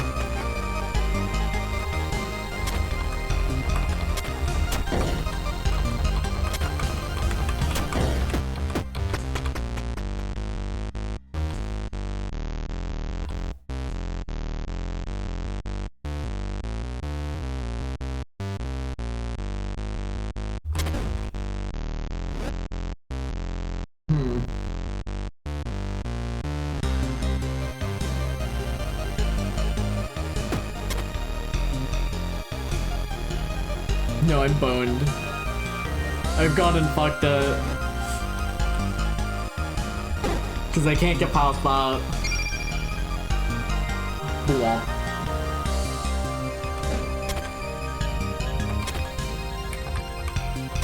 That's how you're supposed to do it.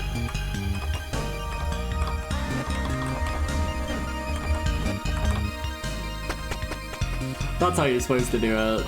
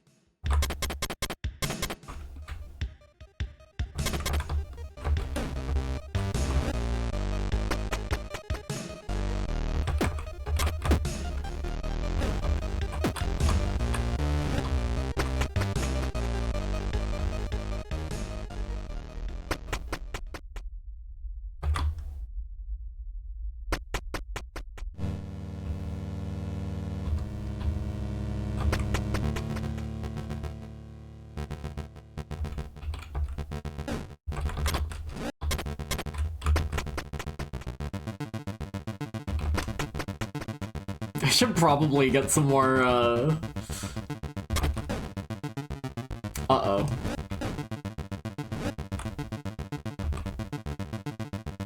Yeah, I should probably get some more, fucking,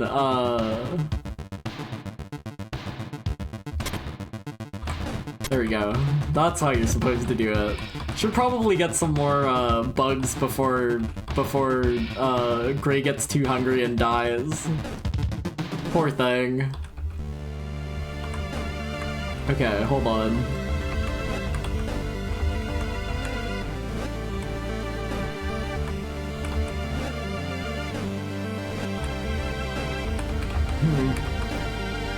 You can kind of tell that it's been a while since I've played some of these levels.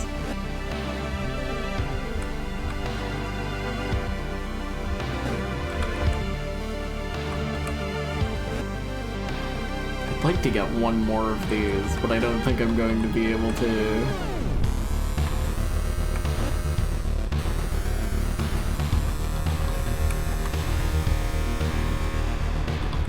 I mean, I can just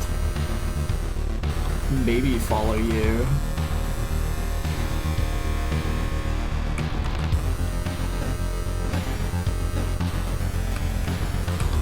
we're good. We're good. We're good.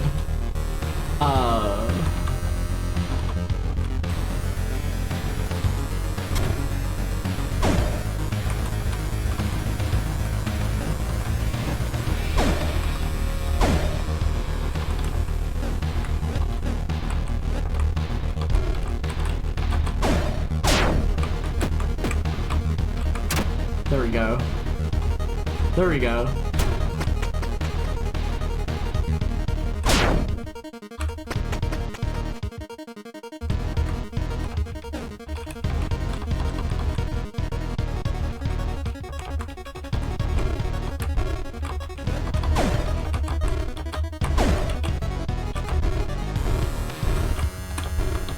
These poor hands. They probably didn't deserve those.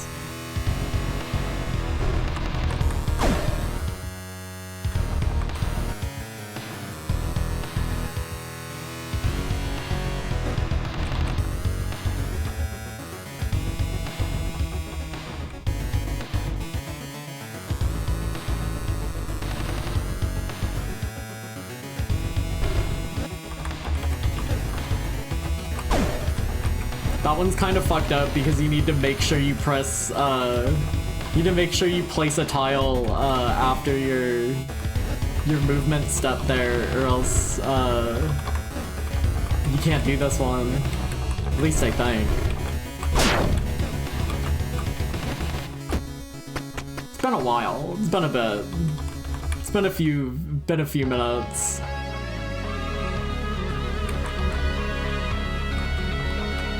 God, the music in this is so good. I love music.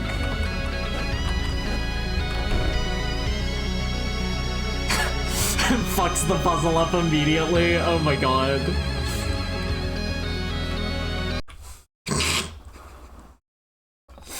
The streamer's cheating at Void Stranger on stream? Embarrassing. Honestly embarrassing. If you quit out of the game, it'll reset the room you're in. But you get in trouble if you do it too much. I mean, what? There's no penalty for that. Why would there be a penalty for that? That's crazy.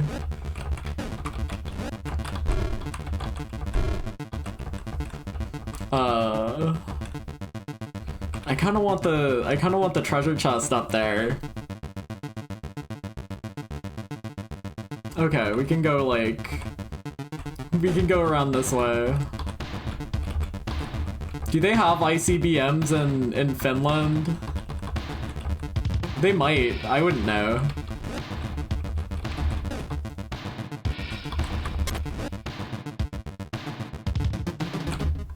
There we go.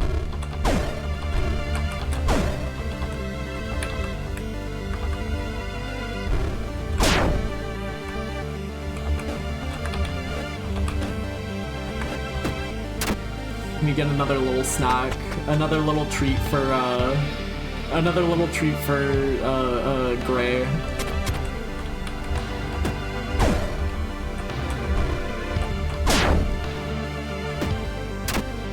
I might need these.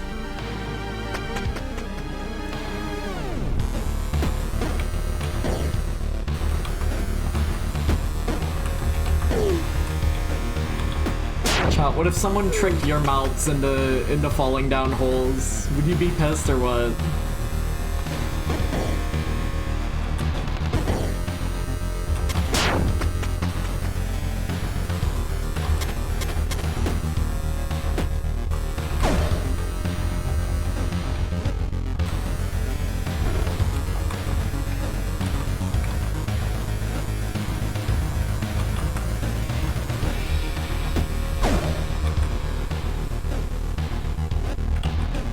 Man, this level, it'd be fucked up if you weren't allowed to use your, it'd be fucked up if you weren't allowed to use your, move the tiles around stack on a level like that. Wank. Get the hell out of here. Enemies also explode if they, like, clash into each other. It's kind of fucked up.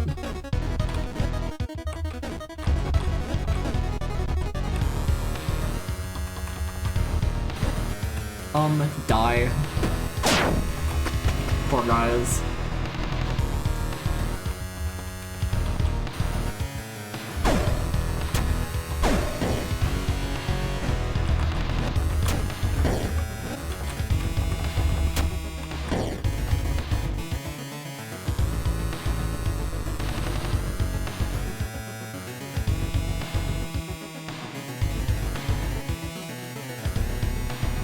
I fucked us up. I might have. I think I fucked us up. Hold on.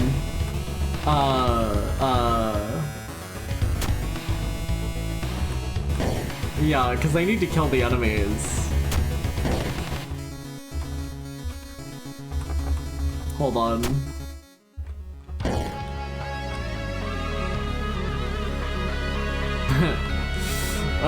Yeah, I think I fucked this up. Reset the room. Yeah.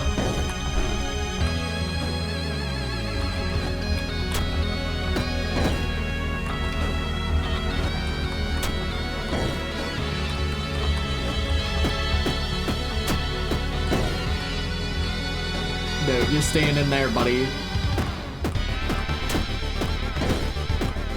Close. Close. Oh no, they're looping. There we go.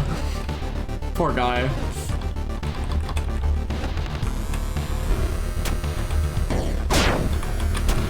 There we go.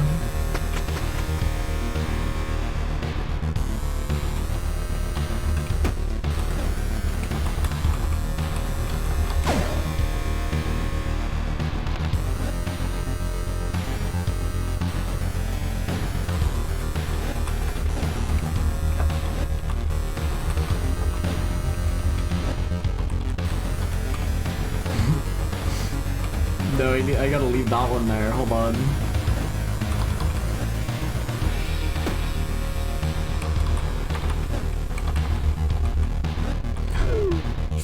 Oh shit.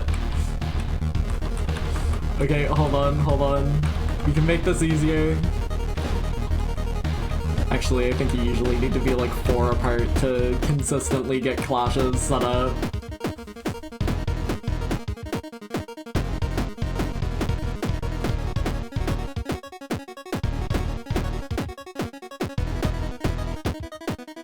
No, they're looping. Hold on. Add one more space. There we go.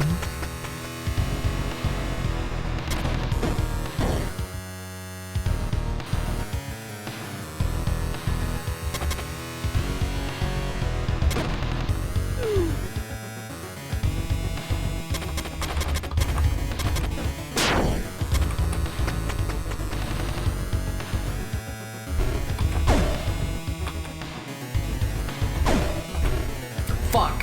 Oh, I didn't mean to do that. Oh, I'm so screwed. Hold on.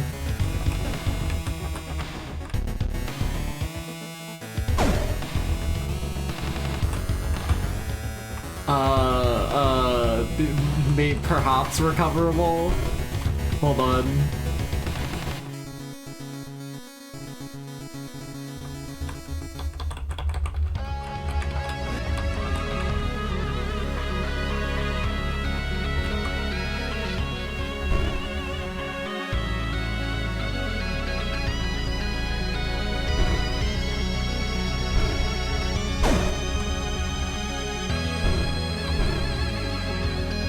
No, I think I'm boned. Oh no, we're good. Alright, easy room.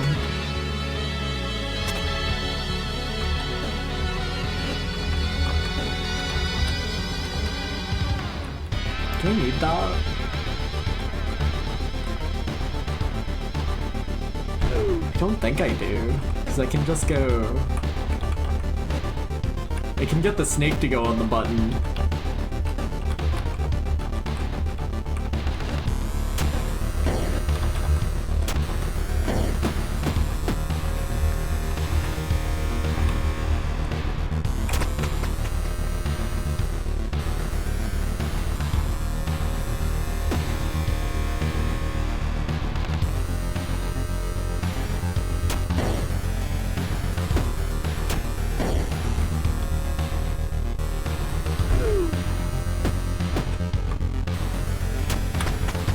Nice.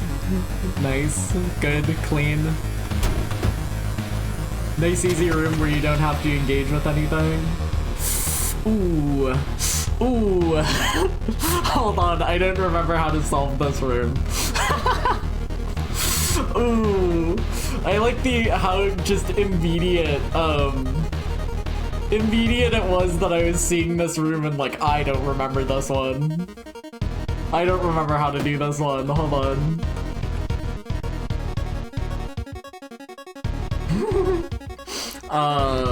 Ooh, yeesh. Ooh. Ooh. Okay, get you in like the corner. Ooh.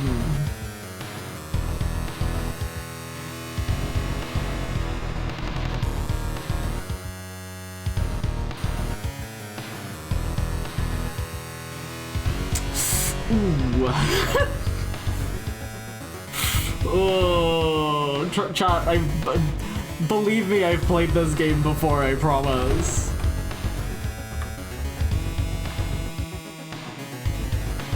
I could get my notebook out. I could get my notebook out.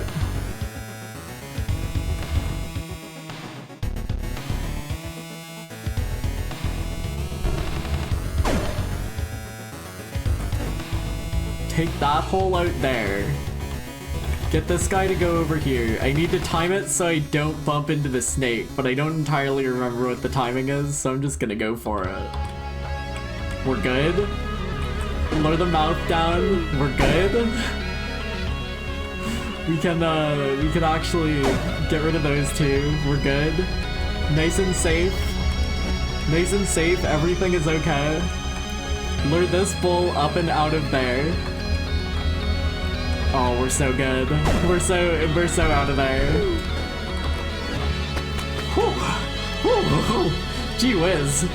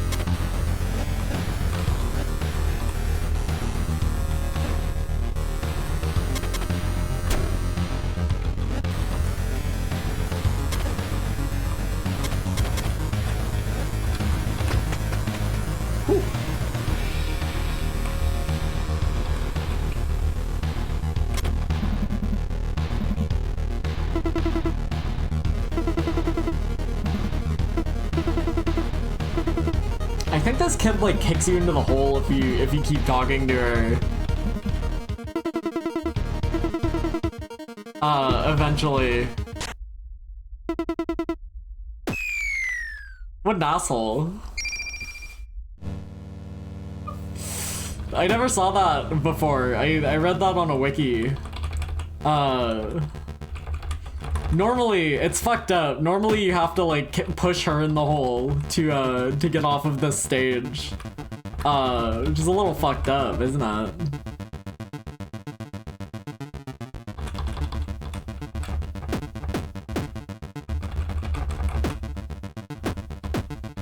Well, there's other ways. I mean, that was clearly another way too. Though it cost me one of my delicious little bugs.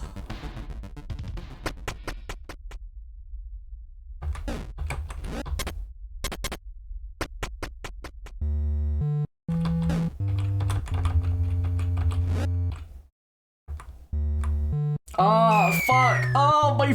Oh no! Oh my fucking! Oh, I'm such a butterfinger! Oh! Oh no! Oh my bugs!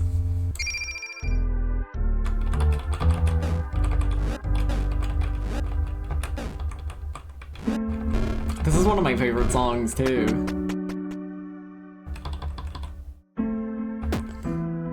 So head.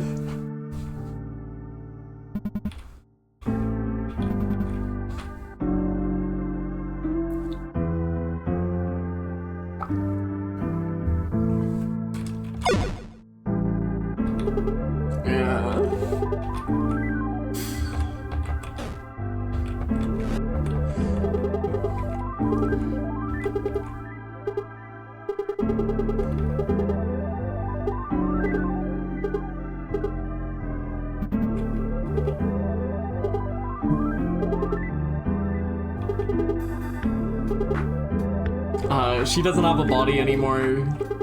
She's like a no body guy.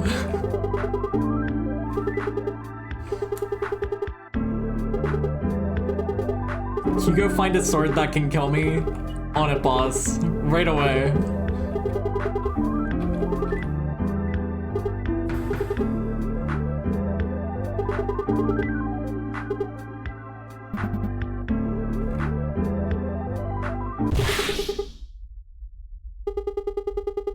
What do you mean you've got no idea?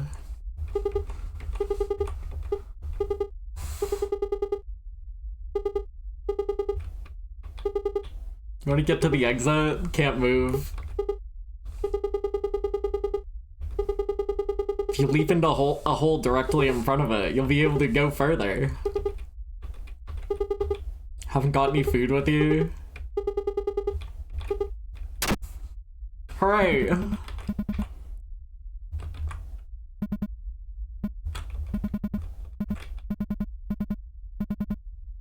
Okay, bye head. Die. Die.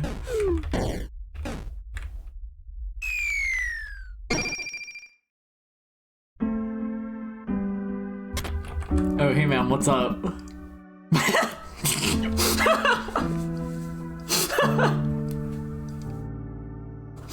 That's funny. Now that's comedy. Now that's jokes.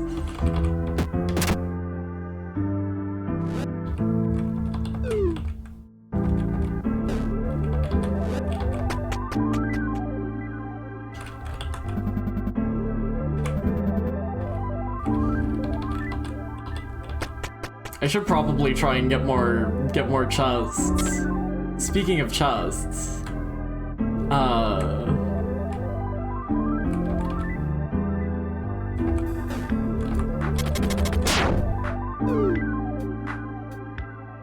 I'm fucked. Uh-oh. Oops. Hold on.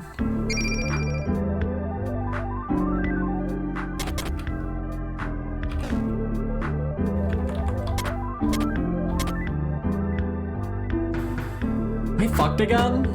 Is this it? Will it really end like this? I think it might.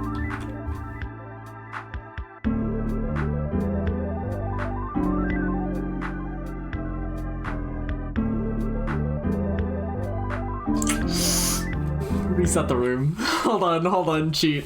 Reset the room. Hold on. Wait a second.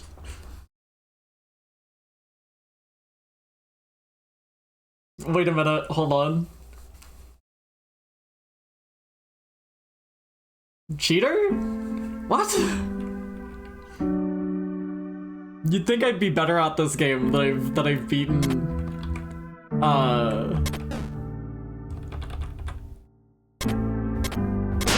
There we go. There we go.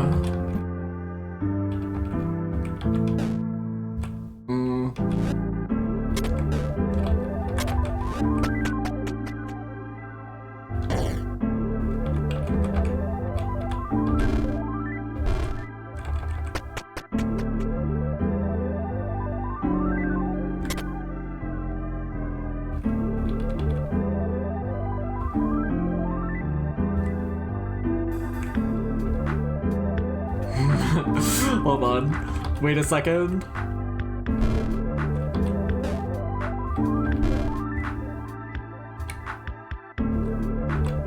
No, hold on.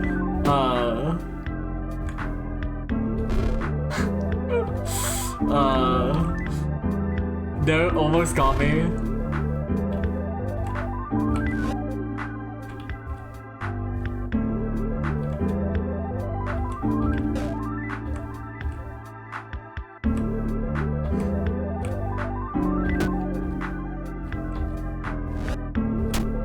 There we go. There we go. There we go. We're good.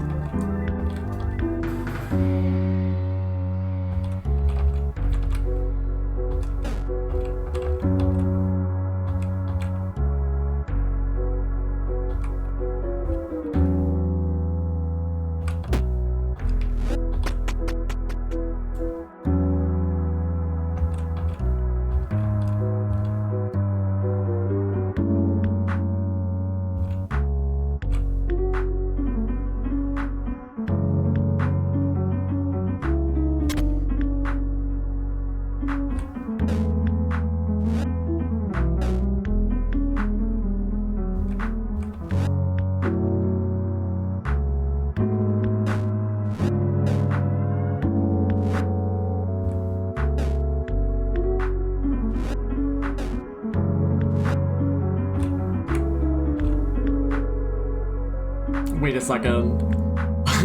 Hold on.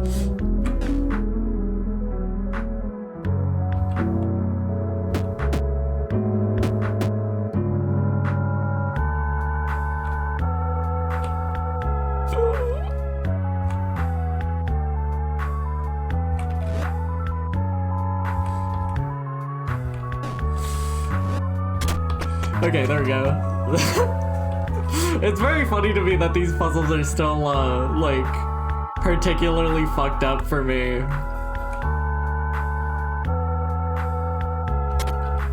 Knowing how to solve them is great and all, but only if you actually know how to solve them.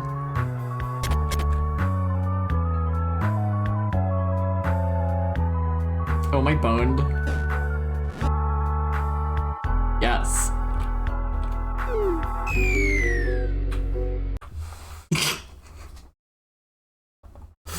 Hold on, hold on. We might get sent to court for those. There's a very real chance we're going to fucking void jail for this one. Oh, not yet. Hold on. Hold on.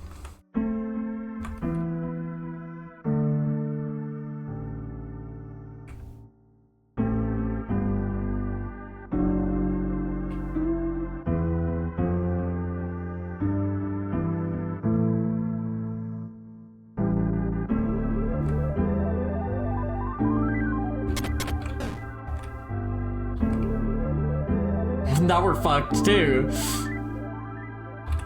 That's it. It's over. That's Void Stranger.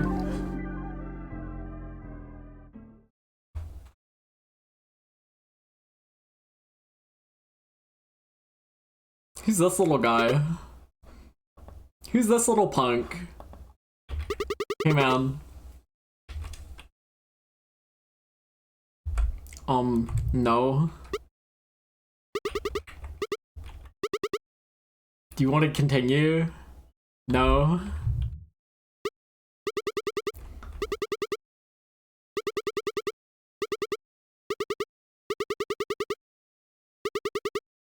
I mean, this is for the best. I didn't want to show either ending on stream anyway.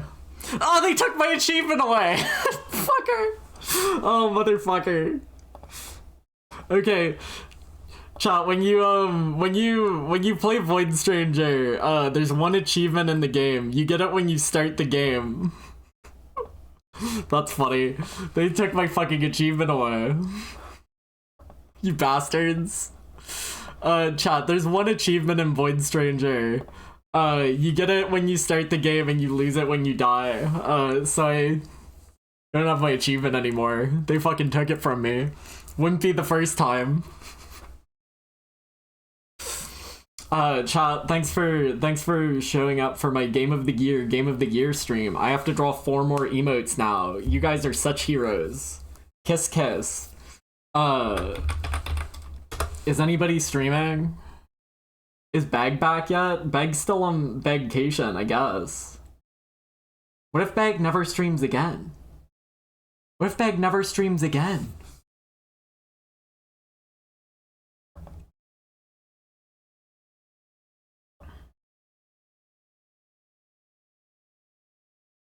Chat, thanks for showing up to my Game of the Year stream. It was Void Stranger. But honestly, from that gameplay, I don't really even get the appeal. That's weird. I mean, it seemed okay. Probably not like Game of the Year worthy. I don't know what that was all about. We might have to remake the list next year. I don't know. I mean, it was all right, but like Game of the Year for that? Chat, nobody I know is streaming. Is anybody you know streaming? Because I don't see a goddamn anybody, and I'm gonna push end stream. Well, there might be someone streaming Void Stranger. Well, then you'll see things you shouldn't see, because I was intentionally not seeing things.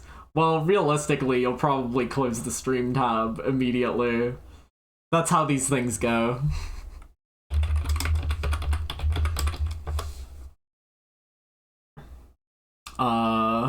What is this? Why isn't this searching by game? There are no Void Stranger streamers. I'm not even Void Stranger streamer. Alright, well, that's the stream. Bye. But that means you have to be the Void Stranger streamer, chat. You have to. Bye. Nobody's streaming. Bye, chat.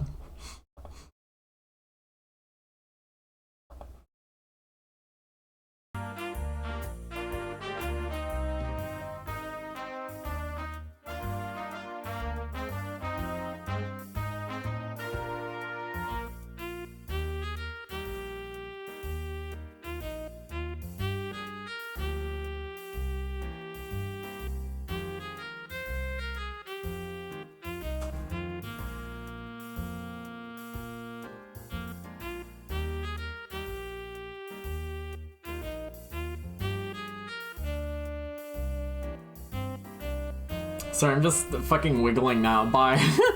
Bye, chat. Bye, chat. Thanks for the subs. Thanks for hanging out. Thanks for everything. I couldn't be here without you.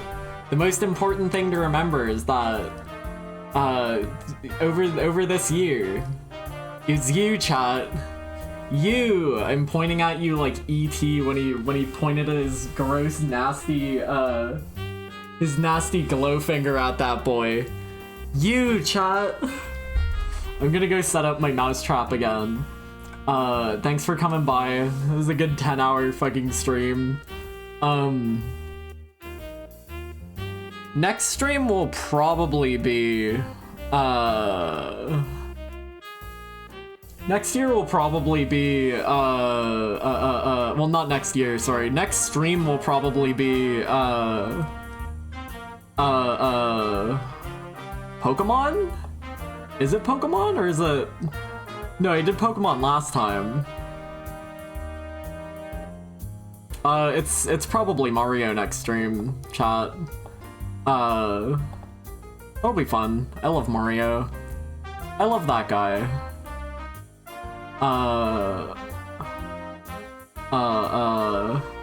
Thanks for coming by. I'm gonna push stop streaming now. Bye.